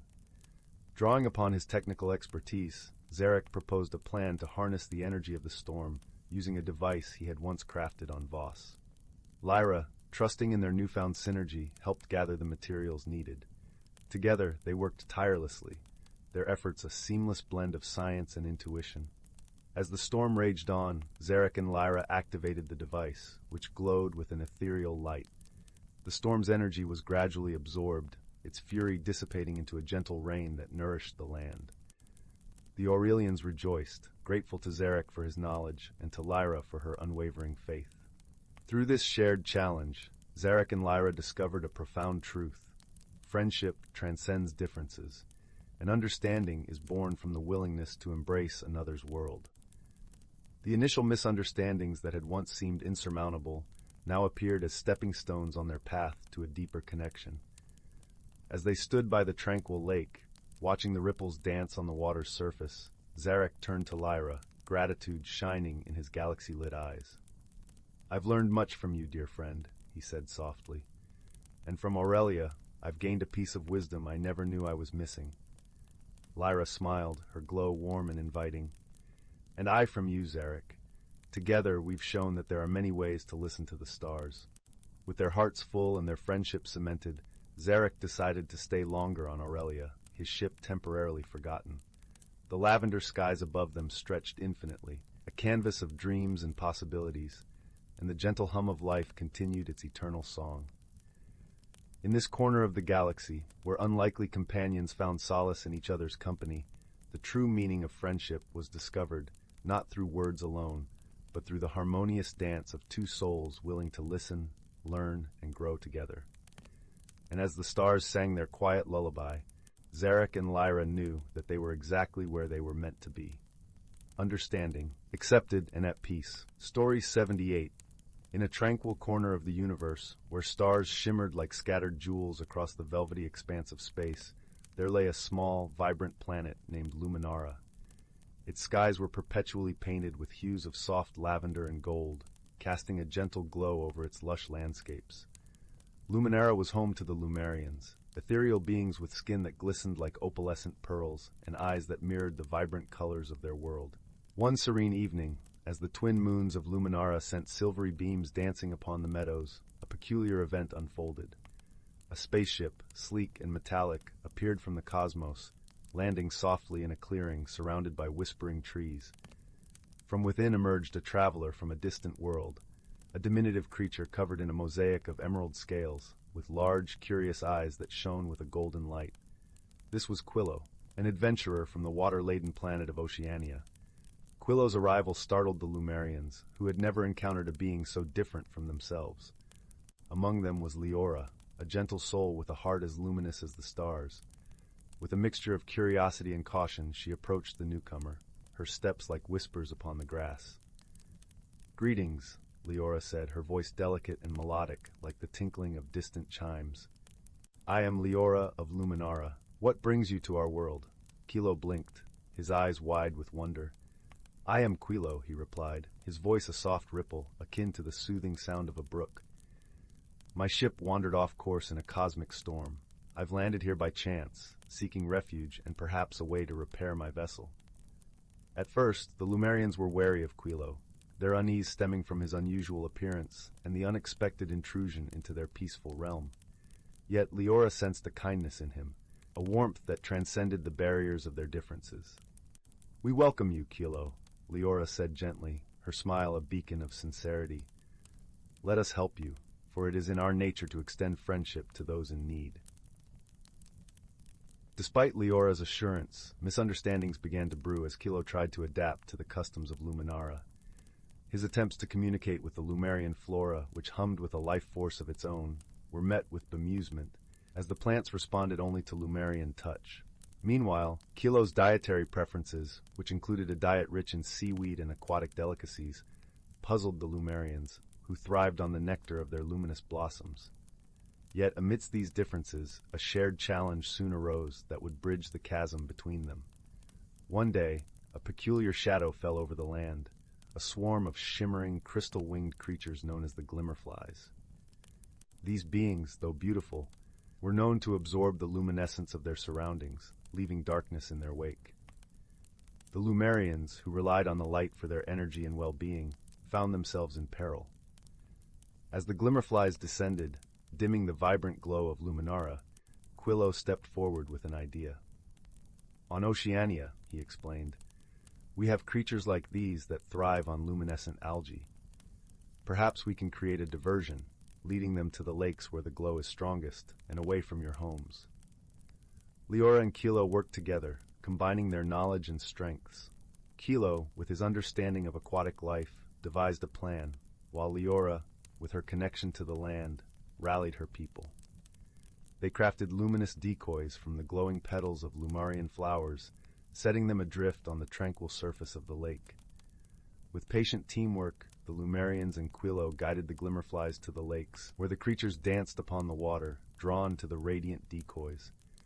Slowly, the light returned to the land, and the Lumarians rejoiced, their gratitude towards Kilo profound and heartfelt. In the aftermath of this shared triumph, Kilo and Leora found themselves sitting by the lake, the moonlight casting gentle ripples upon the water. They spoke of their worlds, their dreams, and their newfound understanding of each other. Leora realized that though Quilo appeared different, his heart resonated with the same kindness and courage she cherished. "We were wary of you at first," Leora admitted softly, "but now I see it is not our differences that define us, but our willingness to embrace them." Kilo nodded, his golden eyes reflecting the stars above. "And I have learned that friendship is not bound by the forms we take, but by the light we share." As the night deepened, Leora and Quilo sat side by side, their bond glowing as brightly as the luminescent blooms of Luminara. Through their journey, they discovered that true friendship transcends the vastness of space, weaving together the hearts of those willing to see beyond the surface. In time, Kilo's ship was repaired, ready to return him to his own world. Yet, as he prepared to depart, he knew he carried with him a piece of Luminara, a warmth and understanding that would forever light his path. And as the Lumarians waved goodbye to their friend, they too felt enriched by the connection they had forged, knowing that the universe was a little smaller and a little brighter for the friendship they had found. Story 79. In a land where the whispers of the wind carried tales of both old and new, there lay an ancient forest known to its inhabitants as the Sylvan Realm. This forest pulsed with life, its heart beating in rhythm with the cycle of seasons. Here, the trees towered like gentle giants, their leaves shifting hues with the passage of time, from bright verdant greens in spring to the vibrant ambers and crimsons of autumn. The Sylvan Realm was home to creatures whose lives were as intertwined with the forest as the roots beneath their feet. Among them was a wise old hare named Bramble. His fur was the color of the soft earth after a fresh rain, and his eyes sparkled with the wisdom of many seasons. Bramble had seen countless cycles of life unfold under the forest's emerald canopy, and he carried the stories of these cycles in his heart. One crisp autumn morning, as the mist wove delicate webs between the gnarled branches, Bramble set out on his usual path through the forest. The air was tinged with the scent of fallen leaves and moss, and the soft crunch underfoot was a comforting reminder of the season's presence. His journey took him past the shimmering streams, where fish darted like quicksilver beneath the surface, and through meadows where wildflowers swayed gently in the breeze. On this particular day, Bramble had a purpose. He was to share the legacy of the Sylvan Realm with a young doe named Lyra, whose curiosity about the world was as boundless as the sky. Lyra's coat was a patchwork of browns, blending perfectly with the forest's autumn palette. Her eyes, large and inquisitive, reflected her eagerness to learn. As Bramble approached, Lyra lifted her head from a patch of clover, her ears twitching attentively. "Good morning, Bramble," she greeted him, her voice as soft as the rustle of leaves. "What stories do you carry today?" Bramble smiled, his whiskers twitching with delight. "Today, my dear Lyra, I shall tell you of the dance of the seasons, a tale of balance and harmony that sustains our world." Lyra settled beside him, the cool earth beneath her a reminder of the forest's embrace. As Bramble began, the gentle murmur of the forest accompanied his words like a familiar melody. "Long ago," Bramble started, "when the world was still young, there was a time when the seasons quarreled. Each wished to reign supreme, believing their gifts were the most precious. Winter brought the hush of snow and the comfort of rest. Spring breathed life with its gentle rains and budding blooms. Summer basked the world in warmth and golden light, and autumn painted the earth with its rich, vibrant hues." As Bramble spoke, Lyra could almost see the seasons personified before her, each with its unique charm and beauty. Their discord, Bramble continued, created chaos. The rivers ran dry, the winds howled without cease, and the creatures of the forest lost their way. It was then that the great oak, the eldest of trees, summoned the seasons to a council beneath its boughs. Lyra imagined the great oak, its branches stretching towards the heavens like wise arms offering comfort and guidance. "You must learn to coexist," the great oak advised, its voice deep and resonant as the earth itself. "For alone, your gifts are fleeting, but together, you sustain the world in eternal harmony." Lyra nodded, understanding the wisdom in Bramble's tale. The seasons, moved by the oak's words, pledged to work in unison. Winter would offer rest, spring would awaken, summer would nourish, and autumn would prepare. Together they would dance in harmony, each taking their turn to lead and follow. As Bramble's story unfolded, Lyra felt the profound truth it held. The forest around them was alive with the evidence of this balance, the gentle shift of seasons marked by cycles of growth, rest, and renewal. From that day forth, Bramble concluded, the dance of the seasons has been the heartbeat of our forest. It teaches us that harmony is found not in dominance, but in unity. Lyra's heart swelled with gratitude for the wisdom shared by Bramble. She understood that just as the seasons must cooperate, so too must the creatures of the forest work together to preserve their home. "Thank you, Bramble," Lyra said, nuzzling the old hare affectionately. "I promise to honor the dance of the seasons and share its story with others." Bramble's eyes shone with pride. "And so the legacy continues," he said, his voice warm and reassuring. As they sat together, the sun dipped lower in the sky, casting a golden glow over the sylvan realm. The forest, with its tapestry of life and stories, cradled them in its gentle embrace. The dance of the seasons would carry on, a testament to the enduring wisdom of nature and the power of harmony.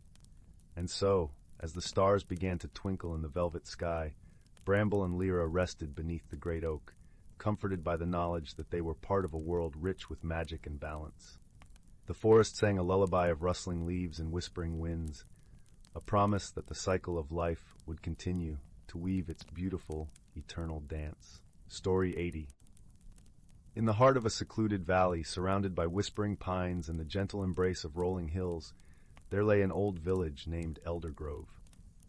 Its cobblestone paths wound their way through clusters of quaint cottages, each crowned with thatched roofs that seemed to nod with the rhythm of the wind. The village was cradled by the arms of nature, a place where time itself seemed to slow down, allowing the vibrant hues of the sunrise to linger just a little longer against the horizon. In one of these cottages, with walls adorned with ivy and windows that framed the distant mountains, lived a young woman named Leora. She had grown up listening to the soft-spoken tales of her grandmother, stories that spoke of her ancestors and the mystical legacy they had left behind. Leora had always felt a tug at her heart, a call to something greater, though she never quite understood what it was. One breezy autumn morning, as leaves danced playfully to the forest floor, Leora discovered an old, intricately carved chest hidden beneath the floorboards of her grandmother's attic. The chest was wrapped in layers of dust, its brass latches tarnished with age. Her heart fluttered with a mix of curiosity and trepidation as she carefully opened it to reveal a collection of artifacts, each one vibrant with the energy of the past. Nestled among the artifacts was a small, delicate amulet, its center a swirling blend of colors that seemed to shift with the light. Leora held it in her hands, feeling a warmth spread through her fingertips, and instinctively knew it was tied to her lineage. Alongside the amulet, she found a faded parchment, its inked script barely legible, but undeniably familiar, her grandmother's handwriting. The letter spoke of an ancient tradition, one that had been passed down from generation to generation. It spoke of the power of the amulet, a symbol of unity and wisdom, crafted by the hands of her ancestors, who believed in the harmony between humanity and nature. The amulet was said to hold the essence of the valley's spirit, a reminder of the interconnectedness of all living things. Leora felt a deep connection to the words, as if they were gently weaving a tapestry of her own story. She knew in her heart that she had to learn more about her heritage, to understand the legacy that had been entrusted to her. Guided by the tales of her grandmother and the whisper of the amulet, Leora set forth on a journey through the lush forests and serene meadows that surrounded Eldergrove. Each step was accompanied by the soft rustle of leaves underfoot, the air filled with the earthy scent of pine and the distant song of a bubbling brook. The world around her felt alive, each element a part of a grand symphony that resonated within her soul. As she wandered deeper into the woods, she encountered an elder named Theron, a wise and gentle guardian of the forest. His eyes were like pools of ancient wisdom, reflecting the stories of countless seasons. Theron welcomed Leora with a kind smile, recognizing the amulet she wore as a beacon of her heritage. "Ah," he said, his voice as soothing as the breeze that rustled the leaves. "You carry the spirit of your ancestors, dear child. The amulet you bear is a gift of great significance, a reminder of the bond between all living things." Leora sat with Theron beneath the shade of an ancient oak, its branches spreading wide like the arms of an old friend. As they spoke, Theron shared the stories of her ancestors, tales of their courage and wisdom, of how they had nurtured the land with kindness and respect. He spoke of the harmony they had cultivated, a balance that sustained the valley and all who called it home. Through Theron's stories, Leora learned that the amulet was not merely a relic, but a living symbol of her heritage. It was a reminder of the lessons her ancestors had imparted: to live with integrity, to cherish the earth and its creatures, and to find strength in unity and compassion. Empowered by these revelations, Leora returned to Eldergrove with a newfound sense of belonging. She understood now that her journey was not just about uncovering the past, but about embracing the present and nurturing a legacy for the future. The amulet became a cherished companion, its warmth a constant reminder of her roots and the harmony she was destined to uphold. In the evenings, as the sun dipped below the horizon and the sky blushed with hues of lavender and gold, Leora would sit by the hearth, her heart full of gratitude. She knew that the stories of her ancestors were not just tales of the past, but guiding stars for her journey ahead. As the village settled into the embrace of night, Leora found comfort in the gentle symphony of crickets and the soft lull of the wind through the trees. The amulet glowed softly at her side, a beacon of her heritage and the timeless wisdom it held. In the warmth of her cottage, surrounded by the echoes of her ancestors' love, Leora felt a deep peace, a peace that promised a bright and harmonious future for all who called Eldergrove home. And so, beneath the starlit sky, Leora drifted into a tranquil sleep, her heart alight with the legacy of her past and the promise of a new dawn. Story 81. In the heart of an ancient forest, where towering trees brushed the sky with their emerald canopies, and the air was thick with the fragrance of pine and loam, there lay a world unseen by most. This was a place where the boundaries between the real and the magical intertwined like the gnarled roots beneath the forest floor. Here, the creatures of the forest lived in harmony, each playing their part in the grand tapestry of life.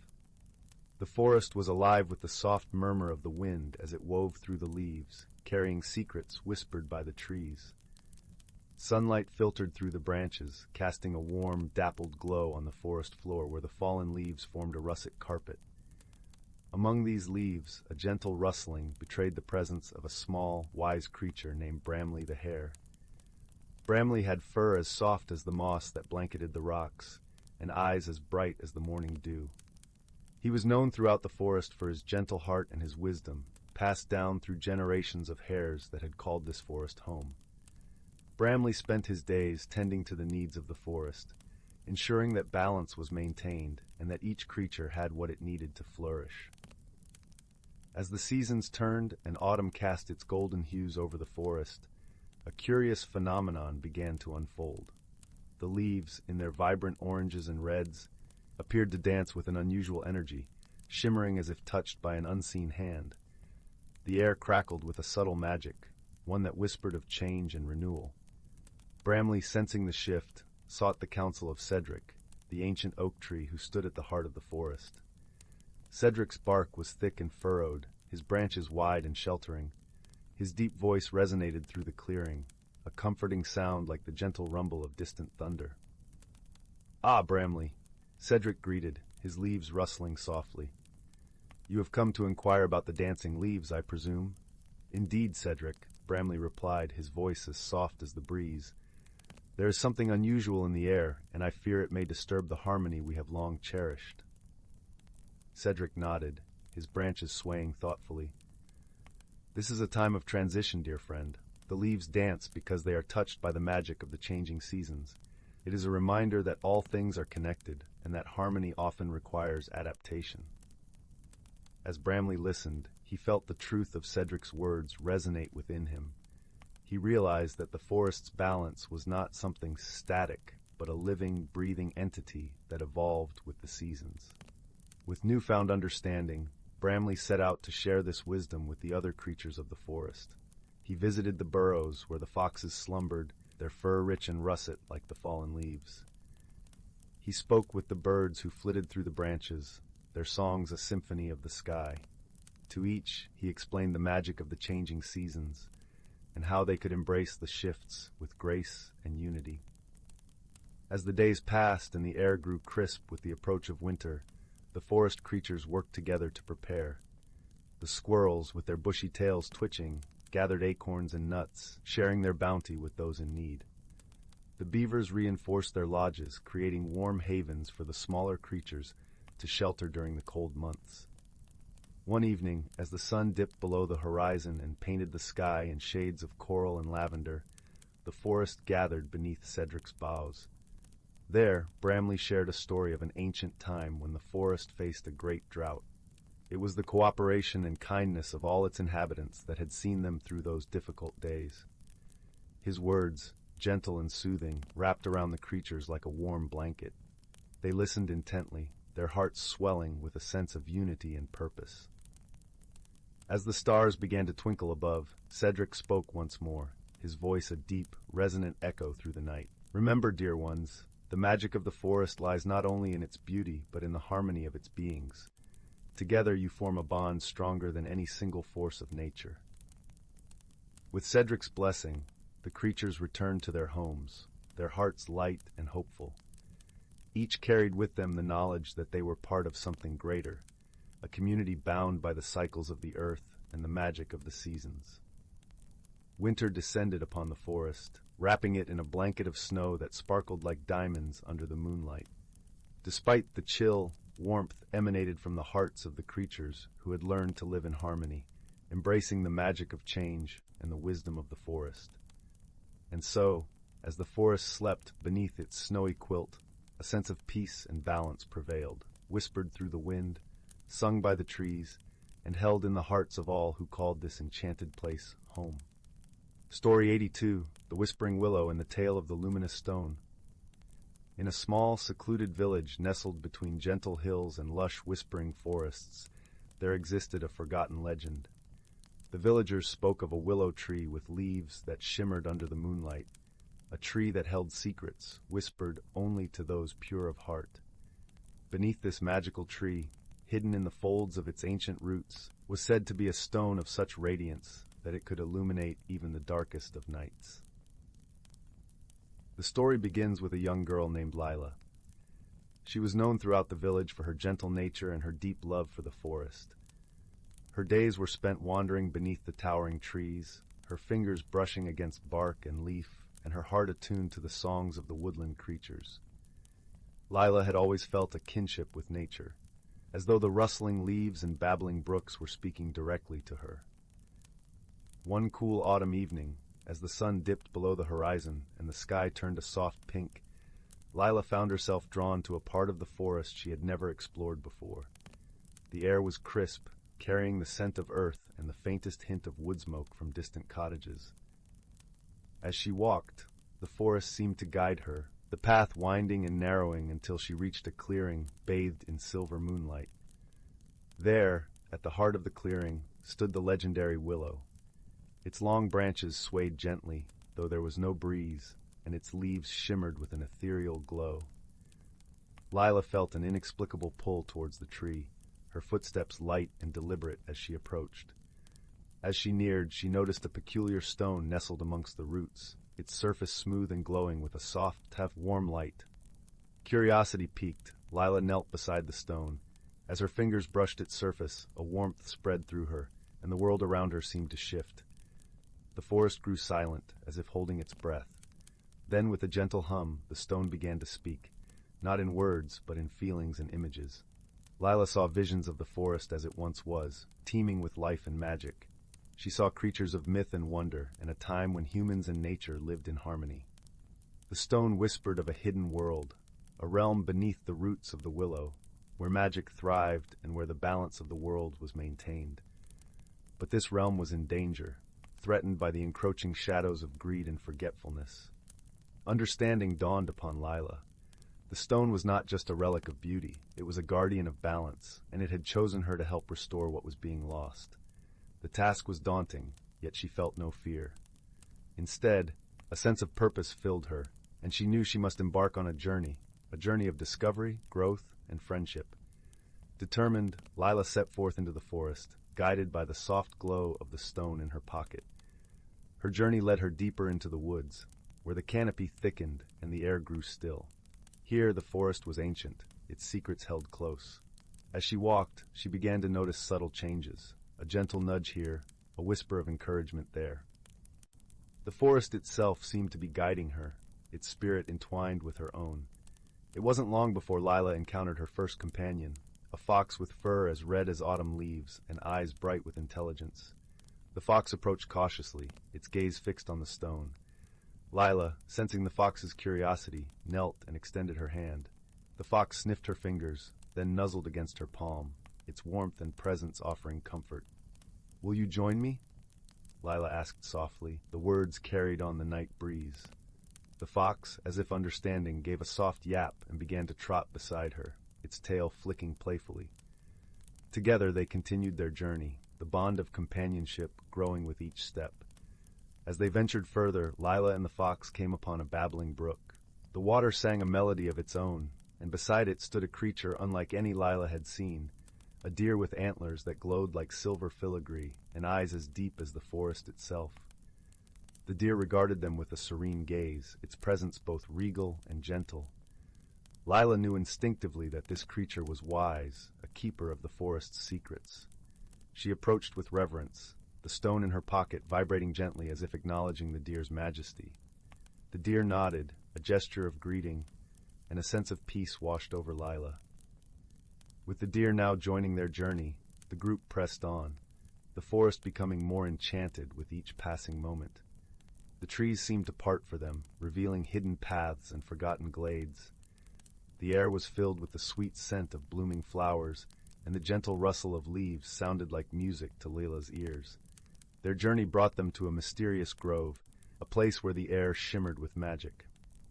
In the center of the grove stood a majestic owl, its feathers a tapestry of moonlight and shadow. The owl's eyes were like twin orbs of wisdom, and it greeted them with a soft hoot. Lila felt the owl's gaze pierce through her, seeing her intentions, her fears, and her hopes. The owl nodded slowly as if granting its blessing and took flight, beckoning them to follow. Guided by the owl, the group moved with renewed purpose, their path illuminated by the stone's gentle glow. As they journeyed through the hidden world, they encountered challenges that tested their resolve and unity. They faced darkened woods where shadows whispered of doubt, and valleys shrouded in mist that threatened to lead them astray. Yet, through each trial, Lila's bond with her companions grew stronger. The fox's playful spirit, the deer's wisdom, and the owl's guidance bolstered her courage and reinforced her belief in the power of friendship. Through their trials, Lila learned to listen, to the forest, to her companions, and to herself. She discovered that true strength lay not in power, but in understanding and empathy. The forest, once a place of mystery, now felt like home, its magic woven into the very fabric of her being. Finally, their journey led them to the heart of the hidden realm, a place where the magic of the forest was at its most potent. Here the stone's light shone brightest, revealing a tapestry of colors that danced like the dawn. Lila felt a profound sense of belonging, as if she had been reunited with a piece of herself that had been missing. In this sacred place, Lila was met by the spirit of the willow itself. It appeared as a shimmering figure, its form ever-changing like the leaves in the wind. The spirit spoke to her in a voice that was both ancient and young, a voice that resonated with the wisdom of ages. "You have journeyed far, young one," the spirit intoned, its voice a gentle caress. "You have seen the magic of this world and the importance of balance. The task before you is to ensure that this magic is not lost, that the harmony between nature and humanity is restored." Lila nodded, her heart full of determination. She understood now that the stone was a beacon, a reminder of the light within all things. It was a symbol of hope and a call to action. With the guidance of her companions and the wisdom she had gained, she knew she could fulfill her role as a guardian of the forest. With gratitude, Lila accepted the spirit's blessing, the stone's light merging with her own inner glow. She felt a connection to the forest that was unbreakable, a bond that transcended time and space. As Lila prepared to return to her village, she knew that her journey had changed her. She had discovered the power of friendship, the strength of nature, and the importance of preserving the wonder of the world around her. Her heart was filled with a sense of peace and purpose, a quiet knowing that she was exactly where she was meant to be. With her companions by her side, a fox, a deer, and an owl, Lila made her way back through the forest. The journey home was filled with laughter and warmth, the bond between them unbreakable. The forest, once so full of mystery, now felt like a beloved friend. As they emerged from the woods, the village lay before them, bathed in the soft glow of dawn. The sky was painted with hues of pink and gold, and the air was filled with the sweet scent of blooming flowers. Lila knew that her journey was far from over, but she felt ready to face whatever lay ahead. With the stone safely tucked in her pocket, Lila stepped into the village, her heart light and her spirit strong. She knew that she carried the magic of the forest with her, a magic that would inspire others to see the beauty in the world around them. And so the legend of the Whispering Willow and the luminous stone lived on, a tale of friendship, courage, and the enduring power of nature.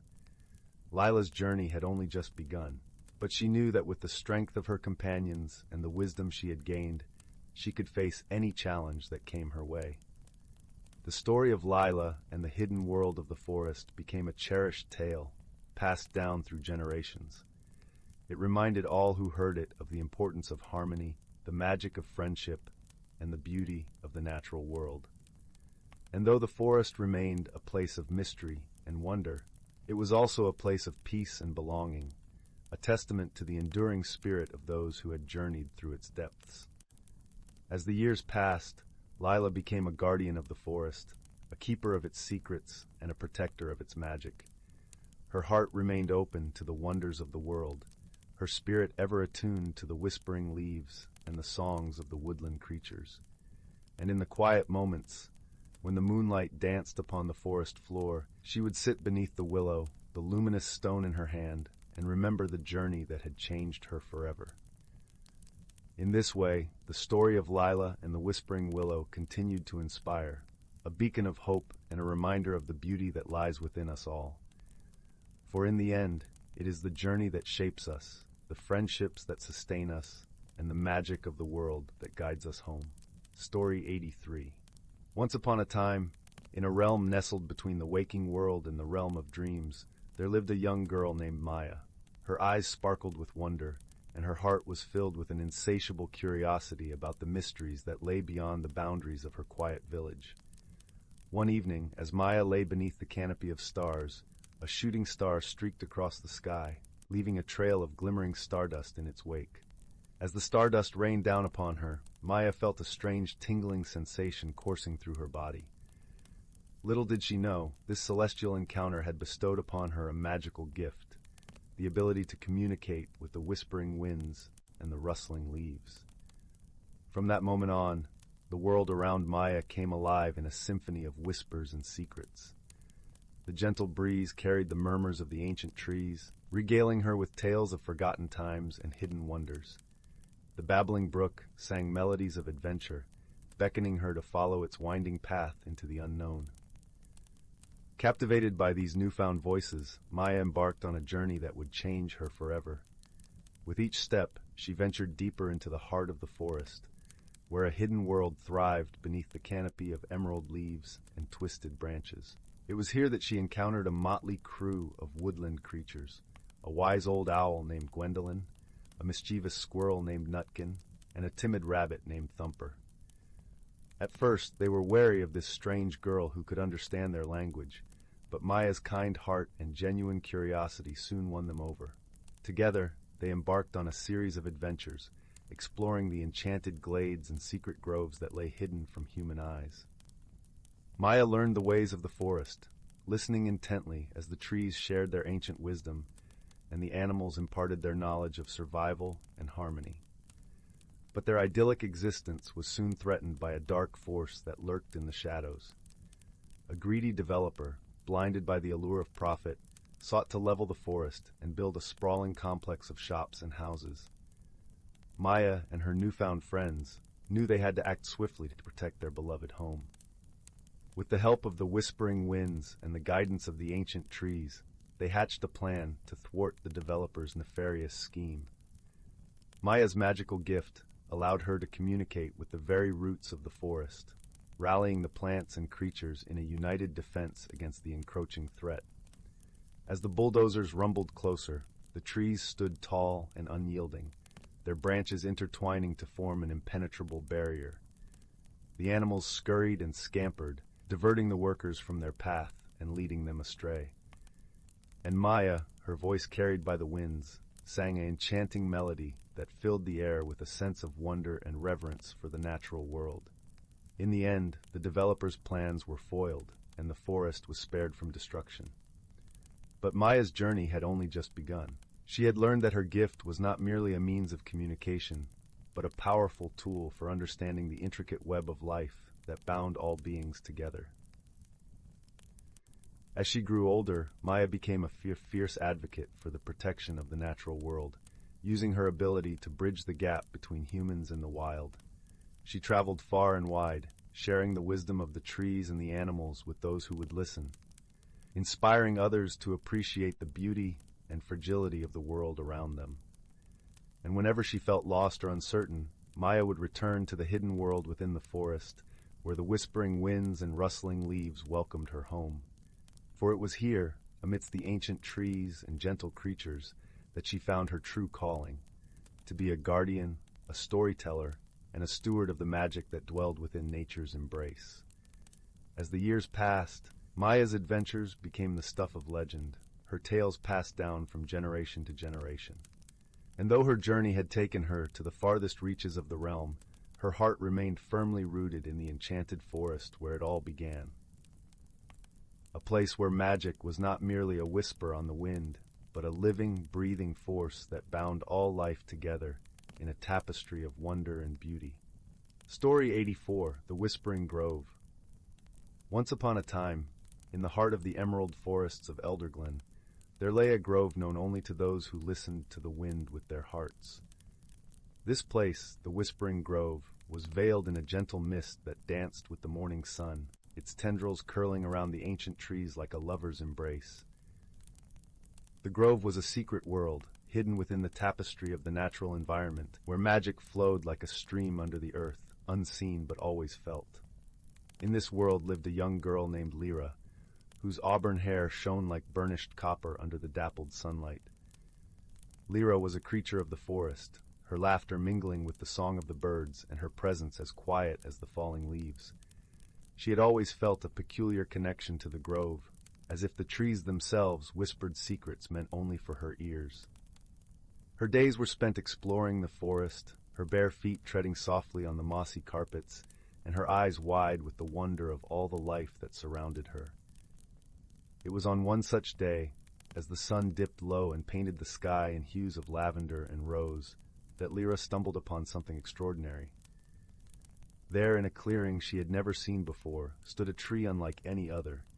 It was taller than the rest, its bark a silvery hue that seemed to shimmer in the fading light. But what caught Lyra's attention was not the tree's appearance, but the gentle hum that seemed to emanate from it, a melody that resonated with the very core of her being. Drawn to the tree, Lyra reached out with a tentative hand, her fingers brushing against the cool bark.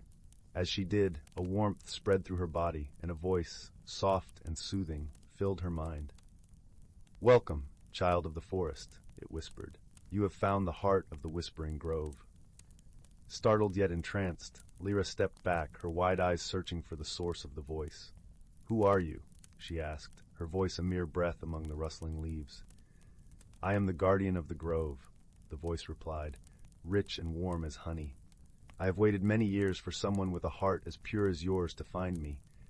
You possess a gift, Lyra, a connection to the magic that flows through this land. But with it comes a responsibility." As the words settled into her mind, Lyra felt a strange sense of purpose unfurl within her.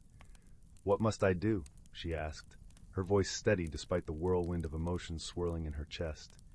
"You must learn to listen, truly listen, to the world around you," the guardian replied. "There is a balance that must be maintained, and the grove needs your help to keep the harmony alive." Thus began Lyra's journey, one that would take her deeper into the mysteries of the forest than she had ever gone before. Each day she returned to the clearing, her heart open and her mind ready to learn. The guardian taught her to understand the whispers of the leaves, the stories carried by the wind, and the songs sung by the roots deep beneath the soil. As weeks turned into months, Lyra discovered the hidden world within the forest, a realm where the mundane and the magical intertwined. She learned of the creatures that dwelled in the shadows, their lives woven into the fabric of the grove. There were the fireflies that danced like stars in the twilight, their glow a lullaby for the weary, the gentle deer whose antlers were crowned with blossoms that never wilted, and the wise old owl whose eyes held the secrets of centuries. Among these magical beings, Lyra found a friend in an unlikely creature, a small, timid fox with fur as white as freshly fallen snow.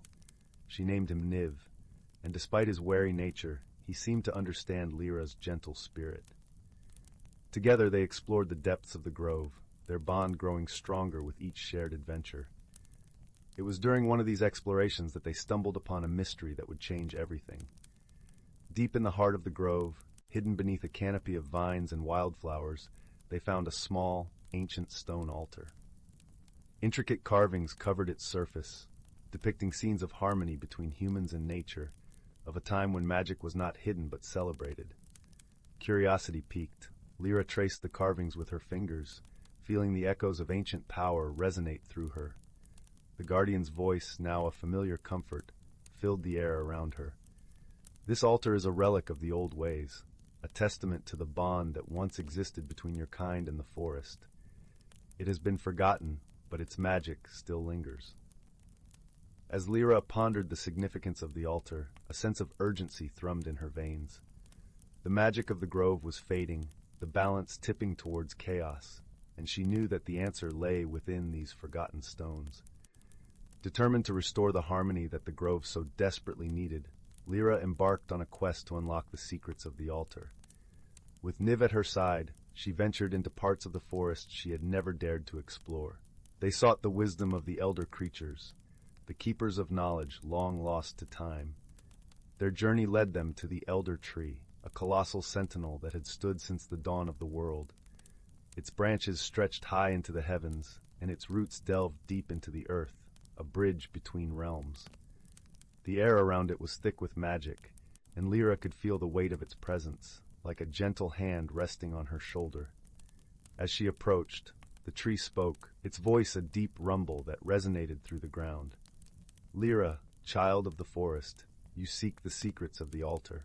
To understand its power, you must look within yourself, for the true magic lies not in the stones, but in the hearts of those who believe." The words stirred something deep within Lyra, a flicker of understanding that grew into a flame.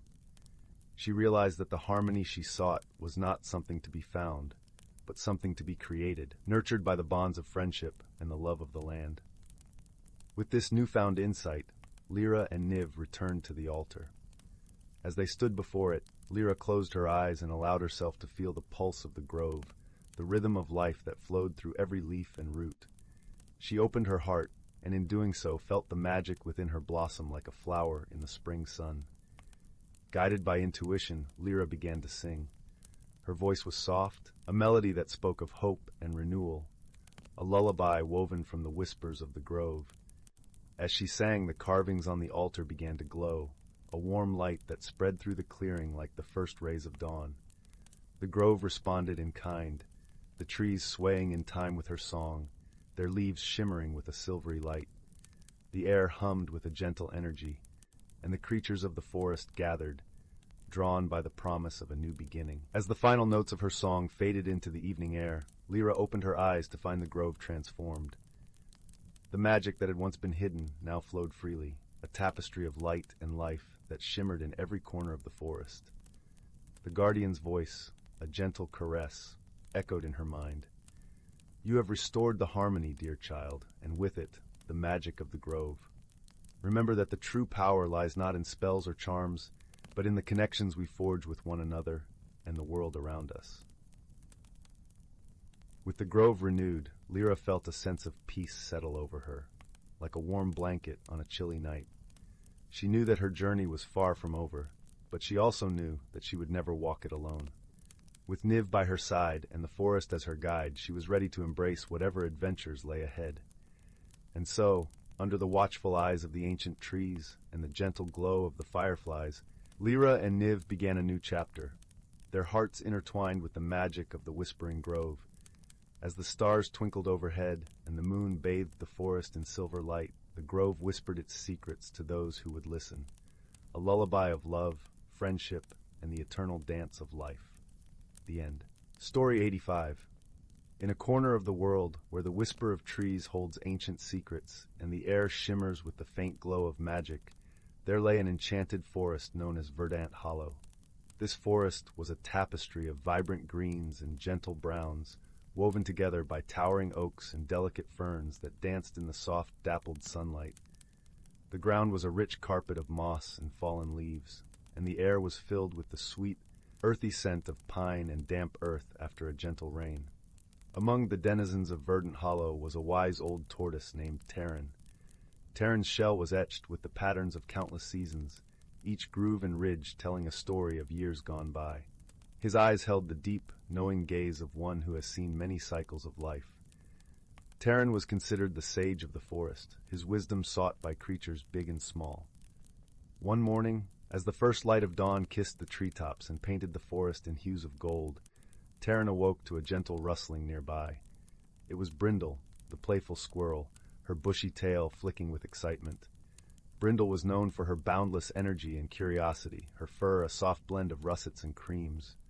"Good morning, Terran," chirped Brindle, her voice bright and cheerful. "Have you heard the news?" Terran blinked slowly, a smile forming on his ancient face. "What news do you bring, little one?" Brindle bounded closer, her tiny paws barely making a sound on the soft earth. "There's a new blossom in the meadow. It's like nothing anyone has ever seen. They say it glows at night." The old tortoise nodded thoughtfully. "Ah, the moonflower has returned. It graces our forest only once every 100 years. Brindle's eyes widened in wonder. 100 years? Why does it come so rarely?" "Because, dear Brindle," Terran explained, "the moonflower blooms to remind us of the delicate balance we must maintain with nature. It is a gift and a gentle warning." Intrigued, Brindle sat beside Terran, eager to learn more. "Tell me, Terran, how did the moonflower come to be?" Terran settled into his story, his voice a soothing melody that blended with the soft rustle of leaves. "Long ago, when the world was young and the magic of the earth was strong, the seasons themselves walked among us. Each season had its own spirit, and they worked together to keep the world in harmony. Spring, with her cloak of blossoms and new life, would awaken the world from its slumber. Summer, fiery and bold, would bring warmth and vitality.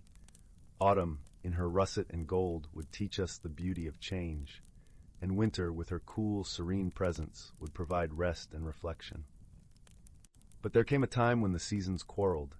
Each wished to linger longer than their due, and the balance of the world began to falter. The skies grew restless, and the creatures of the forest were confused, not knowing when to sow or when to reap. In their wisdom, the spirits of the seasons sought the counsel of the great oak, the oldest tree in the forest. The great oak listened to their woes and proposed a solution, a flower, a moonflower, that would bloom once every century to remind them of their duties and to restore balance. Brindle listened with rapt attention, her small heart swelling with understanding. "So the moonflower is a reminder of harmony?" "Indeed," Terran nodded. "It is a reminder that we must all play our part, no matter how small, to keep the world in balance. Moved by Taryn's tale, Brindle resolved to share the story of the moonflower with all the creatures of Verdant Hollow. As the day unfolded, she scampered through the forest, spreading the word to her friends, the gentle deer, the wise owls, and the cheerful songbirds. As dusk approached, the creatures of the forest gathered in the meadow, their eyes filled with anticipation. The sky was a deep indigo, sprinkled with twinkling stars, and the air was cool and crisp. In the center of the meadow, the moonflower stood tall, its petals unfurling in the moonlight, casting a soft, ethereal glow. The forest fell silent, each creature lost in the beauty and significance of the moment. The moonflower shimmered, its luminescence a gentle beacon that touched every heart with its quiet wisdom. In that serene moment, the creatures of Verdant Hollow understood the lesson of the moonflower.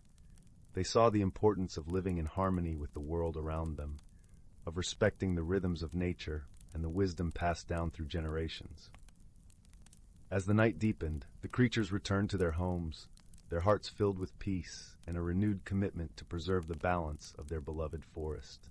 And so, under the watchful eyes of the stars, Verdant Hollow thrived, its magic as vibrant and enduring as the moonflower's glow, a testament to the power of wisdom, friendship, and the gentle harmony of nature. Story 86. Once upon a time, in a cozy village nestled between rolling hills, there lived a young girl named Millie. Though her life seemed ordinary, Millie possessed a most extraordinary gift, the ability to bring inanimate objects to life with a gentle touch. One crisp autumn evening, as Millie was preparing for bed, she noticed her beloved stuffed bear sitting quietly on her nightstand. With a smile, she reached out and gave his paw a gentle squeeze. To her delight, the bear's eyes flickered open, and he let out a contented yawn. "Hello, Millie," the bear said in a warm, husky voice. "It's been too long since we've had an adventure." Millie giggled, her eyes sparkling with excitement. "Well then, we shall have to embark on one, my friend." And so, hand in paw, Millie and her stuffed bear set off on a journey through the most unexpected of realms, the whimsical world of her own imagination. As they wandered through enchanted forests and over rolling meadows, they encountered a host of delightful companions. First, there was Wispy, a playful cloud with a mischievous streak, who enjoyed raining gentle mists upon them as they passed beneath. Then came Pebble, a wise old rock with a heart of gold, who offered sage advice whenever they found themselves at a crossroads. But their most curious encounter was with a peculiar being known as the Dreamweaver. A wizened old man with twinkling eyes and a long, flowing beard, the Dreamweaver had the power to craft dreams into reality. "Welcome, travelers," he greeted them warmly. "What wondrous adventure shall we embark upon tonight?" Millie's eyes widened with excitement. "Oh, I've always dreamed of visiting a castle in the clouds." With a knowing smile, the Dreamweaver waved his gnarled staff, and before their very eyes, a magnificent castle began to take shape amidst the wispy clouds overhead. As they approached the castle's towering gates, a most unexpected challenge presented itself. Guarding the entrance was a fearsome-looking dragon, its scales glittering like jewels in the sunlight. Millie clutched her bear tightly, her heart pounding with apprehension. But Pebble, ever the voice of wisdom, spoke up. "Fear not, little one," the rock said gently. "Dragons may appear fierce, but they are creatures of honor and respect. Approach with kindness, and you shall find a friend." Heeding Pebble's advice, Millie took a deep breath and stepped forward, offering the dragon a warm smile. To her surprise, the beast's fierce expression melted away, revealing a gentle, almost playful demeanor. With a contented rumble, the dragon lowered its head, allowing Millie and her companions to pass through the gates and into the wondrous castle beyond. As they explored the castle's grand halls and sprawling gardens, Millie marveled at the beauty that surrounded them. But as the evening drew to a close, she felt a pang of sadness, knowing their adventure must come to an end. Yet the Dreamweaver, ever perceptive, sensed her melancholy. "Do not be disheartened, dear child," he said gently. "The wonders of imagination are infinite, and this realm shall always be here, awaiting your return." With those words, Millie felt a warmth bloom in her heart, and she knew that no matter where her journey led, the magic of dreams would forever be a part of her life. And so, hand in paw with her beloved bear, Millie bid farewell to her newfound friends and returned home, her spirit enriched by the wisdom and wonder she had encountered along the way. From that day forth, whenever the world seemed a little too ordinary, Millie would close her eyes, take a deep breath, and let her imagination soar, knowing that the greatest adventures often begin with the simplest of things: a touch, a dream, and a heart open to the magic that surrounds us all. Story 87. In a quaint village nestled at the foot of whispering hills, where the air was always sweet with the scent of honeysuckle, there lived a gentle soul named Marin. Marin had grown up amidst the murmurs of the trees and the songs of the brooks, yet she found herself uneasy with change. She cherished her quiet life, preferring the familiar paths through the forest and the steadfast company of her loyal cat Whiskers. One autumn evening, as the golden leaves danced down from the trees, Marin sat by her window, gazing at the horizon where the sky blushed with the setting sun. Her heart felt a curious tug, a yearning for something she could not quite name.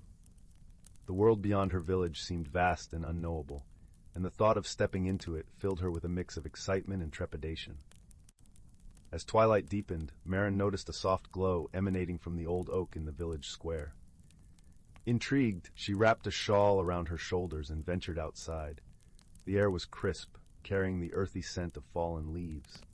As she approached the oak, she was surprised to find a mysterious figure standing beneath its boughs, a woman with hair like silver moonlight and eyes that sparkled with ancient wisdom. "Fear not, dear Marin," the woman spoke in a voice as soothing as the breeze. "I am Lyra, the guardian of this land's heart. I sense your reluctance to embrace change, yet there is magic within you longing to unfold." Marin listened intently, her curiosity piqued. "Magic within me?" she echoed, glancing at her own hands as if expecting them to shimmer. Lyra nodded, her smile full of warmth. "Yes, magic that mirrors the growth of your spirit. But first, you must venture beyond what you know, into the realm of possibility." Marin pondered this, her mind a whirl of thoughts. "But how do I begin such a journey?" Lyra gestured to the path leading into the forest, now aglow with an ethereal light. "Follow the path, and trust in the friends you meet along the way. They will help guide you to your own transformation." With a flutter of nervousness in her heart, Marin nodded. She knew the time had come to step beyond her comfort zone. She bid farewell to Whiskers, who meowed softly as if offering his own encouragement, and set off into the glowing forest. As she walked, the path beneath her feet seemed to hum with a gentle energy. The trees whispered secrets to the stars, and the air was alive with the music of crickets and rustling leaves. Soon, Marin encountered a squirrel with a bushy tail and bright, inquisitive eyes. "Hello there," chirped the squirrel, bounding onto a low branch. "I'm Pippin, and I've seen many travelers on this path. What brings you here?" "I'm seeking the magic within me," Marin replied, feeling a little more confident with each step, "though I'm not sure where to find it." Pippin twitched his tail thoughtfully. "Magic often hides in plain sight, waiting for you to believe in it. Come, I'll show you a shortcut through the forest." Gratefully, Marin followed Pippin, who led her to a glade bathed in silvery moonlight.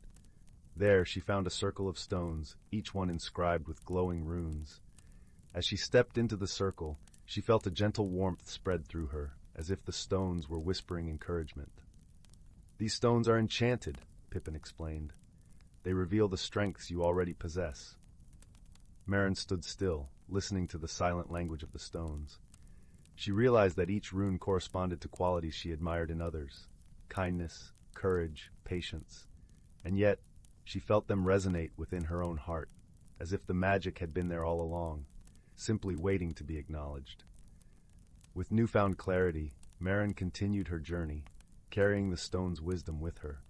Along the way, she met other creatures who shared their insights: a wise owl who spoke of the importance of seeing the world from different perspectives, and a playful fox who reminded her of the value of joy and spontaneity. Each encounter enriched Marin's understanding of herself and her place in the world. She learned that change, though daunting, was a natural part of life, much like the seasons that turned the leaves from green to gold. One day, as she approached the edge of the forest, Marin felt a gentle shift within her, a lightness as if she had shed an invisible weight. She stood on a hill overlooking the village, the landscape stretching before her like a tapestry of dreams. It was then that Lyra appeared beside her once more, her presence as comforting as a mother's embrace. "You have discovered the magic within, Marin," she said softly, "and with it, the strength to embrace the unknown." Marin smiled, her heart full of gratitude and peace. She understood now that the journey was not about finding something new, but about uncovering what had always been there. Change was no longer a thing to fear, but a promise of growth and possibility. As she made her way back to the village, Marin felt the gentle pull of the future, not as a source of anxiety, but as an invitation to explore her own potential. She knew that whatever path she chose, she would walk it with confidence and grace, supported by the wisdom she had gained and the friends she had made. And so, on that tranquil evening, as stars twinkled above like scattered diamonds, Marin found comfort in the knowledge that she was forever changed, ready to embrace the world with open arms and a heart full of magic. Story 88. In the heart of the galaxy, where stars twinkled like scattered diamonds on an endless velvet expanse, there lay a small planet named Lumina. It was a place of eternal twilight, where the sky was a canvas of purples and blues, and bioluminescent flora painted the landscape with gentle, glowing hues.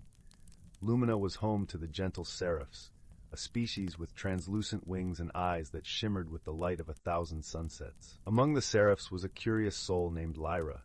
She often wandered the iridescent fields, her wings casting a soft glow as she dreamt of the worlds beyond her own. Lyra's heart was filled with a longing for adventure, a desire to understand the universe and its inhabitants. One day, as she sat on the edge of a crystalline lake, her gaze was drawn upwards. A streak of light shot across the sky, a fiery comet hurtling through the atmosphere. But this was no ordinary celestial event. It was a spacecraft, descending with a trail of sparkling stardust. The ship landed gently on the soft, luminescent ground, and from it emerged a being unlike any Lyra had ever seen. It was a Grelian named Zorak, hailing from a distant planet where the skies were painted with emerald hues and the winds sang songs of old. Zorak was a creature of earth and stone, with skin resembling smooth, polished granite and eyes like deep forest pools. Their meeting was awkward at first. The seraphs were known for their ethereal beauty and grace, while Grelians were revered for their strength and resilience. Lyra and Zorak were worlds apart, both literally and figuratively. Zorak's voice was a low rumble, like distant thunder, while Lyra's was a melodious whisper, akin to a gentle breeze. "Greetings," Lyra ventured, her voice barely above a whisper. She fluttered her wings nervously, the soft luminescence casting gentle ripples on the lake's surface. "Hello," Zorak replied, his words slow and deliberate. His gaze was steady but curious, as if he were trying to decipher a complex puzzle. Their initial interactions were filled with misunderstandings.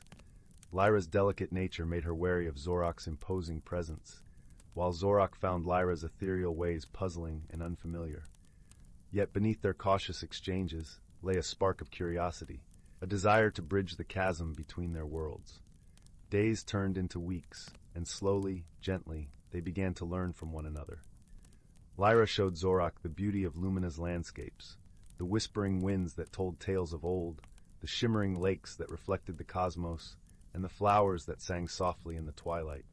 Zorak, in turn, shared stories of his home, of verdant forests and towering mountains, of the ancient songs of the earth that resonated in his heart. Their friendship deepened with each shared experience. One evening, as they sat beneath the star-speckled sky, a sudden commotion erupted. A wild storm, rare and fierce, swept across Lumina, its winds howling like a banshee. The storm had a mind of its own, uprooting trees and threatening to tear the delicate balance of their world apart. Lyra and Zorak sprang into action. Despite the chaos and confusion, they worked together, drawing upon their strengths. Lyra's swift wings and quick thinking helped guide the other seraphs to safety, while Zorak's strength and resilience allowed him to anchor the vulnerable structures against the storm's fury. In the midst of the tempest, a particularly strong gust threatened to hurl Lyra into the raging winds. Zorak, with his solid presence, reached out and caught her, his grip firm yet gentle. "I've got you," he rumbled, his voice steady against the storm. Lyra, safe in his grasp, felt a warmth spread through her. It was a moment of pure understanding, a realization that their differences were strengths that complemented each other, rather than barriers that divided them. When the storm finally subsided, Lumina's twilight returned, casting a serene glow across the land. The seraphs emerged from their shelters, grateful and unscathed. Lyra and Zorak stood side by side, their bond forged in the crucible of adversity. As they gazed at the tranquil landscape, Zorak turned to Lyra.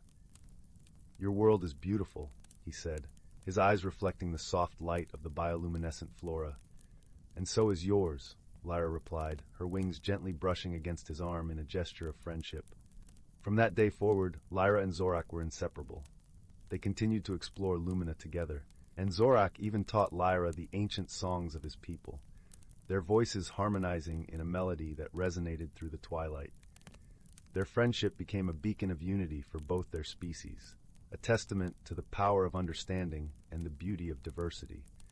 And so, in the heart of the galaxy, where stars continued to twinkle like scattered diamonds on an endless velvet expanse, Lyra and Zorak discovered the true meaning of friendship. It was a bond that transcended worlds, a connection that celebrated their differences and embraced their shared dreams. As the gentle breeze whispered through the luminescent fields, Lyra and Zorak knew that they had found something precious and rare, a friendship that would endure across the cosmos, forever illuminating their hearts with the light of 1,000 sunsets. Story 89. In the heart of an ancient forest where the whispers of the wind carried tales older than time itself, there lay a hidden world, woven intricately into the fabric of nature. The forest was a vast expanse of towering oaks, their branches stretching towards the sky like the arms of giants welcoming the sun. The air was thick with the scent of pine and the earthy aroma of moss-covered stones, while the symphony of rustling leaves and gentle streams created a lullaby for all who lived there. This forest was not merely a collection of trees and underbrush. It was a vibrant community of creatures, each with a role to play in the delicate dance of life. At the heart of this enchanted realm was a glen, bathed in golden sunlight during the day and silver moonlight by night. Here, the creatures of the forest convened, each bringing their own wisdom and stories, like threads in a tapestry woven over countless seasons. Beneath the sheltering boughs of an ancient willow, there lived a wise old tortoise named Thistle. His shell was a mosaic of greens and browns, mirroring the forest floor he knew so well. Thistle was the keeper of stories, a gentle soul whose eyes held the light of countless dawns and the wisdom of centuries. It was said that he could speak with the trees and understand the whispers of the breeze. One serene spring morning, as dew clung to the petals of wildflowers and the air was sweet with the promise of new beginnings, Thistle gathered the young creatures of the forest. They nestled around him, their eyes wide with anticipation. There was Pip, the curious squirrel whose fur was as soft as the down on a thistle seed, Luna, the gentle doe with eyes as deep as the forest pools, and Bramble, the clever fox with a coat that shimmered like autumn leaves. "My young friends," Thistle began, his voice a soothing murmur like the stream's gentle flow, "today I shall tell you of the seasons and the magic they weave through our lives." The creatures leaned closer, their hearts open to the tales that would guide them. "In the beginning," Thistle continued, "the world was a tapestry of perfect balance, each season a thread in the grand design.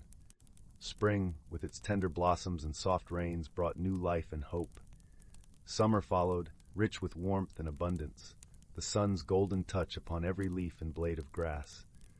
Autumn, with its vibrant hues and crisp air, was a time of reflection and preparation, and winter, the quiet slumber beneath a blanket of snow, offered rest and renewal."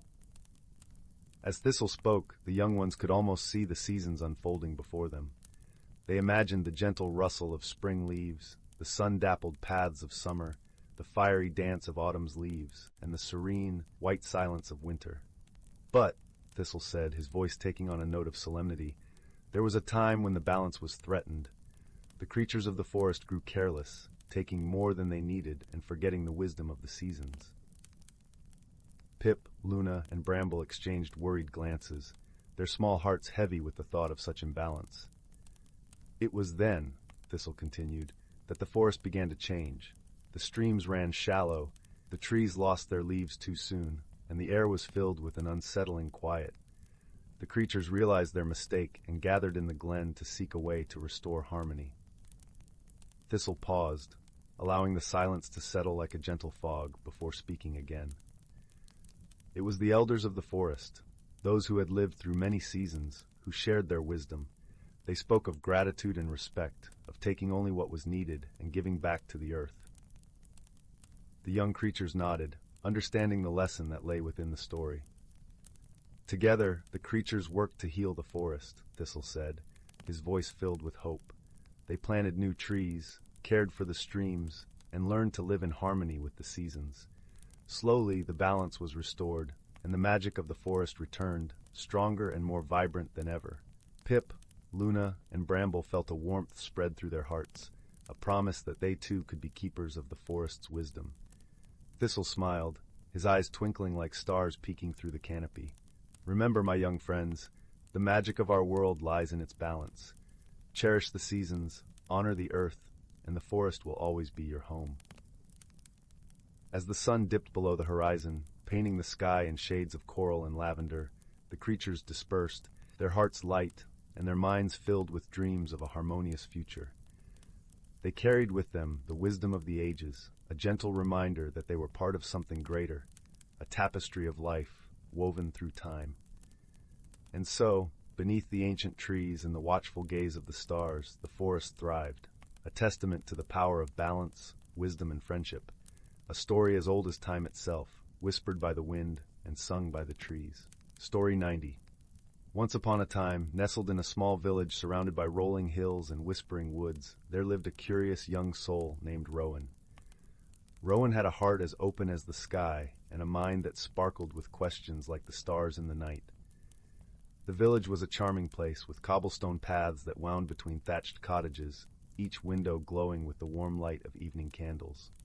But what captured Rowan's imagination most was the Enchanted Grove, a mystical place just beyond the village, shrouded in mist and secrets. The grove was said to be a realm of wonders, where the old willow trees whispered ancient tales, and the air was sweet with the scent of honey and wildflowers. Many in the village spoke of it with a mix of awe and caution, for it was an unknown place, filled with magical creatures and strange phenomena. Yet, it was this very mystery that called to Rowan's adventurous heart. One golden afternoon, when the sun was a gentle orb dipping low in the sky, Rowan decided it was time to explore the grove. With a small satchel slung over their shoulder, filled with a notebook, a pencil, and a few apple slices, Rowan set off down the path leading to the edge of the village and into the woodlands. The trees of the grove were unlike any Rowan had seen. Their trunks were twisted and gnarled, covered in vibrant green moss that felt like velvet to the touch.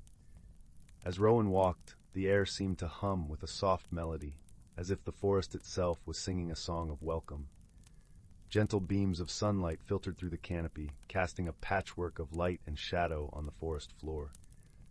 As Rowan ventured deeper, they came across a clearing where the grass was dappled with tiny, luminescent flowers that glowed softly, even in the daylight. Here, Rowan met their first whimsical companion, a small creature with wings like stained glass and eyes that twinkled mischievously. It was a whimsy wisp, a creature known for its love of riddles and laughter. "Welcome, brave wanderer," chirped the wisp, flitting about Rowan's head like a playful breeze. "What brings you to the heart of the Enchanted Grove?" "I seek to learn the secrets of this place," Rowan replied, gazing around in wonder, "and perhaps make a few new friends along the way." The wisp giggled, the sound like a chime in the wind. "Then you must be bold and clever, for the grove holds many mysteries. But fear not, for I shall accompany you on your journey." Together, Rowan and the wisp continued their exploration, encountering more magical phenomena. There were streams of liquid silver that sang as they flowed, and towering mushrooms that glowed with an ethereal light. Each new discovery filled Rowan with awe and a growing sense of courage.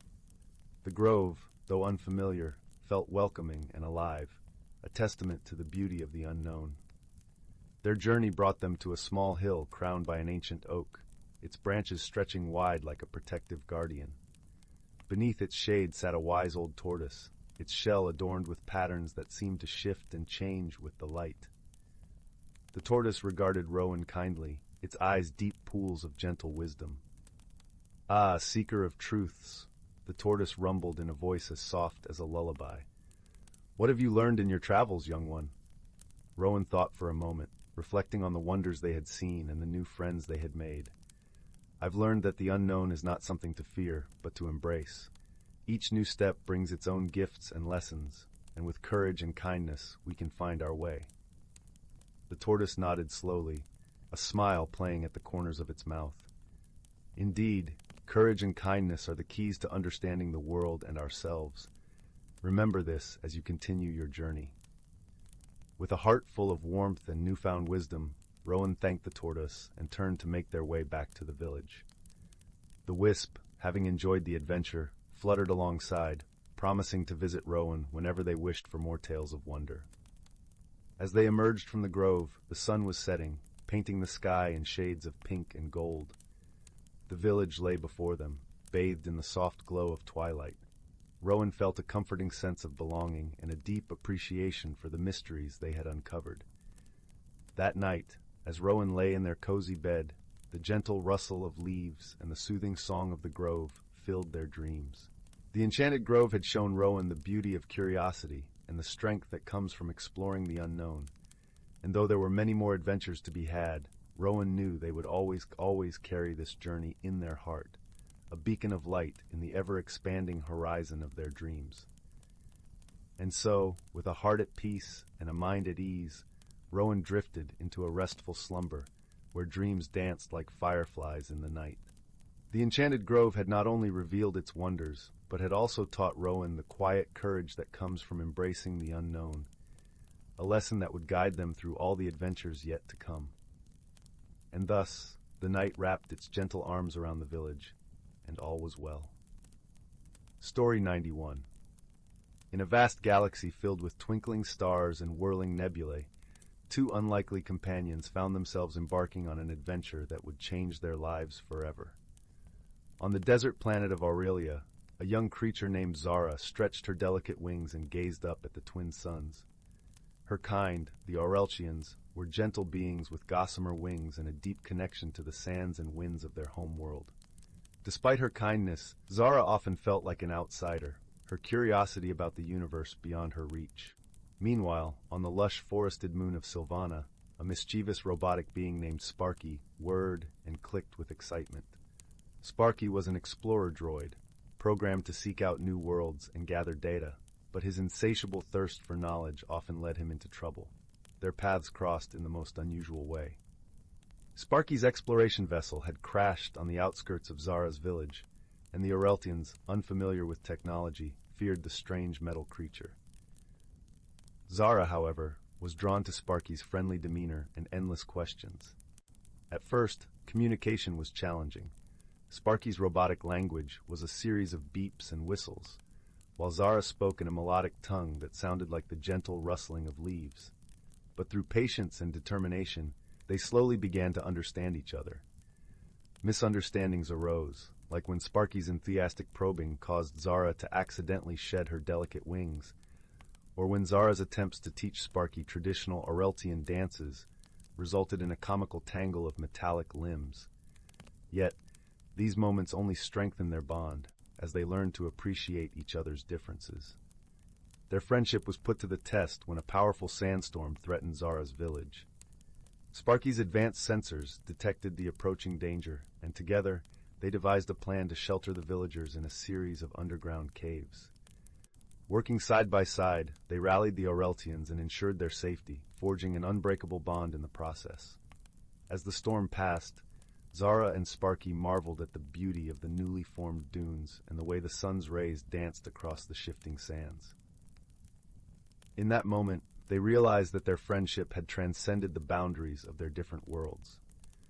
Sparky, who had once been driven by a thirst for knowledge, now understood the true value of connection and companionship. And Zara, once confined by the limitations of her home world, now saw the infinite possibilities that lay beyond the horizon. With newfound courage, they embarked on a journey through the stars, eager to explore the wonders of the galaxy together. They encountered strange new civilizations, faced daring challenges, and forged lasting bonds with beings from all corners of the universe. Through it all, Zara and Sparky remained steadfast companions, supporting each other through triumphs and setbacks, and finding strength in their unique perspectives. They learned that true friendship was not about being the same, but about accepting and cherishing the differences that made them who they were. And as they gazed up at the twinkling stars, they knew that their adventure was just beginning, for the universe was vast and filled with endless possibilities for those who dared to embrace the unknown, hand in hand with a true friend. Story 92. In a quaint village nestled between the rolling hills and the whispering woods, there was a small ivy-covered cottage. This cottage was home to a young girl named Mabel, who had a heart as warm as the sunlit meadows that stretched beyond her window.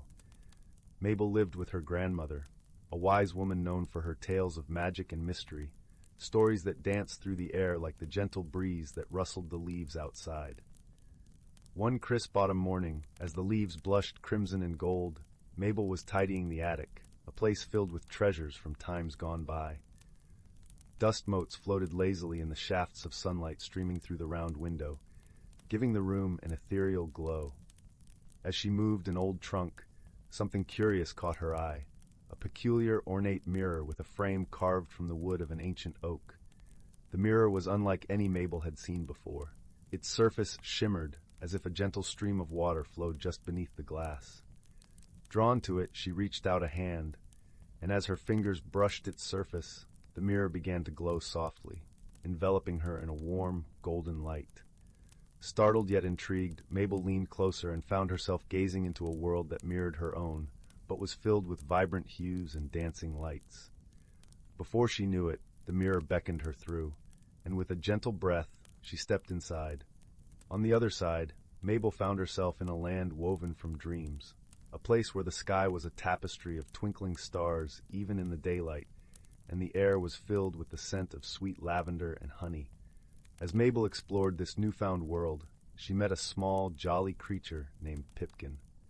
Pipkin had eyes like polished marbles and a laugh that sounded like wind chimes in the breeze. He wore a tiny vest made of acorn caps and had a knack for finding the best paths through the woods. "Welcome, Mabel," Pipkin chimed, offering a bow that sent his tiny hat tumbling. "We've been waiting for someone like you." Mabel was curious. Waiting for me? But why? Pipkin's eyes twinkled with knowing. This world holds many wonders, but it also hides a secret that can only be unlocked by someone with a heart as bright as yours. Pipkin explained that deep within the enchanted grove lay a tree whose roots held the village's forgotten memories. This tree, however, was wilting, its leaves losing their luster. Without these memories, both worlds, Mabel's and this magical realm, risked fading into shadow.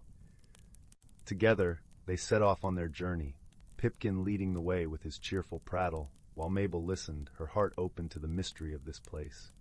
Along the way, they met Leora, a gentle owl with feathers like soft clouds and eyes that held the wisdom of the ages. Leora perched on Mabel's shoulder, her voice soft and soothing, offering guidance with each flap of her wings. As they ventured deeper into the grove, the air grew cooler, and the light dimmed, casting long shadows that seemed to dance with the rustling leaves. Mabel felt a pang of uncertainty, but Leora's calm presence and Pipkin's cheerful songs kept her spirits high. The trio soon arrived at the heart of the grove, where the ancient tree stood, its branches drooping like tired arms. Mabel approached, placing her hand gently on the gnarled bark. In that moment, she understood that the tree's strength was bound to the love and kindness shared among the villagers, stories passed down like threads in a tapestry. With the guidance of her new friends, Mabel realized that the key to restoring the tree lay in sharing her own stories, her own warmth with others. She began to speak, her words weaving tales of joy, hope, and unity, stories of her grandmother's kindness, the laughter shared with friends, and the beauty found in nature's quiet moments. As Mabel spoke, the tree began to glow with a golden light, its branches lifting as if reaching for the stars. Leaves unfurled, vibrant and alive, carrying whispers of the stories into the breeze. The grove filled with a gentle hum, a melody of harmonized voices echoing through the air. The tree, rejuvenated by Mabel's heartfelt tales, released a soft rain of shimmering petals that danced around them, a gentle reminder of the power held within kindness and connection. Mabel looked to Pipkin and Leora, her heart swelling with gratitude. "You did it, Mabel," Pipkin beamed, his eyes alight with joy. "The memories live again, and so does the light within our worlds." With the task complete, the mirror opened once more, inviting Mabel to return home. As she stepped back through, she carried with her the lessons of friendship and the magic of stories shared. Back in her cozy cottage, with the fire crackling softly in the hearth, Mabel felt a warmth that was more than just the glow of the flames. It was the warmth of knowing that kindness binds us all, a truth she would carry with her always. And so, with the gentle hoot of an owl from the woods and the soft rustling of leaves, Mabel drifted into a peaceful sleep, cradled by the comforting embrace of the stories she would continue to share. Story 93. In the quaint village of Verdant Hollow, where cobblestone paths wound through lush gardens and cottages wore ivy like a cozy shawl, there was a legend of the Whispering Woods. The villagers often spoke of it with a mix of reverence and wonder, for it was said that deep within its emerald canopy lay a hidden world, a realm unseen by most, and home to magic as old as time itself. Among the villagers was a young girl named Lena. With eyes the color of the forest's deepest leaves and a heart full of curiosity, Lena was known for her adventurous spirit. Her grandmother often regaled her with tales of the Whispering Woods, stories passed down through generations that spoke of a mystical pool said to grant those who found it a single wish. One crisp autumn morning, when the air was filled with the scent of fallen leaves and the promise of adventure, Lena decided it was time to seek the legendary pool. With a satchel packed with essentials, her favorite book, a sketch pad, and a small loaf of honey bread, she set off down the winding paths that led to the forest's edge. As Lena entered the woods, the world around her seemed to shift. The air was cooler, and the sunlight danced through the leaves, casting intricate patterns on the forest floor. The trees whispered in a language only they understood, and the path ahead seemed to beckon her deeper into the heart of the forest. The woods were alive with the sounds of nature, birds singing melodies that wove through the branches, the gentle rustle of leaves as a breeze passed through, and the distant babble of a brook. Lena felt a sense of peace envelop her, as if the forest was welcoming her into its embrace. She walked for hours, guided by the instincts she had cultivated over years of exploring. The path twisted and turned, sometimes narrowing so much that she had to squeeze between trees, their bark rough against her hands. Then, just as doubt began to creep into her mind, she stumbled upon something extraordinary. In a small clearing, bathed in dappled sunlight, was a stone archway covered in moss and lichen. Beyond it, the air shimmered, as if reality itself was bending. Lena's heart raced with excitement and a hint of fear. She stepped through the archway, feeling a tingle pass over her skin, and found herself in a place unlike any she had seen before. The hidden world was a tapestry of colors and sounds. The trees were taller here, their leaves a vibrant shade of green that seemed to glow. Flowers bloomed in every hue imaginable, their petals soft as silk. Butterflies flitted through the air, leaving trails of sparkling dust in their wake. Lena felt as if she had stepped into a painting, a world crafted by dreams. As she walked, she encountered creatures she had only read about in stories. A family of foxes with fur like silver moonlight watched her with curious eyes. A pair of rabbits, their ears long and velvety, hopped alongside her for a while before darting off into the underbrush. But it was not just the animals that captured Lena's attention. In the distance, she heard a melody, a song that seemed to come from everywhere and nowhere at once. It was a tune filled with joy and sorrow, as if the forest itself was singing its history. Lena felt drawn to it, her feet moving of their own accord, leading her toward the source. The path led her to a glen where the trees parted to reveal a serene pool. Its waters were still and clear, reflecting the sky above like a mirror. Lena approached it with reverence, her heart pounding in her chest. This was the pool of legend, she was certain of it. Just as she was about to kneel and make her wish, she noticed a figure sitting on a rock by the water's edge. It was an elderly woman, her hair silver as starlight, her eyes twinkling with wisdom. She wore a cloak that seemed woven from the forest itself, leaves and twigs interlaced with delicate threads. "Hello, Lena," the woman said, her voice as soft as the breeze. "I have been expecting you." Lena was startled, but not afraid. There was something comforting about the woman's presence. "You know my name?" she asked, her voice barely above a whisper. The woman nodded, a gentle smile playing on her lips. "I know many things, child, but more importantly, I know why you have come." Lena sat beside the woman, the cool earth beneath her grounding her in this wondrous place. "I want to make a wish," she admitted, her voice filled with the earnestness of youth. The woman nodded again, her eyes studying Lena with a kindness that felt like a warm embrace. "Wishes are powerful, Lena, but they are also unpredictable. Tell me, what is it you truly desire?" Lena thought for a moment, her mind racing with possibilities. She could wish for anything, a grand adventure, endless knowledge, or perhaps something to help her village. But deep down, she knew what her heart yearned for most. "I want to understand the world," Lena said finally, her voice steady. "I want to see the beauty in everything and help others see it too." The woman smiled, her eyes alight with approval. A wise wish, indeed. But remember, understanding comes not from a single moment, but from a lifetime of experiences. With a wave of her hand, the woman gestured to the pool. "Place your hand in the water and let it guide you." Lena leaned over the pool and dipped her hand into its cool depths. Instantly, she felt a surge of energy pass through her, a connection to the world around her that was both exhilarating and humbling. Images flashed before her eyes, mountains and rivers, forests and deserts, people and creatures of all kinds. She saw the world not just as it was, but as it could be, filled with possibilities and wonder. When she withdrew her hand, the woman was gone, leaving only the gentle ripple of the water as evidence of her presence. Lena sat by the pool for a while, absorbing the experience, her heart full of gratitude and purpose. As the sun began to set, casting golden light across the forest, Lena knew it was time to return home. She retraced her steps through the hidden world, the path now familiar and welcoming. The creatures she had met along the way seemed to sense her newfound understanding, nodding to her as she passed.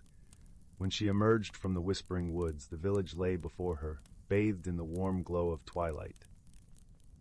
Lena felt different, as if she carried a piece of the hidden world within her. She knew that her journey had only just begun, that there were countless wonders still to discover, both in the world around her and within herself. In the days that followed, Lena shared her experiences with the villagers.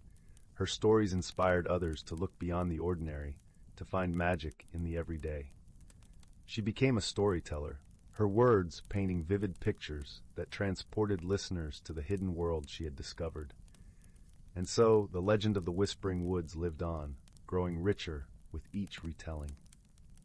Lena's journey became a testament to the power of curiosity and the beauty of understanding. It reminded all who heard it that the world was filled with wonders waiting to be discovered, and that sometimes the greatest adventures began with a single step into the unknown. As the years passed, Lena continued to explore and learn, her heart forever open to the mysteries of the world. And though she never saw the elderly woman again, she often felt her presence, a guiding spirit in moments of doubt or wonder. Lena knew that the woman's wisdom lived on within her, a gentle reminder that magic was not just in the world, but in the connections we made and the kindness we shared. And so, with each day that dawned, Lena embraced the world with open arms, ready to uncover its secrets and share its beauty with all who would listen. For she understood now that the true magic of the Whispering Woods lay not in the wish granted by the pool, but in the journey itself, a journey of discovery, friendship, and a deeper understanding of the world and her place within it. And as the fire crackled softly in the hearth, and the night wrapped verdant hollow in its gentle embrace, the villagers would gather to hear Lena's tales, their hearts warmed by the knowledge that magic was real, and it lived within each of them. Story 94, title, The Whispering Woods. Once upon a time, nestled in the gentle embrace of rolling hills and lush emerald forests, lay the quaint village of Willow Creek. The village was a tapestry of cobblestone paths and thatched-roof cottages, each surrounded by gardens brimming with vibrant flowers and the sweet scent of honeysuckle. At the heart of Willow Creek, the villagers gathered each market day under the wide branches of an ancient oak tree, its leaves whispering secrets to those who cared to listen. Among the villagers was a curious and kind-hearted young woman named Clara.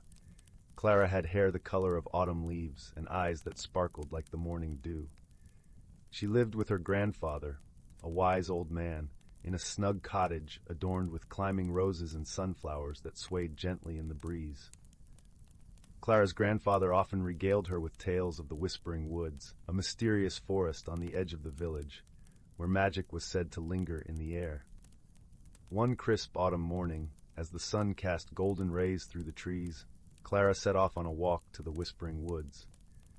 Her heart was alight with curiosity, for she had always longed to discover the secrets that lay beyond the village and the stories her grandfather told. With a wicker basket in hand, she meandered through fields of wildflowers, her senses alive with the earthy aroma of fallen leaves and the distant song of a brook. As Clara approached the edge of the forest, she felt a gentle breeze caress her cheek, carrying with it a whisper of adventure. She stepped beneath the canopy of towering oaks and maples, their leaves a riot of red and gold, creating a living mosaic above her. The air was cool and crisp, filled with the sound of rustling leaves and the occasional chirp of a hidden bird. She wandered deeper into the woods, where the light dimmed to a soft, enchanting glow. The ground was carpeted with moss and fallen leaves, and the air was thick with the scent of pine and earth. Clara marveled at the beauty around her, each step revealing a new wonder. A cluster of mushrooms glowing faintly in the shadows, a family of rabbits darting through the underbrush, and a stream that babbled joyfully over smooth stones. As she walked, Clara noticed something peculiar. A path she had not seen before seemed to emerge from the forest floor, winding its way through the trees. It was as though the woods themselves were inviting her to explore further. Intrigued, Clara followed the path, her heart fluttering with excitement and a hint of trepidation. The path led her to a small clearing bathed in sunlight, where an ancient stone stood, covered in moss and ivy. It was here that Clara found the magical object that would change her life forever, a beautifully crafted mirror, its frame adorned with intricate carvings of leaves and vines, glinting with a mysterious light. As she drew closer, she felt a gentle warmth emanating from the mirror, as if it were beckoning her to gaze into its depths. With a mixture of awe and curiosity, Clara peered into the mirror. To her astonishment, the reflection was not of the clearing, but of a hidden world, a world where trees danced in the wind, their branches alive with sparkling lights, and streams wove through fields of flowers that shimmered with colors she had never seen. It was a world of enchantment, a world that seemed to exist beyond the veil of her own. As she gazed into the mirror, Clara felt a gentle tug at her heart, a longing to step into this hidden world and discover its secrets. She reached out, her fingers brushing the surface of the mirror, and was surprised to feel a warm, tingling sensation. In that moment, the mirror began to glow brighter, enveloping her in a soft, golden light. And then, as if by magic, she found herself standing in the world she had seen, a world of wonder and possibility. Clara marveled at her surroundings, the air alive with the scent of wildflowers and the sound of a gentle breeze rustling the leaves. She took a tentative step forward, feeling the soft grass beneath her feet, and was filled with a sense of peace and belonging. It was as if she had found a piece of herself that had been missing, hidden away in this magical realm. As she explored, Clara discovered that she was not alone. A group of woodland creatures, deer, rabbits, and birds, gathered around her, their eyes filled with curiosity and kindness. It was then that she met Finn, a gentle stag with antlers that seemed to shimmer with stardust. Finn approached her with a graceful nod, his eyes wise and knowing. "Welcome, Clara," Finn spoke, his voice smooth as the flowing stream. "You have found the Mirror of Whispers, a gateway to our world." Clara was amazed. "How do you know my name?" she asked softly. "The Whispering Woods have watched over you, just as they watch over all who dwell in Willow Creek," Finn replied. "And now, the Mirror has chosen you to embark on a journey of discovery and growth." Clara felt a warmth spread through her heart, a feeling of connection and purpose. She knew that this journey would change her, that she would learn and grow in ways she had never imagined. With newfound resolve, she nodded, ready to embrace the adventure that lay before her. Together with Finn and the other woodland creatures, Clara explored the hidden world, each day bringing new wonders and challenges. She learned to listen to the whispers of the woods, to understand the language of the trees and the songs of the streams. She discovered that the world was alive with magic, a magic that was both gentle and profound. One day, as they wandered through a grove of silver birch trees, Clara and Finn came across a grove that seemed to thrum with energy. In the center stood a tree unlike any other, its bark shimmering with a silvery light, its branches adorned with leaves of pure gold. It was the heartwood tree, the source of the magic that permeated the hidden world. As they approached, Clara felt a deep sense of reverence. The heartwood tree exuded a warmth and wisdom that resonated within her soul. It was then that Finn revealed the purpose of their journey. The heartwood tree holds the key to maintaining the balance between our worlds, Finn explained, his voice filled with solemnity. But its magic is fading, and it needs your help to restore its strength. Clara felt a pang of responsibility, but also a surge of determination. She knew that she had been chosen for a reason, that her journey had led her to this moment. With Finn by her side, she set to work, using the knowledge and wisdom she had gained to nurture the heartwood tree and restore its magic. Through her efforts, Clara learned the importance of harmony and balance, of listening to the world around her and acting with kindness and compassion. She discovered that true magic lay not in the extraordinary, but in the everyday moments of connection and understanding. As the days turned into weeks, Clara's bond with the hidden world deepened, and she found herself transformed. She had grown wiser and stronger, her heart filled with a love for the world and all its wonders. And as the heartwood tree began to thrive once more, she knew that her journey was nearing its end. With a bittersweet heart, Clara bid farewell to her newfound friends, knowing that she would always carry a piece of their world within her. As she stepped through the mirror one last time, she found herself back in the clearing, the sun casting a warm glow over the ancient stone. The whispering woods welcomed her return, the leaves rustling with a gentle, knowing song. Clara smiled, her heart full of gratitude for the journey she had taken and the lessons she had learned. She knew that she was forever changed, her life enriched by the magic of the hidden world. As the sun began to set, casting a golden hue over the village of Willow Creek, Clara made her way home. Her grandfather awaited her, seated by the crackling fireplace, a warm smile lighting up his face. "Welcome back, my dear," he said, his voice filled with love and pride. "I see you have discovered the magic of the Whispering Woods." Clara nodded, her heart overflowing with stories and memories. She settled beside her grandfather, the warmth of the fire wrapping around them like a comforting embrace. In the days that followed, Clara shared her tales with the villagers, weaving the lessons of her journey into each story. She spoke of the importance of friendship and understanding, of caring for the world and each other. Her words resonated with all who listened, sparking a renewed sense of wonder and appreciation for the world around them. And so, as the seasons turned and the years passed, the village of Willow Creek thrived, its people living in harmony with the land and each other. The Whispering Woods continued to watch over them, its magic a gentle presence in their lives. As for Clara, she remained a beloved figure in the village, her heart forever bound to the hidden world. She had found her place, a bridge between two realms, her life a testament to the power of love, wisdom, and friendship. And so, under the starlit sky and the watchful gaze of the ancient oak, Clara's story became a legend, whispered through the generations, a reminder of the magic that exists in every heart and the wonder that awaits those who dare to dream. Story 95. In a quaint village nestled between rolling hills and whispering forests, there stood a little cottage with ivy creeping up its stone walls. The air was always sweet with the scent of lavender and the hum of bees busy at work.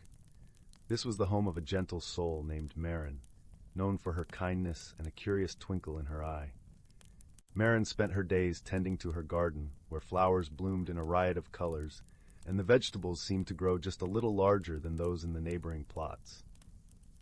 But it was not her green thumb that made her garden special.